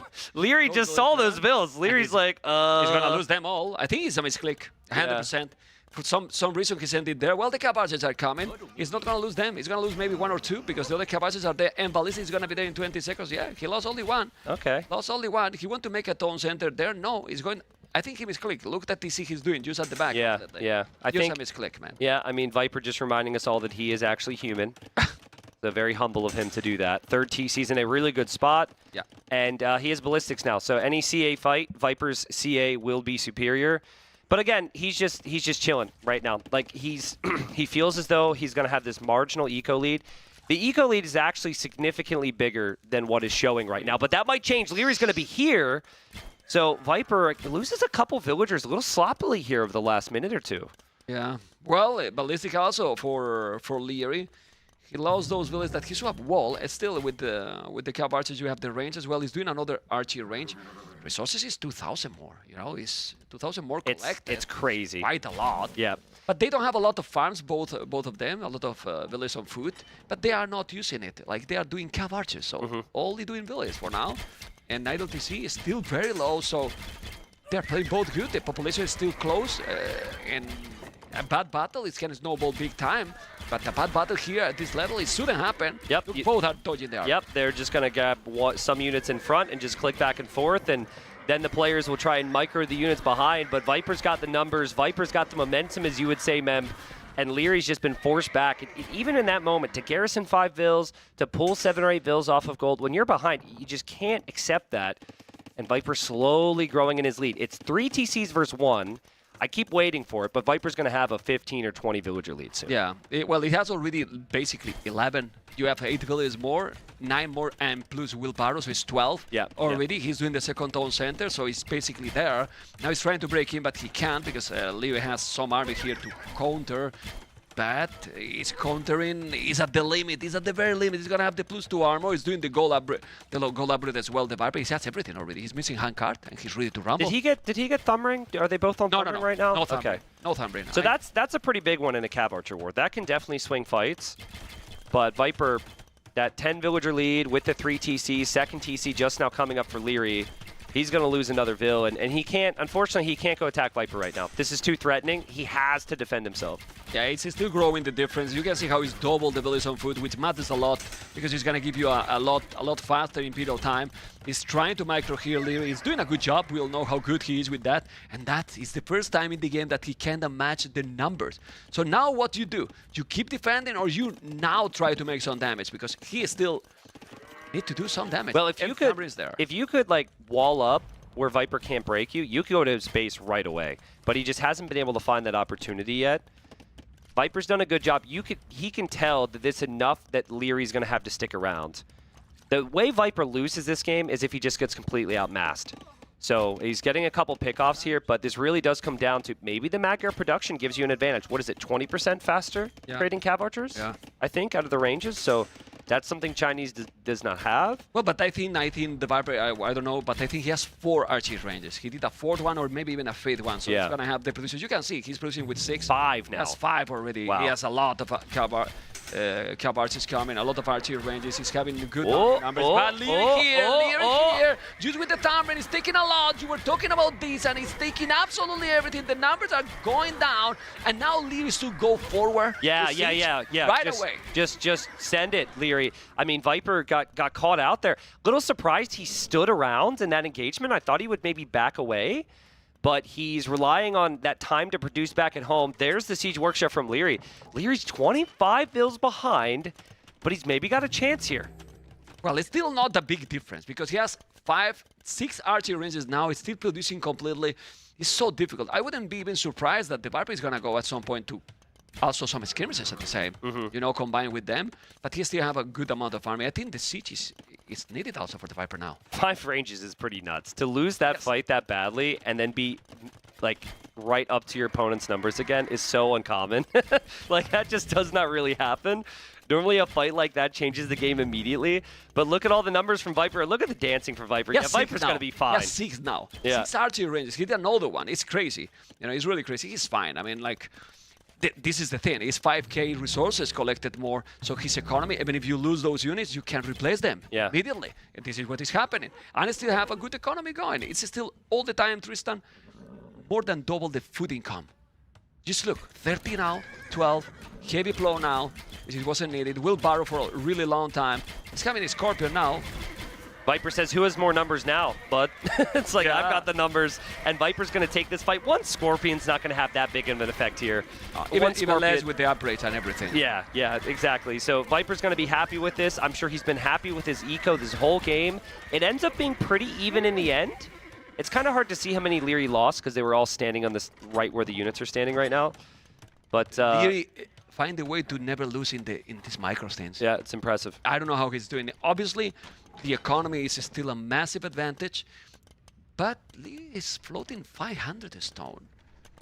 I feel like okay, man, has to happen. Do you ever like watch a show, okay? And it starts off good, but then by like the 3rd episode, you could tell who's gonna what's gonna happen in the show.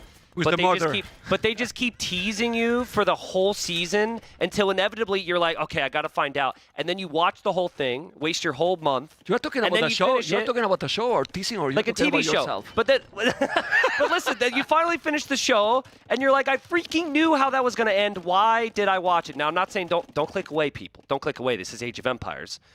But, like, I feel like that's what this game is. I'm just waiting for Viper to clean it up, win the game, and then we go to game number 5. But we just keep getting teased because Liereyy refuses to quit here. Yeah, and that maybe can change the tease into a real alternative final with a castle forward. The problem is that the Viper has, again, 10 military more. Yeah. He has unlimited economy. It's unlimited economy. It's insane. Well, the only way, Liereyy, maybe going up faster to Imp because the Cav Archers from Magyars are a lot better. Yeah.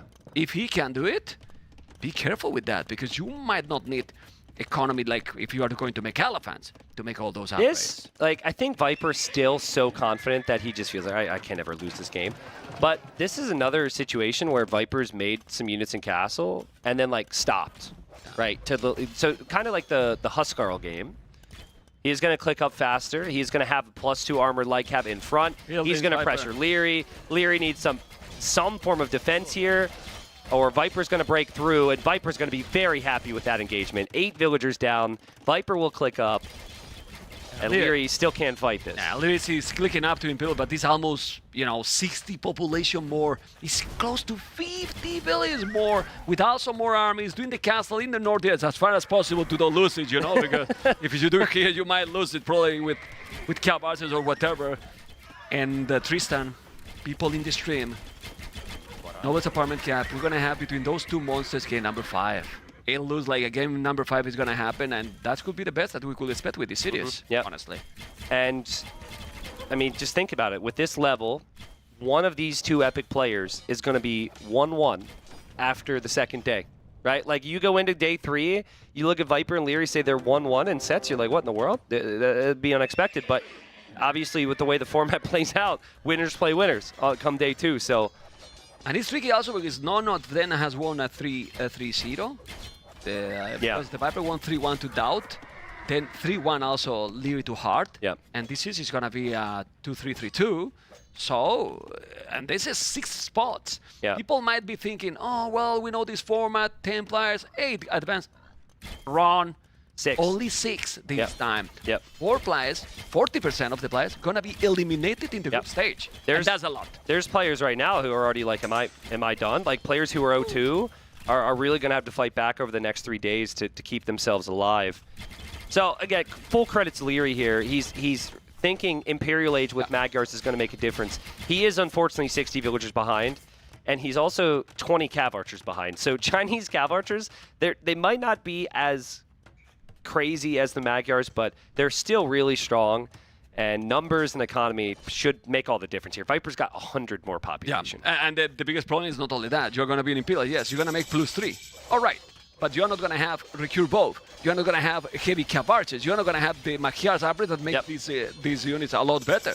And now the Viper will do all the upgrades as well. Well, he's doing nothing. He's on the way to the game number 5, which is absolutely amazing.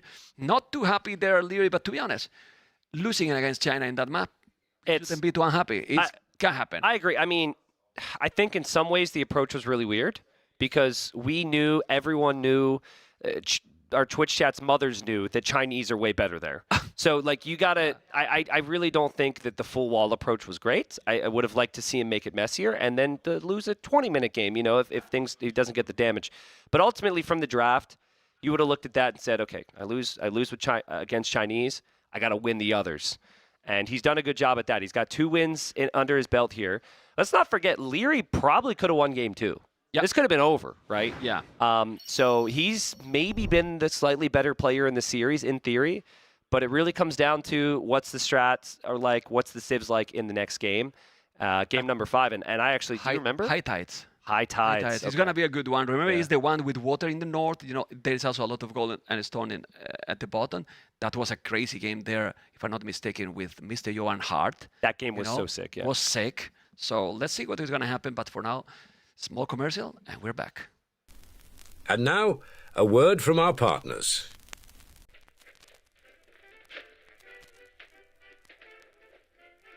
Eek! A mouse! A mouse! What is it, dear? Why you rage? Oh, honey. That's no ordinary mouse. It's the Reaper 250. With this mouse in your household, you never have to be scared again. Yes, the U-Rage Reaper 250, featuring DPI control, advanced ergonomics, RGB lighting, and customizable buttons, is the perfect addition to every competitive household. Why U-Rage? It's all good. Get yours on Mueller.de.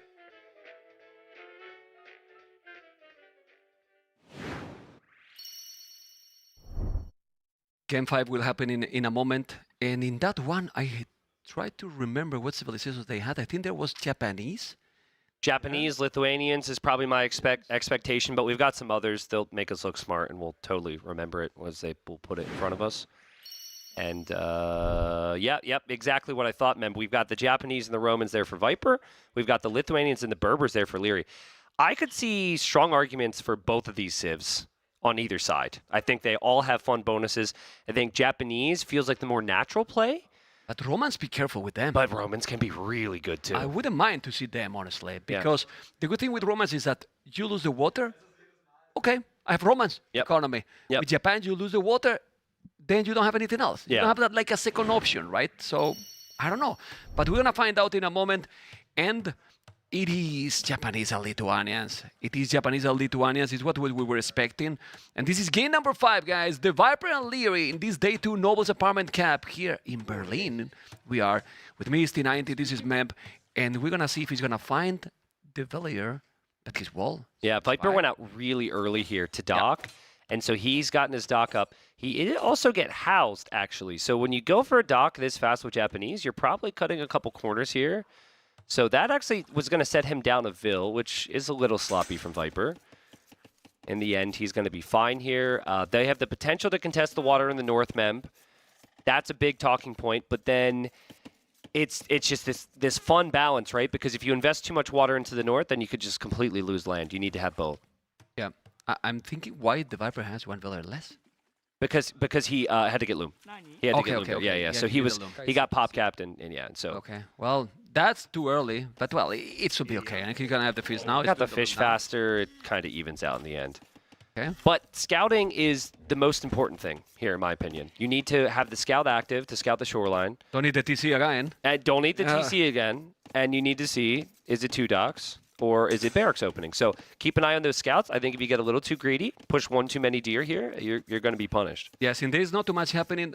Vodka or Beautiful of Sever, can we check the south area so they can see exactly what is there for the later game? There's a lot of resources, you know. Yeah. It's really a lot of resources. I think some versions of this map got fish here, a lot there's more fish, than this that. And there's also There's still some, and there's a lot of hands. So this, for the later game, can be very important. But now the focus is going to be in the north, because there's the 2 dogs that we can see here. They will fight for some water. And you expect with Lithuanians to be a lot quicker to be up, and this is exactly what is happening, Tristan. Yeah, Viper still hasn't clicked. This is a crazy build here from Liereyy, actually. Goes for 2 fishing ships, and he's up. And Viper, this is going to be more of a standard time, but it feels like super late, honestly, compared to what Lierey's doing here. Over a minute faster here for Liereyy. Wow. I mean, it's 20 villages, like that nowadays 20 is slow. Yeah. Right? But still, it's going to make second dock. Well, you can make second dock, better economy is going to wall. He need to wall the Viper. The Viper need to... I like how Liereyy pre-placed a gate before he knew if Viper had anything there. It's crazy, man. Oh, Viper, I think he's always going to be able to get his second dock up here. And his villager might need to escape, though. That villager is going to be walled in, most likely. Yeah. Because if he runs, he dies to the scout. And Liereyy should wall that in. I think he will wall now that he's doing the second dock. Romantic docks, I will call this, because, man, what is this? So close here. So close. We might see so many galleys. But the time up is 1 minute. Yeah. It's a big advantage here. If Viper wasn't Japanese, he's completely dead on water. But he's Japanese, so you could probably run around with those fishing ships and have a little bit of time to recover here. But let's see. I mean, Liereyy has really streamlined this build to win water. He doesn't have the res to add the barracks or do anything else. Viper's resources collected because he's had more workers, because he didn't rush up. He's collected more. He's got more to work with, and he also has saved more on the lumber camps and the mining camps. Then I wouldn't be surprised that he's going to be able to match up the numbers with the galleys, because Lierey's at the limit. I mean, he's creating. He has 2 already there. He needs to move that fishing ship. That is going to take a little bit longer to go. But he's doing the palisade to save That's funny. And now he forced him to delete. Yeah. If you want to kill it, he's going to maybe send the Liereyy, just leave the villain there. Don't even try and delete an attack. Trust me. Okay. But it's still no galleys out there for the Viper. This is a problem. What happened? They doing me so well. The house it. Yeah, getting house could have hurt a little bit. It hurt him a little bit here. He's gonna wall again. Let's see now. If he's gonna delete, Liereyy, and then the second Liereyy deleted, Viper got the wall, and now Viper's Vil is free. If he said this, they want that they squid in his face. That's a dead Vil. That's a dead Vil. Even for Viper, that's a dead Vil. Lierey's too experienced. He knows that he can't allow it. And nice job here from Liereyy. He does, even against the Japanese fish, get the kills. So he is going to have all the kills on water pretty much, and killing that villager. That's a dream start. It's very good, definitely. I mean, so smooth. He has been playing this smooth from the start in all the games, except in the previous one because of the save. Let's go. But Liereyy literally just goes, okay, I'm already ahead on water. What's Viper going to do? He's going to go land. And now he's going to verify this with his scout. So he adds the barracks at the perfect time. He verifies this at the perfect time. Viper's going to want to kill Lierey's fish. So we'll see if Viper can do that. But I'm really impressed with Lierey's opening so far. I think Viper eventually will do it because he keeps creating more galleys. The thing is, if he's getting the water, I think he might go back to make some fishing ships. I think the Viper might be still okay. At this point, it's still okay. Yeah, 100%. I mean, it's the big thing now is, are they adding farms? What's the land army going to be? It's so open, right? It's so difficult to fully wall this base. So all's easier said than done from here, but a very even game if Viper is able to kill these 2 fish out here. But for now, Liereyy still got them, and Liereyy sees Viper coming out, and that demo from Viper doesn't really accomplish much. Not too much, but he's having another. He needs to go to the left. He's going to take now 1 galley. I think that demo is trying to find more damage. If he's not finding, there's another demo also for Liereyy. More Navy now for the Viper. He needs to really be on point here. He don't want to take that demo down. I think this is good for the, for the Viper. Yeah, that was really nice, actually. Yeah. That demo was pretty far away when it landed, and now the demo from Viper, I mean, it helps. It has to be like this. And Viper's going to end up killing the fish, which is what he wanted. Yeah, he's taking the fish. He's taking the score lead right now. Look at the population for the Viper. But on the land, I believe that the Viper doesn't have yet any archer range. It doesn't, while Liereyy has already archers coming. Well, Viper's scout, then I assume scouted the range? Like, he's checked this, right? He's double-checked to see the Oh. He's going now. Where is that scout for Viper? What's he doing right now? Not in his base. Just been chilling out. Yeah. That's surprising. I mean, you'd think Lierey's already confirmed everything. Liereyy should know that if Viper doesn't have the range, he could actually move out right now. Yeah. Yeah, but the water, and he's already doing more fish. Now the Viper has 1 fishing ship there. He's going to take the dogs. How many galleys for Liereyy? Only 2. Yeah, but this is so hard. You can see how he was behind, and then he's still taking the water back. Isn't it so cool, though, how Liereyy, okay, looks like he lost the villager there. Well played, Viper. But isn't it cool how he correctly assessed every situation so far? He knew what Viper's opening was going to be. He now knows that he can actually move forward. It's Viper who's having to respond and panic up a range. He's building that with like 4 villagers right now, and Lierey's going to have fletching. So like a couple archers and skirms with a scout, this is going to push Viper off. Viper is not in a situation to wall here. This does not suit the situation. No. He's coming now with more. He needs to go back. He needs a couple of schemes there. He has only 1 and not with fletching, so it's not an oath. And this is the position that usually Liereyy likes. Yes. To be aggressive, coming aggro. I wouldn't be surprised that he's even going to make a second archery range at some point, because if he's doing, it's going to be really tricky. Not even Blasmith, he's doing now. Oh, man. You know what's so nice for Liereyy is he doesn't have to even have the pressure of going back on water now. I'm completely fine if he gives up on it, because he already killed fish. If Viper re-adds them, that'll pay off in the long run, but this is really good. Liereyy can take his berries, Viper cannot. And all that Navy for Viper is just protecting 1 fishing ship right now. That's not enough. Now, Viper will have a range out. He didn't lose anything yet. This is still a pretty small army from Liereyy. But when you see Liereyy forcing Viper off of berries, forcing Viper off the deer, forcing Viper off the gold, this is huge damage. Yeah, now my question is to you, Tristan. What is he going to do, Liereyy? He's going to keep going with feudal. He's going to add the scout because he's going mostly skirmishes, and his opponent is going to be skirmishes as well, like more feudal, or will try to go castle since he's already floating quite a lot of gold. Yeah, I think Castle Age makes sense unless you really feel like you're not already ahead here. You could try and get further ahead with scouts, but then we've seen players overinvest and then delay their castle age. So the farming eco looks pretty good for Liereyy.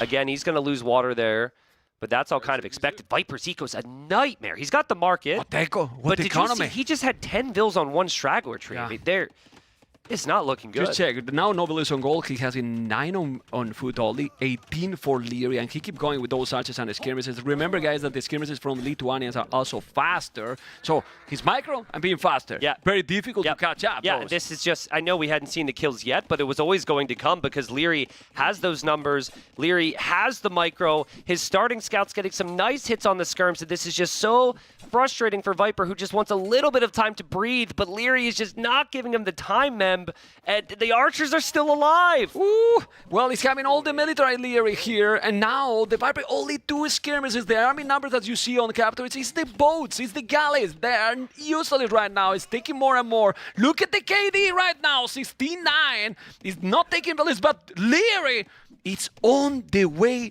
to castle. It's impressive macro again. It's a perfect game, but it's not just the macro. Yeah. It's the vision on every single aspect of the game. A blunder from Viper to just not be active enough on a map where, of course, there's a million things to do, to know the range timing from Liereyy. Liereyy, ever since he had the range timing, ever since he scouted that Viper didn't have it, he's known what to do, and I don't know if Viper's going to be able to recover from this. Yeah, and he didn't even overinvest on water. When he lost water, he was went perfect. directly to the land to counter here and attack, not trying to put any more resources there. And he has only 5 on goal. So it's not like 20 values on goal. I'm using the market. No. He's have now good food, good goal, because with 18 Look at this micro. This micro is insane. He's got 2 separate groups right now. Like that one archer, okay, now he goes down, but he's just gotten crazy value on the other side. If he just keeps Viper open and adds 2 knights, Viper's completely toast. Like, Viper has had to do everything he can simply to survive by adding skirms. So Lierey's going to be in Castle Age, like 4 minutes faster. So population and score is right now lying. For those people that is watching the game and they are not used and they are casual viewers, let's say, you might say, no, he's fine. He's 47 population, 56. But look at Viper. It's far from going up to Castle Age. And as you mentioned, if it was wall, okay, he's fully open. Yeah, I mean, when you're late on skirms and you lose your initial numbers, you then are unfortunately in this situation where you then need to spend more food on skirms and more upgrades. And so that's what's happened here for Viper. Res Collected's pretty close, right? It's not like there's been a massive difference there, but it's been the timing of what's been spent. It's been the value. And as we see Bodcanero now on the way from Liereyy, he's also going to go for a knight here. And Viper still has not clicked up to Castle Age. And he's not clicking. And he's not clicking, and now he has towers. It's the good thing. He has towers, but the problem is Bodkin is going to be there, skirmishes.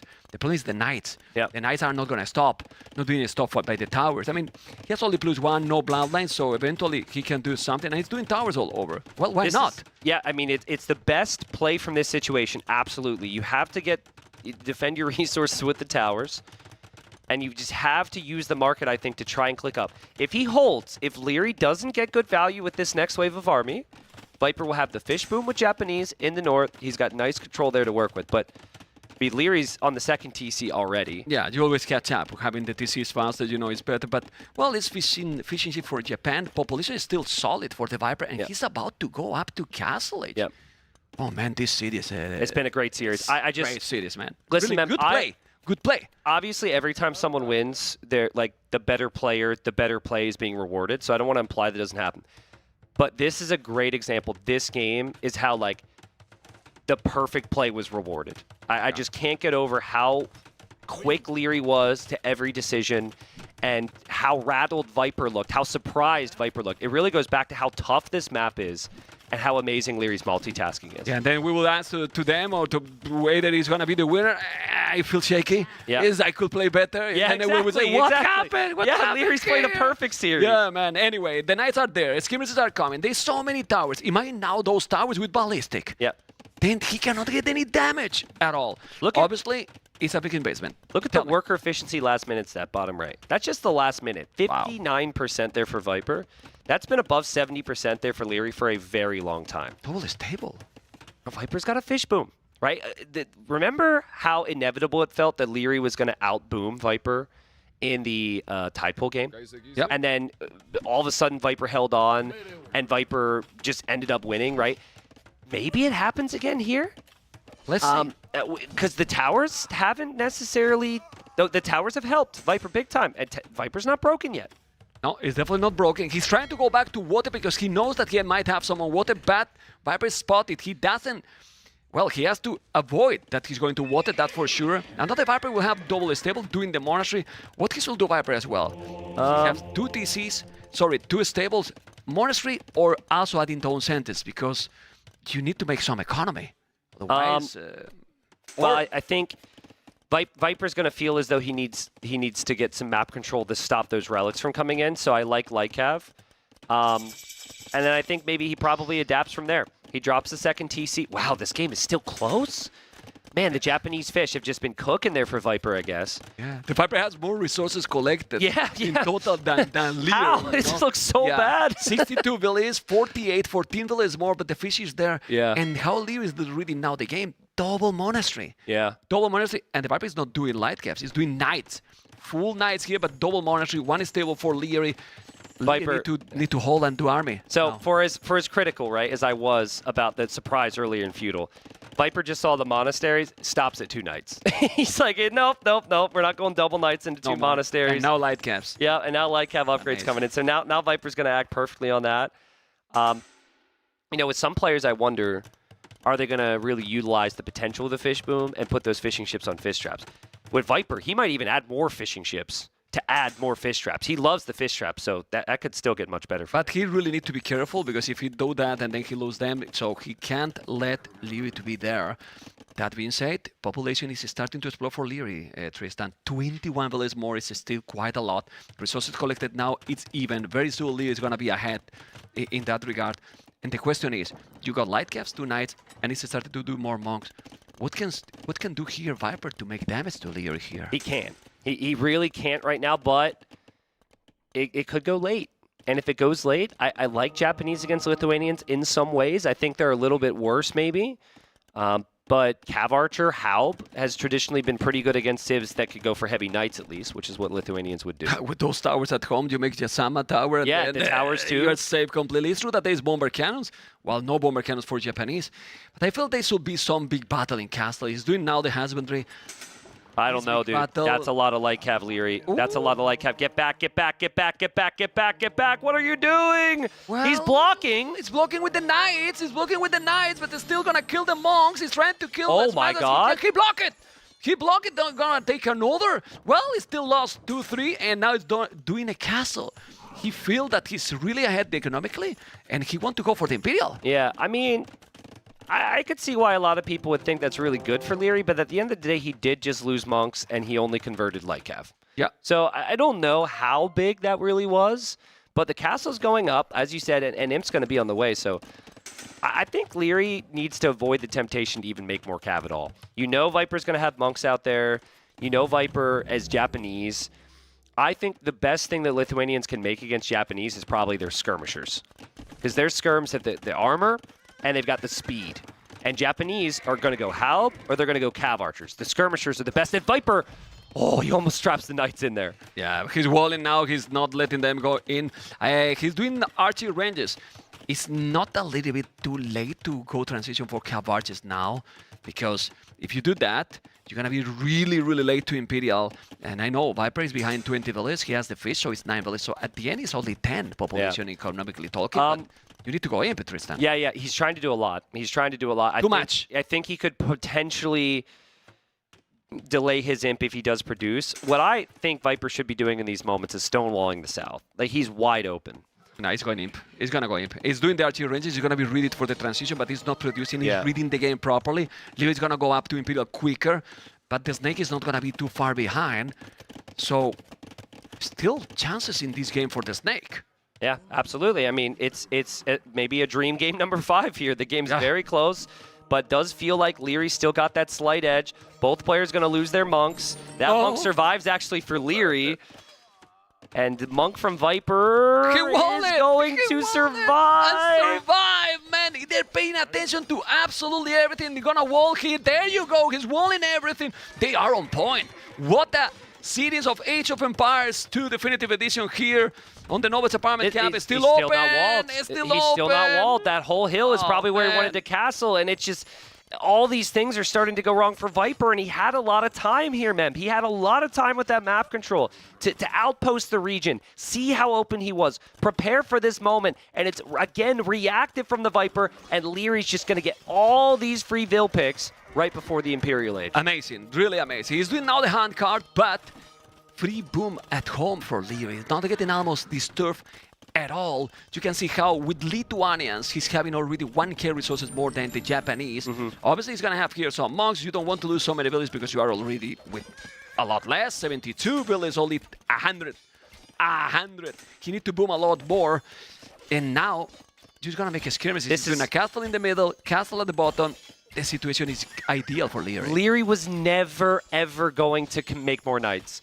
He thought those knights would get no value. And instead, they forced idle time. They opened up opportunities for Latis to come in another area of Viper's base that's open.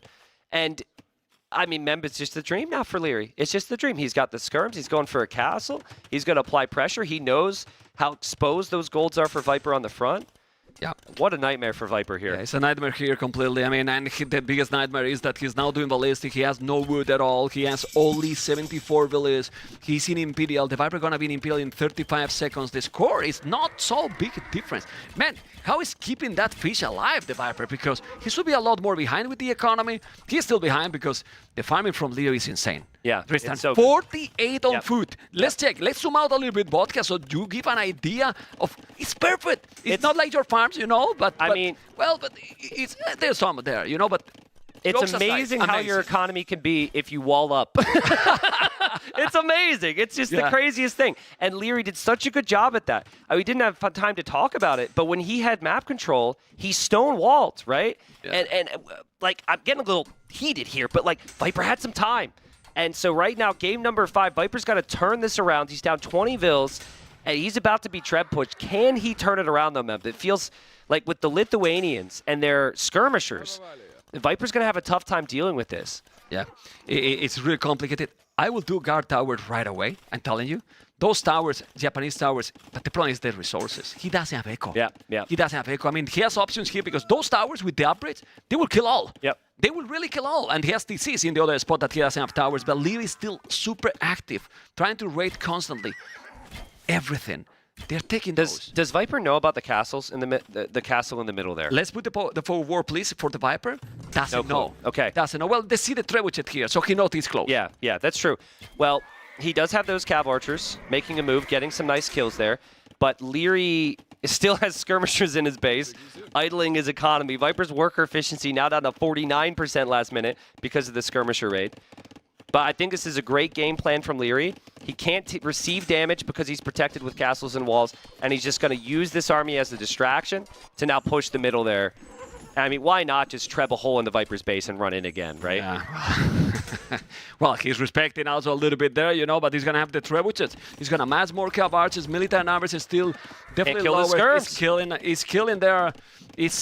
Oh, man, he's already on his farming economy that he doesn't have a lot. Plate Bard in armor, and how you gonna stop this? It's so complicated. The score is still not that big of a difference, but I think the score is gonna explode very soon. If it's not that the Viper is gonna give up, I hope that he's gonna keep trying. With those life as you might kill that. And he's doing a castle even there. He's controlling the whole everything right now, except the water. But the water now is kind of irrelevant. I know a 3-2 doesn't imply that someone was perfect. Lierey's been pretty much borderline near perfect this entire series. One of the losses, maybe he could chalk up to a Civ loss.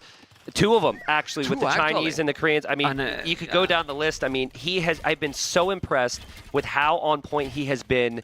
Very little mistakes in his defense, in his offense, in his transitions. And Viper here, I mean, he's just too many steps behind Mem. He's going to try, but the Trebs are taking down his TC. The Skirms, there's no answer to. Japanese light cav aren't strong enough to deal with those But Skirms. what Viper did wrong in this game, like he played a good game. He took the water back, but then the transition for Liereyy was instant. Instant to the land, and he probably Vipers who have wall earlier. Yeah, I mean... That's the only thing, in my opinion. Ask me that question if this game actually ends. I've got a couple things I want to say. Okay, because it's so high level. Yeah. Right? You got to talk about the small details, but we've got elite latest now. We've got chemistry completing, attack upgrades completing, the unique tech now for the Skirms. I mean, this just got twice as hard for Viper, and he was already dead. He's absolutely crazy. Look at the amount of army he has, and not only the army that Liereyy has, the quality of that army is doing now percentages with Thambrin, but it's only 15 when Liereyy has 40 skirmishes plus 6 armor. Plus 6 armor. He's gonna take everything, and those are, they are elite. Elite unique units. So how you stop this? Yep. I mean, the cav archers, but the cav archers are gonna go bye-bye, Mem. Yeah, it's gonna be gone in a moment. As you can see, sticking the hill here. 183 population, 125. Liereyy is already, if he's winning this one, already with more victories than in the whole last NAC5. Too soon, Mem. Too soon. If he's winning, he can win it. You know, it's too soon, as you mentioned. You know, it's what it is. And Liereyy took this series. He played incredible. Very good. Yeah, I think we have the audio for them in that room. There was not a single word beyond maybe good game. Their focus is still. Yeah. Because they respect each other. It's Viper Liereyy. Of course. They want to win. They're serious. I mean, what a series. I am so thrilled with how Liereyy just played. That is incredible, especially because I'm the only caster here that predicted Liereyy first, while everyone else went with Hera first, even though I slightly doubted myself due to Hera's recent dominance. But, Mem, listen, like, you asked me, how did Viper lose that game? It was that scout. Remember that moment where we're like, where's the scout? He wasn't scouting the follow-up. Now, that only looks like a glaring error to all of us because you had the definition of perfection from Liereyy the whole way through. So I'm not going to come at this and be completely critical, but on that map, with how that plays out, that's exactly what needed to happen. And it was just recovery from there. And I think the one thing, God, I want to talk about for so much longer, but we can't, sadly, because we want to talk about this series the whole day. But seriously, like when it comes to Viper, this is group stage. So it's not that big a deal. He's going to have more wins, I'm sure, and hopefully get to playoffs. But like, when you look at Viper's play over the last 2 years, I would say the consistency from game to game can go up and down more than maybe in the past. But also, I think he's not as focused on the timings as maybe he once was, or as other players are, and that can catch up with him. He can't just adapt out of it. And, I mean, Liereyy punished him perfectly. It was a hell of a series. He did amazing. He really, really did amazing. And very soon we're going to see what Liereyy has to say, because Liereyy is with LA, and I believe they are ready for the interview. And at least that we have some short commercial, and then we go with Liereyy and LA. And now, a word from our partners.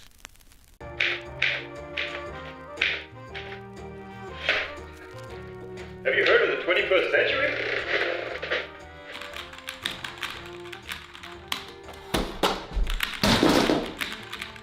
Why settle for clacks, clunks and jams?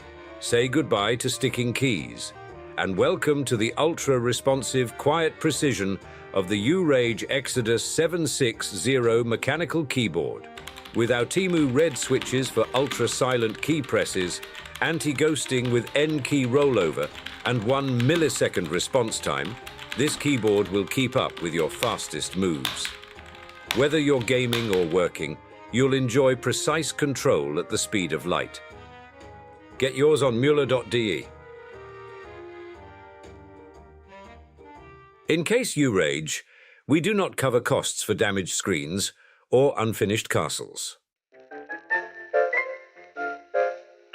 Back then, a pocket watch told you the time, if it wasn't broken, that is. Today, the Hama smartwatches do so much more.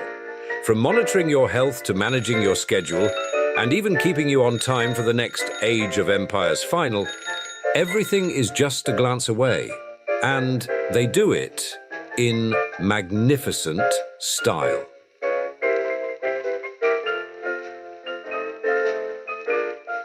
Make more of your time. Hama.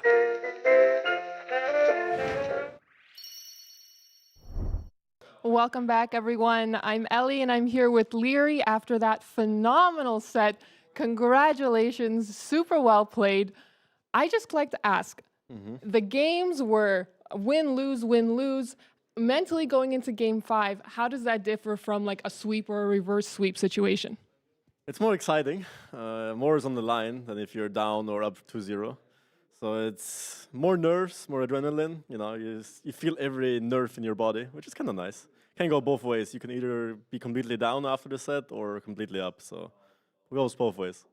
Well, it was really certainly exciting to watch. First game on Copenhagen, you went with Vietnamese. What did you think about winning water early? Was that your plan? Were you surprised that Viper didn't try to make a comeback?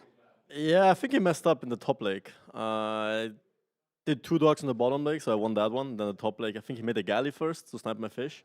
Not sure if that was on purpose or it was a misclick, but it kind of allowed me to win both waters and then have a heavy advantage there. So. Well, let's take a look at some of the replays. This was from this very first game here. You had phenomenal scouting. I think this is when Viper here, you lost your scout. What were your thoughts going on here? Not again. It almost feels like inevitable that I lose my scout early on, but I managed to save it with some quick walls. It's pretty hard nowadays to delay something or to deny something. Yeah, your scouting in the second game especially was on point. Were you practicing that at all? Like, it seemed like you were just everywhere. Yeah, especially in certain games, you think about it a bit more, since like you know the opponent only has tricky plays. So if they just play standard, they lose. So that's why in some games I'm scouting more, in some games I'm scouting less, depending on the situation. In this game here, when Viper ran in with his 5 Huskarls or so, you reacted really quickly with the monks. Is that something you had in your sleeve, or is that just reaction? Reaction. You just use every unit in the field and you go with the flow, honestly. It's a mess most of the times, but it works out. Well, it was a really phenomenal reaction, and you had a great victory. On the second game here in TaToH, Viper had his Korean civilization, and I think we were saying that Armenians might be the best water civ currently. How do you feel about that? It used to be. Now I'm not sure anymore after this game. He played pretty well. He kind of showed me up all my weaknesses in my civ. So it was kind of exciting. I even delayed his first dock in the water, but he just made a second one. Then he made those turtle ships anyway, so... Yeah, the turtle ship moment was really intensive when we were watching, because you were getting rid of that dock, and that second turtle ship, I think Viper wanted to have them out at the same time, but it came out a little earlier. How did you feel when you got rid of those turtle ships? I was relieved. Still, I think 1 or 2 came out, which still ended up killing like 3 or 4 fish and lots of ships from my side. That was still annoying, but I'm not sure how the situation was looking, to be honest. So you were, in this game, you were hiding your champions for quite some time. Did you think you hid them successfully, or do you think Viper knew that you had them up your sleeve? I'm sure he expected them at some point, but it's kind of annoying to build eco on this map. It's very hard. You have very little space, and then you have to make ranges, barracks, farms, all those stuff. So not easy. And Viper here had a phenomenal push with his bombard cannons, especially in the south. Were you distracted by what was going up north, or how do you think that that played out? I think we were both distracted. This game was just a mess left and right. At the end of the day, he still has easier time to play with, just sitting back with towers, BBC, and I don't have anything against that. Yeah, I had to finish it earlier, but it didn't happen. The tower play was really good. We're going to move on here to game number 3 on Citadel, Khmer versus Dravidians. You had another really early victory on the water. Is that your plan going into this, is just taking the water first and then going on land? I like it. It's a good plan if you have the right civ for it. I mean, Dravidians is like one of the best water civs. Khmer don't really want to play water anyway, so it makes sense in that situation. And yeah, it worked out. There's a little bit of Vil drama here with one of your gold villagers. Or not gold, sorry, a walling villager. It got a little bugged. Did you notice that? It was kind of stuck for a very long time. Was this game? Right here, yeah. Oh. And it was just going like this for what seemed like forever. Dude, if those units came in for that side, I would have been mad. Like, I would have. Look, it's a very long time. It doesn't even show as idle. That's the worst part. It's still moving. Of course. Okay, so that answers that question. Luckily, I did not realize. Luckily for you, it didn't make much of a difference here, but it was certainly entertaining. It was a nice fight, actually. This was a very, very important fight that we thought for Viper for cleaning this out. But then your castle did go up. What was your game plan here? Win the game. I mean, kill as much army as possible. I had like 4 or 5 manglers prepared. I knew he would eventually come in, because he kind of has to. So I just selected all my units and attack grounded literally every single space on the map. So yeah, I think it was pretty even at the end. I still favor my position, obviously, but yeah, it worked out. Chinese versus Magyars here on Bedouins. Everyone was asking, why didn't you ban Chinese? I banned 4 other civs. Sadly, you can't ban everything. And the admin didn't help. The admin didn't ban Chinese, so it was rough. But yeah, in hindsight, Chinese do seem pretty good here, from what I can see in the rest collection and the game. It was pretty much the early lead on the economy for Viper that just kind of snowballed. Were you expecting Viper to come out at you with cavalry archers? No, I thought it was an option for him, but I didn't think he would go that route. I think he would just play the elite skirmisher. But I didn't really have any place this game. Like, I don't think I lost a single villager, but I still couldn't do anything this game. It was crazy. I was just I had no options, it feels like. It's like we played Mirror and he just won. Even though we have the same CA in Castle Age. I scaled better, but it doesn't do anything if I don't get there, so. I think in this map on your wood line, you also made a tower, and I think that gave Viper a little bit of Yeah. insight that you weren't booming. Yeah, the field ledge could have gone better for sure, but also walled a lot. He has more resources, so it's like it's a hard game either way. So if you were replaying this game, what would you lose probably again? Chinese is just crazy on the map, so yeah. Wouldn't like to replay that one. Do you think there was any moment in particular where your, I guess, inevitable demise really was solidified? I don't know. I had some hopes after I killed the CA mass with my CA, but the score just kind of went up and up and up for him, and so I already knew what's happening behind all that. So it was just like, let's try some fast aim, idle my economy, but it didn't work obviously against Viper. And so you knew you were going to go into game number 5 here. Did you feel confident about the Civ matchup here? Kind of. I mean, it's in late game, yes, but he has more wood to work with. I have more food to work with early on. Those are kind of our bonuses. It's kind of fun and exciting to see how it plays out. Like I up faster because I have food. He has more wood, so he naturally has more ships. So it kind of collapses. And then kind of depends who adopts better. I think in this game I adopted a bit better. But yeah, it was still a super close game. Like the score was still somehow even after Castle Age. I was on free TC, barely reached Castle Age, and my score didn't go up. So I was getting a bit worried what's happening behind. Did you know that Viper still had a really nice fish boom up north? Apparently, I didn't, but I guess score explains why. So yeah. Yes, Viper was really, really slow with the Castle Age for sure, and Viper was open here, and you got the Knights in. You had this like decisive army victory here. Did you know that this was it? Yeah, at this point you just know like he has nothing, he has no army composition to make, and I'm into his eco, so he doesn't have any resources to work with either, so that was it. Well, it was an amazing set. Everyone was on the edge of their seats, and it's just always such a pleasure to watch you play, especially versus Viper. It's like pretty much a rule that you go to game number 5. So did you know that it was going to go the distance? Well, I would have preferred winning earlier, but you know, sometimes the opponent doesn't allow you. He played really well today as well. So yeah, if I make 1 or 2 mistakes in my winning games, I just lose, and you know that's just the highest level of AoE right now. Yeah, the level is insane at NAC, and we're all just enjoying to watch. And we're going to look forward to the next set, the last set of the game. Do you have any favorites?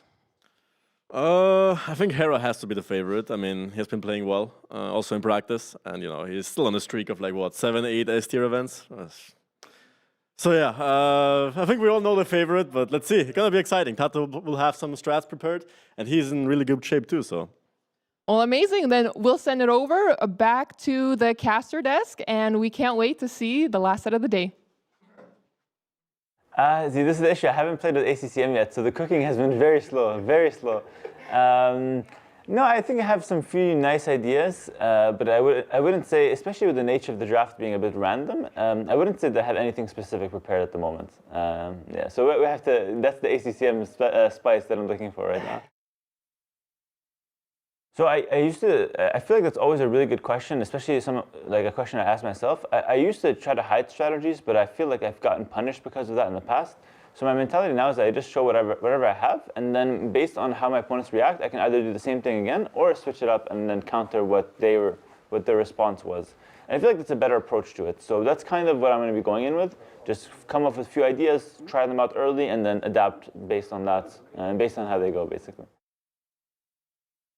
So I like to get like 30 minutes before the series into the nice headspace, like a calm, chill feeling. So I like to do something that I enjoy. Something like I watch like a video I like. I maybe like just play like a campaign. Just do something really chill to get into the mindset. Or maybe I practice like the Dark Age of the first game, something like that. But I don't like to play like a lot of games right before my set. So 30 minutes before, it's mental preparation. It's not physical preparation.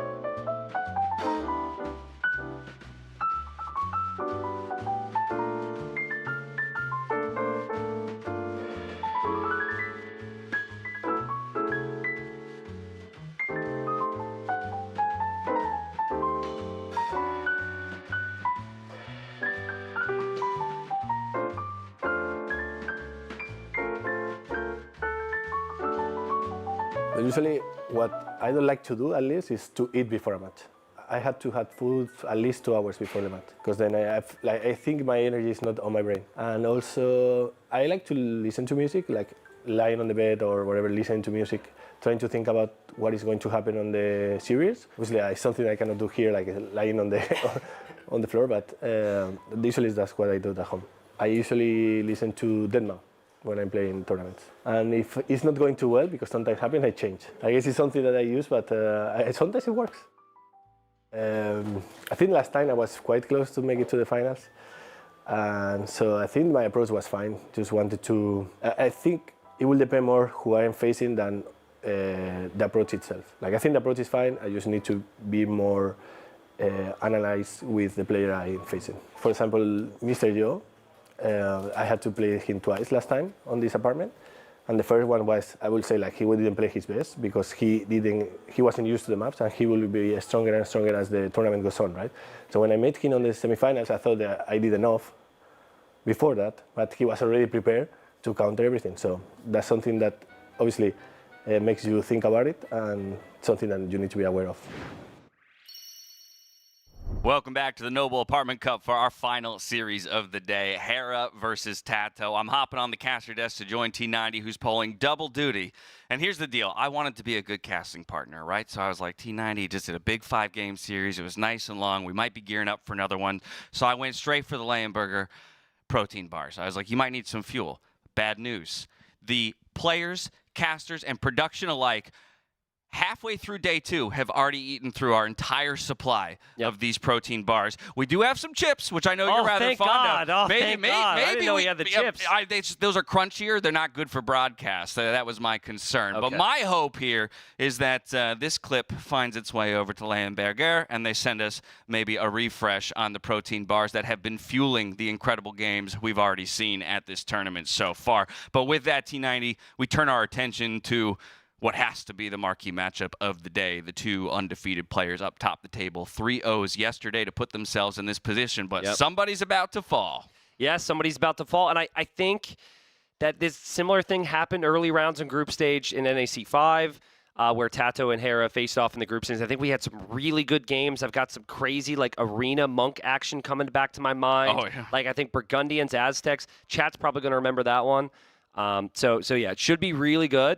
Always very strategic when you're talking about TaToH. And then with Hera, it's just that pure execution, right? And that combination of the two can lead to a very good series. Speaking of strategy, my mind goes straight to the draft. Let's take a look at what these players have equipped themselves with when it comes to the best of 5 that lays in front of us. A reminder, 10 admin bans across civilizations, and so players have to work around that and show some creativity. We'll be kicking things off on African reed beds, but taking a look at the civs available for Hera. Malay first pick, Dravidians, Italians, Khmer, Mayans, and Berbers. Over for TaToH, Vietnamese first pick, followed by Lithuanians, Armenians, Huns, Aztecs, and Spanish.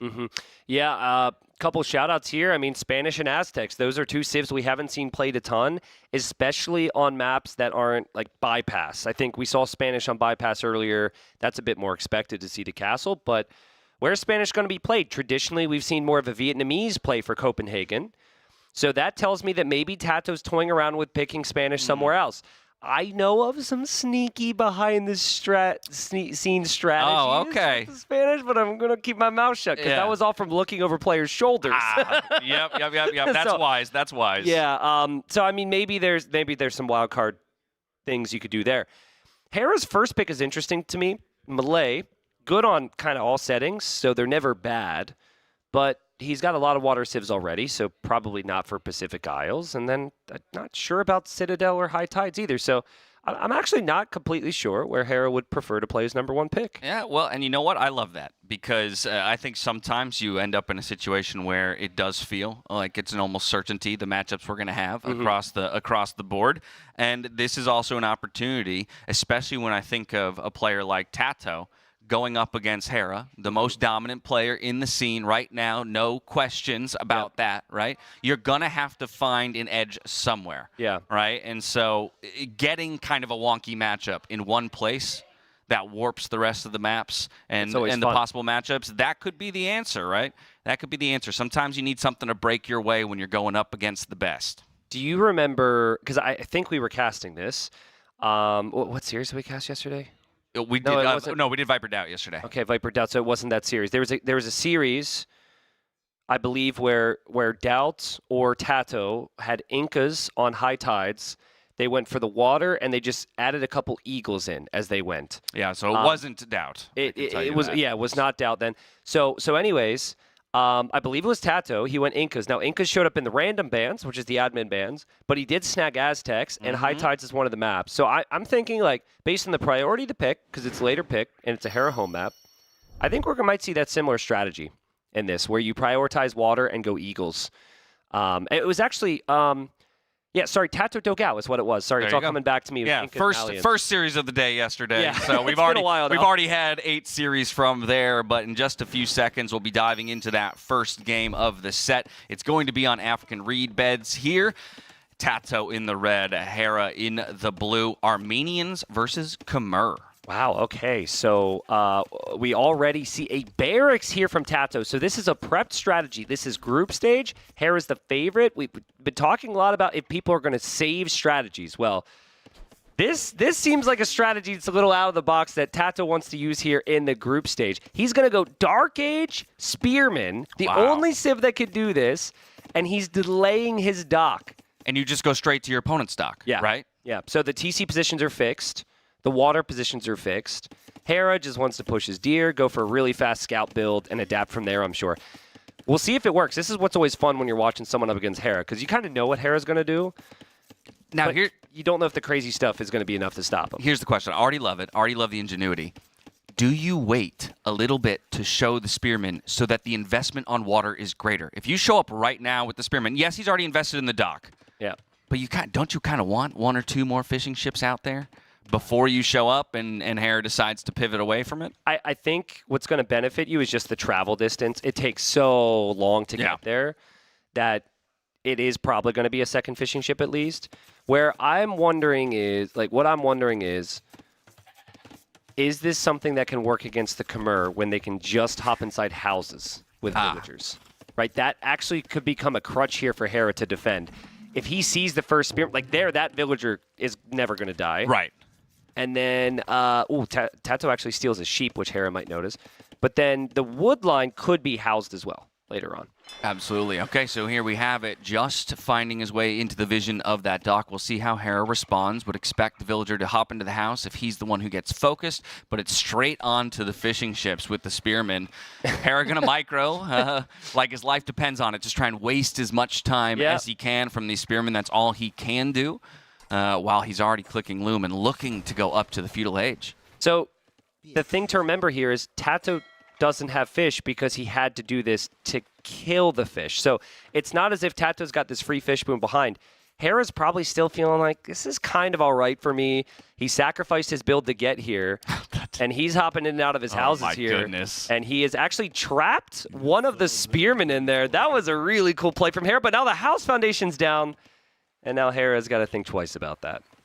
Yeah, so 3 spear investment so far has managed to kill 1 fishing ship, idle another, and successfully idle this villager for a period of time. But like you said, Hera already on the way to feudal age, 1 minute away, with all of that food and wood investment. Ooh, loses the scout. That could be large. That's huge because that's something that never happens here if Hera's not put under pressure because it's a fixed TC spot. It's always like this on this map. Yeah. So that's something that now Hera maybe is in his own head, a little frustrated with himself. Did he not get a palisade down there? Oh, okay. I mean, luckily had the houses, so once again, would have had the option to hop into those. But even still, forcing reactions out of Hera is TaToH while trying to rush up the walls at home. Because again, I'll point out to people, only 300 food in the bank, not yet on the way to the feudal age. Hera coming forward now with 4 villagers. Now the question is this for food or is this for tower? I think maybe a mix of everything here. Okay. He has the option to take the stone. That's where most of the stone is. Then he's got the shorefish. And he'll go for the range. Now, I don't know if this strat's going to work from TaToH, but I already love it. Because if you play the meta against Hera, he will out-execute you. So you just create a messy game, and put Hera into awkward situations. And it's likely Hera's never faced up against this before as well. So against anybody, you're just putting them in situations they didn't practice. Honestly, I'd feel pretty good about my position if I was in TaToH's shoes right now, having clicked up to the feudal age, getting that dock up. So I'm going to look to start building up my food economy with the fishing ships, and the wall's nearly completed. The question is, how much will Hera be able to achieve with those archers and scouts that'll be hitting the field in just a minute's time? Will they be able to break through those walls? I mean, is TaToH going to be, I guess, generous? Oh, gets the scouting information on it as well. That's so good. I was just going to say, the middle buildings make it so TaToH may have no clue what that next step is as he lingers around with his scout, but the additional spearmen from TaToH will spot. It's going to be archers, and it's going to be scouts. So TaToH will think, I've got the fish. This could be good for me. I need to defend at all costs here. And as Hera is still trying his best here to try and just nerd out and trap things, he's got to be careful here. I mean, this is still a lot of work for Hera. It's not easy, even though he makes it look easy. A nice save, but at least TaToH knows. So I think he needs heavy, heavy defense because that army's going to be knocking on the door. Yeah, we'll see what the answer is here in just a couple seconds. He's about to hit the feudal age. He sees his opponent knocking on the palisade walls, trying to find a way through. Yeah, and I think... what is TaToH going to build now? Hera's still trying to trap the spearmen, and TaToH, I mean, this just cycle continues here. And behind this, we've got ranged blacksmith. Okay. Yeah, it looks like ranged blacksmith. Archer ranged blacksmith. From TaToH, and some more walls. And as the scouts break down that door. I'm really happy with the placement, too, of the archery range blacksmith and the walls, right? He's just playing ultra conservatively, knowing that the way that this spirals out of control is if this exact army makes it in before any of his production even begins. So archers on the way here for TaToH, still well behind in numbers, though, and even thinking he needs to get a tower up for extra safety here. This is something that Hera does a really good job at. It's like he can just simplify his game plan and apply pressure when he needs to. And so losing the fish and the spearmen, all that, it's kind of simplified his game plan. Normally, he might have been thinking about a lot more walling and adding the fish and adding the fish traps. Now it's just break down that door. And TaToH, he can only take fights if he's microing behind walls. The second walls are gone here, he's in trouble. So he dropped the tower. Hera just repositions instantly. And now TaToH can't build another tower. This is just... we haven't quite seen recovery of map control for TaToH yet. Yeah, but super respectful of the threat that Hera is sending his way, right? Bringing multiple villagers out to get those house walls down, buy himself even more time. We do have fletching matched for fletching between the two players, and some archers in defense here. Not enough, though, and the micro's got to be there. Don't want to lose any of these villagers if possible. Yeah, I mean, Hera can lose an archer, and he's fine. TaToH cannot lose a single archer here. They're both always producing, but Hera has more. They both have fletching. TaToH, his villagers are super weak. He can't tower, so he's going to drop a market there. The units could still pass through, but TaToH doing everything he can to drop a new house. You got to drop a new house behind that house. I mean, I guess your TC is there to defend, and with 2 more archers coming, maybe Hera doesn't feel like he can dive underneath. But that's not that many vills garrisoned in the TC, and that exactly. Hera's one of the players who is most willing to make an aggressive move like this. Underneath the TC, because TCs don't hit. Oh, TCs just don't hit it, TaToH. He had a plan, but Hera's completely smashed him here, and it's all falling apart. Beautiful recovery from Hera, and honestly, dream scenario for him to just stop production now. Like, this is more than enough. You know there's going to be some fish back here. Hold on, that's TaToH. Hera. Yeah. That's TaToH. Split up your scouts. He's splitting them. Will they reconverge? Are the archers gonna... No way. Oh, no, Hera, wait, don't Hera! you do it! Okay. Oh, he baited him. He baited him. Oh, my goodness. Now, I mean, this is just a masterclass in Age of Empires. Honestly, from both players still. While it was a small error in execution there from TaToH to let these units in, the strategy was brilliant, but Hera finds his opening. He seizes it. And he's going to absolutely decimate this fishing economy. And I mean, TaToH's just lost 2 demos. He killed, 3 units. He's still probably going to lose all his fish. TaToH's just in complete disaster mode right now. Beautiful play from Hera. He knew the demo was going to pop out, and he kept those scouts split up, got to the shoreline, thought he gave TaToH an opportunity, and backed away. And I really wonder, like, if the advantage was supposed to be to fish. Right. Well, and you can see the panic in the economy. 500 wood just sold there from TaToH just to balance things out. But Hera's already on the way to the Castle Age. As you mentioned, he stopped production as soon as that army got through. He knew he could buy himself the time, keep TaToH on this side of the map. Yeah, and now Kimura, the best farming civ in the game. So as Hera fights away those remaining spearmen there, Hera should be in a good position to drop those town centers. He's got the vision in the middle. He's got the villagers still there. We'll lose these archers, but he could drop town centers, or he could maybe go for some forward siege here. TaToH just selling the barn to try and click up to Castle Age. And not one to say die just yet. He is good with 27 villagers on wood, by the way. That's absolutely wild. I think, and 2 on food. 2 on food.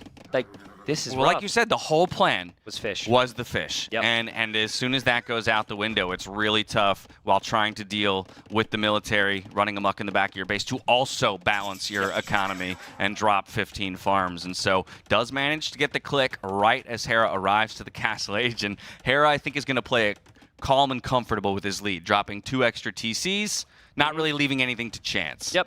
What Hera wanted in this game was a scout opening and adapt. What Hera didn't get was that. But he's now found that in Castle Age. Right? It's just like Cav, scouts, and adapt. He's bending the game to his will. Yeah, exactly. You know? Yeah, I wanted this. The frustrating thing for TaToH now is that the strategy is kind of working, right? It looked pretty good. I think he had an opportunity to defend there. He would have had a nice fish lead. Resources collected, TaToH's actually ahead, and he took all those losses. So it's like, what if? Yes. Well, I mean, I hate to be that guy, but 25 wood. Yeah. Was separated him between anything. A stone gate. That's really what it was, is just the unwillingness to drop the house, and maybe something that he's going to look back on at the end of this series. Mm-hmm. But like you say, I think strategically, he's already planting a seed in every other player's brain. Yes. That this is now a possibility both for himself to employ in future series or anyone else. Yeah, and you also have to remember what TaToH has attempted here is probably like twice as hard, right? Because Hera just gave up his fish, and I mean, I don't want to oversimplify what he's achieved here, of course, but he just, I think it's a combination of Hera making it look easy, but also always trying to make the game plan as simple as possible for him. Mm-hmm. And then he gets to this position. This is where the complexities could start, because he's knocking on the door, and he just kind of waits now for TaToH. What are you going to send out, TaToH? What's your game plan? Yep. Ooh, little counterattack army. Raiding party. There we go. That was good. That was really good. Are you related to the guy who? I'm just, I'm again in the effort to planting seeds for a possible future voiceover role. Can you do? I don't know. Can't do any foreign languages. That's going to be the problem. No, we've got a lot of taunts. A lot of taunts to go through. When we find a more dead period in the broadcast, maybe we could do. That'd be a fun game later in the broadcast. Oh man. Well, the counterattacks here. It's a pretty pathetic raiding party, if you ask me, compared to what it could be. Getting trapped, by the way. Hera says, you live here now. So I'm just going to build a blacksmith, build a house, and let you sit there and think about what you've done. Just ridiculous. Playing with his food in a way at that point. But here we go. 3 scouts into the middle of the map. Hera's going to take the fight with the villagers. Does lose 1, but trades at least for another scout life. Yep. Light Cav to clean up the raiding party. That feels good for Hera, and like you said, Hera's just sitting here saying, "Call your shots, TaToH. It's on you. It's on you to do something in this game." Yep, and Hera will be in a good position to get the relics because he's got more light cap numbers, and there is also that big looming question of how good are the Armenians exactly, right, in the later stages. I think we've seen them win on a map no one would have expected them on, maybe in Copenhagen, right? But it is a slower civ. And the Khmer are super mobile, and this is a rather open map. Being a slower civ when you're behind, not usually a recipe for success. Yeah. And Hera's lead is only going to grow with a 4th town center now in the back of his base. And like you said, this Khmer farm's just absolutely, raking in This is like food. This, to me, there's a lot of sets you see, you feel like the first game affects it greatly in terms of how it plays out. And with these 2 players, Hera being able to get through and break that non-meta strategy is going to give him a lot of confidence that that he's going to be able to do that more here. So I think Hera's going to love this game, especially it's even better that we may have another 10 minutes left before Hera actually applies the finishing blow, because you just get that additional length of time, that feeling of control over your opponent. 100%. And while it is going to sting, at least a little, for TaToH to have lost this after what was such a creative and ingenious start, at the very least, you can kind of just point to a singular moment and go, okay. Yeah, right? that's true. You know, that's true. and so move on. Things are so bad for TaToH that Zebra's trying to leave the map right now. TaToH 21 bills behind. Yep. And also is behind in some eco upgrades here as well. Doesn't have wheelbarrow, doesn't have bow saw. Yeah. And Hera just chilling out with his light cab. He's not going to apply any pressure here. I think he's still just going to boop. Thank you, Vodka. Thank you so much. Thank you. 5th set of the day. Still focused on the important details. We love it. And for every military upgrade that TaToH has, Hera's going ahead and clicking one more. You know, so and the numbers are going to be greater on top of all of that. As if things could get even more annoying, a lion has found the warrior priest from TaToH. Yes, yeah. You can fight back at least. They don't attack monks, but they attack warrior priests. Interesting. Well, you think a lion would be more... Monks are a peaceful sort. Maybe lions recognize the non-threat. You feel as though the lions would eat the monk because the monk can't defend itself. I mean, I feel that's pretty discriminatory towards lions and rather presumptuous of you that they'll just attack anything with 2 feet. I think we just lost our lion audience. So that's all right. We may have lost our lion audience, but we still got the Lamberger audience. Oh, let's go. Let's go. TaToH grabbing +2 armor right now. And as we've been saying, he's just unfortunately behind in the same game right now. I think the light cav, it's a superior play for the Khmer, and Hera's been every step ahead here. But you do have a question of a switch for both civs. So I'm wondering what Hera's thinking. I'd love to see some Scorpions on the field, but it doesn't really feel natural for the Khmer here. No, not necessarily. And while the numbers are slightly better here for TaToH and just about to have an advantage in the upgrades for a short time, may decide to take this fight. Light cav is not enough to punch through 4 TCs, right? And so while you might win the military battle here, once again, the eco behind it, I mean, in a way, this is kind of akin to the Bedouins game of the last series. Oh, yeah, where, true. Where you can trade evenly with a massive eco advantage and then just replenish the numbers. Thank you, Vodka, for the zebra reminder. Even though there's a farmer next to him, still going. Still going. A nice shot from TaToH here. I mean, we have this feeling that Hera's never going to let this one slip. Yeah. But he's asking questions of Hera, right? Hera's had to match him. Hera hasn't really been ahead this game. Well, sorry, he's been way ahead this game, but he hasn't had the controlling castle age that I was expecting him to have. Yeah. But this is, and again, I hate to be the downer, right? But it's like, we just go back to, well, then we just go further and further into the game where it feels like Khmer are just better and better. Maybe, but like, Hera's starting to lose some vills. I just saw Hera lose a monk. Hera has... I mean, TaToH's got the potential to snag a couple relics here. There's vills exposed in the middle for Hera. I mean, we do have castle resources, so let's see where that might be placed here for Hera. A bit more defensiveness or maybe even a game ender. And 1,700 gold in the bank, by the way. Ballista elephants would hit hard. They would be really good, but they take time. You need the castles. You need the position here. And, well, TaToH's actually found a little bit of a groove. I thought he was going to be completely pushed back. Still behind the same amount of hills, but somehow is asking the questions of Hera, as I'm saying. But he needs to, I think you need to hold this control, and you got to control those golds on the sides, which we haven't actually talked about much. Right. On this map, you've got those 2 golden hills that are key. Well, that's where, one of the possible castle locations there for Hera, if he decides, okay, I've got enough stone in the bank, let me go take over one of those gold hills, and that's exactly what he'll do, looking towards the west.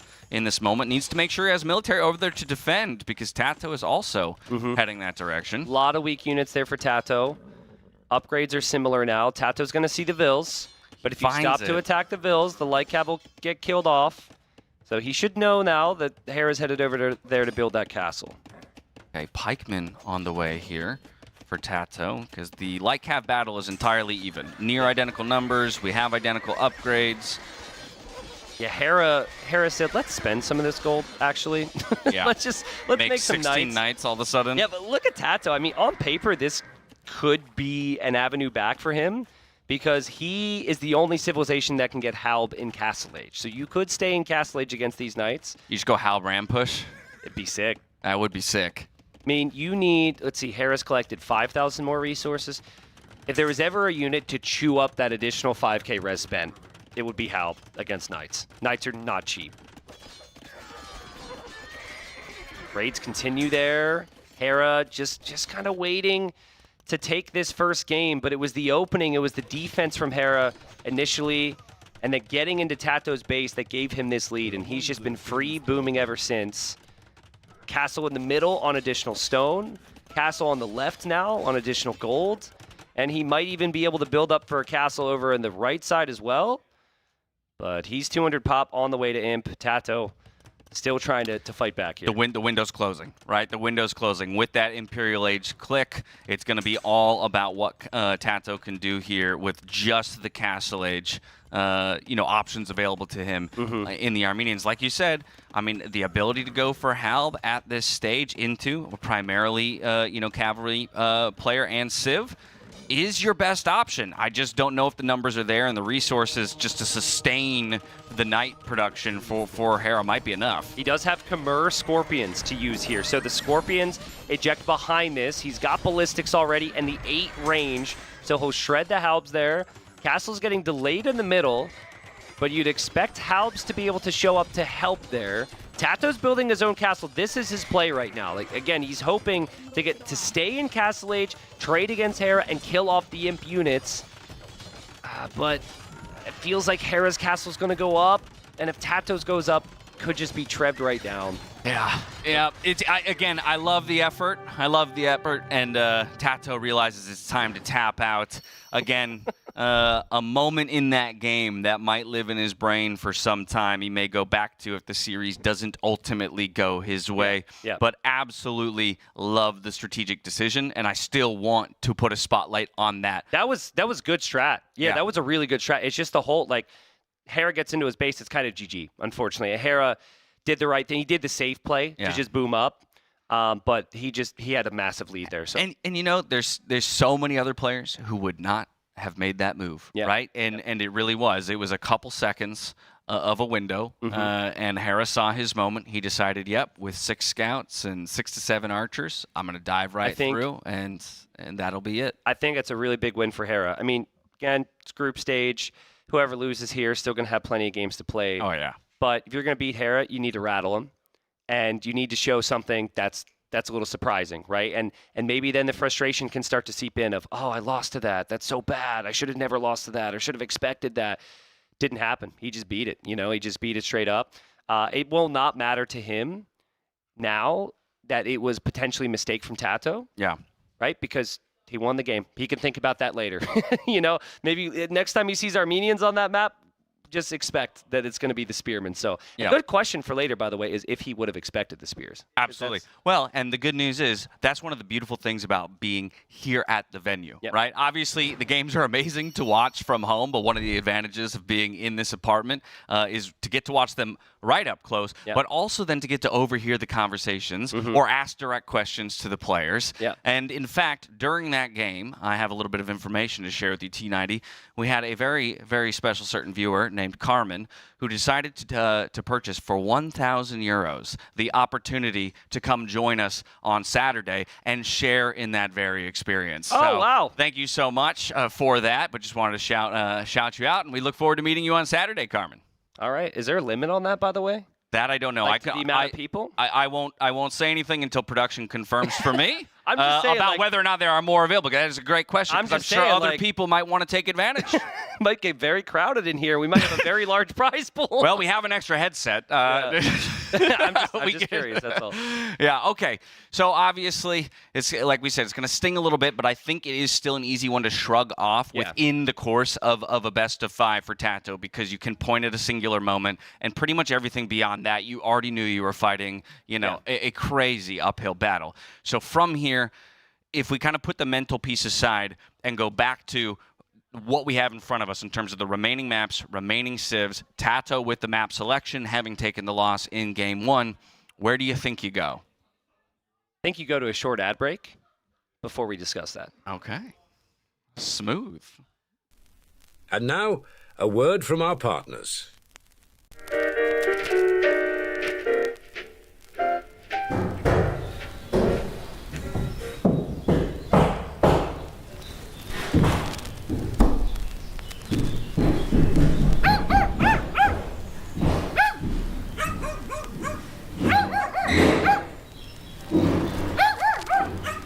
Tired of interruptions ruining your moment of peace? Discover true tranquility with the Hammer Bluetooth headphone Passion Voyage. With cutting-edge noise cancellation, immersive sound, and unmatched comfort in every note. Sounds like more Hammer.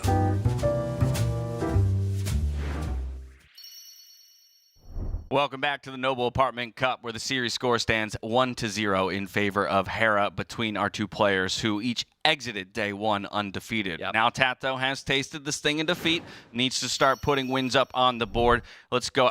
We don't even have to wait. T90, we're right into it, and the Kings are dancing on Copenhagen.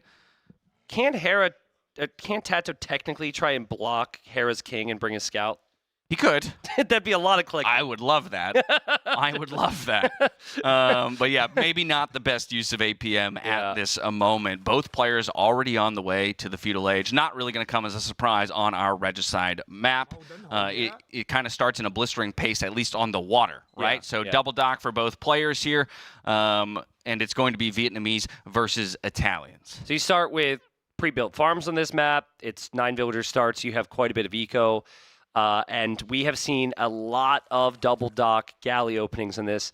Eventually, there's the other pond, but almost as expected, Hera's like, let's forget about that. Let's just absolutely dominate my opponent on this side first. Let's take the shore thing.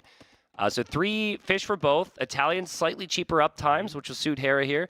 But Hera's got to be a little careful with that king. When your opponent hits feudal age, the scout does run faster than you. So maybe get home, Hera. Yeah, on the same side of the map at the moment, but has enough of a gap over that scout that will be able to retreat back within the walls to safety in due time.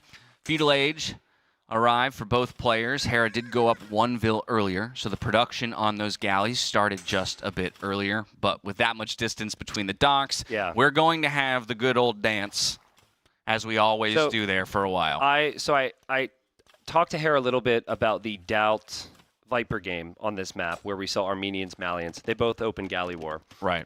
And I just asked him in general, what did you think about the strategy, the civs, whatever. And Hera said something in a very Hera way. He's like,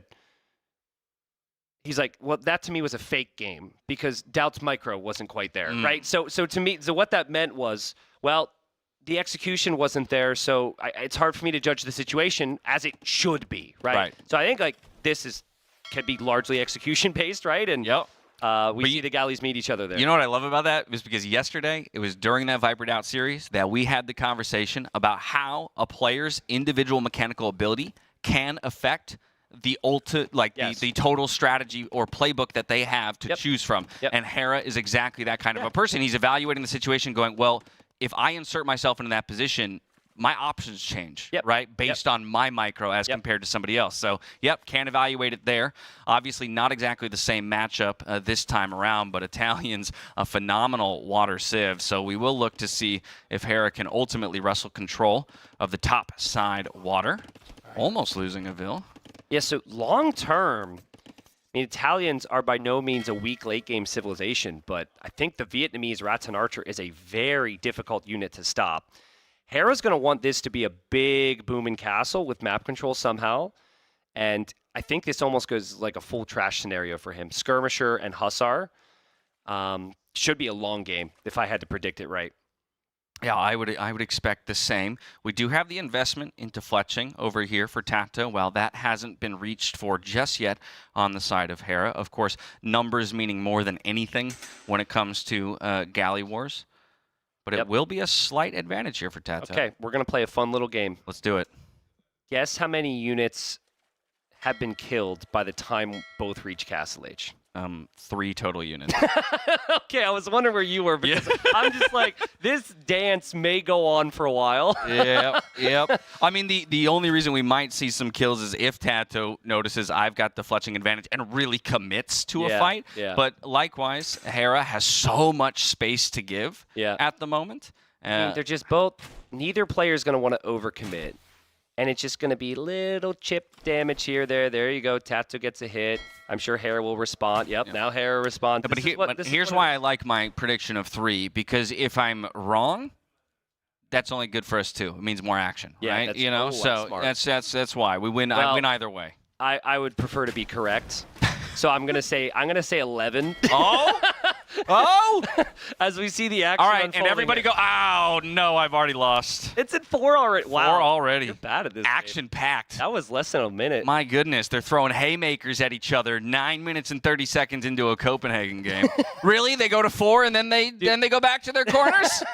The amount of times I've really been convinced that it's going to be 3 like you taught me, and I've then been wrong, taught me to bait you into That's why you ask the questions and never answer them. Correct. Yeah, no, I get it. Yep. I get it. I'm wising up to your games. Oh, man. And so far, I mean, it's not getting close to 11, but the engagements could easily heat up a little bit. Hera, very clean build, very well-balanced economy, and he clicks up. And he's on the way to Castle Age already, so could be an advantage to him in Castle with everything you look to, the TCs and the Navy upgrades. Right, so yeah, let's talk about that because very unlikely that anything's going to break during, this next couple minutes as the players make their way to the Castle Age.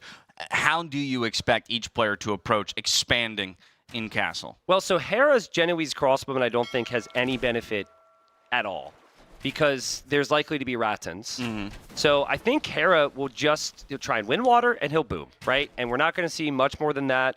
Maybe he could potentially drop the dock on the right side and come over here, but I don't fully expect that. And that's great for him because he's already winning water, and because War Galley's cheaper for him, so it's less investment to win, which is ideal. TaToH, he should understand, okay, Hera's probably just going to boom because he's not going to make Genoese. The scout goes in.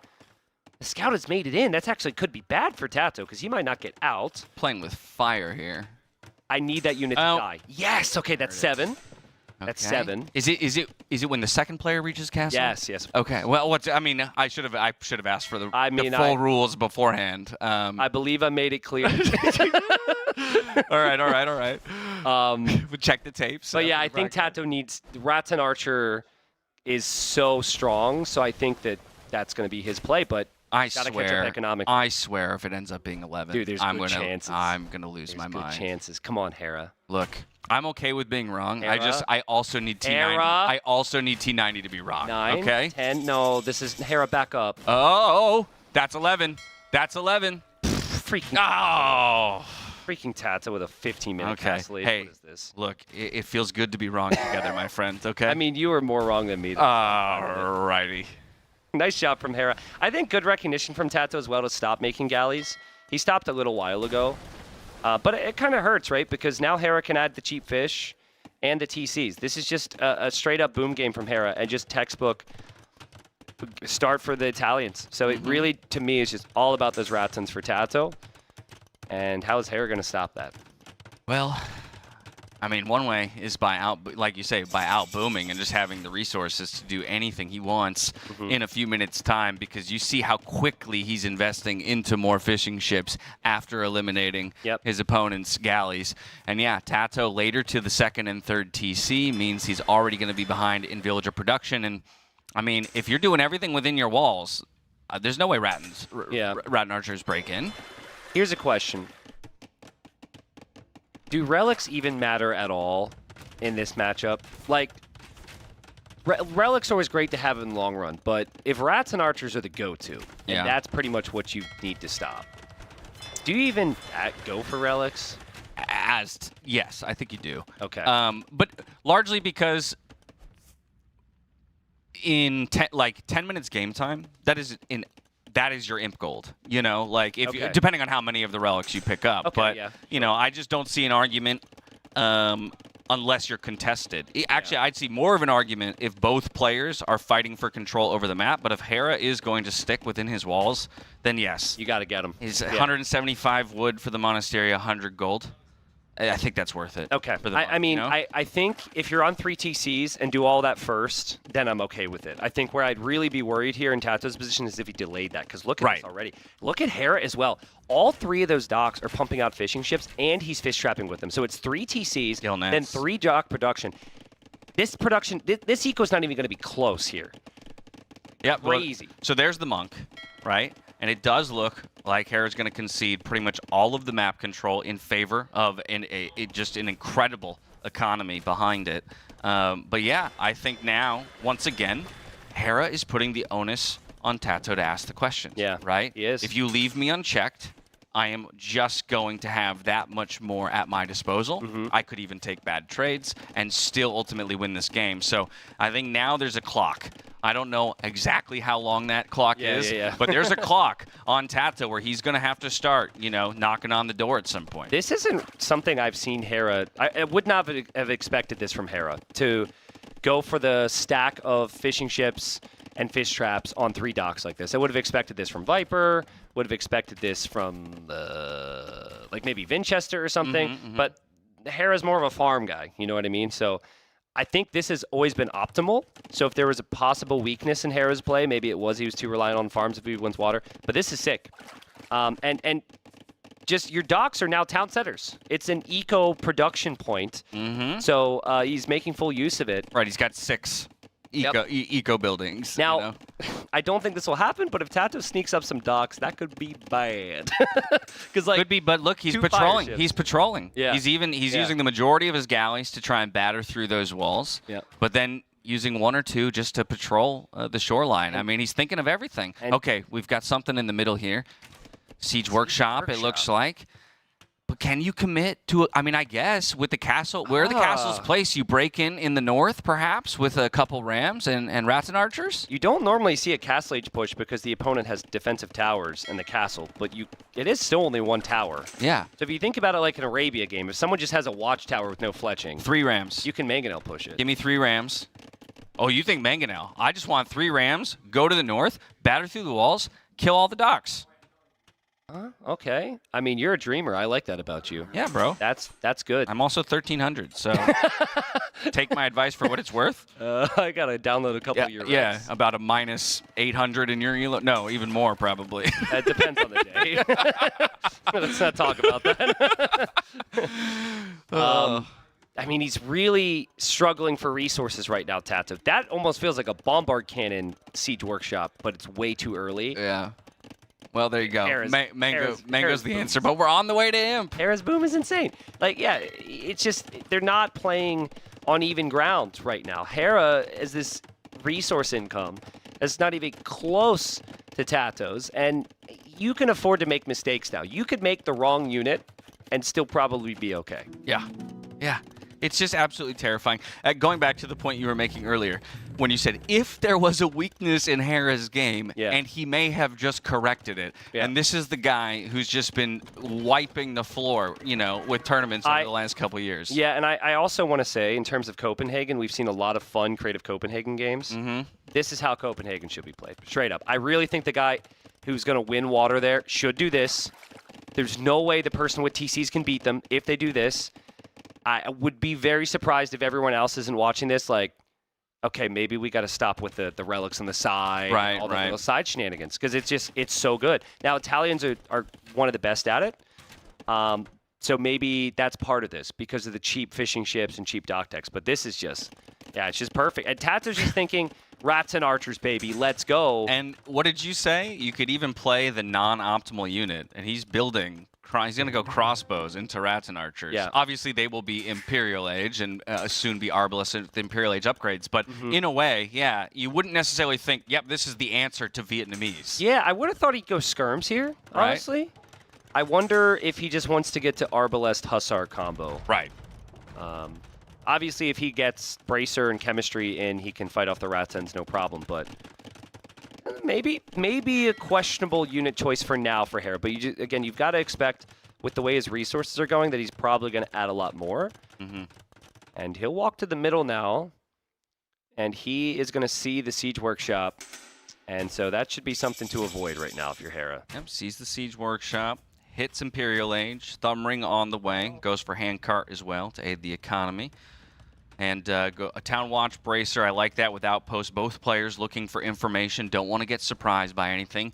The good news for TaToH, right? A minute away from Imperial Age, Hera's still on his side of the map. Yeah, that's true. And this is something that Hera can afford to do, but could potentially be a weakness here if TaToH is able to take control of the other golds. Maybe get to those relics. TaToH has 2, 0 for Hera. Hera clicks Chemistry, so it seems like his plan is Bombard Cannon. And it's just the slow build out, right? Expending his wood on the buildings. It was TaToH has to avoid his army for now. He's showing TaToH is going crossbow. TaToH's like, what? Well, but crossbow? But now the Elite Scrim Tech comes in. Oh man, Hera. Playing with fire a little bit there, but showing off the moves. Exactly. And with Bracer, that's never a contest. Well played, Hera. Yeah, very well done. Bracer and Chemistry for TaToH. Still on a delay as compared to Hera's timings. And second castle at home as well. Very defensive setup here for TaToH. He knows he's going to have to absorb some pressure for a while, as he was the one who was later to that final age. There was like something that Hera, I could be critical of with Hera. Or let's say this. Let's say recommend to Hera, which again, this is just as ridiculous, but second blacksmith for this guy needs to happen more often. Like he collects resources at such a rate, and then it's like blacksmith techs 1 by 1 by 1 by 1. I'd love to see second blacksmith for more pros, honestly. Yeah, suffering from success is yeah. Right, in a way, right? And then again. All right, mass exodus of the villagers. Maybe for another castle here, as I see, the stone at 680 goes ahead and drops a forward castle position. Perfectly set up to rest his trebs underneath and treb back to 2 positions of TaToH. And TaToH is going to be under immediate pressure here in Imp, waiting for the upgrades, but he needs those castles for his ideal unit, and Hera's castle is going to protect that. We've got bombard cannons on the way. We've got a militia from Hearttt that he cancels. But this is the timing. You've got to kill the Vietnamese before the Rats and Archer number gets higher, before they become elite. Yep. But this is so tough. Vietnamese castles, very weak. Very, very weak. And so as another 1 or 2 trebs arrive, it'll become that much harder to keep his castles alive. He is able to produce out of both of his castles, though, and has multiple bombard cannons on the way. So we'll see. We'll see. Perhaps the defense can hold. This is where I'd expect Hera to maybe, now that he's fully teched up with his other army, he's full pop. Now we might see those stables drop, start to see cav upgrades flying in to go for some potential raids. But he just knows that it's all about this middle area right now. If TaToH loses these castles, he's completely toast. Yeah, both players right now working with 2 trebuchets and 2 bombard cannons. We've got 2 more arriving to the scene here from Hera. It does look like at least one of these castles is guaranteed to go down. A lot of villagers being committed to the repair. Yeah, TaToH doing everything he can to keep it alive. Hera's castle as well likely to go down. Yeah, Hera just tossing away skirms because he didn't want those bomber cannons to hit his castle there. And he loses the castle anyways. So maybe some life here for TaToH. He's got elite Rats and Archer on the way. But there's more bomber cannons for Hera. He loses 1. Loses 1. Trades out for a treb in return. TaToH looking to do the same with his bombard cannons. It's all about the micro and the splits. The Rats and Archers, as elite is about to come in, we're thinking about diving. Think better of it in the end. That's 1 trebuchet down there for Hera. A second one under fire and does end up falling. It's TaToH now who's got the siege lead in a way. And I don't think Italians get it. Maybe it's an upgrade Hera's missing, but I know Hera didn't research siege engineers. So he's at 12 range on the bombard cannons. TaToH snagged that upgrade. Telling you, mass Rats and Archers is no joke. And I've seen games where the player has the worst economy and can still win. Oh, this could be a huge shot, though. Okay, eliminates one of those bombard cannons. There's a bombard with 1 HP on the side of Hera as well. We'll see if TaToH recognizes that and decides to dive for it with his archers. But an issue for TaToH here is like if Hera goes anywhere with a single raiding unit, he's got nothing, right? Like everything is all about the defense right now. And Hera's got enough cannons to toss away a few. He's going to back away with his cannons there. He's killing a lot of Rats and Archers. And Hera just so consistent with the numbers here. Yeah, an incredible amount of elite skirmishers with even more in the queue, producing out of 7 archery ranges. And we also see some tech switches coming in, so he's already thinking about adding cavalry into the mix to deal the killing blow. It's just such a crazy boom. 8,000 more resources, and he's spending it now. TaToH can't spend his resources fast enough because the only thing he can spend it out of is castles. And he's going to have no castles, actually. That's his last castle there. I thought maybe he had more behind this. He'll dive for the bombard cannons. He'll snipe the bombard cannons. He holds on. So another hold from TaToH, and Hera loses all those siege. That's massive. Buys himself a couple extra minutes. We still have a couple trebuchets up there. Hera's not comfortable committing to the fight just yet. Thumb ring now on the way here for TaToH, dropping a second castle further back in his base. That'll help with the production, but like you say, he's stuck on a singular unit out of very few buildings while Hera is diversifying, right? Teching into some of those cavalry upgrades. Eventually we'll see more of those scouts and light cav come out. Just saying, the rats and archer numbers starting to get crazy. Bombard cannons are superior for TaToH. We still haven't seen Hussar research. We still haven't seen the armor. I'm not seeing the stables go down. If Hera continues to commit to Skirm Bombard Cannon, it is arguably worse. There. It's like he heard you. Yeah, he needs a little bit more here. I think just a raid. And TaToH can't deal with the raid. He's got 7 on food. Like, TaToH has committed everything to wood and gold right now. Yeah, he himself, though, now is even teching into Elite Skirm. And while he does have a lot of food in the bank, as you said, only 9 villagers working on food for the time being, so won't be able to sustain production for long, and Hera's feeling so comfortable diving underneath the castle. We eject the rat and archers. They go forward looking to take on some of those bombard cannons, but 3 trebuchets, 5 bombard cannons do ultimately take the castle down. The numbers are dwindling. We're back to 1 building production. Elite Skirms just now coming out onto the field. Imperial Skirmisher now on the way. This is the last-ditch effort, rather, for TaToH to try and hang in it. And that's all Hera wanted. Like, the KD's not going to be pretty for Hera this game. He's had much better games in that regard. He just wanted that castle down. And if he has to sacrifice 50 skirmishers to take a castle, he'll do it. And I'm sure he'll sacrifice another 50 more to take these bomber cannons if he needs to. Yep. There's just not enough army for TaToH Dash. Yeah. And Imp Skirm is super vulnerable against the cannons Hera has, and then the tech switch we know is coming from the stables. And at the end of the day, this is exactly the game that Hera built his economy for, right? As we talked about, in winning the water, committing to the fish boom, he set himself up to take the trades where he's losing in nearly double the fashion of a KD, and yet still winning the game. What do you think about Cavalier here? I think for Hera? You're not spending gold. You have full map control. I mean, absolutely. Yeah, you should do it. I think Hussar still gets the job done, right? And it might be the safe play, but if you're concerned, you don't have any relics, and the Vietnamese get wood, like gold from chopping wood. Like, Vietnamese have a good late game. I think it's worth just going full Cavalier with this much gold. Yeah, I think it would be 100% acceptable for you to do so. Like you say, Hussar is also going to get the job done in the end, and so perhaps saving that gold for a rainy day, right? In the case where it starts to go late and it does become more of a game. We'll see. I mean, right now, Imperial Skirms are starting to push things back, but right as I say that, the first round of Hussar arrive, and TaToH goes, oh, nope, not where I want to be. Yeah, and TaToH's base is wide open. It's not even the lack of castles.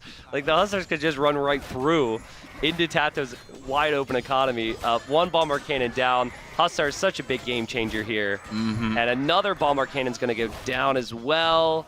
And even though TaToH's pop is high, I'm sure he can't be feeling like he has much momentum to work with. No, pop looks decent, and that 1,500 food that he had in the bank is completely gone now. Yep. Right? And he's only managed to get 13 villagers onto farms. He does have 85 on wood, could drop a fair number of farms, but it might be too little, too late, as 1 more of his castles that just went up is now already become the focus of Hera's army.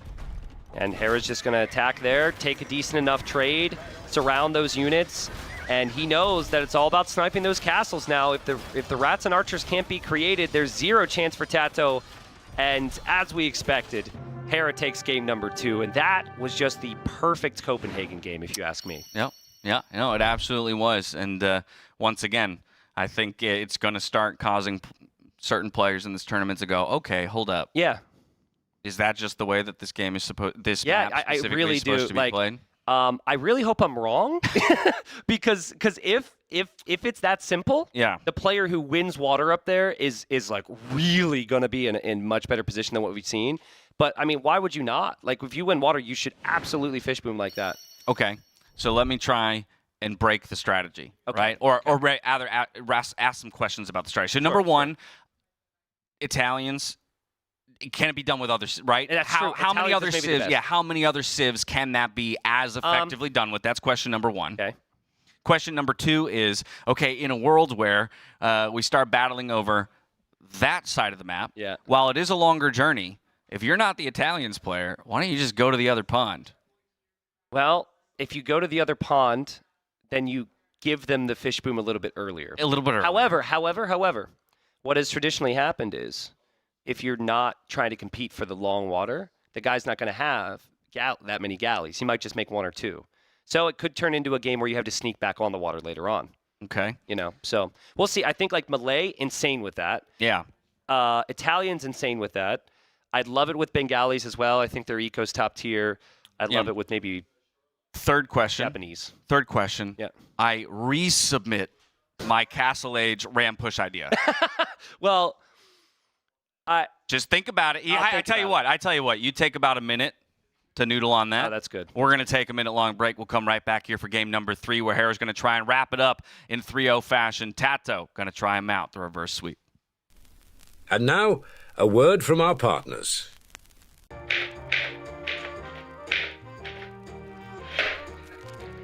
Have you heard of the 21st century?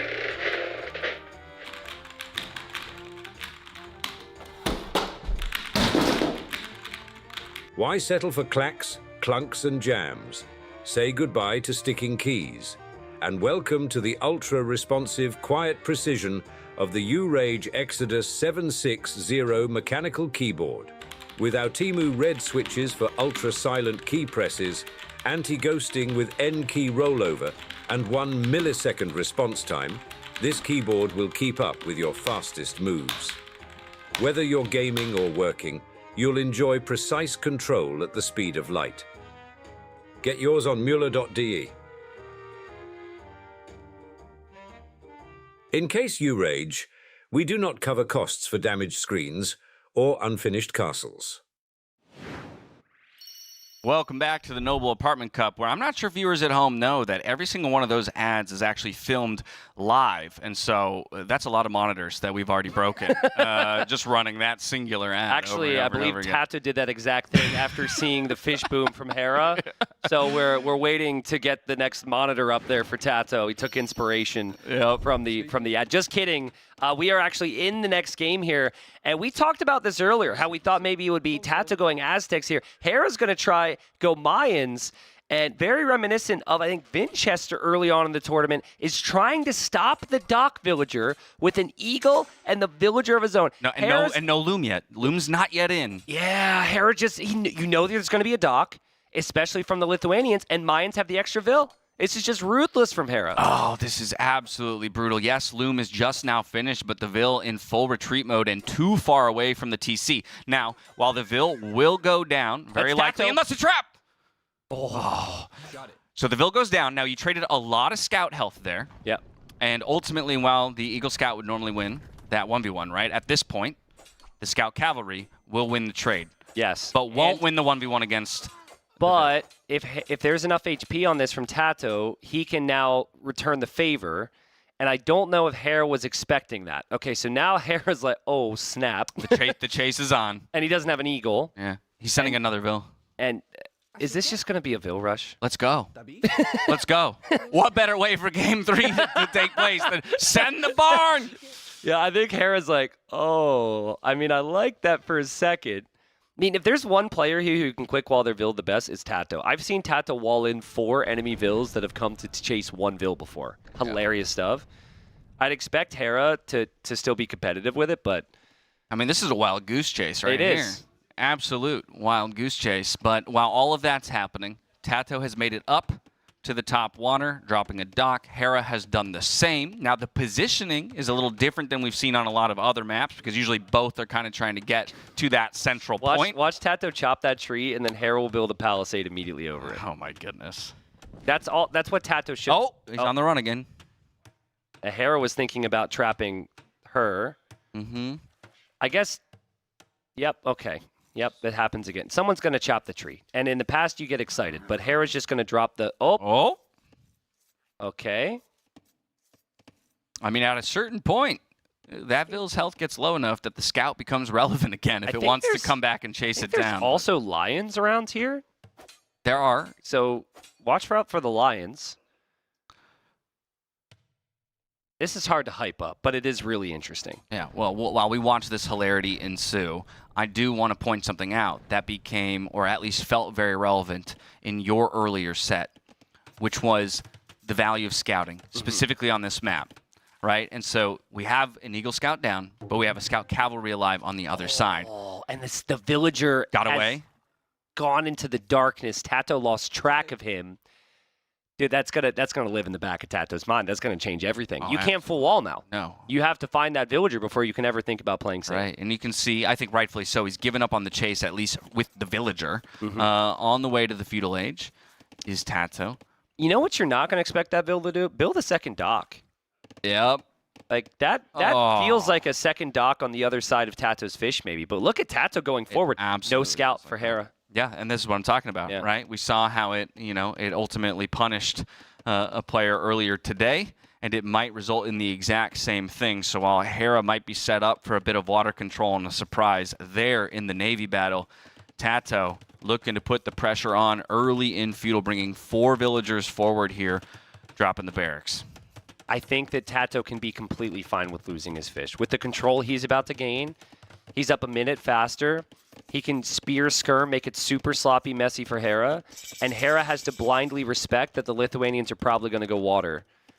So he is still committing to at least 1 fire galley on water. Hasn't moved any villagers to gold, right? So that's to your point about it being a spear skirm situation as opposed to maybe mixing some archers in. And he's removed the opportunity to get fletching because of the spending of that gold. I think, okay. Sorry to interrupt, but I think Hera, with the way the scout's lurking around, senses he's around me here. Like, no one scouts like that unless they're looking to see if I also have the barracks. And now Hera sees the Vills. So the presence of the Vills will tell Hera what this is. You don't usually see forward scouts. Yeah. But he doesn't have his barracks complete yet. He's got to move off the berries, and this is going to be a tough time for Hera's food eco. Okay, so towers going up. On those berries, the first spear has hit the field. The first skirmisher has hit the field. It is a counter tower here by Hera. Yeah, and Hera, long-term, is really going to like his unit choice of Eagle Warrior. So it just takes a really long time to produce Eagles in the feudal age. Look at Hera try and save this there. There won't be additional fire galleys from TaToH. So Hera's got to hope that he doesn't lose too much. He loses a Vill. Towers up. There's lots of idle time, and I think TaToH's going to be pretty happy with the start to feudal age here. Yeah, absolutely. Now, ultimately, Hera will win out in this tower battle because he can, if he chooses to, send another villager. Yep, and there he goes to batter it down, but TaToH's already kind of achieved what he wanted to with that tower. He's going to move on and look for damage elsewhere. Importantly, not gathering stone. So there aren't going to be any more towers to follow, at least not for a period of time. So these are military units. Yeah, spears and skirms are essentially here to tickle Hera to death. I know it sounds weird, but I don't know how else to say it. Just chip damage, I guess, like just poke, and you're not doing a lot of damage at once, but if you can make a lot of them, it eventually adds up. Beautiful play from Hera, though. He didn't lose a fishing ship in the north, so he should be free to add some fishing ships, but you need the wood eco for that. Like, you need... It's hard for you to settle your mind right now to even kill TaToH's fishing ship, so it shouldn't be an easy life for Hera. Yeah. It's gonna be interesting at the very least, right? You're forcing the reactions. The houses come up. He's had to vacate this wood line. We see another barracks now being dropped here for Hera, but he at least is on gold and has started to win the water. Yep. And might make use of another fish boom like we've seen in the past. Second barracks, Eagles. It's kind of smart here. You don't see it every day, but if you're up against Spear Skirm and he's bought himself a little bit of time with the tower and everything, I could see it working out. Oh, yeah. Oh, yeah. It's a very logical play at that. And for TaToH, I think now it's a matter of deciding how much more you can really get done forward on the map, again, without that investment of more stone, and how you make use of those 4 villagers. Yeah, TaToH's going to see the 3 Eagles and then have to somehow group up more army. You could think about scouts. Eco might be a bit tough for that, but that would make sense.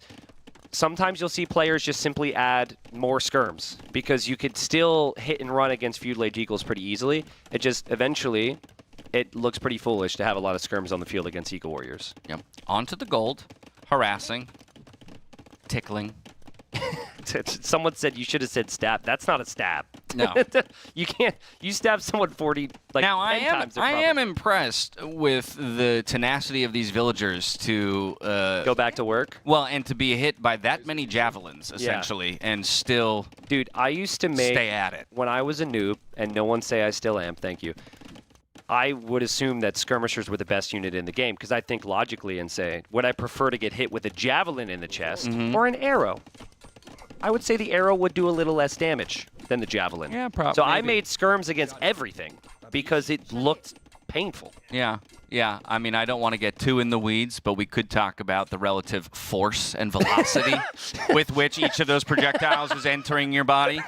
And that's where maybe I would contest that the arrow would do more damage fired from, you know, a recurve bow or something like that than, say, a javelin thrown by the hand of a gamer. Well, at least for now, it doesn't feel like the force from the skirms is a ton towards these Eagles.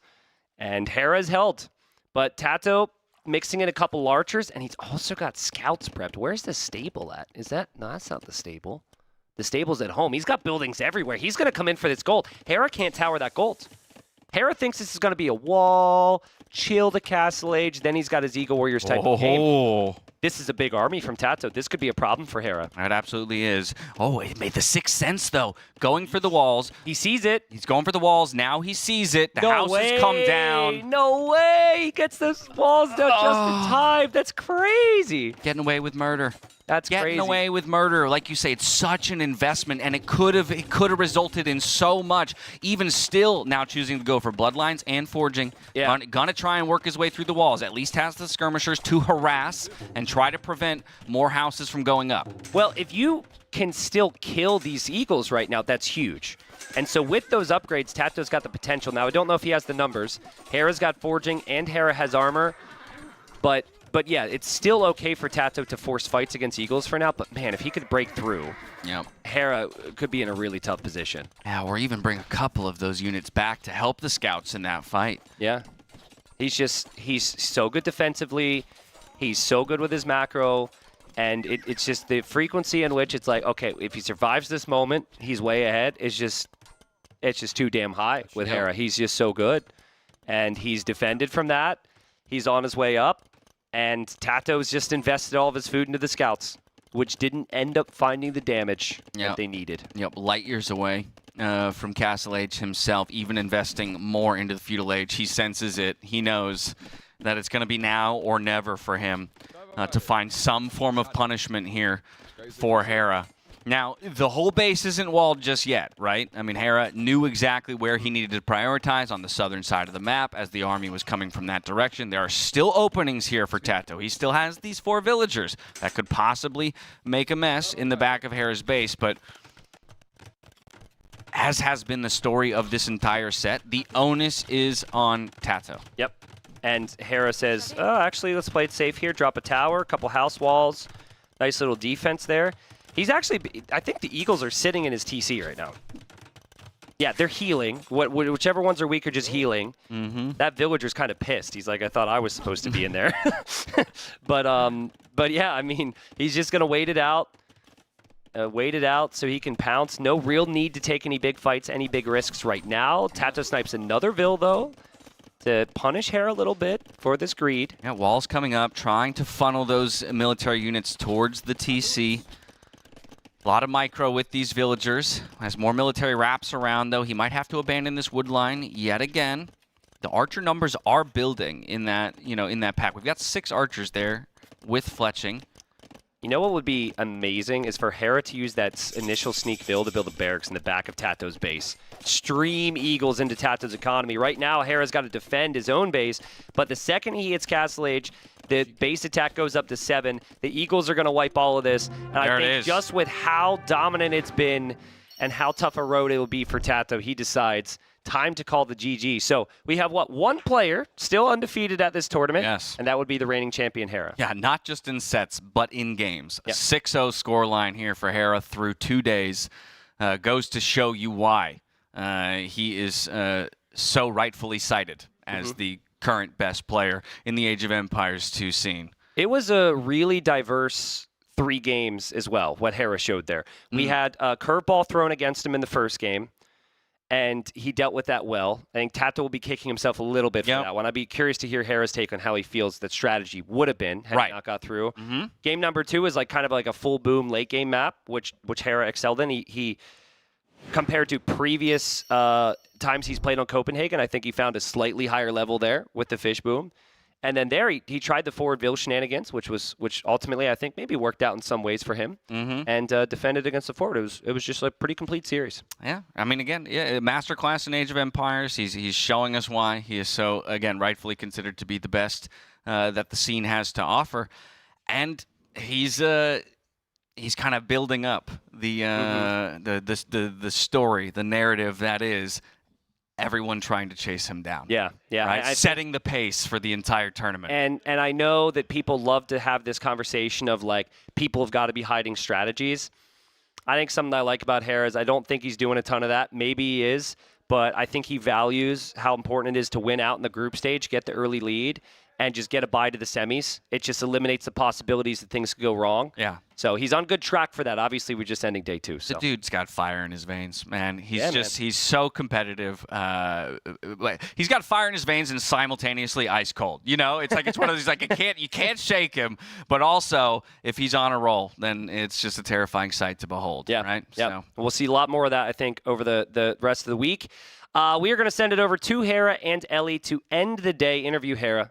Hear about his series. 90. Hera, well played. Congratulations. That was a flawless victory. You are coming into this tournament pretty much as the favorite to win it. And I saw in your recent Reddit AMA, you mentioned that you prefer being the underdog. So how is your mental game coming into this? Okay, firstly, thank you. And secondly, I'm surprised you read through that. I'm very happy actually to hear that. Yeah, I prefer being the underdog because most of my life I was, and I felt really confident being the underdog, like nothing to lose, everything to gain. Being the favorite is different. I feel like you have a lot of pressure, and like winning group stage rounds doesn't mean much because you're supposed to do it. So I feel like when I perform, it's the expected, and when I underperform, it's a huge deal, which is, you know, it definitely adds another layer of pressure onto every tournament because now it's like, I have to like maintain the certain form throughout the whole tournament, or else things start to falter a little bit. But nonetheless, I just really enjoy playing Age of Empires. So whether I'm favorite or underdog, it's just fun to play. You've certainly been super strong, and you've amassed a lot of fans, and you put out a lot of content with Civ builds and tips, and yet you still have some haters that. So how do you feel about this? Because it certainly must be weighing on your mental game as well. Well, I think it's like I used to worry about like what people said, but then I realized like for every one hater, quote unquote, and they're still watching my games. How much can they hate me? For every hater that we have, there's another 100 that really like me, or that really enjoy watching me play, enjoy watching me compete in tournaments. So if the question is, what do I have to say about the haters, or what do I think about them? The truth is, I don't really think about them, and it doesn't really affect me what they say. And what I will say is like, it's very weird if a Hera supporter, or one of my fans, or just a guy who likes to watch me, play. It's very weird if they say something really nice after every game I play. Like they're not gonna just like type something about me after every game. But then the hater watching every game, he's got something to say. So that's the difference. So you might see it more, but the reality is like there's a lot of viewers watching. The numbers are all increasing, and the masses. I think the numbers speak to where the masses' minds are at. Yeah, it's amazing to watch you play, and just your mental game seems to be getting stronger and stronger because these 3 zeros speak for themselves. It's a really strong performance, so keep it up. Way to go. It's a really strong start. I'd love to see some of the replays and get your takes on it. Specifically in the first game here, Armenians versus Khmer. What did you think of this matchup going in? This is a really fun matchup. I think he might have expected me to go Berbers, so that's why he picked Armenians. I had Berbers kind of cutting off the Spanish and Huns. I didn't think much of the matchup. I know I win late game pretty hard, so I have to just survive. I was completely sleeping on the spears, by the way. I didn't even realize that was a possibility, and well, it was kind of awkward. Yeah, it was a really strong strategy from TaToH, and it caught you really off guard. What did you do to recuperate? I failed like 10 house walls in a row, or house traps. Viper would have got those. This is why he's the GOAT, man. I mean, honestly, the people who watch me regularly know I miss those house walls on the daily. Like, that's not even new. But it was unfortunate I missed so many. But after that, like, the fail, I knew I had to go something crazy. So I went in the middle and did some Scout Archer, and actually paid off. I was able to get in and do some damage. This was kind of like a last-ditch effort. Yeah, I'm not sure if I missed that right now, but there was a beautiful bait of the demo. Was that planned or just a happy coincidence? It's TaToH. He had a demo queued from like yesterday, just in preparation for this. So the plan was just to not take a huge shot, and it worked out. I think he got one on me last NAC, so this is only fair, 1-1 now. So we're moving into, no, this is still the first game. Where did you know that you had this one in the bag? Honestly, I didn't. I just looked at the score, and the score was really good in my favor. So I felt like my eco was really nice, but I never felt like I had it in the bag. Maybe when I got this castle, this is like, okay, this is over. Okay, and so going in 1-0. Were you feeling really good, or were you thinking maybe it could be like a Hera Liereyy was win-lose, win-lose?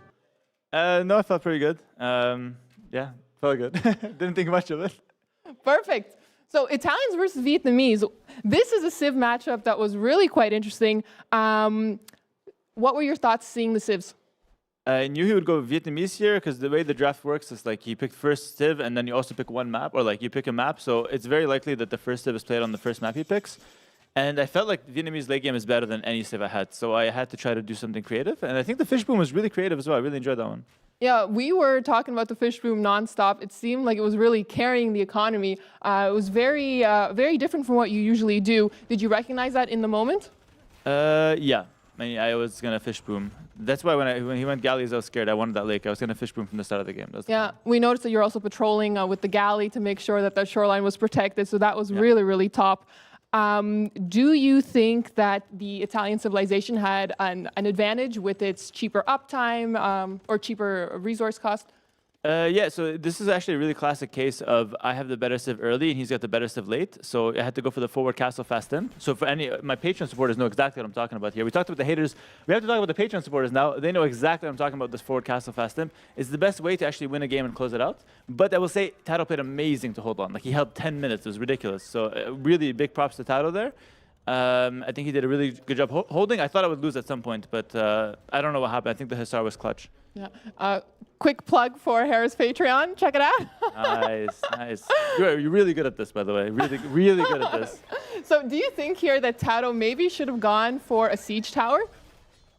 What? Yeah, well, this was actually from Dave. He was actually thinking about, like, Of course it's from Dave. Yeah, should TaToH have gone for a siege tower? Do you think that would have made a difference for him? Where would he put the siege tower? Over the... Like the Stand by King? Maybe. No, listen, whatever Dave says, if it involves the siege tower, we don't listen to that. No way. I don't think, no. And really, I don't think there was a siege tower angle, but it would have been fun. It would have been really fun. Yeah, The fans love the siege tower. So game 3, this is High Tide. You were playing with the Mayans. I'm a really big fan of that civilization, super strong. You had a really nice Vil kill at the start of the game, no doubt. That added to the confidence. Mayans start with an extra Vil, and Taddy's down one. And then there was that really awkward Vil fighting. How were you managing, like how much time did you devote to that, like in your mental brain capacity? No, this is very good for me. He's got the better Civ, so I have to play anti-meta from the start. And I just completely threw him off his game plan. And the game is really messy. I'm okay losing from the start. Like this is no problem if I lose, because he's got the better Civ. And I just made it really messy, and whatever happens, happens. That's kind of the mentality. And it just turned out that the sneaky dock in the back was a nice idea. And he went forward, which could have been a bit rough, but luckily the Eagles were good enough. Yeah, I was going to actually mention that. TaToH went forward, like with a fast feudal, went forward. Did that catch you off guard? Not really. I think it was a great idea from him because, again, the game is messy. So usually when it's messy, people just go with the flow. And I think it was a nice idea, but I just had a few fortunate moments and had a nice back goal. So I felt confident in most of that defense.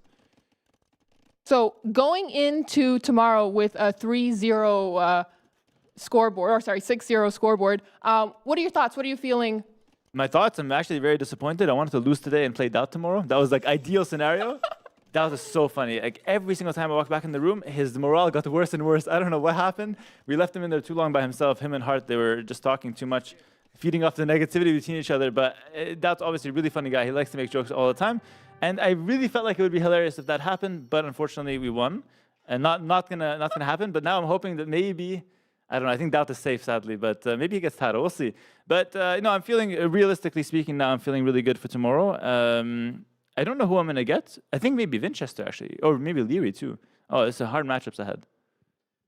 So what's your preparation going to look like in the next 24 hours or however many until you play? I think I will go play whoever's in the room right now, probably. And then do some practice tomorrow as well, probably. Would you like to say a couple more words to the fans before we let you go off and celebrate? Yeah, go watch my recap videos on YouTube, please. We plugged the Patreon. I have to plug the YouTube as well, just to balance it. So go watch those, please, because they're really funny, but they're not getting as much views as I want. So please, if you guys don't mind, like, really appreciate that. Just check it out on YouTube. Perfect. Well, thank you so much and congratulations. And have a wonderful time celebrating with the friends here. I know LANs are so fun that you get to see everyone together in person. And just way to go. And since we're shouting people out, quick shout out to Roxy, who actually she so kindly mentioned to me yesterday that since you got married, you have not lost a single S-tier tournament. Oh my God, this is some wife propaganda. I did lose one after we got married. Not an S-tier. No, it was S-tier. Well, she left that part out, and I believed her, you know, that's good. girl power. That's good because she's only focusing on the positives. This is very good. Like, amazing mentality. Okay, well, I've never lost a game. It's also really good. Focus on positives. Like, fantastic. No, but that's, yeah, it's been going good. Like, okay. Yeah, it's been going good. We have good chemistry, and, you know, apparently things are working out. Married life is a huge buff, apparently. Okay, perfect. Happy to hear that it's going well in your professional and your love life, and wish you all the best for tomorrow. Thank you. And with that, I'd like to say thank you so much for watching day number 2. It was a phenomenal set series today. And to close it off with a beautiful, clean 3-0 is always fun to watch. And just before, we had a nail biter between Harry. Yeah, Liereyy and Liereyy. Jeez Louise. Liereyy and Viper, always amazing to see what the pros will have in store for us tomorrow. So from all of us today, big thank you for watching. We look forward to seeing you again tomorrow. And now, time for the Lionburger golden moment of the day. Take it away.